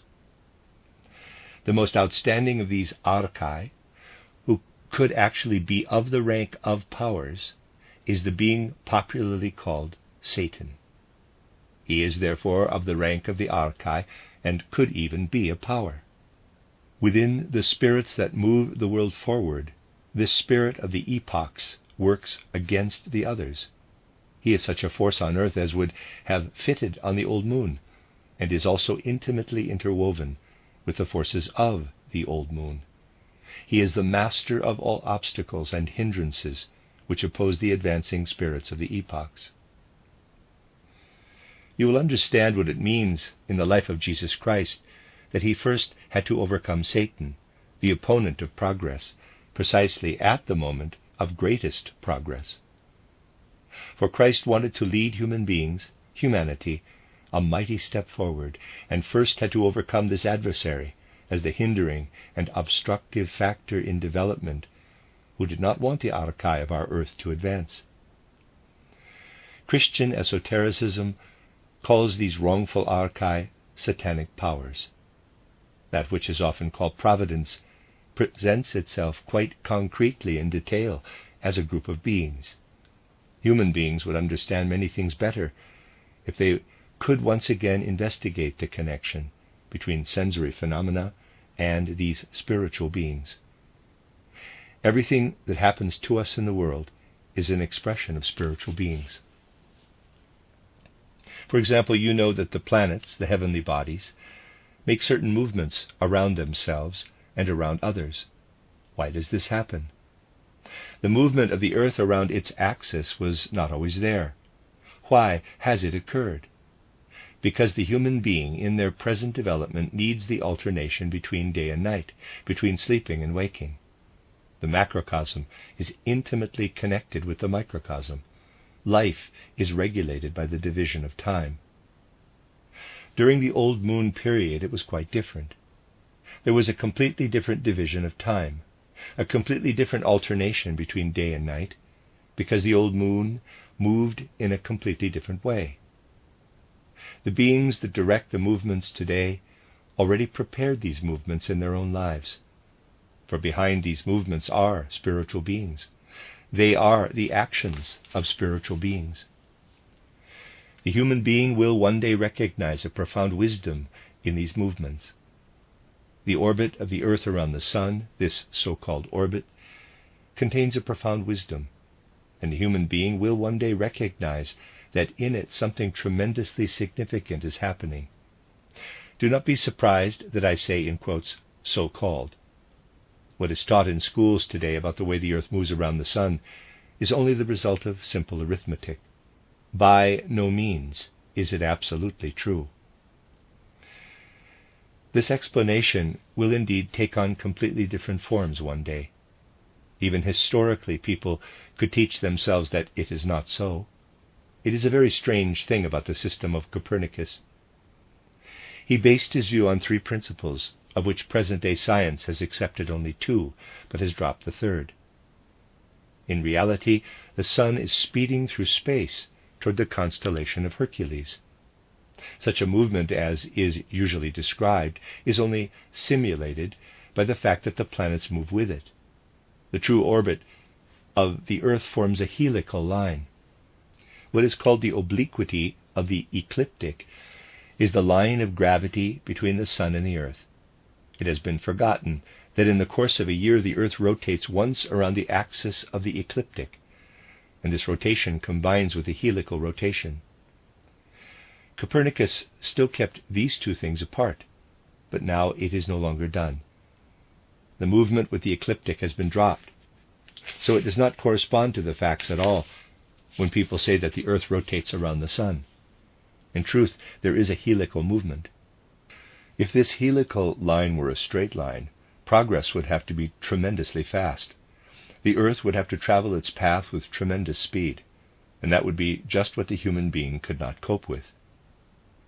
If the Earth were really to traverse those spaces, which it would cover in a straight line, then the human being would have to grow old in the same way. But now the movement is curved in a wise way by the guiding spirits. Absolute progress is retarded by the other kind of movement. You see how profound wisdom lies in the cosmos. This wisdom is the expression of the guiding spirits. We have regulators of our evolution, given in the angels and archangels. The forces which work from incarnation to incarnation, which drive human beings on so that they cannot be mummified, these are the regulators of the future orbital periods of Jupiter. Such spirits who stand above human beings and regulate their life are therefore also called, quote, spirits of the orbital periods, close quote, because their deeds will later be expressed in the orbital periods of the heavenly bodies. You can see the results of what higher beings did in the past in the way the stars move today. And in today's humanity, you can already recognize the future orbital periods. There is tremendous spiritual life in celestial space, if we learn to look at it in this way. Today it was our intention to consider only what the characteristics of these beings are up to the powers. We can imagine how the outer is the expression of the inner. Many things will change when what is spoken here once again fills human beings. We have now arrived at a tremendous low point in scholarly learning. External progress does not go hand in hand with spiritual life, which would be heading for an immense low point if such truths were not made known, if science were not illuminated by them. People no longer know where to go with their materialistic science. A book on psychology was recently published. We must not think that such a book has no effect, because the author is still unknown. It states that the law of the conservation of energy also applies to the soul. That inner phenomena of the soul consist only of a transformation of food. He says approximately, quote, it has been known for 10 years that what is called the law of conservation of energy is identical with the effects of the nervous system. For it can be proved that all that the human being assimilates in the form of energy through food is completely identical with what they do by way of work. As it can be proved that the same applies in human beings as in the rest of the world, there can be no such thing as a soul being. We are only dealing with the transformation of food into energy, which is given off again to the outside. Close quote. That is a very clever conclusion. One could just as well say, quote, 2 people in front of a bank count the money that is carried in and out. It is the same amount. Therefore, there are no officials in the bank. Close quote.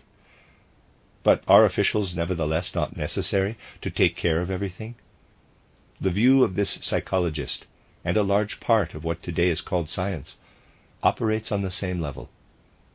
Where an intellectual culture would lead that thinks in such short terms can be imagined by anyone who considers the matter even just a little. It is necessary to have the spiritual knowledge, for this is where the only real impulse for the development of humanity is given. If people do not penetrate behind the phenomena, the world cannot be comprehended. We must arrive at the great comprehensive laws, at the connections between beings and worlds. The end of Lecture 16. You are listening to RudolfSteinerAudio.com. As well, you can hear these podcasts at RudolfSteiner.podbean.com. Please consider becoming a patron. There are 2 publishing houses, SteinerBooks.org in America and RudolfSteinerPress.com in England, which are the sole publishers of Steiner into English and have given me permission to do these recordings. Please consider patronizing them as well. This is a reading of Collected Works Volume 98 by Rudolf Steiner. It's the listener's notes to 18 lectures, entitled Nature and Spirit Beings, Their Activity in Our Visible World, translated by Christian von Arnim. This is Lecture 17, given in Munich on the 14th of June, 1908, entitled Elemental Beings and Other Higher Spiritual Beings of the Kingdoms of Nature. If we have often emphasized that the spiritual scientific worldview should not remain something abstract, something conceptual, not only something that we present as our worldview in moments of celebration in life to satisfy our inner soul needs, but that it should be something that deeply affects our whole life and existence from morning to night, then this becomes particularly clear to us when we consider the relationships and conditions of spiritual beings and the spiritual world in general, which always surround us, in relation to us, to this life of ours. What we might call the physiognomy of outer life only becomes comprehensible to the human being when they can gain an insight into that which gives rise to this physiognomy of existence from the spiritual world. Just as we only begin to understand the physiognomy of a person when we know their soul, when we know how to interpret their gaze and explain their facial expressions, so too the outer world, in its large and small phenomena, becomes comprehensible to us when we learn to know what underlies it spiritually. We can already understand a great deal if we follow and observe life at every turn with our eyes sharpened by spiritual science. If I may start the introduction with an insight that impressed itself upon me recently, it is only to help us find our way into the mood of today's reflection. I have often drawn your attention to the remarkable way how in the destiny of the world, in historical karma, things have become interlinked in European culture. I have pointed out to you how in the Nordic mystery world, in the mystery world of the Druids, a certain tragic trait prevailed in their teaching. In the old pre-Christian mystery world, the pupils were introduced to high spiritual wisdom, high spiritual science. But they were also always made aware of something. They were made aware that the view of the spiritual world, which it was possible to convey, especially in northern and northwestern Europe, would experience a special illumination through an event of the future. They prophetically pointed to the subsequent appearance of Christ. And the whole of European culture becomes comprehensible to us when we follow the peculiar threads of how Christianity wove itself into what remained of the old Nordic views about the spirit world, how Christianity threaded itself into them. And sometimes small outer facts appear to us like symptoms. They are more than symptoms, real testimonies of what is happening inwardly. And to the person who follows the fine threads, the physiognomy of the outer events is thereby deciphered. Thus, on one of my most recent lecture tours, it really did arise vividly before my soul how in the regions of the north, in Sweden and Norway, the residual effects of the old Nordic spirit world play into a spiritual view of everything there is to the left and right of the train, how they can still be perceived in every single thing. And then you feel something very special, when in the midst of these echoes of the old Nordic world of the gods, something appears which points to strange karmic connections in history. In the midst, so to speak, of these echoes of the old Nordic spirit world, an impressive picture presents itself. When you get to Uppsala and are in the midst of what we might call things that are more reminiscent of the old Nordic mystery world, you encounter in the midst of it the first Germanic translation of the Bible by Ulfilas, this wonderful document of the penetration of Christianity into the European world. Even if we do not go into the special spiritual circumstances, we will feel something of the karmic situation when we remember that this document was first in Prague, then captured in the Swedish war and brought to this place at that time by remarkable circumstances. This first translation of the Bible into Germanic seems to us like a living monument to the penetration of Christianity into the old Nordic spiritual world. Thus everything comes to life. Everything becomes explicable from within, if we really regard the things we encounter as the outer expression of inner spiritual facts. And so today we want to set before our souls many things that show us outer events and outer facts as a consequence, as a physiognomic expression of inner spiritual beings and events, of facts of such spiritual beings and events. If we take an overview over the life of a person, we will first notice in our materially thinking times that we actually only study and pay attention to those connections which are really broadly outwardly visible. Something is called harmful when we can see with our eyes the harm it does, useful when we can see with our eyes the benefit in a broad sense. That spiritual facts, such spiritual facts as are connected with human life, occur in between the sensory events of life, in between our sensory bodies, so to speak, will become clear to us in particular if we begin by taking into consideration, in the first part, certain actions of beings which play into our world with their effects, which human beings naturally do not perceive with their physical senses, but which have deep significance for the whole of human life. We can only consider a certain kind of such beings, since there are many. The space around us is not only filled with air, but with spiritual beings of the most diverse kind. There are those we call elemental beings. They can be characterized by the fact that the majority of them do not have that which actually makes a human being human, namely a moral sense of responsibility. They cannot have this. They are organized in such a way that they cannot be made responsible in a moral sense. You must not believe that these beings who move in and out of our bodies, at least a certain kind of them, do not have intelligence, intellect.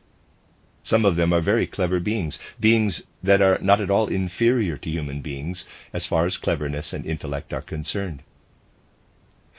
Let us first look at those beings who are to be found in the higher worlds, but who have a certain relationship with human beings themselves, which has an effect in life. Let us consider this. We take it for granted that the human being actually lives in two states. Within 24 hours, the normal person of today alternates between the waking daytime state and the sleeping state. And we know from our earlier observations that during the day the human being is regularly composed of 4 elements: the physical body, the etheric body, the astral body, and the eye.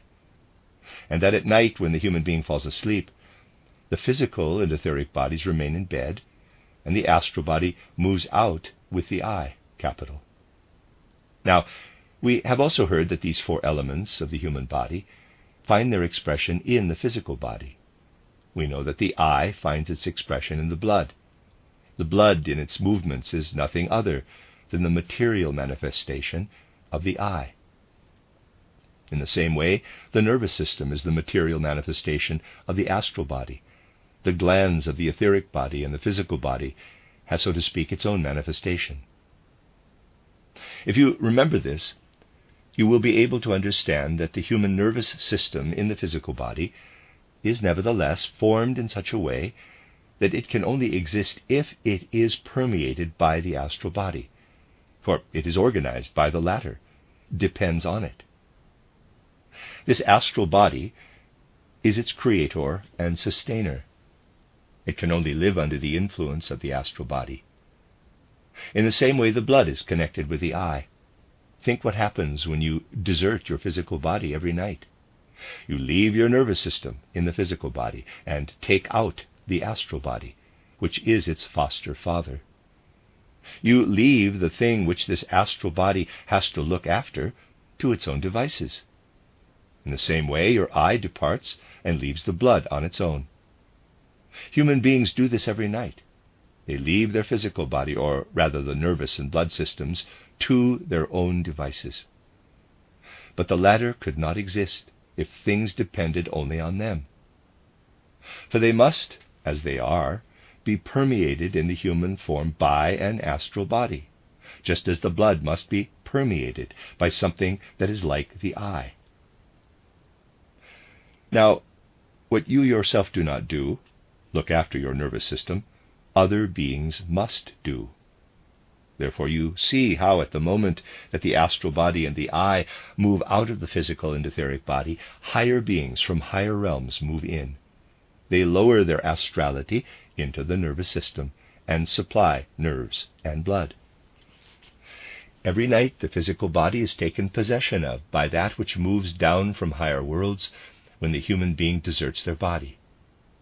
So that we can say, astral substantialities, which create the physical and etheric body, which are involved in its creation, take possession of it again when the human being leaves it. In doing so, they find them in a different state from the one in which they originally delivered them to the human being. Human beings were in them with their astral body and eye, and worked on them. And here the spiritual beings from higher regions of the cosmos find effects which do not correspond at all to their higher spirituality, which are the after effects of what the human being brings about during the day in their physical body from out of their astrality and eye. Now, a materialistic way of looking at things is not very subtle, but when we enter into the mysterious facts of the spiritual world, we find that quite other effects are there right down into the physical body. We cannot have a thought, a sentiment, or a feeling without these expressing their effects as far as into the physical body. Even if the anatomist cannot prove it, every sentiment, every form of feeling brings about a certain change in the structure of the physical body. And this is then found by those beings which lower themselves into the human being. Of particular importance are those effects which are exerted on our physical body by all that the human being has in their soul by way of lies, slander, hypocrisy. The materialistic way of thinking believes that lies, slander, and hypocrisy are only harmful as long as they can be observed externally. This is not so, but very subtle effects, though not perceptible to a microscopic apparatus, extend to the physical body. When the soul then departs in sleep, the effects remain in the physical body, and these are found by the beings. And we must consider here not only those soul experiences, which in the gross sense are called lies, slander, hypocrisy, but also the subtle, conventional lies, for example, those which society today makes necessary, lying out of politeness or manners, and the whole scale that can be cited of insincerity and hypocrisy and small slanders even in thought. All this comes to expression in the effects on the physical body, and this is found by these descending beings. And something particular is brought about through the fact that this is inside the physical body at night. As a result, pieces of the substance of these beings, which descend into the body, are always torn off. Certain parts of the higher beings have to cut themselves off as a result. The consequence of lies and hypocrisy and slander during the day is the cutting off of certain beings at night, which thus have a certain relationship to the physical human body. These beings thereby gain an independent existence in the spiritual world surrounding us. They are beings which we count as belonging to the class of phantoms. Phantoms are such spiritual beings, which in their external appearance are the physiognomic expressions, in a certain way replicas, of the human bodily parts and form. They are of such thin materiality that the physical eye, EYE, cannot see them, but they are, so to speak, of physical form. The clairvoyant sees pieces of human heads, human hands, whole figures buzzing through the air. Indeed, they see the inside of human bodies buzzing around, the stomach, the heart. They see all the phantoms which have become detached, in that the human being has passed on to their physical body that which is the result of lies, hypocrisy, and slander. Such phantoms which constantly buzz through our spiritual space will be proof to you that human life itself is the cause of beings which in no way have a particularly positive effect on the human being. For they have intelligent qualities in a certain respect, and no moral responsibility. They eke out their existence by placing obstacles in the way of human life, many more obstacles than what we call bacteria. Something else indeed takes place. Important pathogens are to be sought in such beings. For if these phantoms are created by the human being, then they find in bacilli and bacteria a very good opportunity for their existence. They find nourishment in them, so to speak. They would more or less dry up in their spiritual being if this nourishment were not there. But these bacteria are in turn created by them in a certain sense. Because they are there, these beings of the physical world are something that can serve a purpose. Thus something that is needed in a certain sense is also there as the result of mysterious causes. So we might say that the human being creates an army of spiritual beings of the class of phantoms through lies, slander, hypocrisy. It is similar with the etheric body, which human beings leave at night. This they have also set up for their life in such a way that the etheric body can only exist as a human etheric body when it is permeated by higher beings, when their own astrality is outside. Those beings enter the etheric body.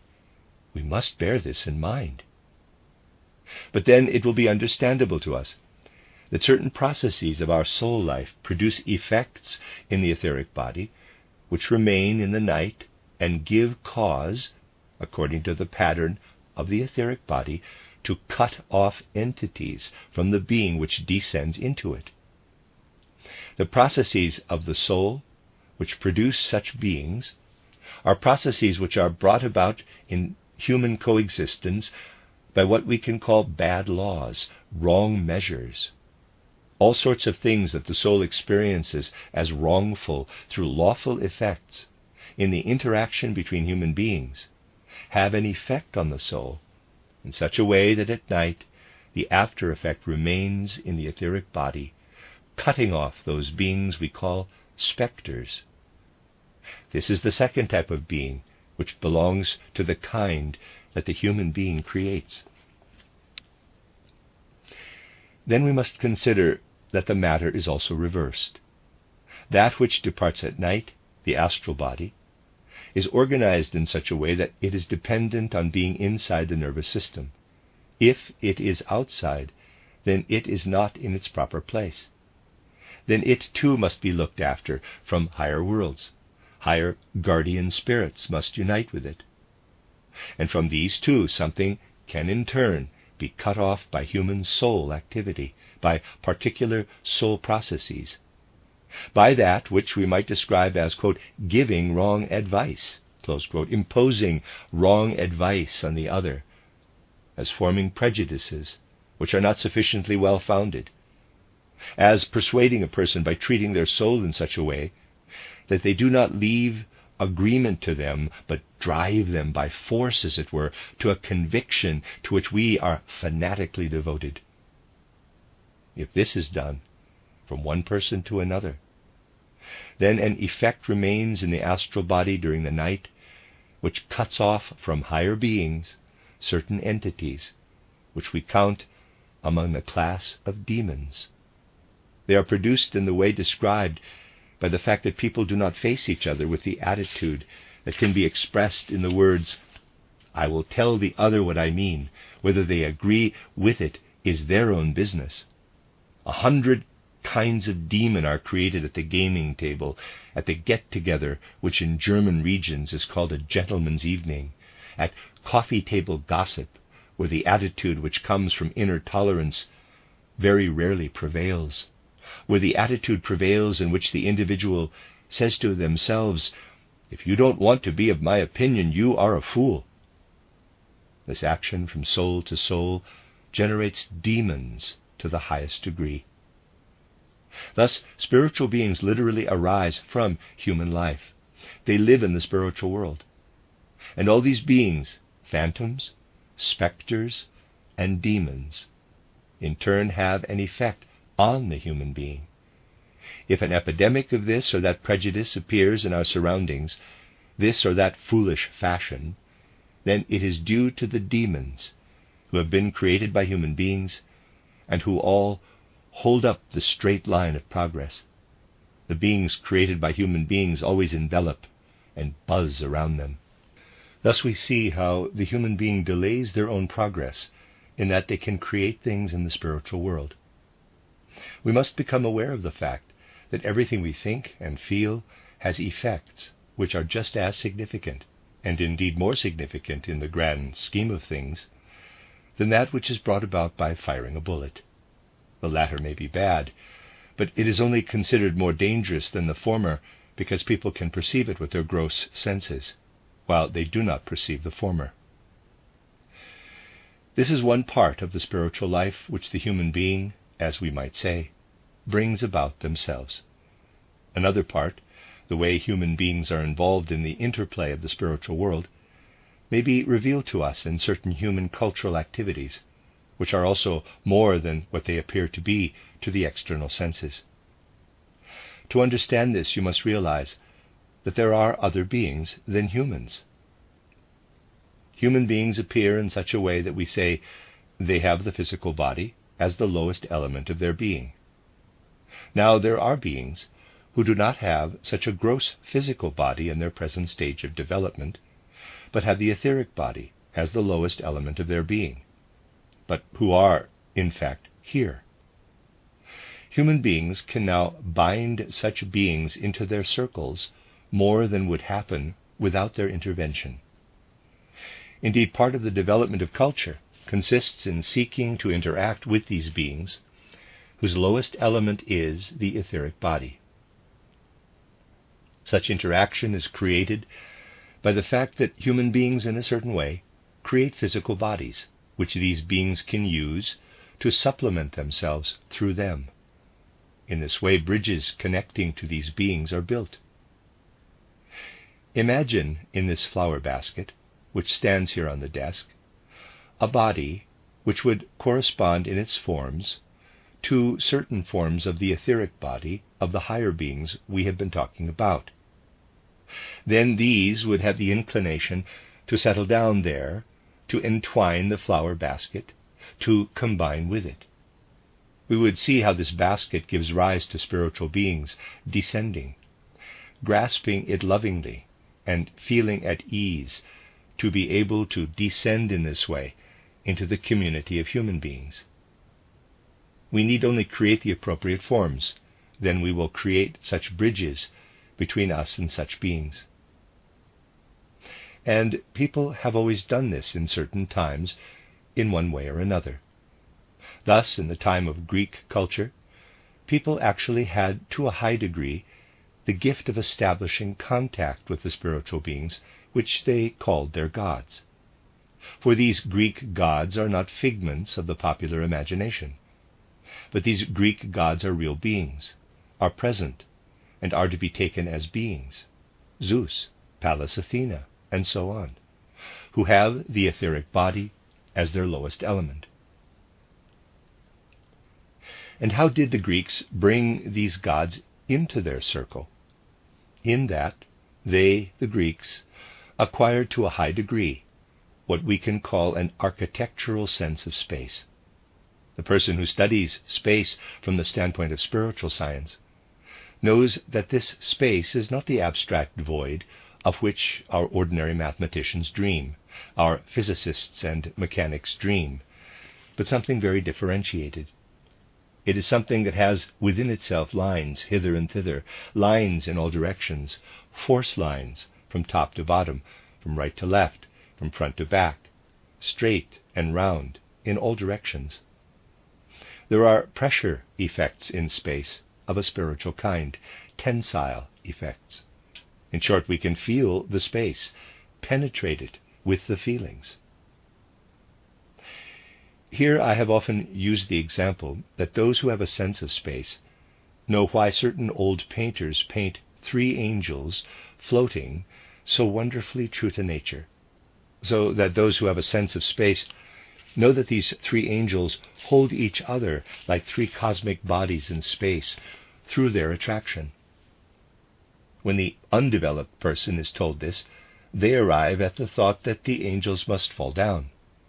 They cannot grasp the fact that the angels support and hold each other.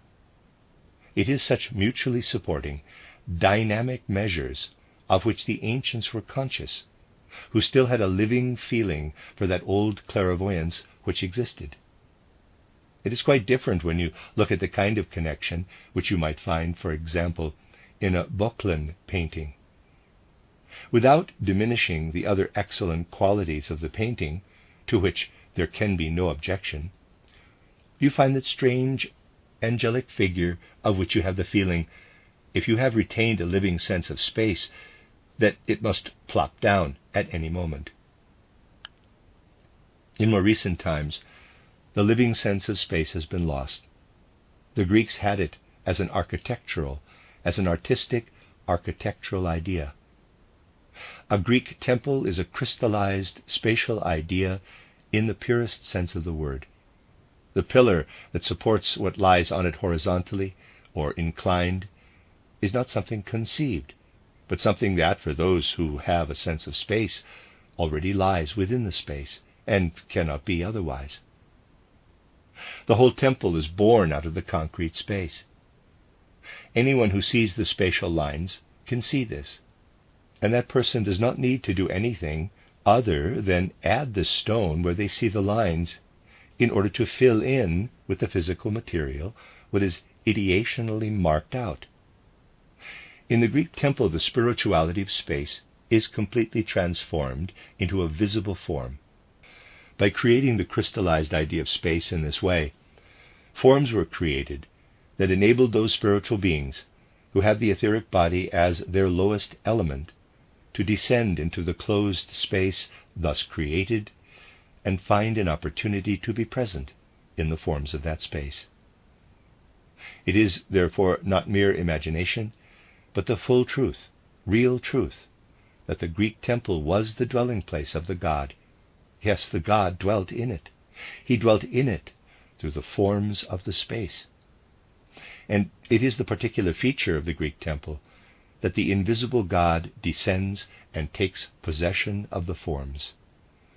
In the Greek temple, you can imagine all people away. You can see no people far and wide. The place can be completely deserted by people, and yet the temple is not deserted. The God is within it.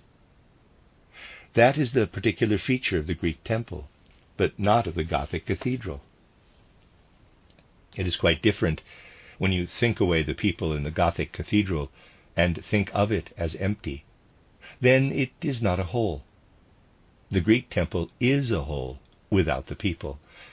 The Gothic cathedral only when it contains the congregation, and when the folded hands are added to the pointed arches, when thoughts and feelings unite with the architectural forms. If you imagine them away, the Gothic cathedral is not a whole. This is how it differs from the Greek temple. It is a different architectural thought, born out of spiritual space in a grandiose way, but without people it is not a whole. And then again, if it is spiritually populated, then spiritual beings of the kind described can descend when it is filled with the devout congregation. And so every architectural thought is concretely designed for something specific. The Egyptian pyramid is also designed in such a way that the soul which leaves the body may take the path which is marked out in the inner passages of such a pyramid. The passage of the soul out of the body into the spiritual world is expressed there. In the Romanesque building, the idea of the tomb is expressed architecturally. A Romanesque church without a crypt is not whole, if it cannot be conceived of as a vault that rises above corpses.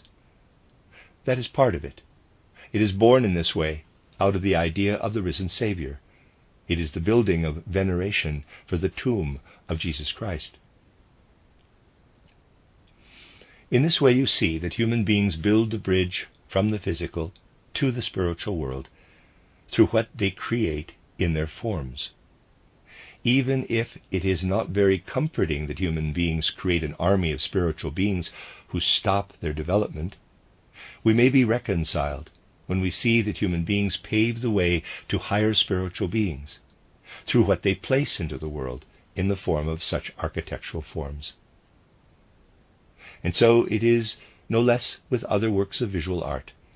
It is the same with the works of sculpture and painting, that in their forms they give an opportunity to those beings which in their etheric forms are able to adapt themselves, as it were, to what is being created in order to place it around themselves. In the case of sculpture, it is more of an external arrangement, a surrounding of these sculptural works. In the case of architectural works, it is more of an inner filling. In painting, we come to other beings, to beings which have their lowest bodily element in very fine etheric matter. The person who understands this knows how astral etheric beings feel at home, where the painter, in their harmony of color, in their linear forms, gives them the opportunity to come out of the spiritual world into ours. Then there are spiritual beings who have the astral body as their lowest element, who therefore consist of even finer substance. These beings again find the possibility of having community with human beings in those arts which express themselves in moving form, in music. A room filled with the sounds of music is an opportunity for spiritual beings to enter who have the astral body as their lowest element. Thus filling a room with musical tones is certainly something by which human beings create interaction between themselves and other spiritual beings. Just as human beings draw what we might describe as good beings into their circle through high, meaningful music, so it is also true that repulsive music draws bad astral beings into the spell of human beings, and you would not be very edified if I were to describe to you what hideous astral figures dance around in some modern musical performances when the orchestra plays. These things must be taken seriously. We have seen in this way how our visible world and an invisible world of spiritual beings behind it work together. The spiritual worlds come to expression in many other kinds of beings too. Thus we find that where different kingdoms of nature meet, there is also cause for the appearance of spiritual beings. Here we can point to elemental beings who make life properly comprehensible to us. Thus there is cause for the manifestation of certain beings when metal is in contact with the ordinary earth, when it nestles against it. Wherever the ordinary earth is permeated by metal veins, we find such elemental beings who are very clever, but who use their cleverness to play tricks on human beings, but who also sometimes work benevolently, whom we call gnomes. Gnome-like beings are found in the interior of the earth, and they are huddled together in certain places as long as the earth is firm. Hundreds of them are there together. If the vein is laid bare, then they burst apart. Everything then is alive and interweaves with such figures who are huddled together there. This is the case, as I said, when the earth comes into contact with the metals, where in turn the plant kingdom touches the stone kingdom at a spring, where moss twines around the stones in a fraternal way, where things are together which, in a manner of speaking, otherwise do not belong together, which come together in an abnormal way, there we find such beings which we call undines, nymphs. These are also real beings. And finally we find such beings, such elemental beings where the spiritual interacts with the physical, where the animal kingdom touches the plant kingdom in such a way that the beings are at first distant from each other and later touch. For example, when the bee feeds on the flower, in the space where the bee and the flower are together, taste develops. The sap of the flower is absorbed. There is a taste effect. This effect is perceptible to the spiritual researcher in such a way that they see something like an aura developing around the corolla. This is the expression of the taste process. And the whole thing gives rise to the manifestation of beings, which we call sylphs. These sylphs have a special task in the life of the bee. for they appear not only when the little bee feeds, but also in the swarm. There they show the way. They are the guides of the bee. Here we have an example of how spiritual science will one day become useful. The beekeeper's wisdom has emerged from clairvoyance. What is done in beekeeping has been passed down from ancient times. These are instinctive techniques. In earlier times there was probably still a twilight clairvoyance. At that time the beekeepers were able to make use of the activity of the sylphs in order to use them in organizing the bee's life. Modern beekeeping no longer knows anything about this, and therefore does many wrong things with its innovations. Modern science lacks the necessary insights. People will be able to shape such natural processes, in which they themselves must be involved, much more productively if they in turn know in a conscious way the workings of the spiritual beings.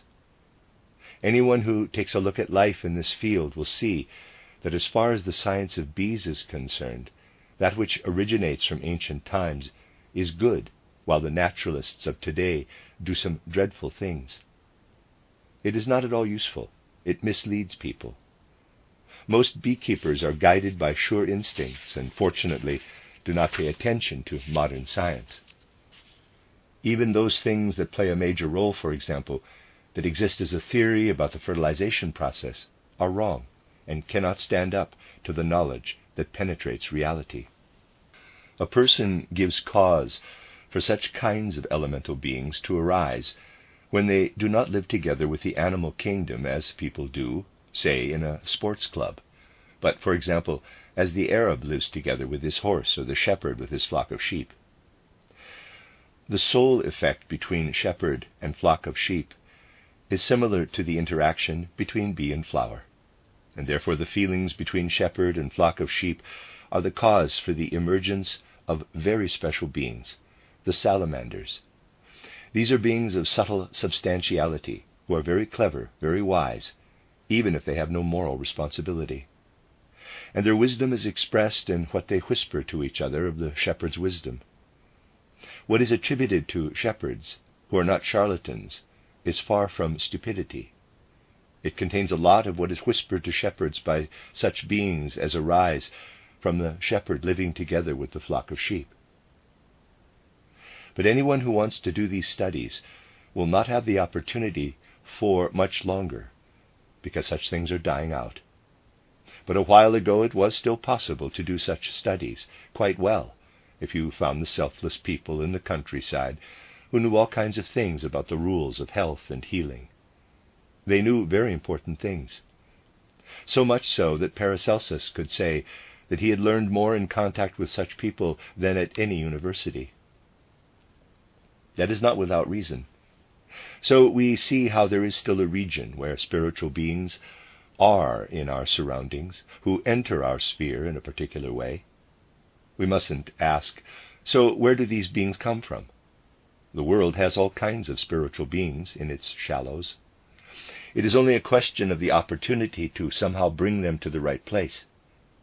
Even if the comparison is not nice, it is correct. In a clean room there are no flies, but if the house is badly kept, if all kinds of leftovers are left lying around, then the flies are soon there. It is the same in the invisible world around us. As long as people don't give them the opportunity, spiritual beings are not there. But if we give them an opportunity, then they are always there. Then they enter our circle. Then they come into contact with us. This is something that shows us how the human gaze can expand beyond the physiognomy of the outer world. Just as the soul creates its own visage, so the spiritual beings work and are active into our world. And an age will come for human beings when they will necessarily be dependent on shaping their life out of knowledge of this spiritual world. Today they can only tackle the world with their gross senses. But we shall see how we once again advance toward the human being working out of the Spirit, how we advance toward an age in which our whole environment will be an expression of the Spirit, even if this age cannot be like the old ages, even if it cannot in the first instance be an age like that of the Gothic cathedrals or the Greek temples. But even in our time of technology and utility, it is possible for more to happen than is happening today. People have lost the ability to feel, to sense, to experience spirits. That is why we have also lost the longing to express spiritual forms in outer shapes. But if the human being once again feels the spirit, this can be done even in our utilitarian buildings. What I once experienced as a young person comes to mind. When the builder of the votive church in Vienna, Ferstel, gave his rector's inaugural address on architectural styles, he said, "Architectural styles are not invented. Architectural styles are born out of the whole culture of the time." This can be shown if we study the architectural style of the Egyptian pyramids in connection with the whole spiritual life of the time. In our time, the only thing to find expression is the materialistic idea of utility. Our time cannot have an architectural style similar to the Gothic or Greek. This is something that anthroposophists should pay attention to. An ocean of culture must be created from the spiritual life of the anthroposophical movement, out of which forms crystallize again that signify a new architectural style. An expression of humanity is only possible where there is a common spiritual culture. Our time does have a style that is really new, and that is the style of the department store. It is possible that a person looking from a later time into an earlier one will characterize the periods according to their styles. The Middle Ages can be characterized by the Gothic cathedrals alone. All other documents should be disregarded. But we could see the nature of the Middle Ages simply from the Gothic cathedrals. It is the same with the period between the 19th and 20th century. This could be depicted at a later time from the style of the department store. The department store corresponds entirely to the materialistic, utilitarian idea. It shows itself in exactly the same way as the Gothic cathedrals express what lived spiritually in Tauler or Eckhart. But even in our time, it is possible to have a stylistic effect in another respect. Our cultural resources are so capable of shaping form that they could have a much more educational effect on the soul life of the human being than they do today. Today, for example, we have the age of the railways, but as yet no architectural style for the stations, because the human being does not feel what happens when the railway arrives and departs, because the human being does not feel that what happens when the railway runs can be expressed outwardly. Arriving and departing locomotives, that which must enter, can be expressed in the hollow forms of the building. Hopefully, when humanity has mastered airship travel, it will be so far advanced that it will also be able to connect the idea of departure with the place of departure, so that in the latter's shape we will have the feeling that only an airship can take off from there. Spiritual life can be expressed formalistically in everything. Only when we feel that we are surrounded everywhere by the expression of the soul, as was the case in the Middle Ages, will the right thing be achieved. This can only happen when such a culture pervades human lives as comes from the views of spiritual science. Spiritual science is not an impractical thing. It is something that must permeate and take hold of the culture of the world.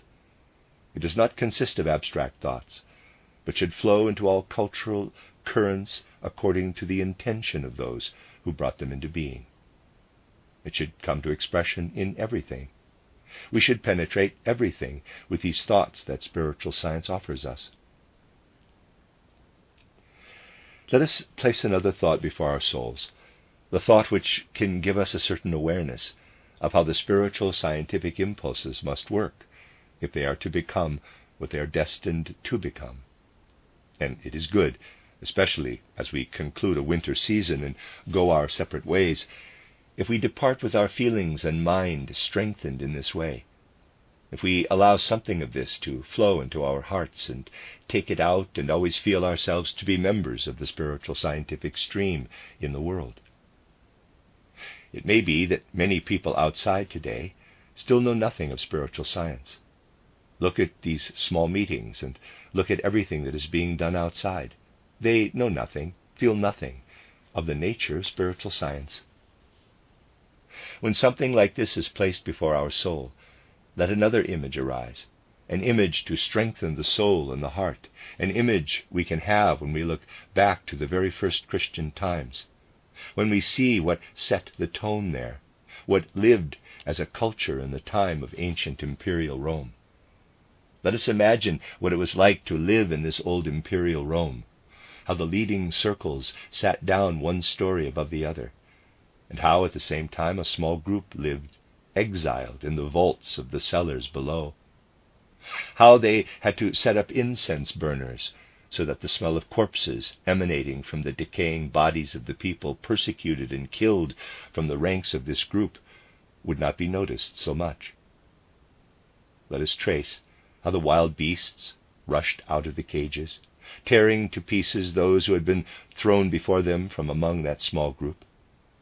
Let us descend from the palaces of those who set the tone in imperial Rome into the corridors where the first Christians, precisely that small group, dwelt, where they erected their first altars over the bones of their dead and established their rituals, invisible to imperial Rome, invisible like today's followers of a new spiritual knowledge, who meet in invisibility, spiritual invisibility, for the official leading culture.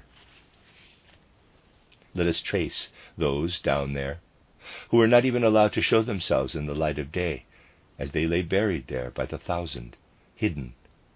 They who planted a new spiritual culture in humanity, under the surface of the earth, when above imperial Rome was working in the way familiar to us. And then let us look at the circumstances a few centuries later. What imperial Rome, which was setting the tone at that time, produced has been blown away, swept away. And what remained was that which had to eke out a living in the vaults below, invisible to the eyes of those who set the tone. That remained. This is how cultures arise in the obscurity of concealment. This is how they form. This is how they then emerge from the darkness. And we can gather the awareness into our feeling that this spiritual scientific movement is truly called upon to do something similar to the first Christian movement. No matter how subterranean its existence is at first, no matter how much those who have quite different thoughts in the worlds above ground may regard themselves as being in authority, in a few centuries things will have changed. Then the anthroposophists will have the feeling that they carry up into the light that which now prevails underground, that they carry the spiritual scientific thoughts in the same way that the first Christians carried their culture up from the catacombs. Such an awareness gives us the strength and the possibility to include knowledge of the Spirit in our soul life. In such feelings let us leave, and in such feelings let us come together again. We do not want to pursue abstractions, but something that can become the nerve center of our life. So let us decant into our souls what we hear from higher worlds. Let us endow ourselves with strength and remember a little that the spiritual scientific thought should have grown so close to our hearts that even if we are separated for a while, we are still together in the Spirit. And let this feeling bring us together again. The end of Lecture 17. You are listening to RudolfSteinerAudio.com. As well, you can hear these podcasts at RudolfSteiner.podbean.com. Please consider becoming a patron. There are two publishing houses, SteinerBooks.org in America and RudolfSteinerPress.com in England, which are the sole publishers of Steiner into English and have given me permission to do these recordings. Please consider patronizing them as well. This is a reading of Collected Works, Volume 98 by Rudolf Steiner, the Listener's Notes to 18 Lectures. entitled Nature and Spirit Beings, Their Activity in Our Visible World, translated by Christian von Arnim. This is the last lecture. Really, it's just an appendix, very short, given in Hanover on the 24th of February, 1908. Brief notes, beings that influence the human being. Again, the last lecture of this set of lectures, lecture 18.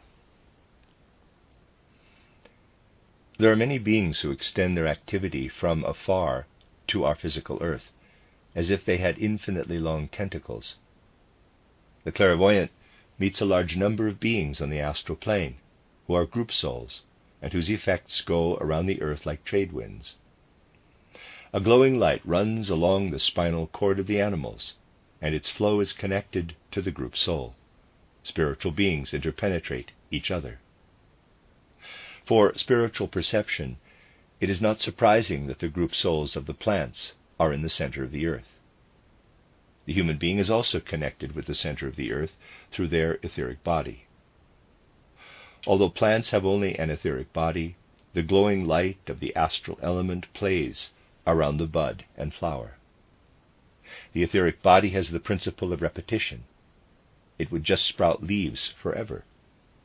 This influence is interrupted by the astral body, which produces the changes. Wherever we have hair, the etheric body prevails. The group souls of animals are such that we can communicate with them, and the highest possess qualities which are in part higher than those of low types of human individuals. The human blood is influenced by other beings from those that influence the lymph, which is a fluid, like the white blood cells. Others act on the nutritional fluid, the chyle, others on the sensory organs. The chyle forces, for example, give the fatty substances from the food pulp to the blood, the protein-containing ones to the lymph. Mental and physical health depends on the activity of the spiritual beings, which regulate these forces. The moon beings have a subtle physical body and resemble 6 to 7-year-old children in shape. Their actions are mostly harmful to us, but these pygmies act unconsciously. They are known as roarers. Their sounds are heard far beyond the moon. Their activity is strongest at the time of the full moon. They are particularly attracted to the vicinity of mental asylums, as well as to spiritualistic mediums. If human beings were masters of their blood, as they should be, and as they are called to be, the moon beings could not harm them. Venus is home to beings whose thoughtful speech indicates high logic, whose countenance reflects high morals.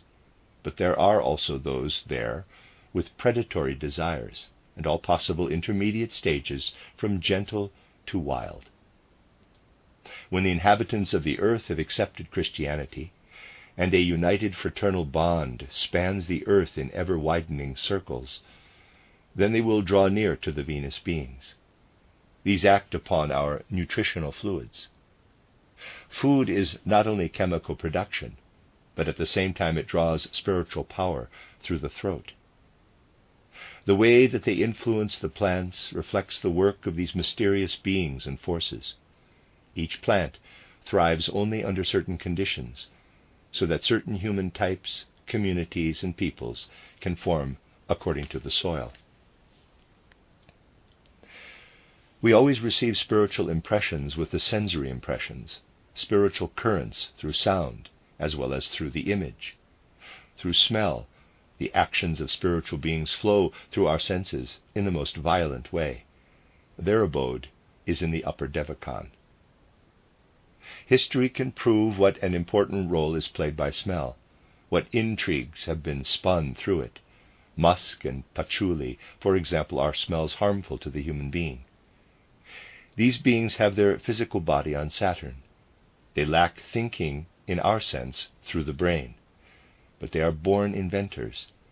They love progress and continually turn everything upside down on their abode. Our conservatives would be utterly terrified of them. The people who possess quick-wittedness and presence of mind have something of their nature. The smells we surround ourselves with and which we love are not at all a matter of indifference. What can be instigated through harmful smells belongs to the field of black magic. It is necessary to cultivate the good smells. Human beings are exposed to the influences of the many forces and are as blind to them as a mole. People only ever become aware of part of reality, but this reality concerns us. We must have strong impulses as to how to get away from the realm of harmful demons. The human being resembles the rainbow with its 7 colors. The physical body is actually an optical illusion. It is an amalgamation of spiritual activities which intersect in it 1,000 times and produce the most manifold effects. And there's a picture. Intersections are the physical body. When the sun disappears, the rainbow is gone. When the spiritual forces withdraw, the human being is dead. Reality is to be sought in the spiritual facts. These have true reality. What we see is the revelation of spiritual activity. The whole weight of the facts should cause us to let the good beings work, to drive out the demonic ones. We are dealing with 4 beings which act on the eye, capital, through the blood, the lymph, in the chyle through the nutritional fluids, and through the sensory currents. In order to protect ourselves against the powers of the moon that harm us, we must above all strive for an attitude of independence. Free inner soul forces have a purifying effect on the blood. Thus, the moon beings cannot harm us. We approach the Mars forces acting on the lymph in a good way through clear thoughts. Diseases can be an outflow of uncontrolled spiteful thinking. Through such thoughts, the human being harms the world around them. Through clear thoughts, the human being promotes general health. Therefore, it is of utmost importance for us always to be collected and practice good, clear thoughts. Noble feelings should ensole us with regard to the Venus beings who have an effect on the chyle fluid, and sincere intentions determine the sensory and nervous currents on which the inhabitants of Saturn have an influence. Honesty in thinking, a listening attitude, keep away evil influences. The moon beings work instinctively, the Mars beings consciously by degrees. The Venus beings are eminently highly spiritual, the bad ones, on the other hand, unconscious. The human being consciously and unconsciously influences all other beings. We must strive to become increasingly more conscious. Thus we can make stars shine. Thus the star of Bethlehem shone forth when the mighty individuality of Jesus was consciously incarnated. It is a cosmic event when such high human beings are born. Initiates know that when the word Yahweh is composed in a particular way, worlds can collapse. The human being would not become so strong if they did not have to overcome evil. That is the end of what I am calling Lecture 18, which is this short appendix, and this is the end of the book. Collected Works, Volume 98. These 18 lectures entitled Nature and Spirit Beings, Their Activity in Our Visible World, translated by Christian von Arnim.